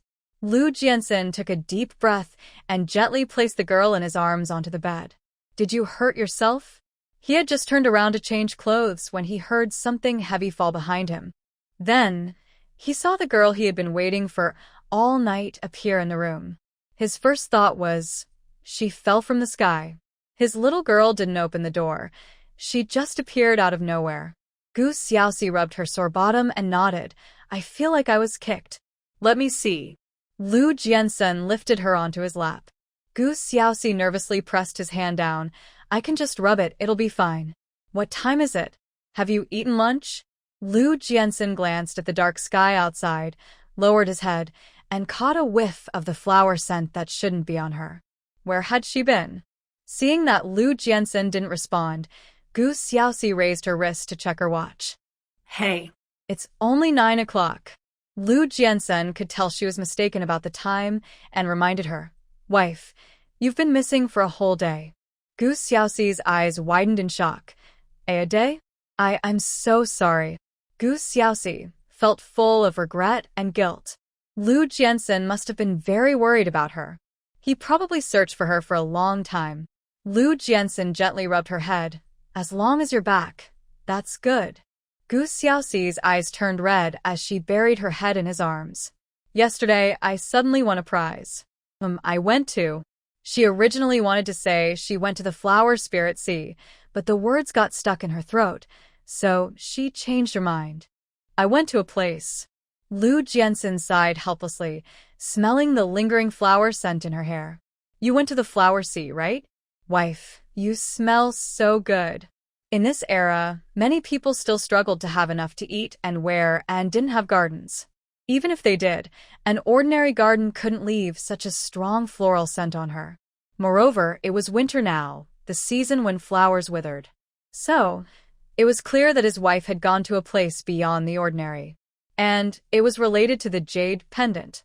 Seeing that Lu Jiansen guessed correctly, Gu Xiaoxi nodded and then raised her hand to smell again. It really did smell nice. "By the way, where's Shuang?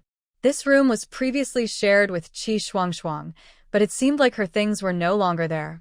This morning, I let her go back with Lu Jianlin.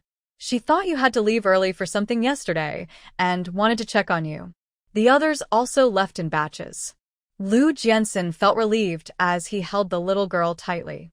He was glad he was still here and staying in this room. He really couldn't imagine what would happen if someone else was staying in this room. "Should we go back now?"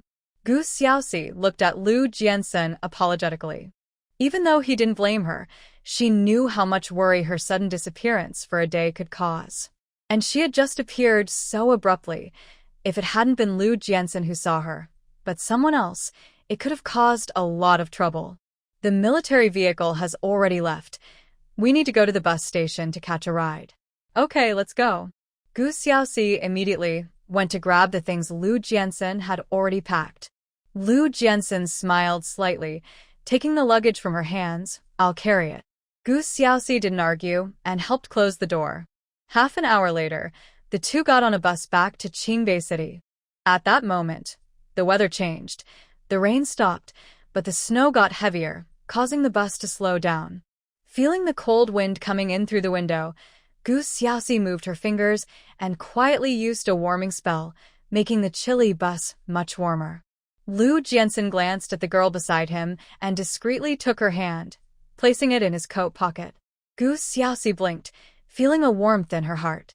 He must think she's cold. Turning her head to look at the swirling snow outside, her thoughts settled, and she found herself not thinking about anything. After a while, a loud bang suddenly echoed in her mind. She froze for a moment, quickly sitting up straight and focusing on the source of the sound in her companion's face. However, all she saw were rice and peanut fields, along with the flowers and plants she had moved in. There was nothing that could make such a noise. Just as she was puzzled, another loud bang came from deep within the edges of her companion's space. It sounded like someone was smashing something, but in her companion's space, aside from raising some chickens, 2 piglets, and a group of newly hatched ducklings and goslings, there was nothing else. What could be making that noise? While she was lost in thought, a notification sound suddenly rang in her mind. Warning: the jade pendant of the companion space has been severely hit and is at risk of shattering. If the host wants to preserve the companion space, please recover some fragments within 12 hours.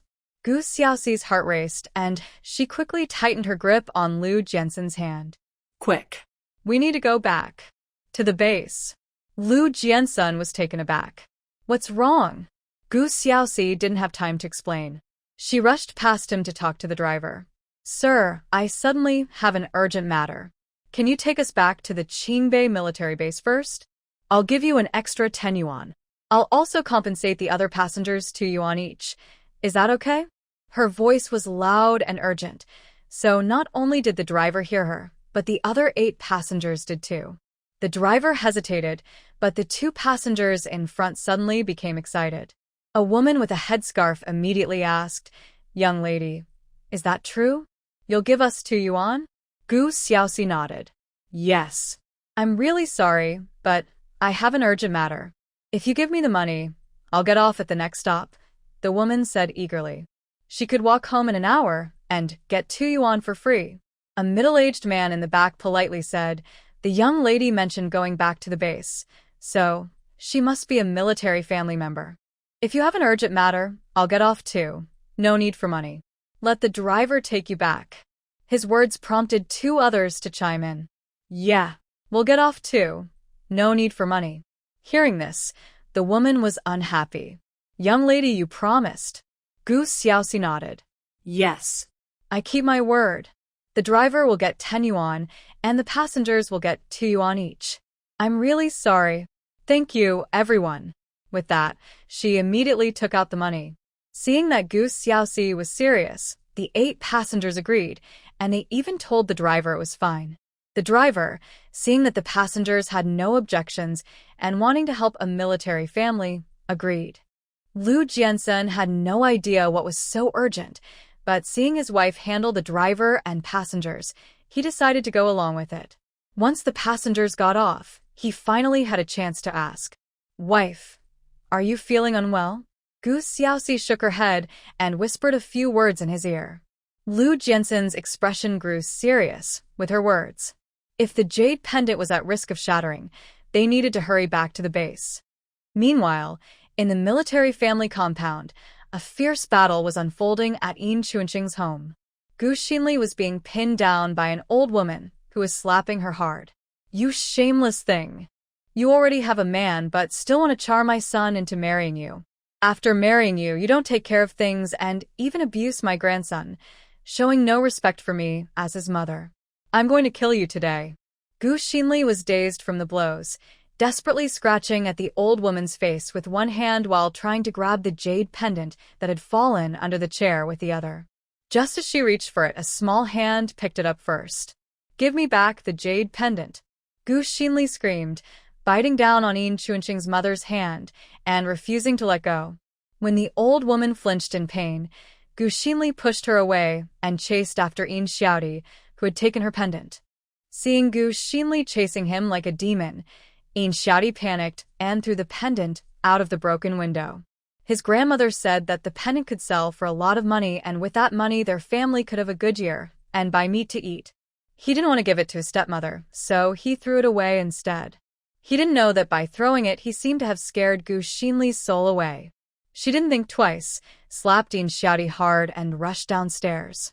She had to get back her jade pendant. Her pendant absolutely could not be damaged. At that moment, she didn't notice that Yin Chuanqing's mother had been pushed and hit her head, now bleeding and unconscious. She also didn't know that the pendant had shattered into pieces after being thrown out. On Gu Xiaoxi's side, the bus broke down on the way, and fixing it took some time. By the time they returned to the base, it was already 10 at night. After turning on the lights at home and putting down their things, Gu Xiaoxi immediately grabbed a new cotton quilt and went to Sister Guifen's house. Li Guifen was busy with chores and getting ready for bed when she heard a knock and quickly opened the door. Seeing that it was Gu Xiaoxi, she was surprised. Xiaoxi, you're back. When did you come back? Gu Xiaoxi quickly replied, I just got home. Sister, I brought you a new cotton quilt. As she spoke, she leaned in and whispered a few words to Li Guifan. Joy slowly appeared in Li Guifan's eyes as she pulled her inside. You thought of me even when you were out. That's so sweet of you. Don't worry, I'll definitely settle the points for the old items in the next few days. You just got home, and the hot water hasn't boiled yet, right? I have some. Take a pot back with you. Gu Xiaoxi smiled and shook her head. Thank you, sister, but it's not necessary. Lu Jiansen is already boiling water. I just wanted to bring this over since it's snowing heavily and quite cold. Li Guifan poured her a cup of hot water and even brought out a warm water bag for the child from the bed to warm her hands. They chatted for a bit, and without Gu Xiaoxi asking, Li Guifan started sharing the latest gossip from the family compound. Xiaoxi, let me tell you, it was quite lively in our compound today. There was a huge commotion at Yin's family. Gu Xiaoxi was a bit surprised. Gu Xinli actually fought with deputy team leader Yin's wife. Why? Li Guifan said mysteriously, I heard that Gu Xinli spent all the family money on fish fry, but the fish didn't survive. Plus, she does nothing at home and just goes fishing with deputy team leader Yin every day. Gu Xiaoxi was taken aback. Gu Xinli went fishing with Yin Chunxing? Deputy team leader Yin goes fishing too? They seem to have such good chemistry. Li Guifan nudda. Yes. The two of them look quite close. Every day, when deputy team leader Yin comes back from the army, he goes fishing with her. They say they have no money at home, so they catch a few fish to eat for the new year. So they fought because of fishing and not doing housework? Gu Xiaoxi asked cautiously. She wanted to ask about the jade pendant. Li Guifan first nodded, then shook her head. I heard that deputy team leader Yin's wife saw Gu Xinli cherishing a piece of jade, touching it every day. She heard somewhere that the jade pendant was valuable and wanted to sell it. It seems they fought over that jade pendant today. Later, the old lady was knocked out by Gu Xinli and is still in the clinic. Oh. Also, Gu Xinli searched for that jade pendant in the snow for a long time today. I saw her looking while I was having dinner, crying as she searched. Did she find it? Gu Xiaoxi's heart raced. It seems the jade broke. She only found some fragments and hasn't found them all. Then she went back and hit Yin Chunxing's youngest son for throwing the jade pendant. Gu Xiaoxi felt both regretful and sorrowful. Such a beautiful jade pendant, and it broke. But if Gu Xinli doesn't return the pendant, then it's better that it broke. After chatting with Sister Guifan for a few more minutes, she left. However, she didn't go home directly. Instead, she walked a short distance, turned off her flashlight, and sneaked near Gu Xinli's house. Late at night, she couldn't squat in the snow looking for jade fragments, so she used her cleaning technique and garbage sorting technique to pile up the nearby snow and moved it into the old goods storage. Originally, she wanted to use the garbage purification function of the old goods storage to find jade fragments, but after entering, the snow was transformed into a pack of cooling patches. She was a bit surprised but quickly continued to clear the snow and search for items. After repeating this 4 or 5 times, she finally found a piece of broken jade in the snow. However, after going through the old goods storage, what she held was no longer a jagged piece of jade, but a smooth jade pendant the size of a fingernail. The pendant had an incomplete relief pattern of a pool, and nothing else was visible. She expanded her search area, but only found another cooling patch, with no other jade fragments. With no other choice, she took the small piece of jade back home. Lu Jiansen was already boiling water and cooking noodles in the kitchen. Seeing his little girl return, he quickly handed her a hot water bag. Warm your hands. Gu Xiaoxi took the hot water bag and handed him the jade pendant. I found this. Lu Jiansen looked at the tiny jade pendant in his hand and gently ruffled her hair. Why did you go by yourself? He thought she was just delivering blankets to Sister Guifan and gathering news. Gu Xiaoxi sat by the fire, warming herself while telling him the news she heard from Sister Guifan. After listening, Lu Jiansen thoughtfully examined the mini jade pendant in his hand. Wife, can you help me make a string for it? I want to wear it too. Gu Xiaoxi replied, shouldn't you try the blood recognition first? Did you do blood recognition too? Lu Jiansen asked, looking at her delicate neck. Gu Xiaoxi cleared her throat, her face slightly flushed. Well, I just fell and scraped my hand, and my blood got on the pendant. Lu Jiansen suddenly understood. The girl was talking about the first time he entered her bathroom. That night, he was fascinated and passionately took her all night, even when she cried and begged him to stop. Thinking of that moment made him feel dry and thirsty. Heaven was good to him, because that night, it was her. Coming back to reality, he casually picked up a nearby kitchen knife. Gu Xiaoxi's pupils narrowed, and she quickly grabbed his hand. Just a drop of blood, and you want to use a kitchen knife? Are you crazy? As she spoke, she took out her silver needle and pricked his finger. Lu Jiansen smiled, suddenly feeling very happy. His wife is worried about him. As he let a drop of blood fall onto the jade pendant, he was about to examine it closely when the drop instantly absorbed into the pendant. Seeing his blood being absorbed, he was shocked. But soon, something even more astonishing happened. He found himself in a space appearing in his mind, or rather, an empty area. The ground was barren and cracked, completely empty. Although there was nothing in the space, Lu Jiansen felt a special sense of familiarity. A consciousness told him that this was a companion jade pendant, unique to his wife's pendant. And this space was currently incomplete. Gu Xiaoxi noticed Lu Jiansen staring at the jade in a daze and quietly asked, "Do you feel anything? Is there a space for storing items?" Lu Jiansen nodded. "There is a space." Gu Xiaoxi thought for a moment and casually handed him a thermos. "See if you can put it inside." As soon as Lu Jiansen took the thermos, it vanished from his hand. When he realized the missing thermos had safely appeared in the barren space of the jade pendant, he instantly understood why Gu Xinli was unwilling to return it. "Wife, can you sense me now?" Lu Jiansen curiously asked. Gu Xiaoxi blinked in confusion. No. Is it because the pendant is incomplete? Lu Jiansen sighed slightly, feeling a bit disappointed. This was all his fault. If he hadn't lost the pendant, there wouldn't be so many problems. Gu Xiaoxi wrapped her arms around his neck and stood on her tiptoes to kiss his cheek. "In the future, we'll find a way to get the other fragments of the pendant back." Lu Jiansen tightened his embrace around her waist and naturally kissed her lips, deepening the kiss. After a passionate kiss, Lu Jiansen finally released the little girl in his arms and served the nearly dried noodles from the pot. While eating, Gu Xiaoxi quietly managed her companion's space. It was time to collect the eggs in the space. The rice was ripe and ready for harvest. The peanuts could also be picked for oil. While she was busy with farm work, Yin Chunxing returned with his mother from the clinic. 2 children and Gu Xinli, who was hanging her head low, followed behind. Once home, the old lady mumbled a few words and went to sleep. Gu Xinli didn't check if the children had washed their faces or if her clothes were wet. She just sat on the bed, holding 2 broken pieces of jade and crying. Yin Chunxing closed the door and sat beside her, feeling a bit frustrated. They sat in silence for a while before Yin Chunxing finally spoke. "My mother didn't mean to. She didn't know how important that jade pendant was. But you can't push her."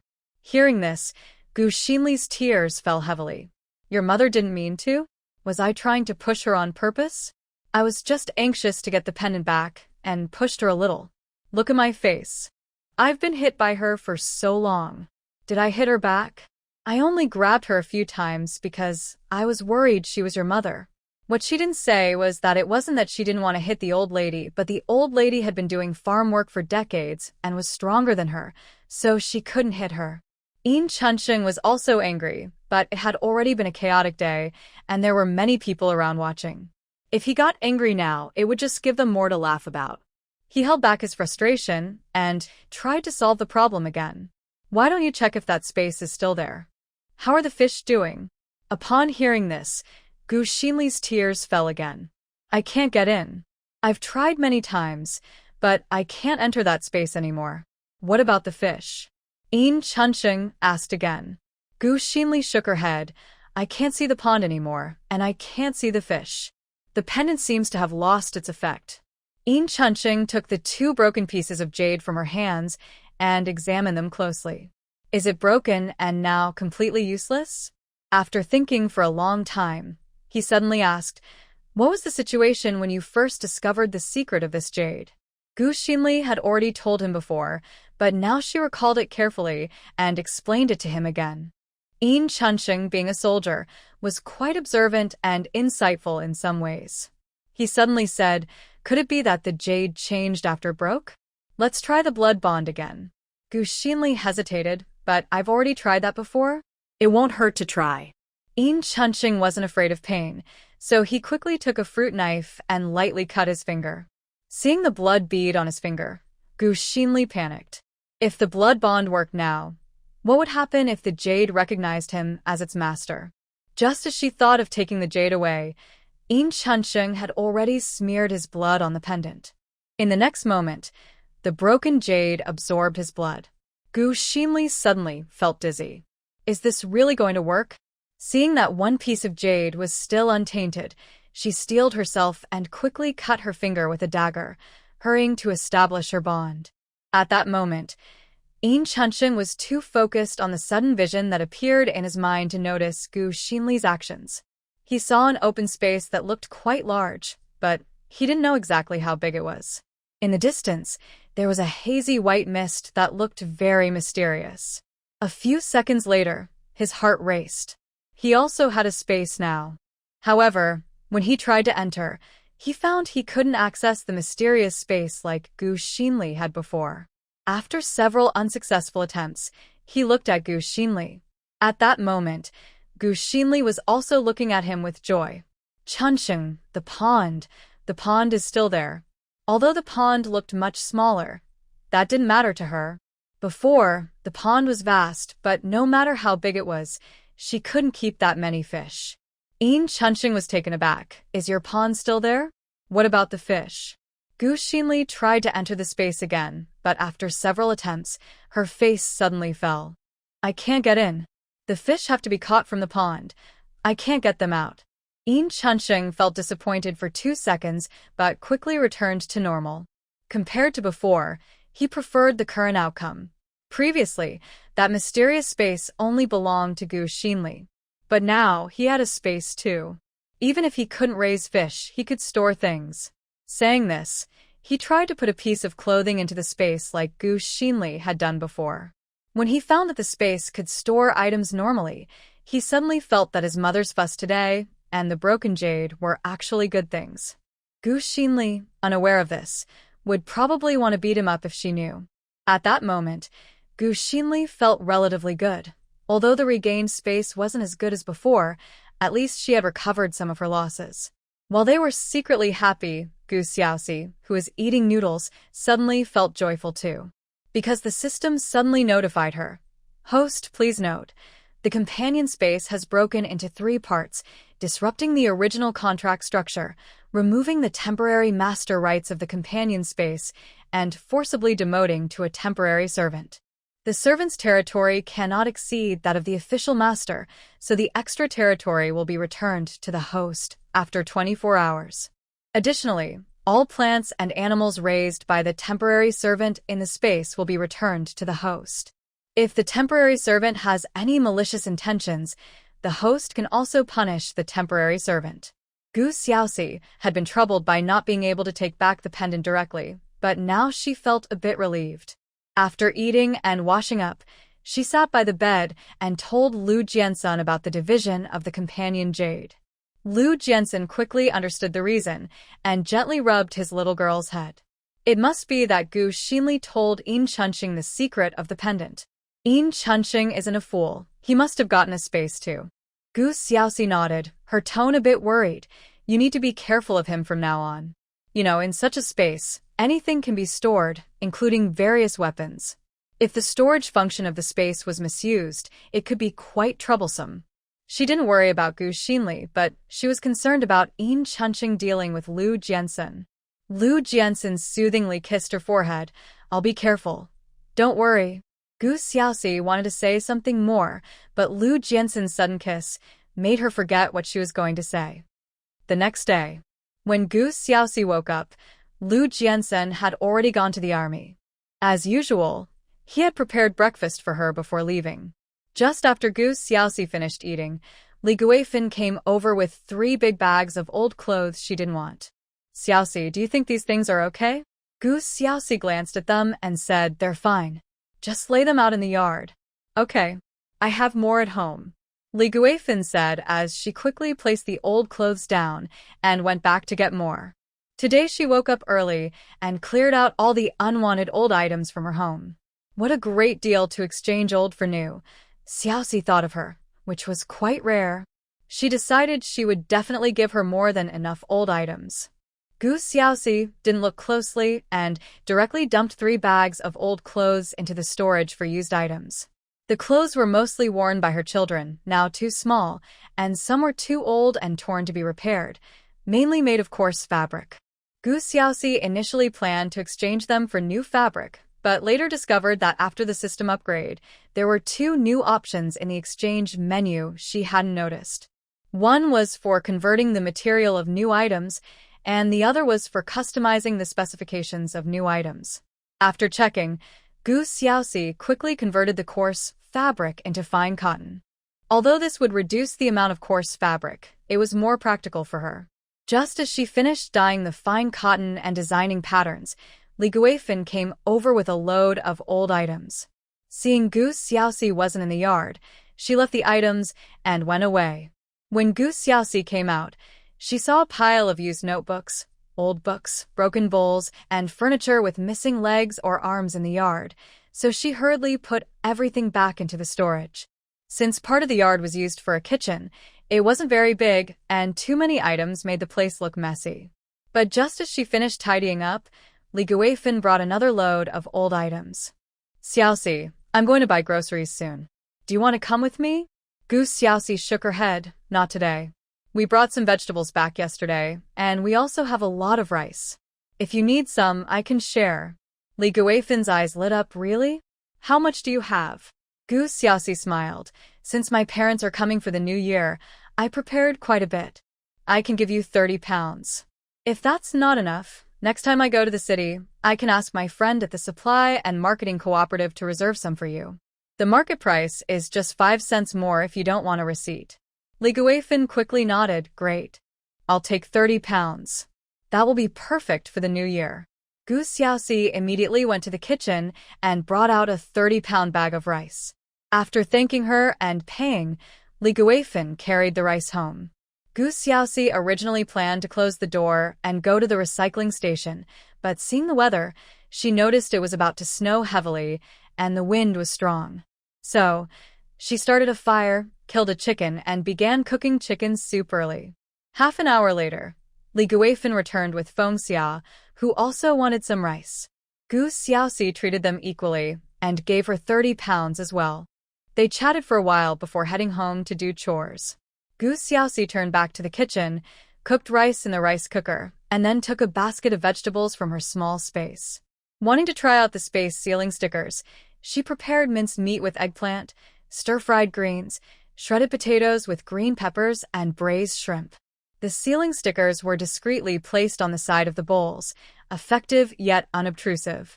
With the meals ready before 10, she went to arrange the room for her parents. While she was away, her older brother had added quite a few things to the room.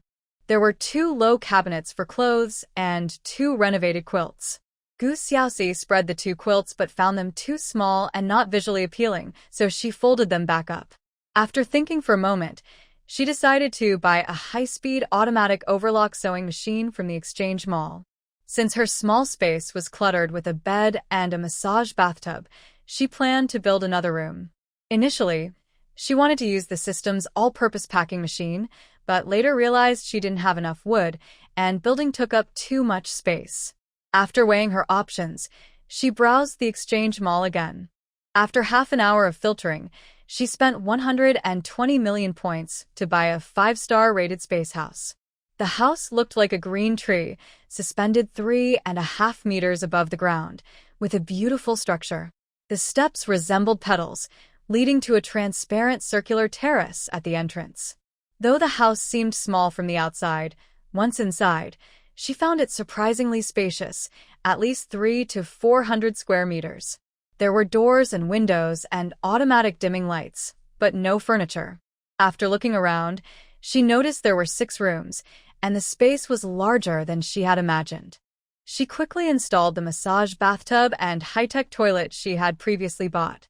After confirming everything worked, she set up a bed and arranged one of the rooms.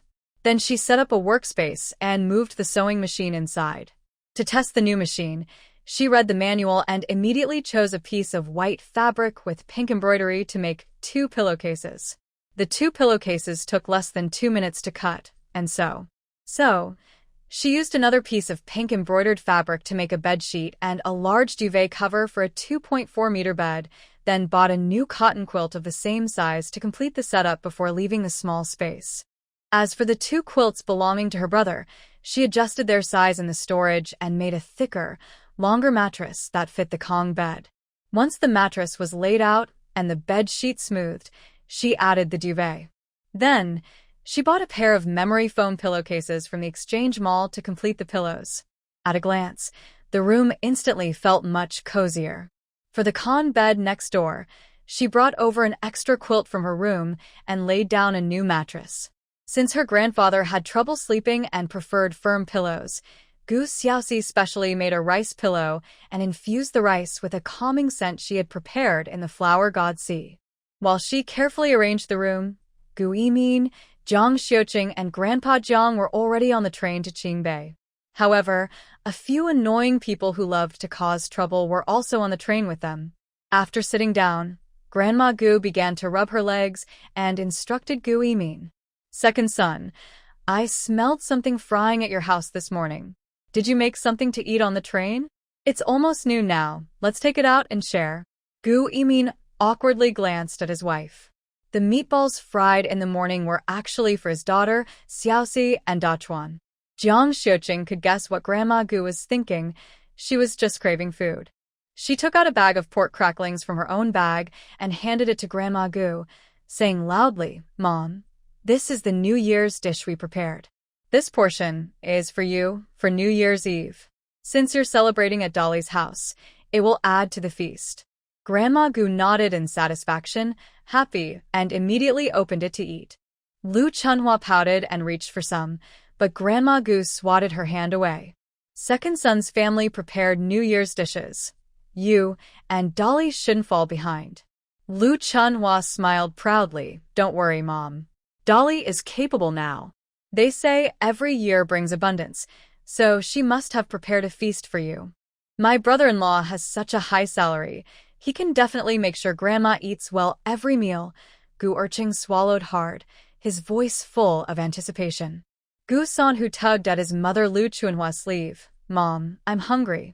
Lu Chunhua glanced at the old lady eating alone and discreetly pulled a boiled egg from her pocket, placing it in her son's hand. "Here, eat this." Seeing his brother with an egg, Gu Urching immediately reached out to Lu Chunhua. "What about mine?" Lu Chunhua shot him a glare. "There's only one. I'm not your grandma, who has chickens laying eggs every day." Gu Urching's face fell, and he waved his hand to snatch the pork crackling from Grandma Gu. Just as Grandma Gu was about to get angry, Gu Urching took a piece of crackling and handed it back to her. "Grandma, I just wanted to taste just one piece." His voice was a bit flattering, with a playful grin. Grandma Gu scolded him. "You little rascal. You won't starve. You're grown up now, and you still don't know how to respect the elders, always taking from them." While she was scolding, she didn't notice Gu Urching pinching her clothes and pockets while grabbing the crackling. In fact, even Lu Chunhua, sitting next to her, didn't see it. However, Zhang Weigong, sitting in the adjacent seat in the corridor, noticed. He frowned but didn't say anything. The old lady of the Gu family liked to turn things around, so he decided not to interfere. He just needed to quietly tell his daughter to keep an eye on that little rascal. Later, he would also have to talk to his little Cece, so they wouldn't cause trouble when these people joined the army. As Zhang Weigong thought about this, he closed his eyes and pretended to doze off. In the military family compound, Lu Jiansen and Gu Dachuan returned home for lunch, bringing back 4 large boxes. At first, Gu Xiaoxi didn't pay much attention to the boxes, but during lunch, Lu Jiansen mentioned them. Wife, those 4 boxes were sent over by Colonel Tang for you. They contain some discarded parts that you might be able to use. Gu Xiaoxi paused while setting the table. Why did your colonel think to send me these? Gu Dachuan's eyes widened. He was curious about the same thing. Lu Jiansen cleared his throat. During the old for new exchange activity in Triangle Town, I casually mentioned that your main goal in collecting old items was to get some mechanical parts and scrap metal for your repairs and projects. His wife had repaired helicopters before, so they needed to maintain that image.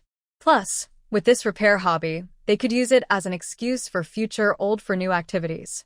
Gu Xiaoxi quickly understood. This old for new exchange during the free clinic event was quite special and went very smoothly, thanks to the cooperation of the local comrades. Besides Lu Jiansen's efforts and arrangements, the leader's approval and support were also crucial. However, since Colonel Tang had given her so many discarded parts, she needed to make something out of them. Otherwise, over time, Lu Jiansen would be at a disadvantage, and some tasks would become difficult. Thinking this, she decided not to go anywhere in the afternoon and to focus on tinkering with those old items. Gu Dachuan, hearing them discuss the free clinic event, shot a resentful glance at Lu Jiansen. Next time there's something like this, can I be included? Previously, when they went to the mountains to gather ginseng, it was Li Kuan and Zhuangzi who went, and this time too. It seemed Lu Jiansen had forgotten about him. Lu Jiansen glanced at him. I was also randomly drafted. You always happen to be assigned to other tasks, so there's nothing I can do. Gu Dachuan sighed helplessly and focused on eating. He needed to eat more to make up for his wounded heart. Gu Xiaoxi smiled, not getting involved in their matters. After tasting the vegetables cooked with a space sealing sticker, she thought, even though the food was made earlier, it was still warm as if just cooked. However, after finishing the food on her plate and pouring in hot water, she noticed that the effect of the space sealing sticker on the side of the plate had disappeared. She was quite satisfied with this. After lunch, Gu Dachuan talked to his sister about picking up their parents at the train station in a few days. I've already taken a day off for that day. Sister, you just stay home and cook. As he spoke, he pulled out a bunch of tickets for her. Some of these tickets are mine, and some are from Luo Yang and Li Kuan and their group. You don't need to worry about meat. Everyone pooled together a lot of meat tickets, and the logistics department said they would help us buy meat. At this moment, Lu Jiansen added, and the live fish you wanted are also available. Gu Xiaoxi nodded, taking the tickets. All right. I'll go shopping tomorrow. With the new year approaching, it was time to prepare for the celebrations. If there's anything else you need at home, just let me know. Lu Jiansen's voice was gentle. He hadn't spent the new year at home for many years, and now he had her and their little family by his side. This was their first new year together, and he valued it greatly. Gu Xiaoxi thought for a moment and said, Li Kuan mentioned you had some discarded old tires in the army. Bring those back for me. Okay. Lu Jiansen nodded.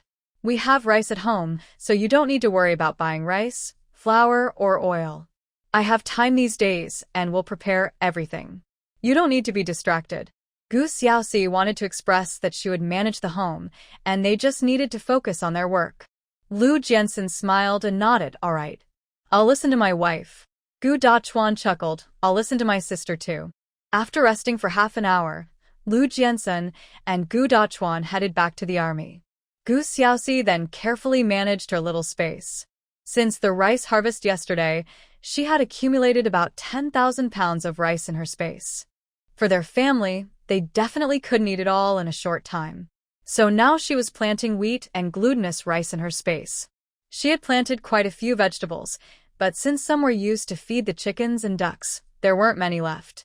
She spent some time cooking pig food for the 2 piglets, then harvested 2 baskets of sweet potatoes, 1 basket of potatoes, 20 heads of cabbage, 5 large pumpkins, 3 winter melons, and 2 baskets of fresh peanuts, neatly stacking them in the kitchen.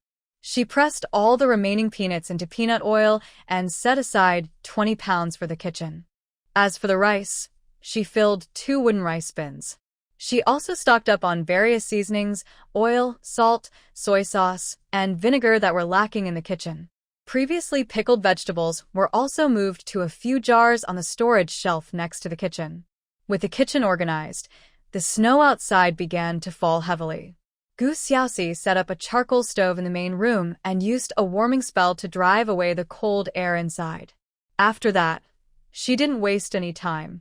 She moved the 4 boxes of parts over and took some wooden boards and items from a new product display room to start her project. When Li Guifeng and Feng Xia arrived together, they saw the sparks flashing inside the room from the doorway. The two were surprised and quickly called out, Xiaoxi, Xiaoxi. Although Gu Xiaoxi was busy, the courtyard and main door were open, so she immediately looked over upon hearing them. Sisters, what brings you here? Come in and sit. Gu Xiaoxi put down what she was holding, welcomed the 2 sisters inside, and poured each of them a cup of warm ginger tea. Seeing the clutter on the floor, Feng Xia curiously asked, Xiaoxi, what are you doing? We saw sparks flying in your room. It was quite scary. Gu Xiaoxi smiled and explained, I'm assembling something. It's a bit spacious outside, but it's snowing. I didn't have anything to do, so I thought I'd use the old items I collected to make a bicycle. At this, she looked at the 2 sisters. Do you need a bicycle? Once I finish, if you like it, I can give it to you. I already have one at home. Li Guifeng was surprised. Xiaoxi, you can make bicycles too? Feng Xia was also amazed, crouching down to touch one of the bicycle tires on the ground. I'm not making a bicycle from scratch. I'm just assembling and refurbishing parts. Sisters, you sit down. I'm almost done. I just need to put it together. Gu Xiaoxi brought over a plate of peanuts and invited them to sit by the charcoal stove to warm up. She then started assembling the bicycle. Actually, she could have bought one from the exchange market, but she wanted to save some points and improve her skills. Feng Xia had been wanting to buy a bicycle for a while and had the money ready, but she was worried because she didn't have a bicycle ticket. Now that she heard Gu Xiaoxi say this, she immediately spoke up, once you finish, I want to buy it from you. But I don't have a bicycle ticket. Is that okay? Gu Xiaoxi smiled and nodded, no need for a ticket. If you want it, just give me some parts money. Li Guifeng also didn't have a bicycle, so she always walked to buy groceries. However, she wasn't the type to be envious. When she heard Feng Xia wanted a bicycle, she didn't say anything more and just watched Gu Xiaoxi assemble it with curiosity. 20 minutes later, Gu Xiaoxi finished assembling a women's bicycle without a crossbar. The bicycle had smooth lines, perfect seams, and looked even better than those sold outside. Feng Xia instantly liked it. It's so beautiful. I'll go get the money right now. Gu Xiaoxi called out to her with a smile. Do you want a front basket? It's handy for groceries or small items. Feng Xia quickly nodded. Yes, yes. Then I'll make you a simple and nice one. Gu Xiaoxi went back into the house, chose a piece of fresh, elegant blue-pink floral fabric, and sewed a sturdy and pretty fabric basket, perfectly fitting a small metal frame, which she installed on the bicycle. Though it was just a simple decoration, the bicycle instantly gained an elegant touch and looked really beautiful. Feng Xia was delighted and quickly ran back to get the money, stuffing 12 bills into Gu Xiaoxi's hands. She was extremely satisfied with the bicycle. Gu Xiaoxi smiled and accepted the money, only taking 5 bills. 50 is enough. Then I really got a great deal. Feng Xia was both surprised and a bit embarrassed. Gu Xiaoxi smiled. We're friends with a revolutionary friendship. There's no need to feel like you're taking advantage. I just happened to collect these parts. Saying this, she looked at Li Guifeng. Guifeng, I'm short on bicycle parts. Next time I gather enough, I'll make one for you too. I'll let you know when it's ready. Li Guifeng laughed heartily, feeling very happy. I'm in no rush. If you need any parts, let me know, and I'll help you find them. Feng Xia quickly nodded.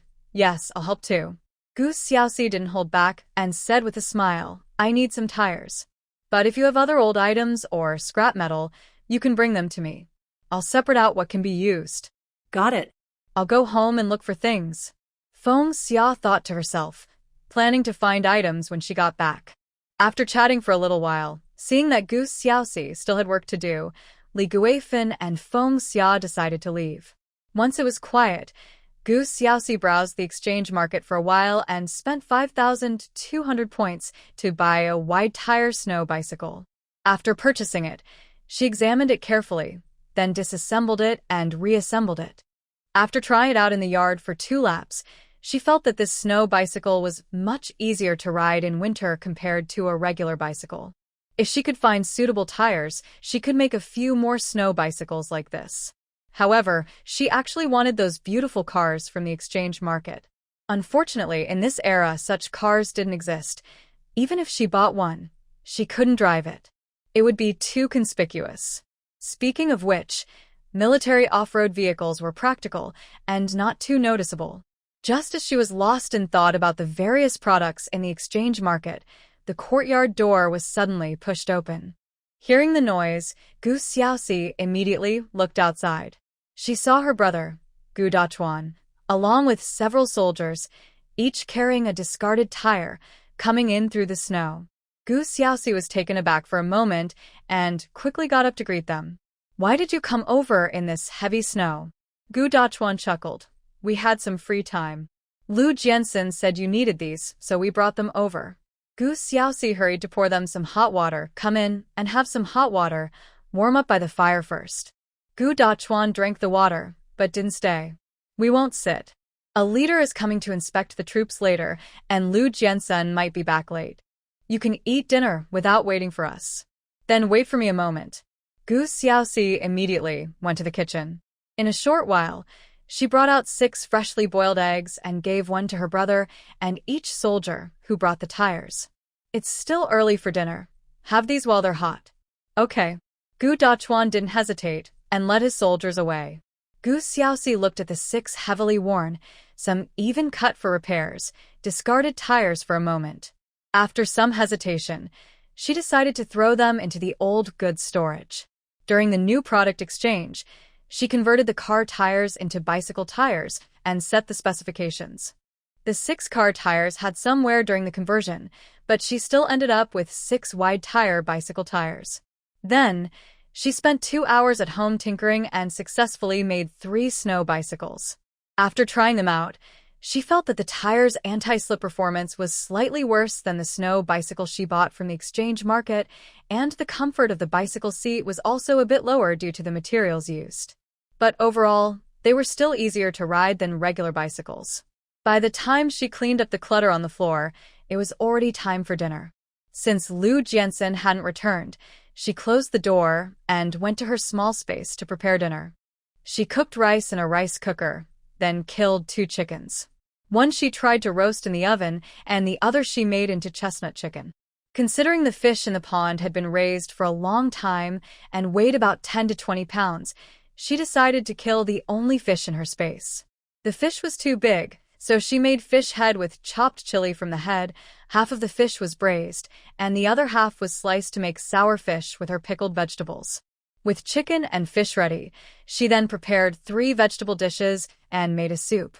After eating dinner alone, she stayed in the baking room to make egg cake and peach crisps. After a busy while, she finally left the space. By this time, the snow outside had stopped, but Lu Jiansen still hadn't returned. She sighed softly, wondering if he had a mission tonight and wouldn't come back. Seeing the fire pit she had lit during the day was about to go out, she added some charcoal and started the stove again using her heating technique. Just as the room began to warm up, she unexpectedly heard a heartbreaking cry from outside. Gu Xiaoxi listened closely and thought the voice sounded like Deputy Team Leader Yin's mother, so she didn't go out. However, many families in the compound rushed outside, making quite a commotion in the cold weather. After a while, Li Guifin came to her house. "Xiaoxi, you." Li Guifin initially wanted to gossip, but as she started, she unexpectedly saw 4 bicycles parked under the eaves outside the kitchen. She blinked in surprise. "Xiaoxi, did you just make these bicycles?" "So many." Although these bicycles looked a bit different from regular ones, with seemingly larger and thicker tires, they were clearly bicycles. Gu Xiaoxi nodded with a smile. "This afternoon, my brother brought over some discarded tires. I modified them and have been busy until now. Sister-in-law, see if you like any." Li Guifin's eyes lit up as she eagerly pushed the nearest bicycle over. I'll take this one. But Xiaoxi, why are the tires so thick? Gu Xiaoxi explained with a smile. This is a snow bike. It has better anti-slip performance, making it more suitable for riding in the mountains and snow. I tried riding in the yard. As long as the snow isn't too deep, it's fine. Li Guifin was delighted to hear this. That's great. I want this one. I'll go get the money now. No rush. You can take the bike home. You can pay me anytime. That won't do. I need to pay before taking the bike. By the way, how much is it? Li Guifin calculated that since this bike was better than a regular one, it should cost more. Even siblings keep accounts. She didn't think it was right not to pay. How about 50? I'll cover repairs if the bike breaks. Gu Xiaoxi promised with a smile. Li Guifin was even happier to hear this, and hurried back to get the money. After exchanging money for the bike, she finally started to gossip. Xiaoxi, you didn't go out to sea, but the Yin family is in trouble again. Gu Xiaoxi perked up, listening intently. Li Guifin enjoyed how focused Gu Xiaoxi was on the gossip, which made her even more excited to share. Yin's mother was napping by the fire and accidentally burned the quilt. Then, to put out the fire, Gu Xinli poured several buckets of water, soaking all the bedding. That old lady cried because she had no quilt to cover herself at night. Gu Xiaoxi raised an eyebrow, but isn't Gu Xinli newly married? She must have quilts in her room. Li Guifin laughed. You don't know. Deputy Team Leader Yin is very filial. All the good quilts are on the old lady's bed. I heard the fire was big, and their bedding was burned too. Gu Xiaoxi scoffed lightly. Their family sure knows how to stir things up. Exactly. That old lady cried so loudly, but it was really for show. When I went back, I saw they were already complaining to the political commissar. Li Guifin nodded in agreement. By the way, Deputy Team Leader Yin isn't home tonight either, right? Lu Jiansen still hasn't come back. Not back. My husband isn't home either. Don't worry too much. Just close the door and go to sleep. Remember to lock up. Li Guifin reminde ter.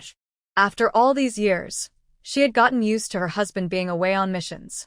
But Gu Xiaoxi and Lu Jiansen were newlyweds, so she figured it was still a bit unsettling for them. Yeah, I'm actually a bit tired too. I'll wash up and go to sleep soon. If Lu Jiansen didn't come back, she planned to go back to her small space to sleep on her new bed. Yes, she could also try out that massage bathtub later. After chatting a bit more, Li Guifin happily pushed the bicycle away. On the other side, Yin's mother felt very unhappy when she saw the old quilt brought by Li Xi, the political commissar's wife. This quilt was hard, old, and yellowed, not warm at all, far worse than what she had before. Seeing the political commissar's wife about to leave after dropping off the quilt, she immediately stopped her. There are 2 children at home, and we only have this old quilt. It will be freezing at night. Can you ask the Lu family to lend us a quilt for a few days? Li Xi was taken aback. Did she really think the Lu family had extra quilts? Seeing the political commissar silent, Yin's mother continued. Isn't Gu Xiaoxi your relative? They say blood ties are strong. I saw Gu Dachuan brought back 2 new quilts a few days ago. They don't need them, so it should be fine for us to use them for a while, right? Then you can ask them yourself. Li Xi had no intention of getting involved. That won't do. You're the leaders. You need to help us. Yin's mother was already tired. She wanted to sleep on a new quilt. Li Xi frowned. Deputy Team Leader Yin will be back soon.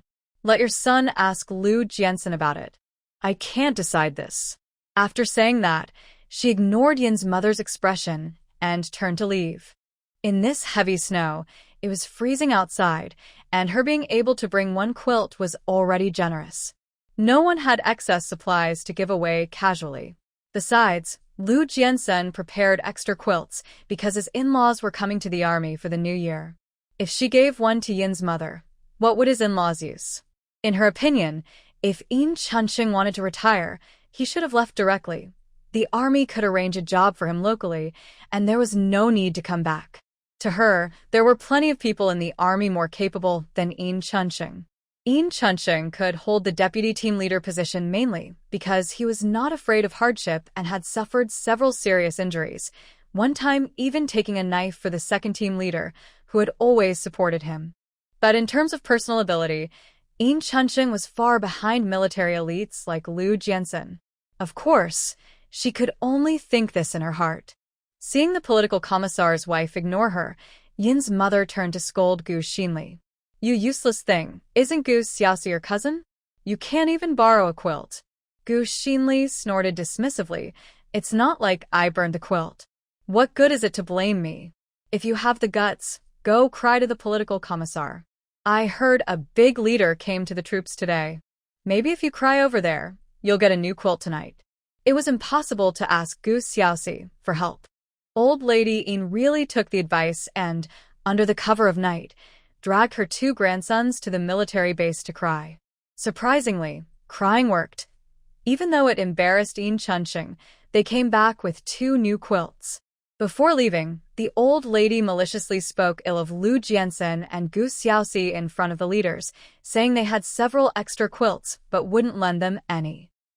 The next day, when Gu Xiaoxi woke up, she found herself lying in Liu Jiansen's arms. She rubbed her face, feeling a bit confused. When did Liu Jiansen come back?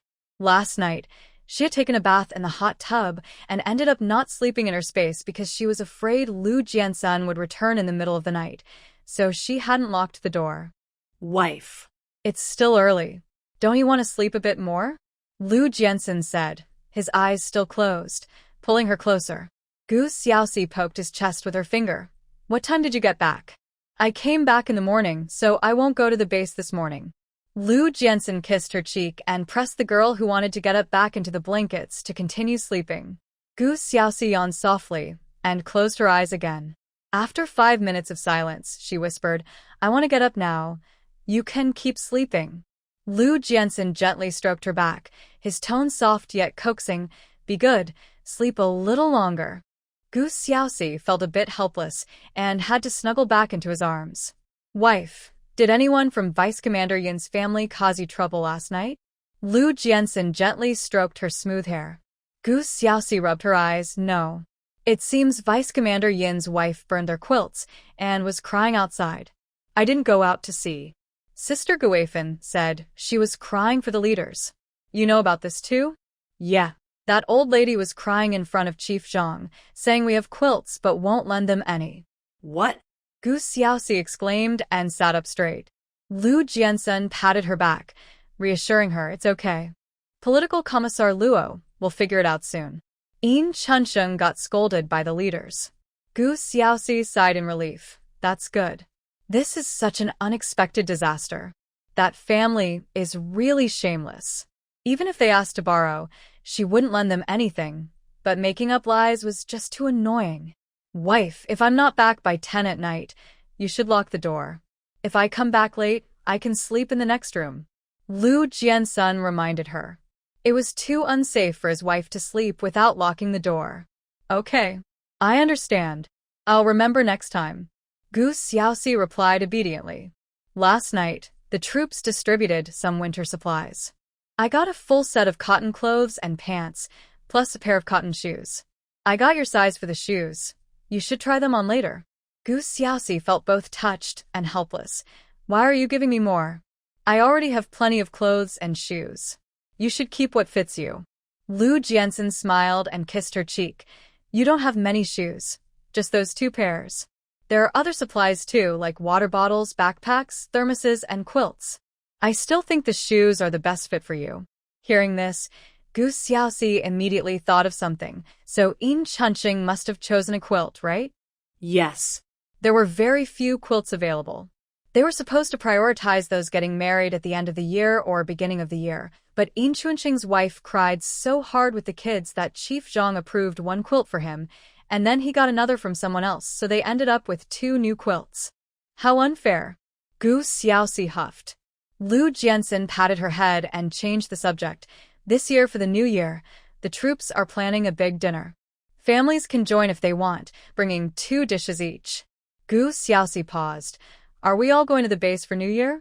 With so many people, will the cafeteria have enough space?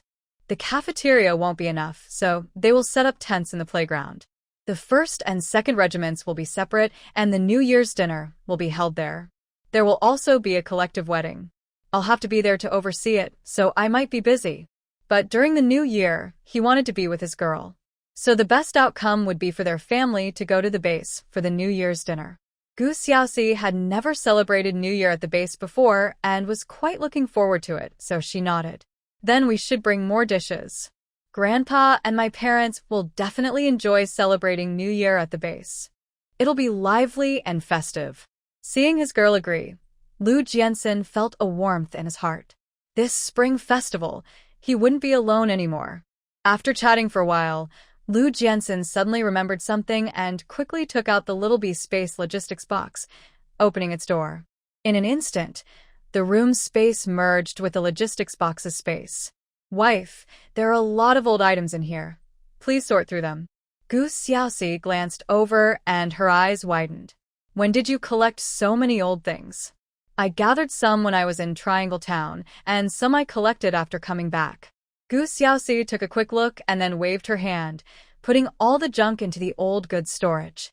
Then she looked at the new product display area and selectively chose items, converting materials, setting specifications, and adjusting colors as needed.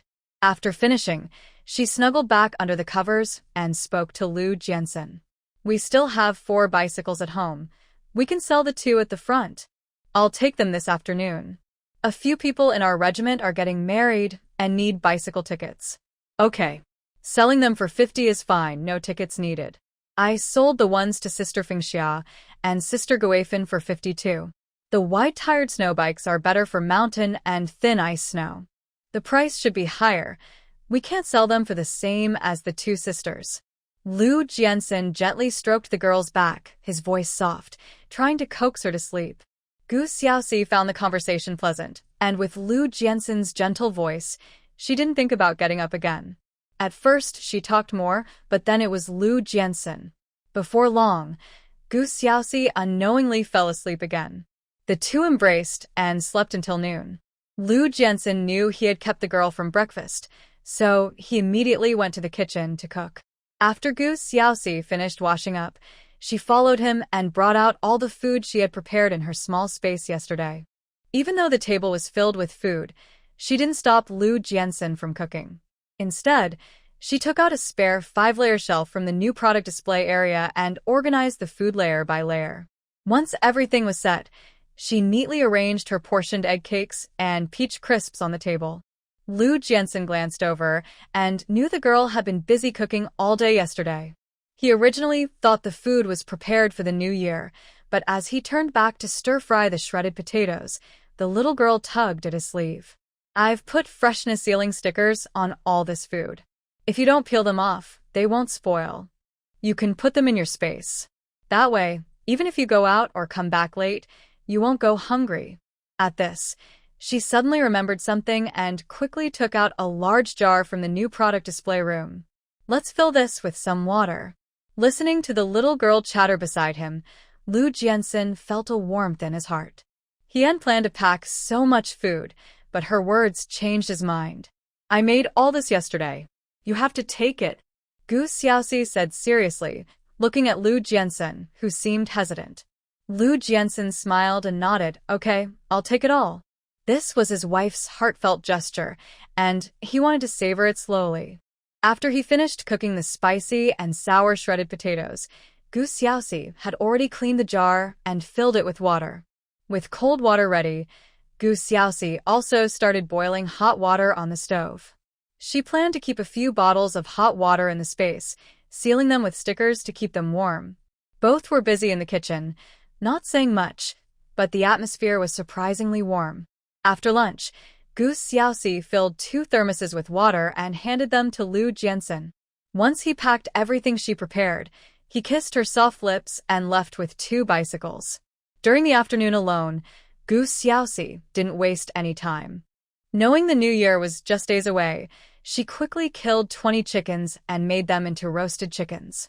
Since baking didn't require her constant attention, she checked the weather, saw it wasn't snowing in the afternoon, and grabbed a small backpack to ride her bike to the recycling station. As she approached the recycling station, the roasted chickens were done.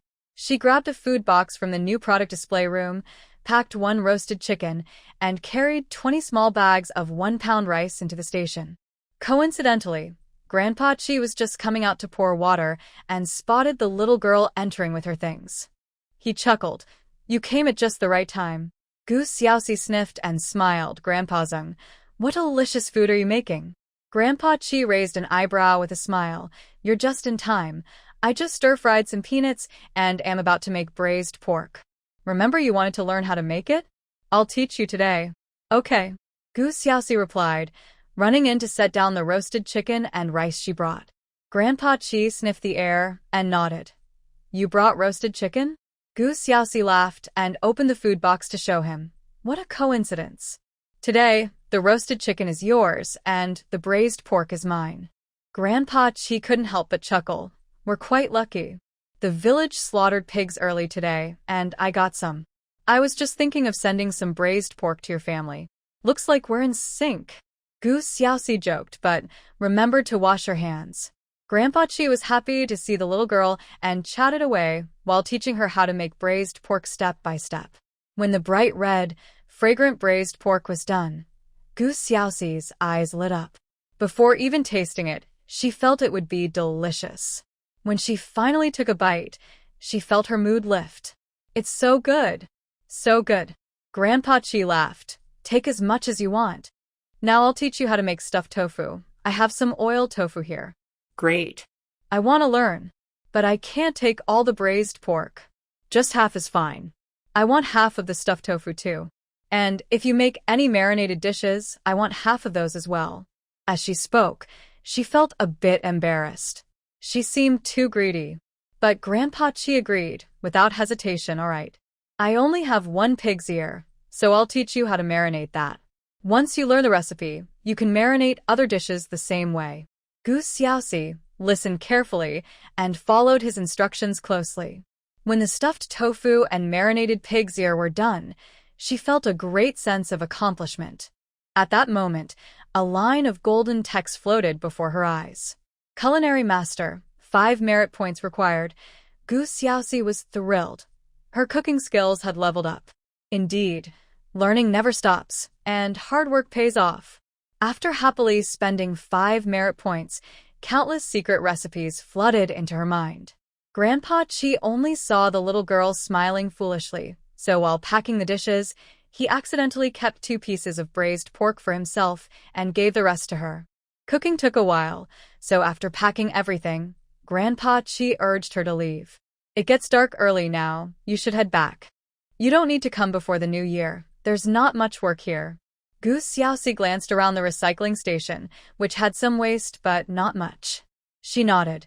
When my parents come to Qingbei, I'll bring them to see you when it's not snowing, and I won't come before the new year. Then she suddenly remembered something. Grandpa Zheng, I might be going to the mountains with old Qi from Qingbei People's Hospital after the new year to collect herbs, so I might not be back for a while. Hearing this, Grandpa Qi asked, You mean old Qi, Qi Shueru? Gu Xiaoxi nodded eagerly. You know old Qi? Grandpa Qi smiled. We're actually distant relatives. When you see him, ask him for a bottle of bone-setting wine for me. Gu Xiaoxi nodded. Sure. I'll ask old Qi to teach me how to make it, and then I'll help you make bone-setting wine. I'll make sure you have enough. Grandpa Qi nodded with a smile. That sounds good. Learn well. Qi Shueru is a skilled doctor and a good-hearted traditional Chinese medicine practitioner. Yes, I will study hard. I'm getting pretty good at pulse diagnosis, acupuncture, bone setting, and traditional medicine. I can even do sutures and perform tail surgeries perfectly. Gu Xiaoxi proudly boasted to Grandpa Qi, her tone affectionate. Grandpa Qi chuckled again and waved his hand. All right, I'll remember that. Hurry back, or you won't see the road when it gets dark. Okay, I'm leaving. Gu Xiaoxi waved, this time really heading back with a bunch of food. Unfortunately, as she entered the residential area, Gu Xinli was also walking in with a bucket and fishing rod. They exchanged silent glances. However, Gu Xiaoxi noticed that there were fish in Gu Xinli's bucket, 4 or 5 small ones. It seemed Gu Xinli was quite good at fishing. With this thought, she pedaled her bike faster and soon passed Gu Xinli. Gu Xinli watched Gu Xiaoxi ride by, feeling both jealous and envious, and couldn't help but mutter to herself. With snow on the ground, why doesn't she just fall and hurt herself? Almost simultaneously, a notification sound echoed in Gu Xiaoxi's mind. The temporary servant of the accompanying space has developed a strong negative thought towards the host, accelerating the return of the territory. Just as Gu Xiaoxi was puzzled, she felt the jade around her neck tremble slightly. When she reached her doorstep and set down her bike, she looked at the accompanying small space and was stunned. Because the entire accompanying small space had suddenly expanded more than 10 times. It was no longer a small space. After coming back to her senses, she couldn't help but murmur if only Lu Jianxin's space could be a bit bigger. Lu Jianxin's space is about 100 square meters. It can hold some things, but it's much smaller compared to hers. While she was thinking, a voice echoed in her mind. Only by reclaiming all the territory held by the temporary servants can the host redefine the area of the male master's space jade. Gu Xiaoxi took a deep breath. How can I reclaim all the territory from the temporary servants? Method 1. The temporary servants voluntarily return the fragmented jade space. Method 2. Unscheduled territory battles. As long as they act recklessly, the territory will be quickly reclaimed. Gu Xiaoxi rubbed her forehead. Gu Xinli must be acting recklessly right now. Harboring ill intentions toward her? That's too easy for Gu Xinli. She decided that she would have to show up in front of Gu Xinli more often to provoke her. With so much suddenly expanded territory, she wasn't sure what to plant. After weighing her options, she decided to plant all the vegetable seeds she had and then sowed a large patch of rice.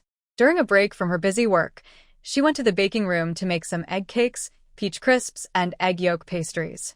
Considering there were still many peanuts and a little sesame in the space, she used up all her remaining flour to make a lot of peanut and sesame-filled dumplings.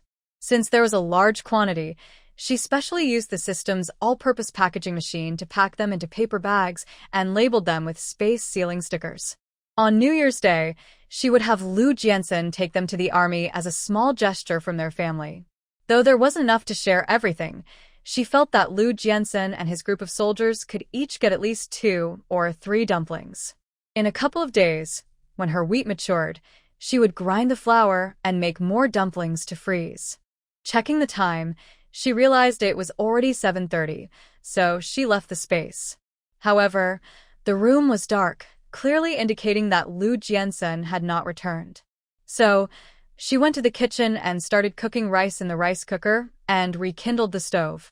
Just as she settled down to rest, she heard her brother's voice outside. "Little sister, where should I keep these fish?" Gu Xiaoxi walked out of the kitchen and saw her brother holding a large iron bucket with fish flopping inside. She quickly approached him. Wow. "How did you catch so many fish?" There were 6 fish in the bucket, both big and small, with the largest weighing about a pound. This afternoon, the logistics department went fishing in the pond. Lu Jianxin took 2, I got 2, and Luo Yang gave me 2. "Have you eaten yet?" Gu Xiaoxi asked as she brought the fish into the kitchen. Gu Dachuan shook his head with a smile. "Not yet. Are you still going to the army? Do you want to wait a bit? I just made rice. It'll take another 15 minutes. But there's braised pork and stuffed tofu." Gu Xiaoxi listed the dishes. Gu Dachuan nodded immediately. "Okay. I'll eat before going to the army. Lu Jianxin might take a while to come back." Gu Xiaoxi moved a freshly lit stove closer to her brother and handed him a bag of egg cakes. "Here, have this for breakfast." Gu Dachuan glanced at it and quickly shook his head. "No need. Considering the time, Mom and Dad and Grandpa will be here the day after tomorrow, so save it for them. I just made them this afternoon, and there are plenty. They're not store-bought. Just take a bag for breakfast. They're still warm. Try one." Hearing there were many, Gu Dachuan opened the bag and took one. It was indeed delicious. No wonder these egg cakes were sold at such a high price outside. His sister's cooking skills were really good. The 2 siblings chatted for a while, and when the rice was ready, Lu Jianxin returned. Gu Xiaoxi quickly reheated the dishes and made a plate of stir-fried cabbage. After just 1 piece of braised pork, Gu Dachuan's eyes lit up. This braised pork is amazing. It's fatty, but not greasy, melting in your mouth, and the texture is perfect. Little sister, your cooking has improved again. Gu Xiaoxi smiled and explained, the braised pork was made by Grandpa Chi from the recycling station. I went to learn cooking this afternoon. He also taught me how to make stuffed tofu. No wonder you said you were sending the meat to Grandpa Chi to cook. I think we should get some meat back early. This braised pork is even better than what Mom makes. Gu Xiaoxi laughed. If Mom hears that, she won't cook for you anymore. Lu Jiansun also thought the braised pork was delicious, even better than his own cooking. Seeing that his little girl liked it, he said, when the army distributes pork, let's take some back to make stuffed tofu.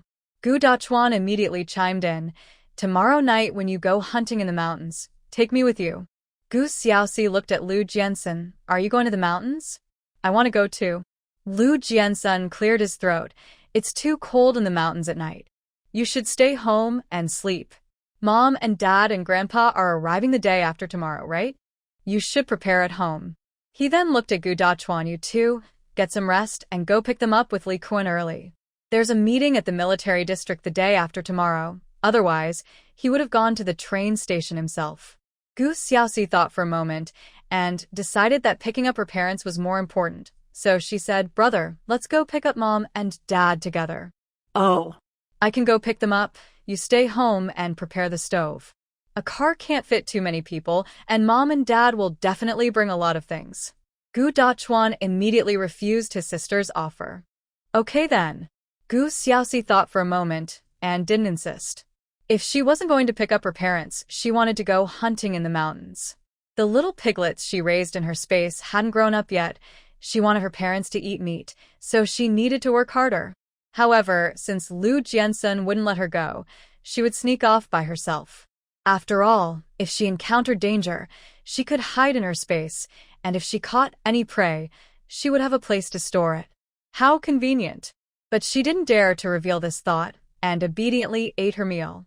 Since both the braised pork and stuffed tofu were her favorites and tasted great, she made an exception and ate 2 bowls of rice.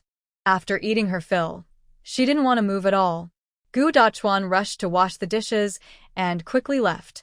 Lu Jiansun closed the courtyard door and then took out a stack of money from his pocket and handed it to his little girl. For the 2 bicycles, it's a total of 120 yuan.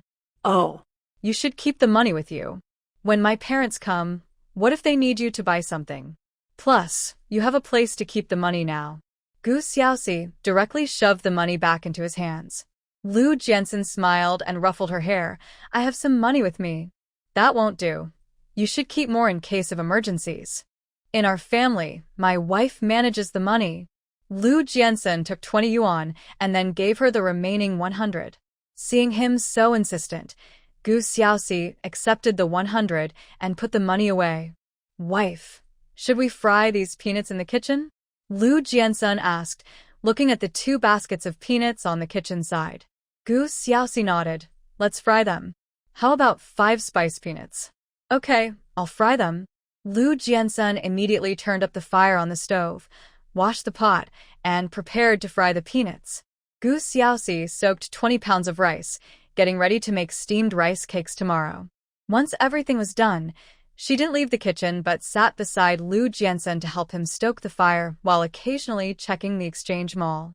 Although she had many points, she mostly just browsed instead of buying.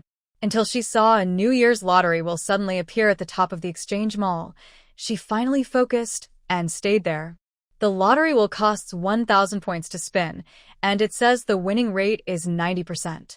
Curious, she decided to give it a try. Surprisingly, her luck was really good. She won 5 million points. Wow, turning 1,000 points into 5 million is like hitting the jackpot. The introduction mentioned that until New Year's Eve, there are 3 chances to spin the wheel each day, so she spun again. This time, she got a thank you for participating. Even though there was no prize, she wasn't disappointed and decided to spin a 3rd time. When the wheel stopped, she couldn't believe it.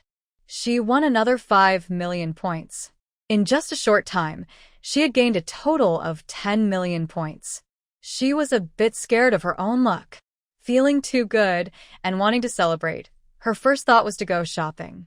Alright, let's get a new juicer. An automatic dough mixer? I'll take one. A fully featured smart massage chair? Yes, please. An efficient all-in-one printer? I'll buy one too. I can use it to print study materials when the college entrance exam resumes. The smart kitchen gadgets she hesitated to buy before? Forget it. I'll get one for the storage room. It can't be empty. What about the off-road vehicle she wanted but couldn't use openly? I'll buy one. You never know when it might come in handy. Just as she was lost in shopping, she suddenly heard Li Kuen's voice outside the gate. Captain Liu, sister-in-law. Gu Xiaoxi snapped back to reality as Lu Jiansun went to open the door. What's going on? Li Kuen wiped the sweat from his forehead and said, the captain just got a call from home. His father and mother both passed away in an accident. He needs to go back home and asked me to let you know that you need to go to the military district meeting alone the day after tomorrow. Has he left? If not, I'll go see him, Lu Jiansun asked. Not yet. The captain just took leave and is waiting for the logistics department to send a car to the station. Hearing this, Gu Xiaoxi really wanted to take out her new car. But the thought only lasted 2 seconds before she dismissed it. If she suddenly produced a car, it would cause trouble. Lu Jiansun turned back to the kitchen and said to the girl, I'll step out for a bit. Save the peanuts for me to fry when I get back. It's fine, go ahead. The captain is in a hurry to get home and might be on the road for a day or two. Bring him some snacks for the trip. Saying this, she handed Lu Jiansun a bag of egg cakes and a small bag of peach crisps. The captain is a good person and treats Lu Jiansun well, so she wants to be kind in return. Okay. Lu Jiansun accepted without hesitation and left with Li Kuen. Gu Xiaoxi returned to the kitchen to continue frying peanuts. She was much faster than Lu Jiansun because she could control the heat and use wind-drying techniques. In no time, she finished frying the remaining peanuts and then enjoyed a massage bath in her small space before taking a shower. When she came out feeling refreshed, she noticed Lu Jiansun still hadn't returned, so she lay on her bed, browsing and shopping in the Exchange Mall. She had only spent over 300,000 points so far, and her goal was to spend the entire 10 million points she won today. She bought 3 boxes of different types of strawberries, including red strawberries, cream strawberries, and princess strawberries. She had only eaten strawberries once in her life and really liked them. So, after buying them, she picked some out and used a separation technique to extract the seeds, trying to plant them in her space. Although she wasn't sure if they would grow, she wanted to give it a shot. She also bought a box of sweet oranges, cut up several, and extracted the seeds to plant in her space. The cut oranges were juiced, and she bought a box of glass cups with lids for packaging. Seeing some flower honey, she bought 50 bottles. Oh, and there were silk quilts that were lighter and softer than cotton ones? She bought 10, both for summer and winter. Oh, they also had loquats and pomegranates, which she loved, so she bought a box of each and separated some seeds to plant. Loquats and pomegranates are delicious and also have medicinal uses. 2 benefits in one. Watermelons? Let's buy a few. Crown pears? They sound good, so I'll get a basket. Cherries, sweet and sour, are her favorites, so she bought a box. After buying a bunch of fruit, she spent 380,000 points on a high-tech temperature-regulating fabric. When she has time tomorrow, she plans to make some temperature-regulating warm clothes for her family. She chose to make them herself because buying one piece of the same fabric costs 120,000 points. After buying 10 super-effective cold-proof sleeping bags and a stylish black motorcycle, she finally spent all of her 10 million points. She wanted to give the motorcycle to Lu Jiansun, even if he might not have a chance to use it. But what if he does need it someday? Plus, his space is small, so a motorcycle would fit perfectly. Shopping made her feel great, so she slept soundly that night. Lu Jiansun returned at 1 in the morning and saw that his girl was already asleep, so he didn't wake her and went to bed. On the train. Having slept too much during the day, Grandma Gu started bothering her daughter-in-law, Jiang Xiuqing, again at night. Second daughter-in-law, I'm thirsty. Go get me some hot water. Mom, I'll pour it for you. Gu Yimin immediately took the cup and helped Grandma Gu get hot water, signaling his wife to keep sleeping. Jiang Xiuqing held back her anger and stayed silent. When the water was brought back, Grandma Gu said, "I'm a bit hungry. You all should bring me something to eat." This time, Jiang Xiuqing couldn't hold back anymore. The only bag of pork cracklings was taken by Gu Urching. "If you're hungry, just drink water." Even though they had already given Grandma Gu a bag of pork cracklings, someone opened it while she was in the restroom yesterday. If her father hadn't noticed and stopped it quickly, all the food would have been taken. It was obvious that Gu Urchin learned this habit from Lu Chunhua, who has always liked to take advantage of others. Once they got to the army, she absolutely couldn't let these people go to Xiaoxi and Jensen's house. Lu Chunhua wanted to argue with Jiang Xiuqing, but since her son took something from someone else and Jiang's grandfather saw it, she had to reluctantly keep quiet and pretend nothing happened. When Grandma Gu heard Jiang Xiuqing tell her to drink water, she glared and started crying loudly. As she cried, she accused Jiang Xiuqing of being unfilial. That night, everyone in the train car was awakened, annoyed by Grandma Gu's immorality and disgusted by the ungrateful descendants. People started talking, some criticizing Grandma Gu, others blaming Jiang Xiuqing. What kind of family is this? The old lady is so old, and when she's hungry, she just wants to eat something. Just give her something instead of disturbing everyone at night. Exactly. How much can an old lady eat? That's not the point. I've been on this train for 2 days, and that old lady is just unreasonable. Jiang's grandfather patted his daughter's hand, signaling her not to get angry. "We'll be in Qingbei in a day. They're going to the army too, so they probably haven't informed Gu Xinli. There will be more trouble then." Jiang Xiuqing started to worry too. She was afraid Grandma Gu would want to stay at Xiaoxi's house and cause trouble for her daughter.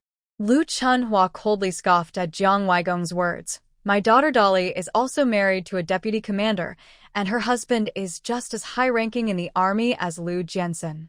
So, what if we were notified? My son-in-law is even more filial than Lu Jiansen. She even wrote to me before saying that their house is much bigger than Gu Xiaoxi's." Jiang Xiuqing's eyes lit up upon hearing Lu Chunhua. Dolly is really impressive. She has married into a good family. "Mom, you'll definitely enjoy a comfortable life at Dolly's house." She then looked at the glaring Gu Laotai. "Mom, you're going to enjoy good fortune. Dolly has always been more obedient than Xiaoxi. She will surely give you the best room." "I'm so envious." Gu Laotai snorted, noticing many people around her looking enviously, and she raised her chin proudly. "Of course. Otherwise, why would I go to the army for the new year?" Feeling happy, she didn't mention being hungry anymore, and Jiang Xiuqing happily chimed in. Now, she just hoped her daughter wouldn't prepare too much for their arrival, and definitely not better than Gu Xinli's family. Otherwise, Gu Laotai would surely refuse to leave Xiaoxi's house. It was also strange that the old lady and Lu Chunhua had planned so well, not revealing their trip to Qingbei until just before they left, leaving her no chance to notify her daughter and Lu Jiansen.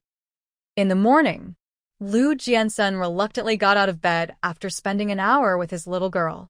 "Wife, I have a meeting at the military district, so I won't be back for lunch, and probably not for dinner either. Make sure to lock the door at night and go to bed early." Saying this, he kissed her soft lips. Gu Xiaoxi sat up, her long, shiny hair cascading over her fair neck. The contrast of black and white, with a touch of snow white, made Lu Jiansen swallow hard. "Wife." Gu Xiaoxi looked down, quickly pulling the blanket up, blushing as she looked at him. "Do you want to take some extra food with you?" "No need. I've already packed a lot." Lu Jiansen ruffled her hair. After getting dressed, he made some medicine for her and brought it to her room, watching her drink it before leaving. Gu Xiaoxi checked her watch and saw it was only 8:40, so she went back to sleep for a bit. When she woke up at 10, she quickly got ready in 5 minutes and left the family compound. Lu Jiansen and the others were going hunting at night, but she planned to go during the day. Since it was cold outside, there weren't many people around. Even the military wives who usually went out every day to buy groceries were staying in. Gu Xiaoxi didn't ride her bike. She jogged all the way. Maybe she was running too slowly and was out of breath, so the system suddenly displayed a line of golden text. Wind walking breathing technique. Requires 20 merit points. Feeling embarrassed, Gu Xiaoxi touched her cold face and quickly learned the wind walking breathing technique. Once she mastered it, her face was no longer red, and she wasn't out of breath. Her running speed increased dramatically. Even though she was running fast, she felt light, as if the wind around her was helping her run. Before long, she reached the mountain, used her life trace detection technique to sense her surroundings, avoided a crowded area, and entered the deep woods. Her goal was clear: catch a wild boar and return. However, after half an hour of searching, she still hadn't found one. Feeling a bit hungry since she hadn't eaten breakfast, she quickly returned to her space. She cooked rice, made an egg custard, and stir-fried some vegetables for a simple meal. During her break, she brewed herself a cup of chrysanthemum and goji berry tea and checked the exchange mall. When she saw the New Year lottery wheel at the top, she felt excited. With 3 chances to draw every day, could she try again today? She tentatively spent 1,000 points, and sure enough, it worked. For her first chance, she got a pink thermos. Not bad. Quite practical. She really liked the color. For her second chance, she got another thermos? All right. Another thermos is fine. This one is black, so she could give it to Lu Jiansen. For her third draw, cough, cough, Gu Xiaoxi thought she was seeing things. What? She drew something? A safety umbrella gift set? And it was a huge box. Looking at the big label, her face instantly turned red. Forget it. Forget it. It's not like she bought it. After calming down, she left the space and went back to the mountain to look for wild boars again. An hour later, she collected 2 dead trees, converted them into 500 pounds of charcoal, and caught 2 wild rabbits, but still no sign of a wild boar. Another hour passed, and she had caught 6 wild rabbits, but still no wild boar in sight. At 3:30 p.m., snowflakes began to fall from the sky, but Gu Xiaoxi still hadn't seen a wild boar. Feeling frustrated, she wandered around the mountain and then ran to the river, where she shot 5 wild ducks before heading home. As soon as she got home, Li Guifin came over with 2 long ribbon fish. Xiaoxi, these are sea fish sent by my brother. I brought you 2 to try. Thank you, sister-in-law. Do you eat rabbit? I'll give you one. I saw a villager who caught a lot of rabbits in the mountains, so I bought one. Gu Xiaoxi casually picked up a wild rabbit from the ground and handed it to her.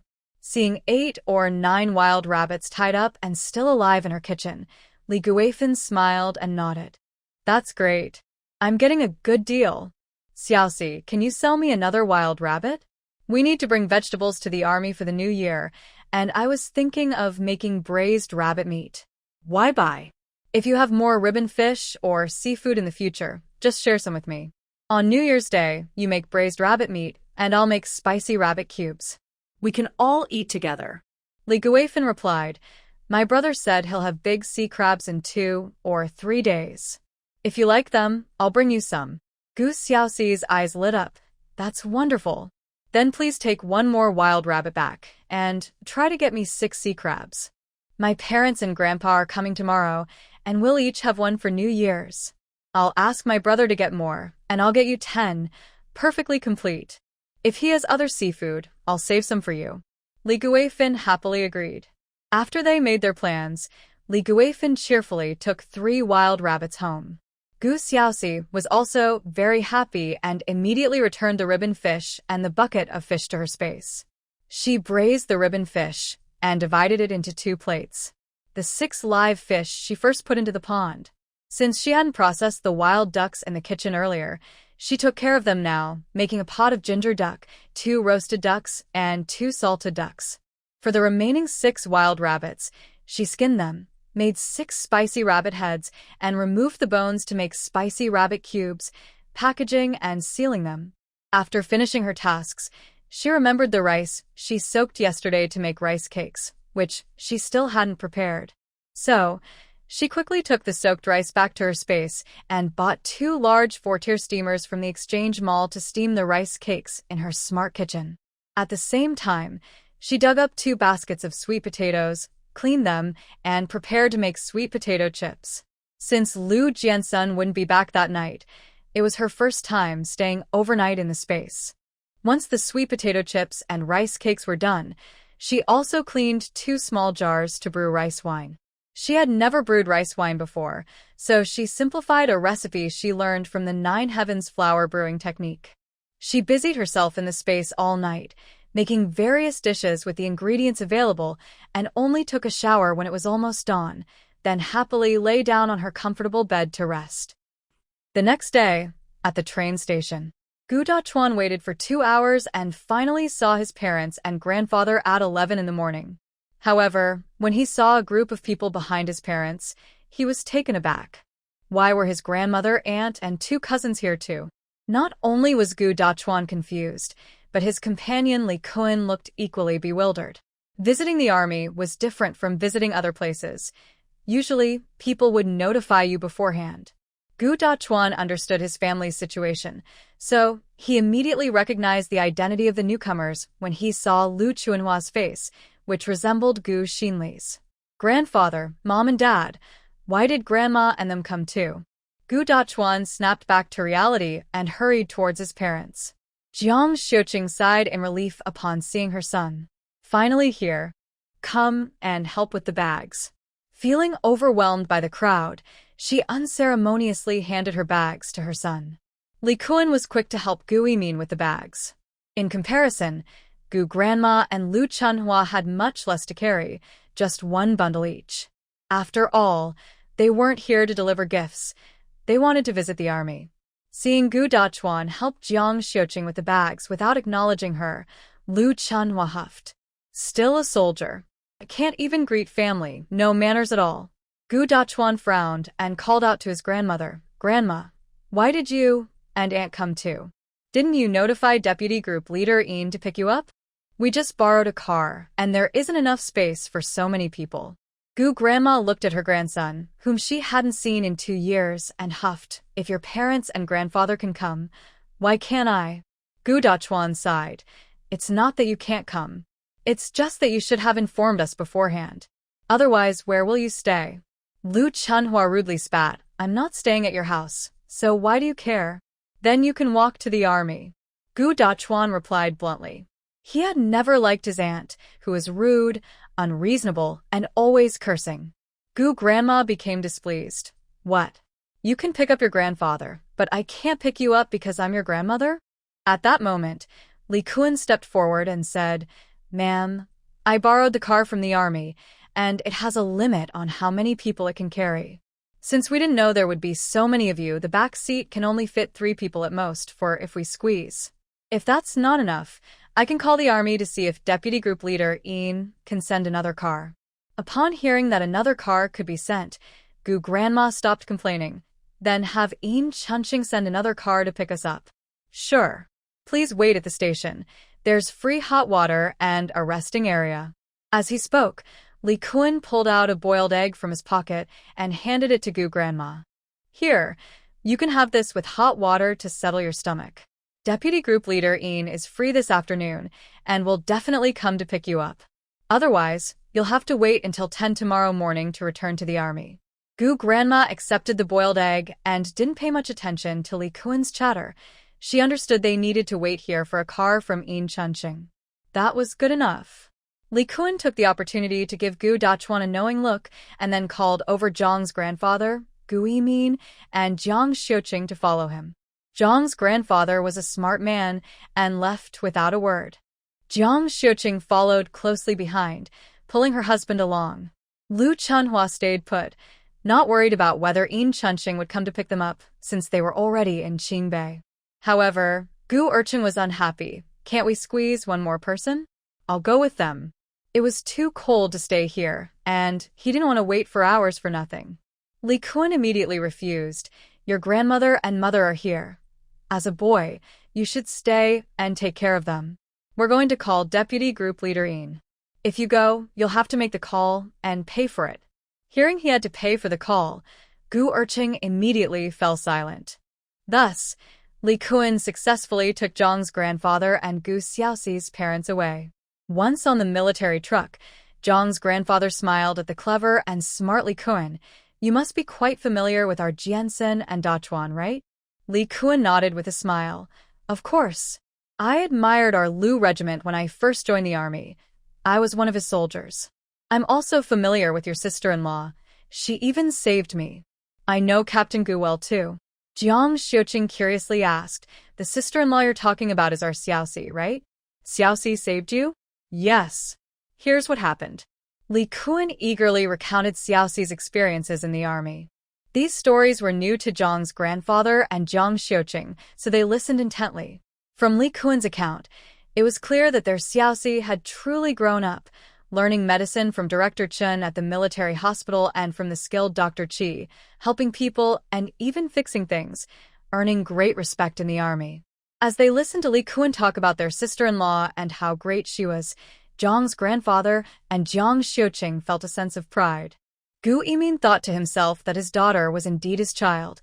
He had only taken her to the machinery factory a few times and casually mentioned things at home, yet she had inherited his strengths. Yes, his daughter was amazing. As the truck passed the post office, Li Kuan got down to make 2 phone calls and soon returned to the driver's seat. Gu Dachuan was quite pleased. Li Kuan making the call was much more effective than him doing it. If he made the call, it would just be pushing away responsibility.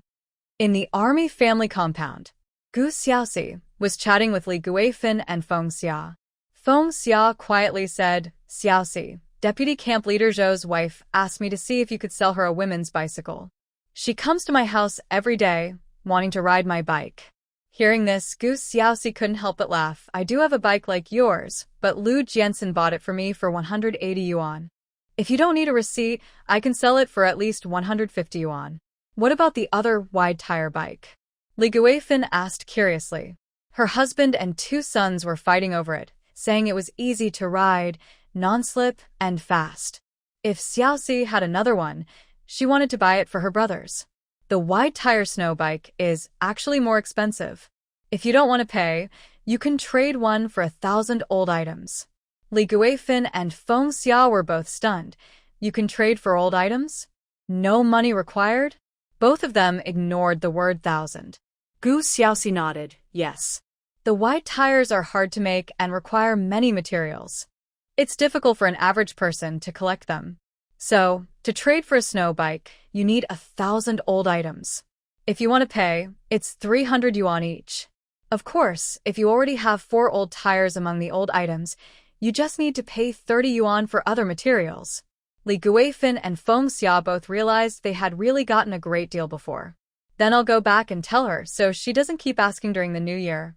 Feng Xia stood up, ready to inform Deputy Camp Leader Zhou's wife. After Feng Xia left, Li Guifin lowered her voice and asked, Xiaoxi, can you really trade a bike for 1,000 old items? No restrictions on what kind of old items?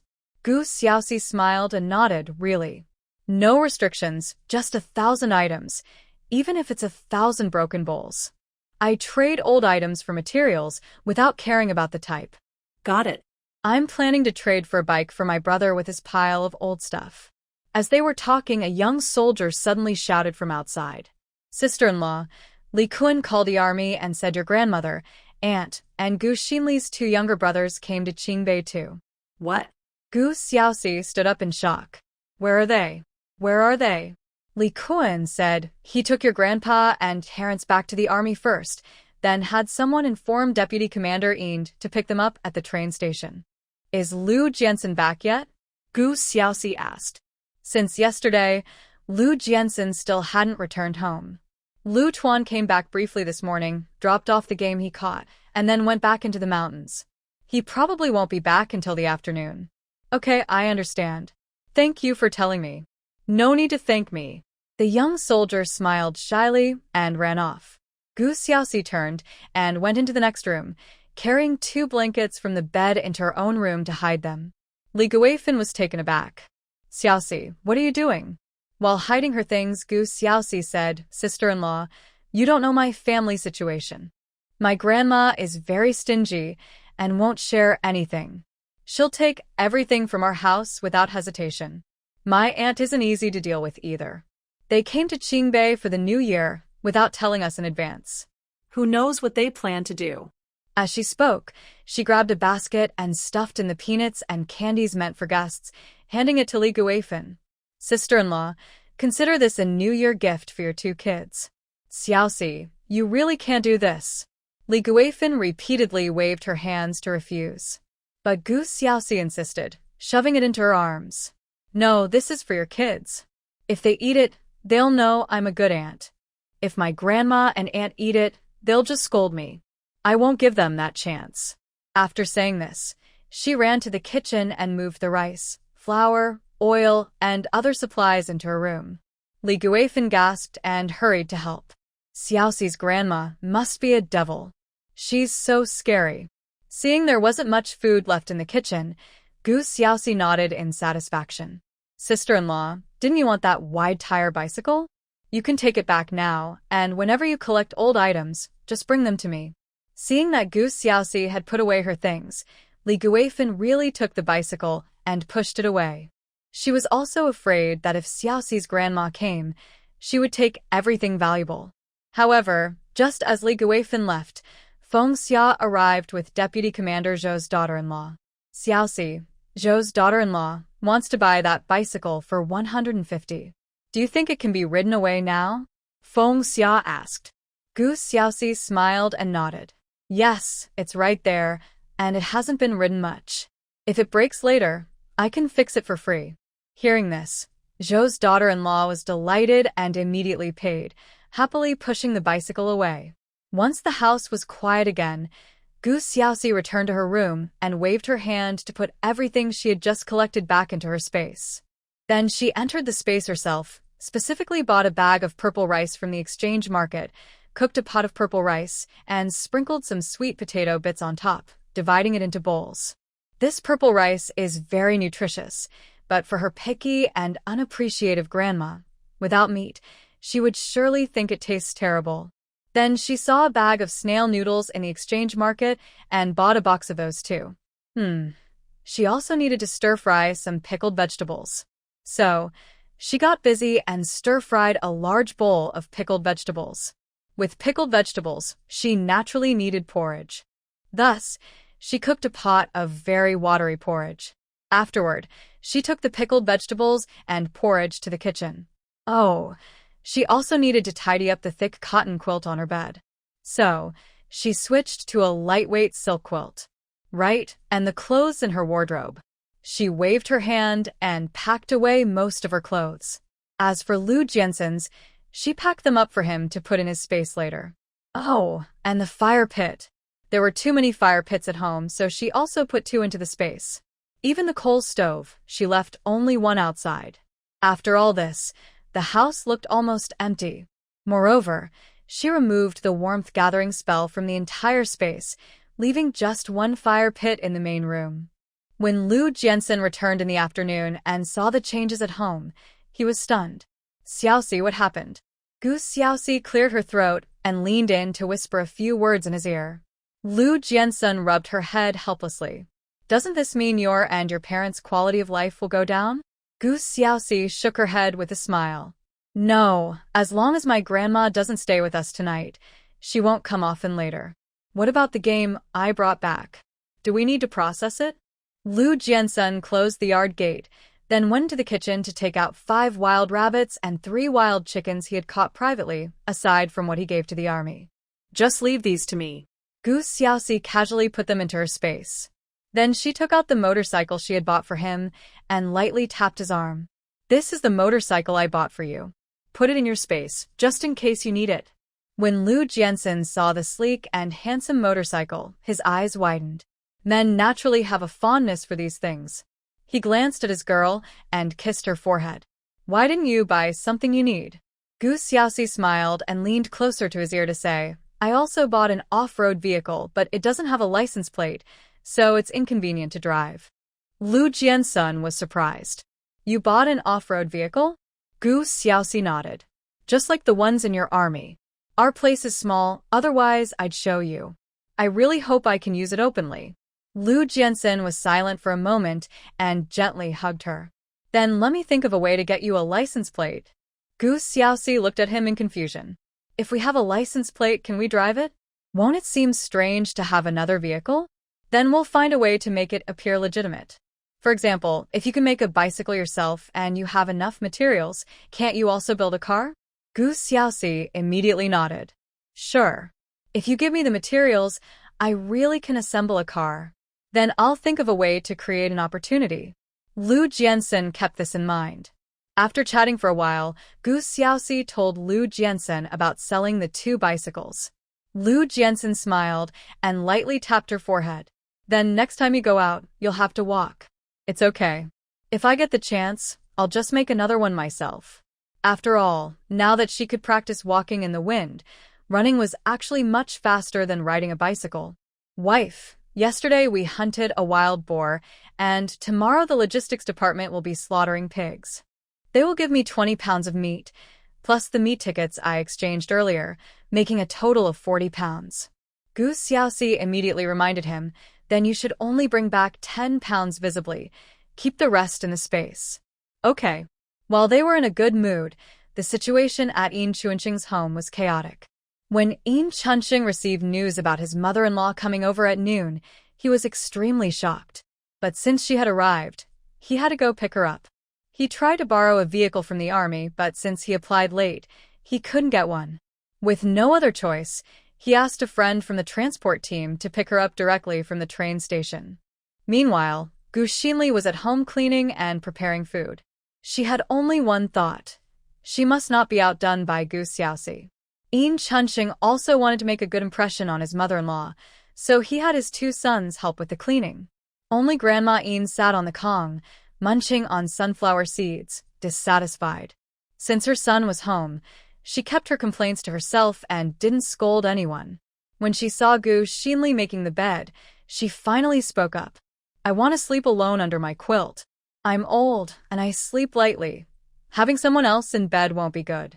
Yin Chunqing quietly said, your 2 younger brothers are here, so you can sleep with Tizi and Xiaodi. Just squeeze together with 2 quilts. As for your mother, can your cousin lend a quilt from her side? As soon as he finished speaking, Grandma Yin couldn't help but say, it's not just your grandma. Vice Captain Lu's family is much better off than ours. I think your grandma should stay at their house. Gu Xinli frowned. Gu Xiaoxi's grandfather is also in the army, and they only have 2 rooms. They won't let my grandma sleep there. Then let them provide a quilt and food.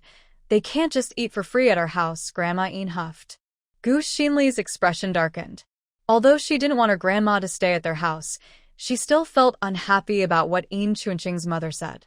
Yin Chunqing felt a bit awkward, but didn't want to criticize his mother, so he comforted Gu Xinli. Although my mother speaks harshly, it's a tough situation. You and the kids have spent too much on hospital bills. We're barely getting by this year. Once next year comes, our lives will get better.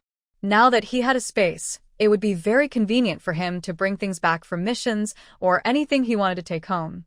He believed that his future would only get better. He was sure he was the chosen one. The current difficulties were just temporary. Gu Xinli certainly wanted Gu Xiaoxi to contribute money, effort, and food, but every family situation is different, especially hers. She explained to Yin Chunqing with a headache, my grandma has never liked Gu Xiaoxi, and Gu Xiaoxi doesn't like her either. If we let my grandma stay with Gu Xiaoxi, she won't just scold me. She'll scold you too, which won't look good in the family compound. How about this? Let my grandma choose where she wants to stay. Anyway, even if she stays with us, she'll definitely want to go to Gu Xiaoxi's house to get things.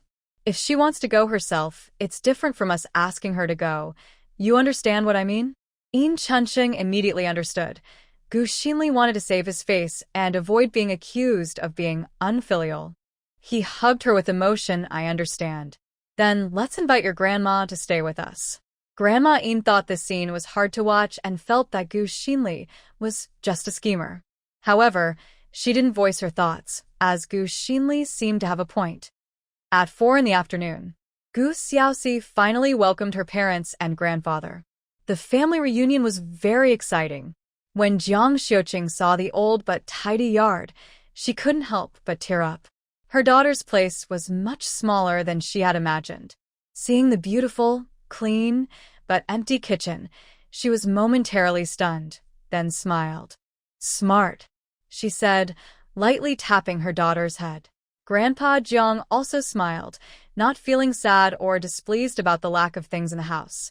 However, Gu Yimin couldn't help but sigh. He truly felt sorry for his daughter. Lu Jiansen brought over the ginger date tea he had made earlier for Grandpa and his parents, then sat down beside them to chat. Gu Xiaoxi added some charcoal to the fire pit, used a warming spell again, and then asked Grandpa, Mom, Dad, you haven't had lunch yet, right? Do you want rice, noodles, or porridge? I have everything prepared. We had a bit of the egg cake your brother brought on the way, so we're not hungry. How about we eat dinner later? Jiang Xiuqing said. That's not okay. Let's eat now. We can have an early dinner together, Gu Xiaoxi insisted. Saying this, she brought out 6 large bowls of purple rice and a bowl of pickled vegetables. Grandpa, this purple rice is nutritious and very soft. You should try it. Gu Dachuan looked a bit dazed. Sister, you prepared for 2 days and you're only serving pickled vegetables to Dad and Grandpa? Gu Xiaoxi raised an eyebrow. What do you know? This pickled vegetable is really delicious. A hint of amusement flashed in Grandpa Zhang's eyes as he picked up his chopsticks and saw the fried egg and peeled shrimp at the bottom of the bowl. Gu Dachuan was confused and pouted. No matter how well pickled vegetables are cooked, they can't compare to meat. Still, he took a bite of the rice. Surprisingly, this purple rice was quite tasty, soft and fragrant. But he still preferred plain, white rice. While the family was eating, there was a knock at the door. When Gu Xiaoxi looked up, she heard Gu Xinli's voice from outside. Xiaoxi, have your parents arrived? How much longer until Grandma and my mom get here? Gu Xinli's voice was loud, seemingly wanting everyone to know that Gu Xiaoxi only picked up her parents and not her grandma. Lu Jiansen glanced at Gu Dachuan, who immediately understood, and got up to open the door. When Gu Xinli came in and saw that Gu Xiaoxi and the others were already eating, she was momentarily stunned. But she quickly greeted the 3 elders. Hello, Grandpa Jiang, Uncle, Aunt. You must be exhausted from the trip. How is Grandma? You didn't go to pick up your grandma? You can't be serious. Your mom was shouting that your husband has a high rank and can send someone to pick her up, Jiang Xiuqing replied. Gu Xinli quickly responded, I already sent someone to pick her up. I just came to see you. However, when she saw only a bowl of pickled vegetables on the table, she couldn't believe it.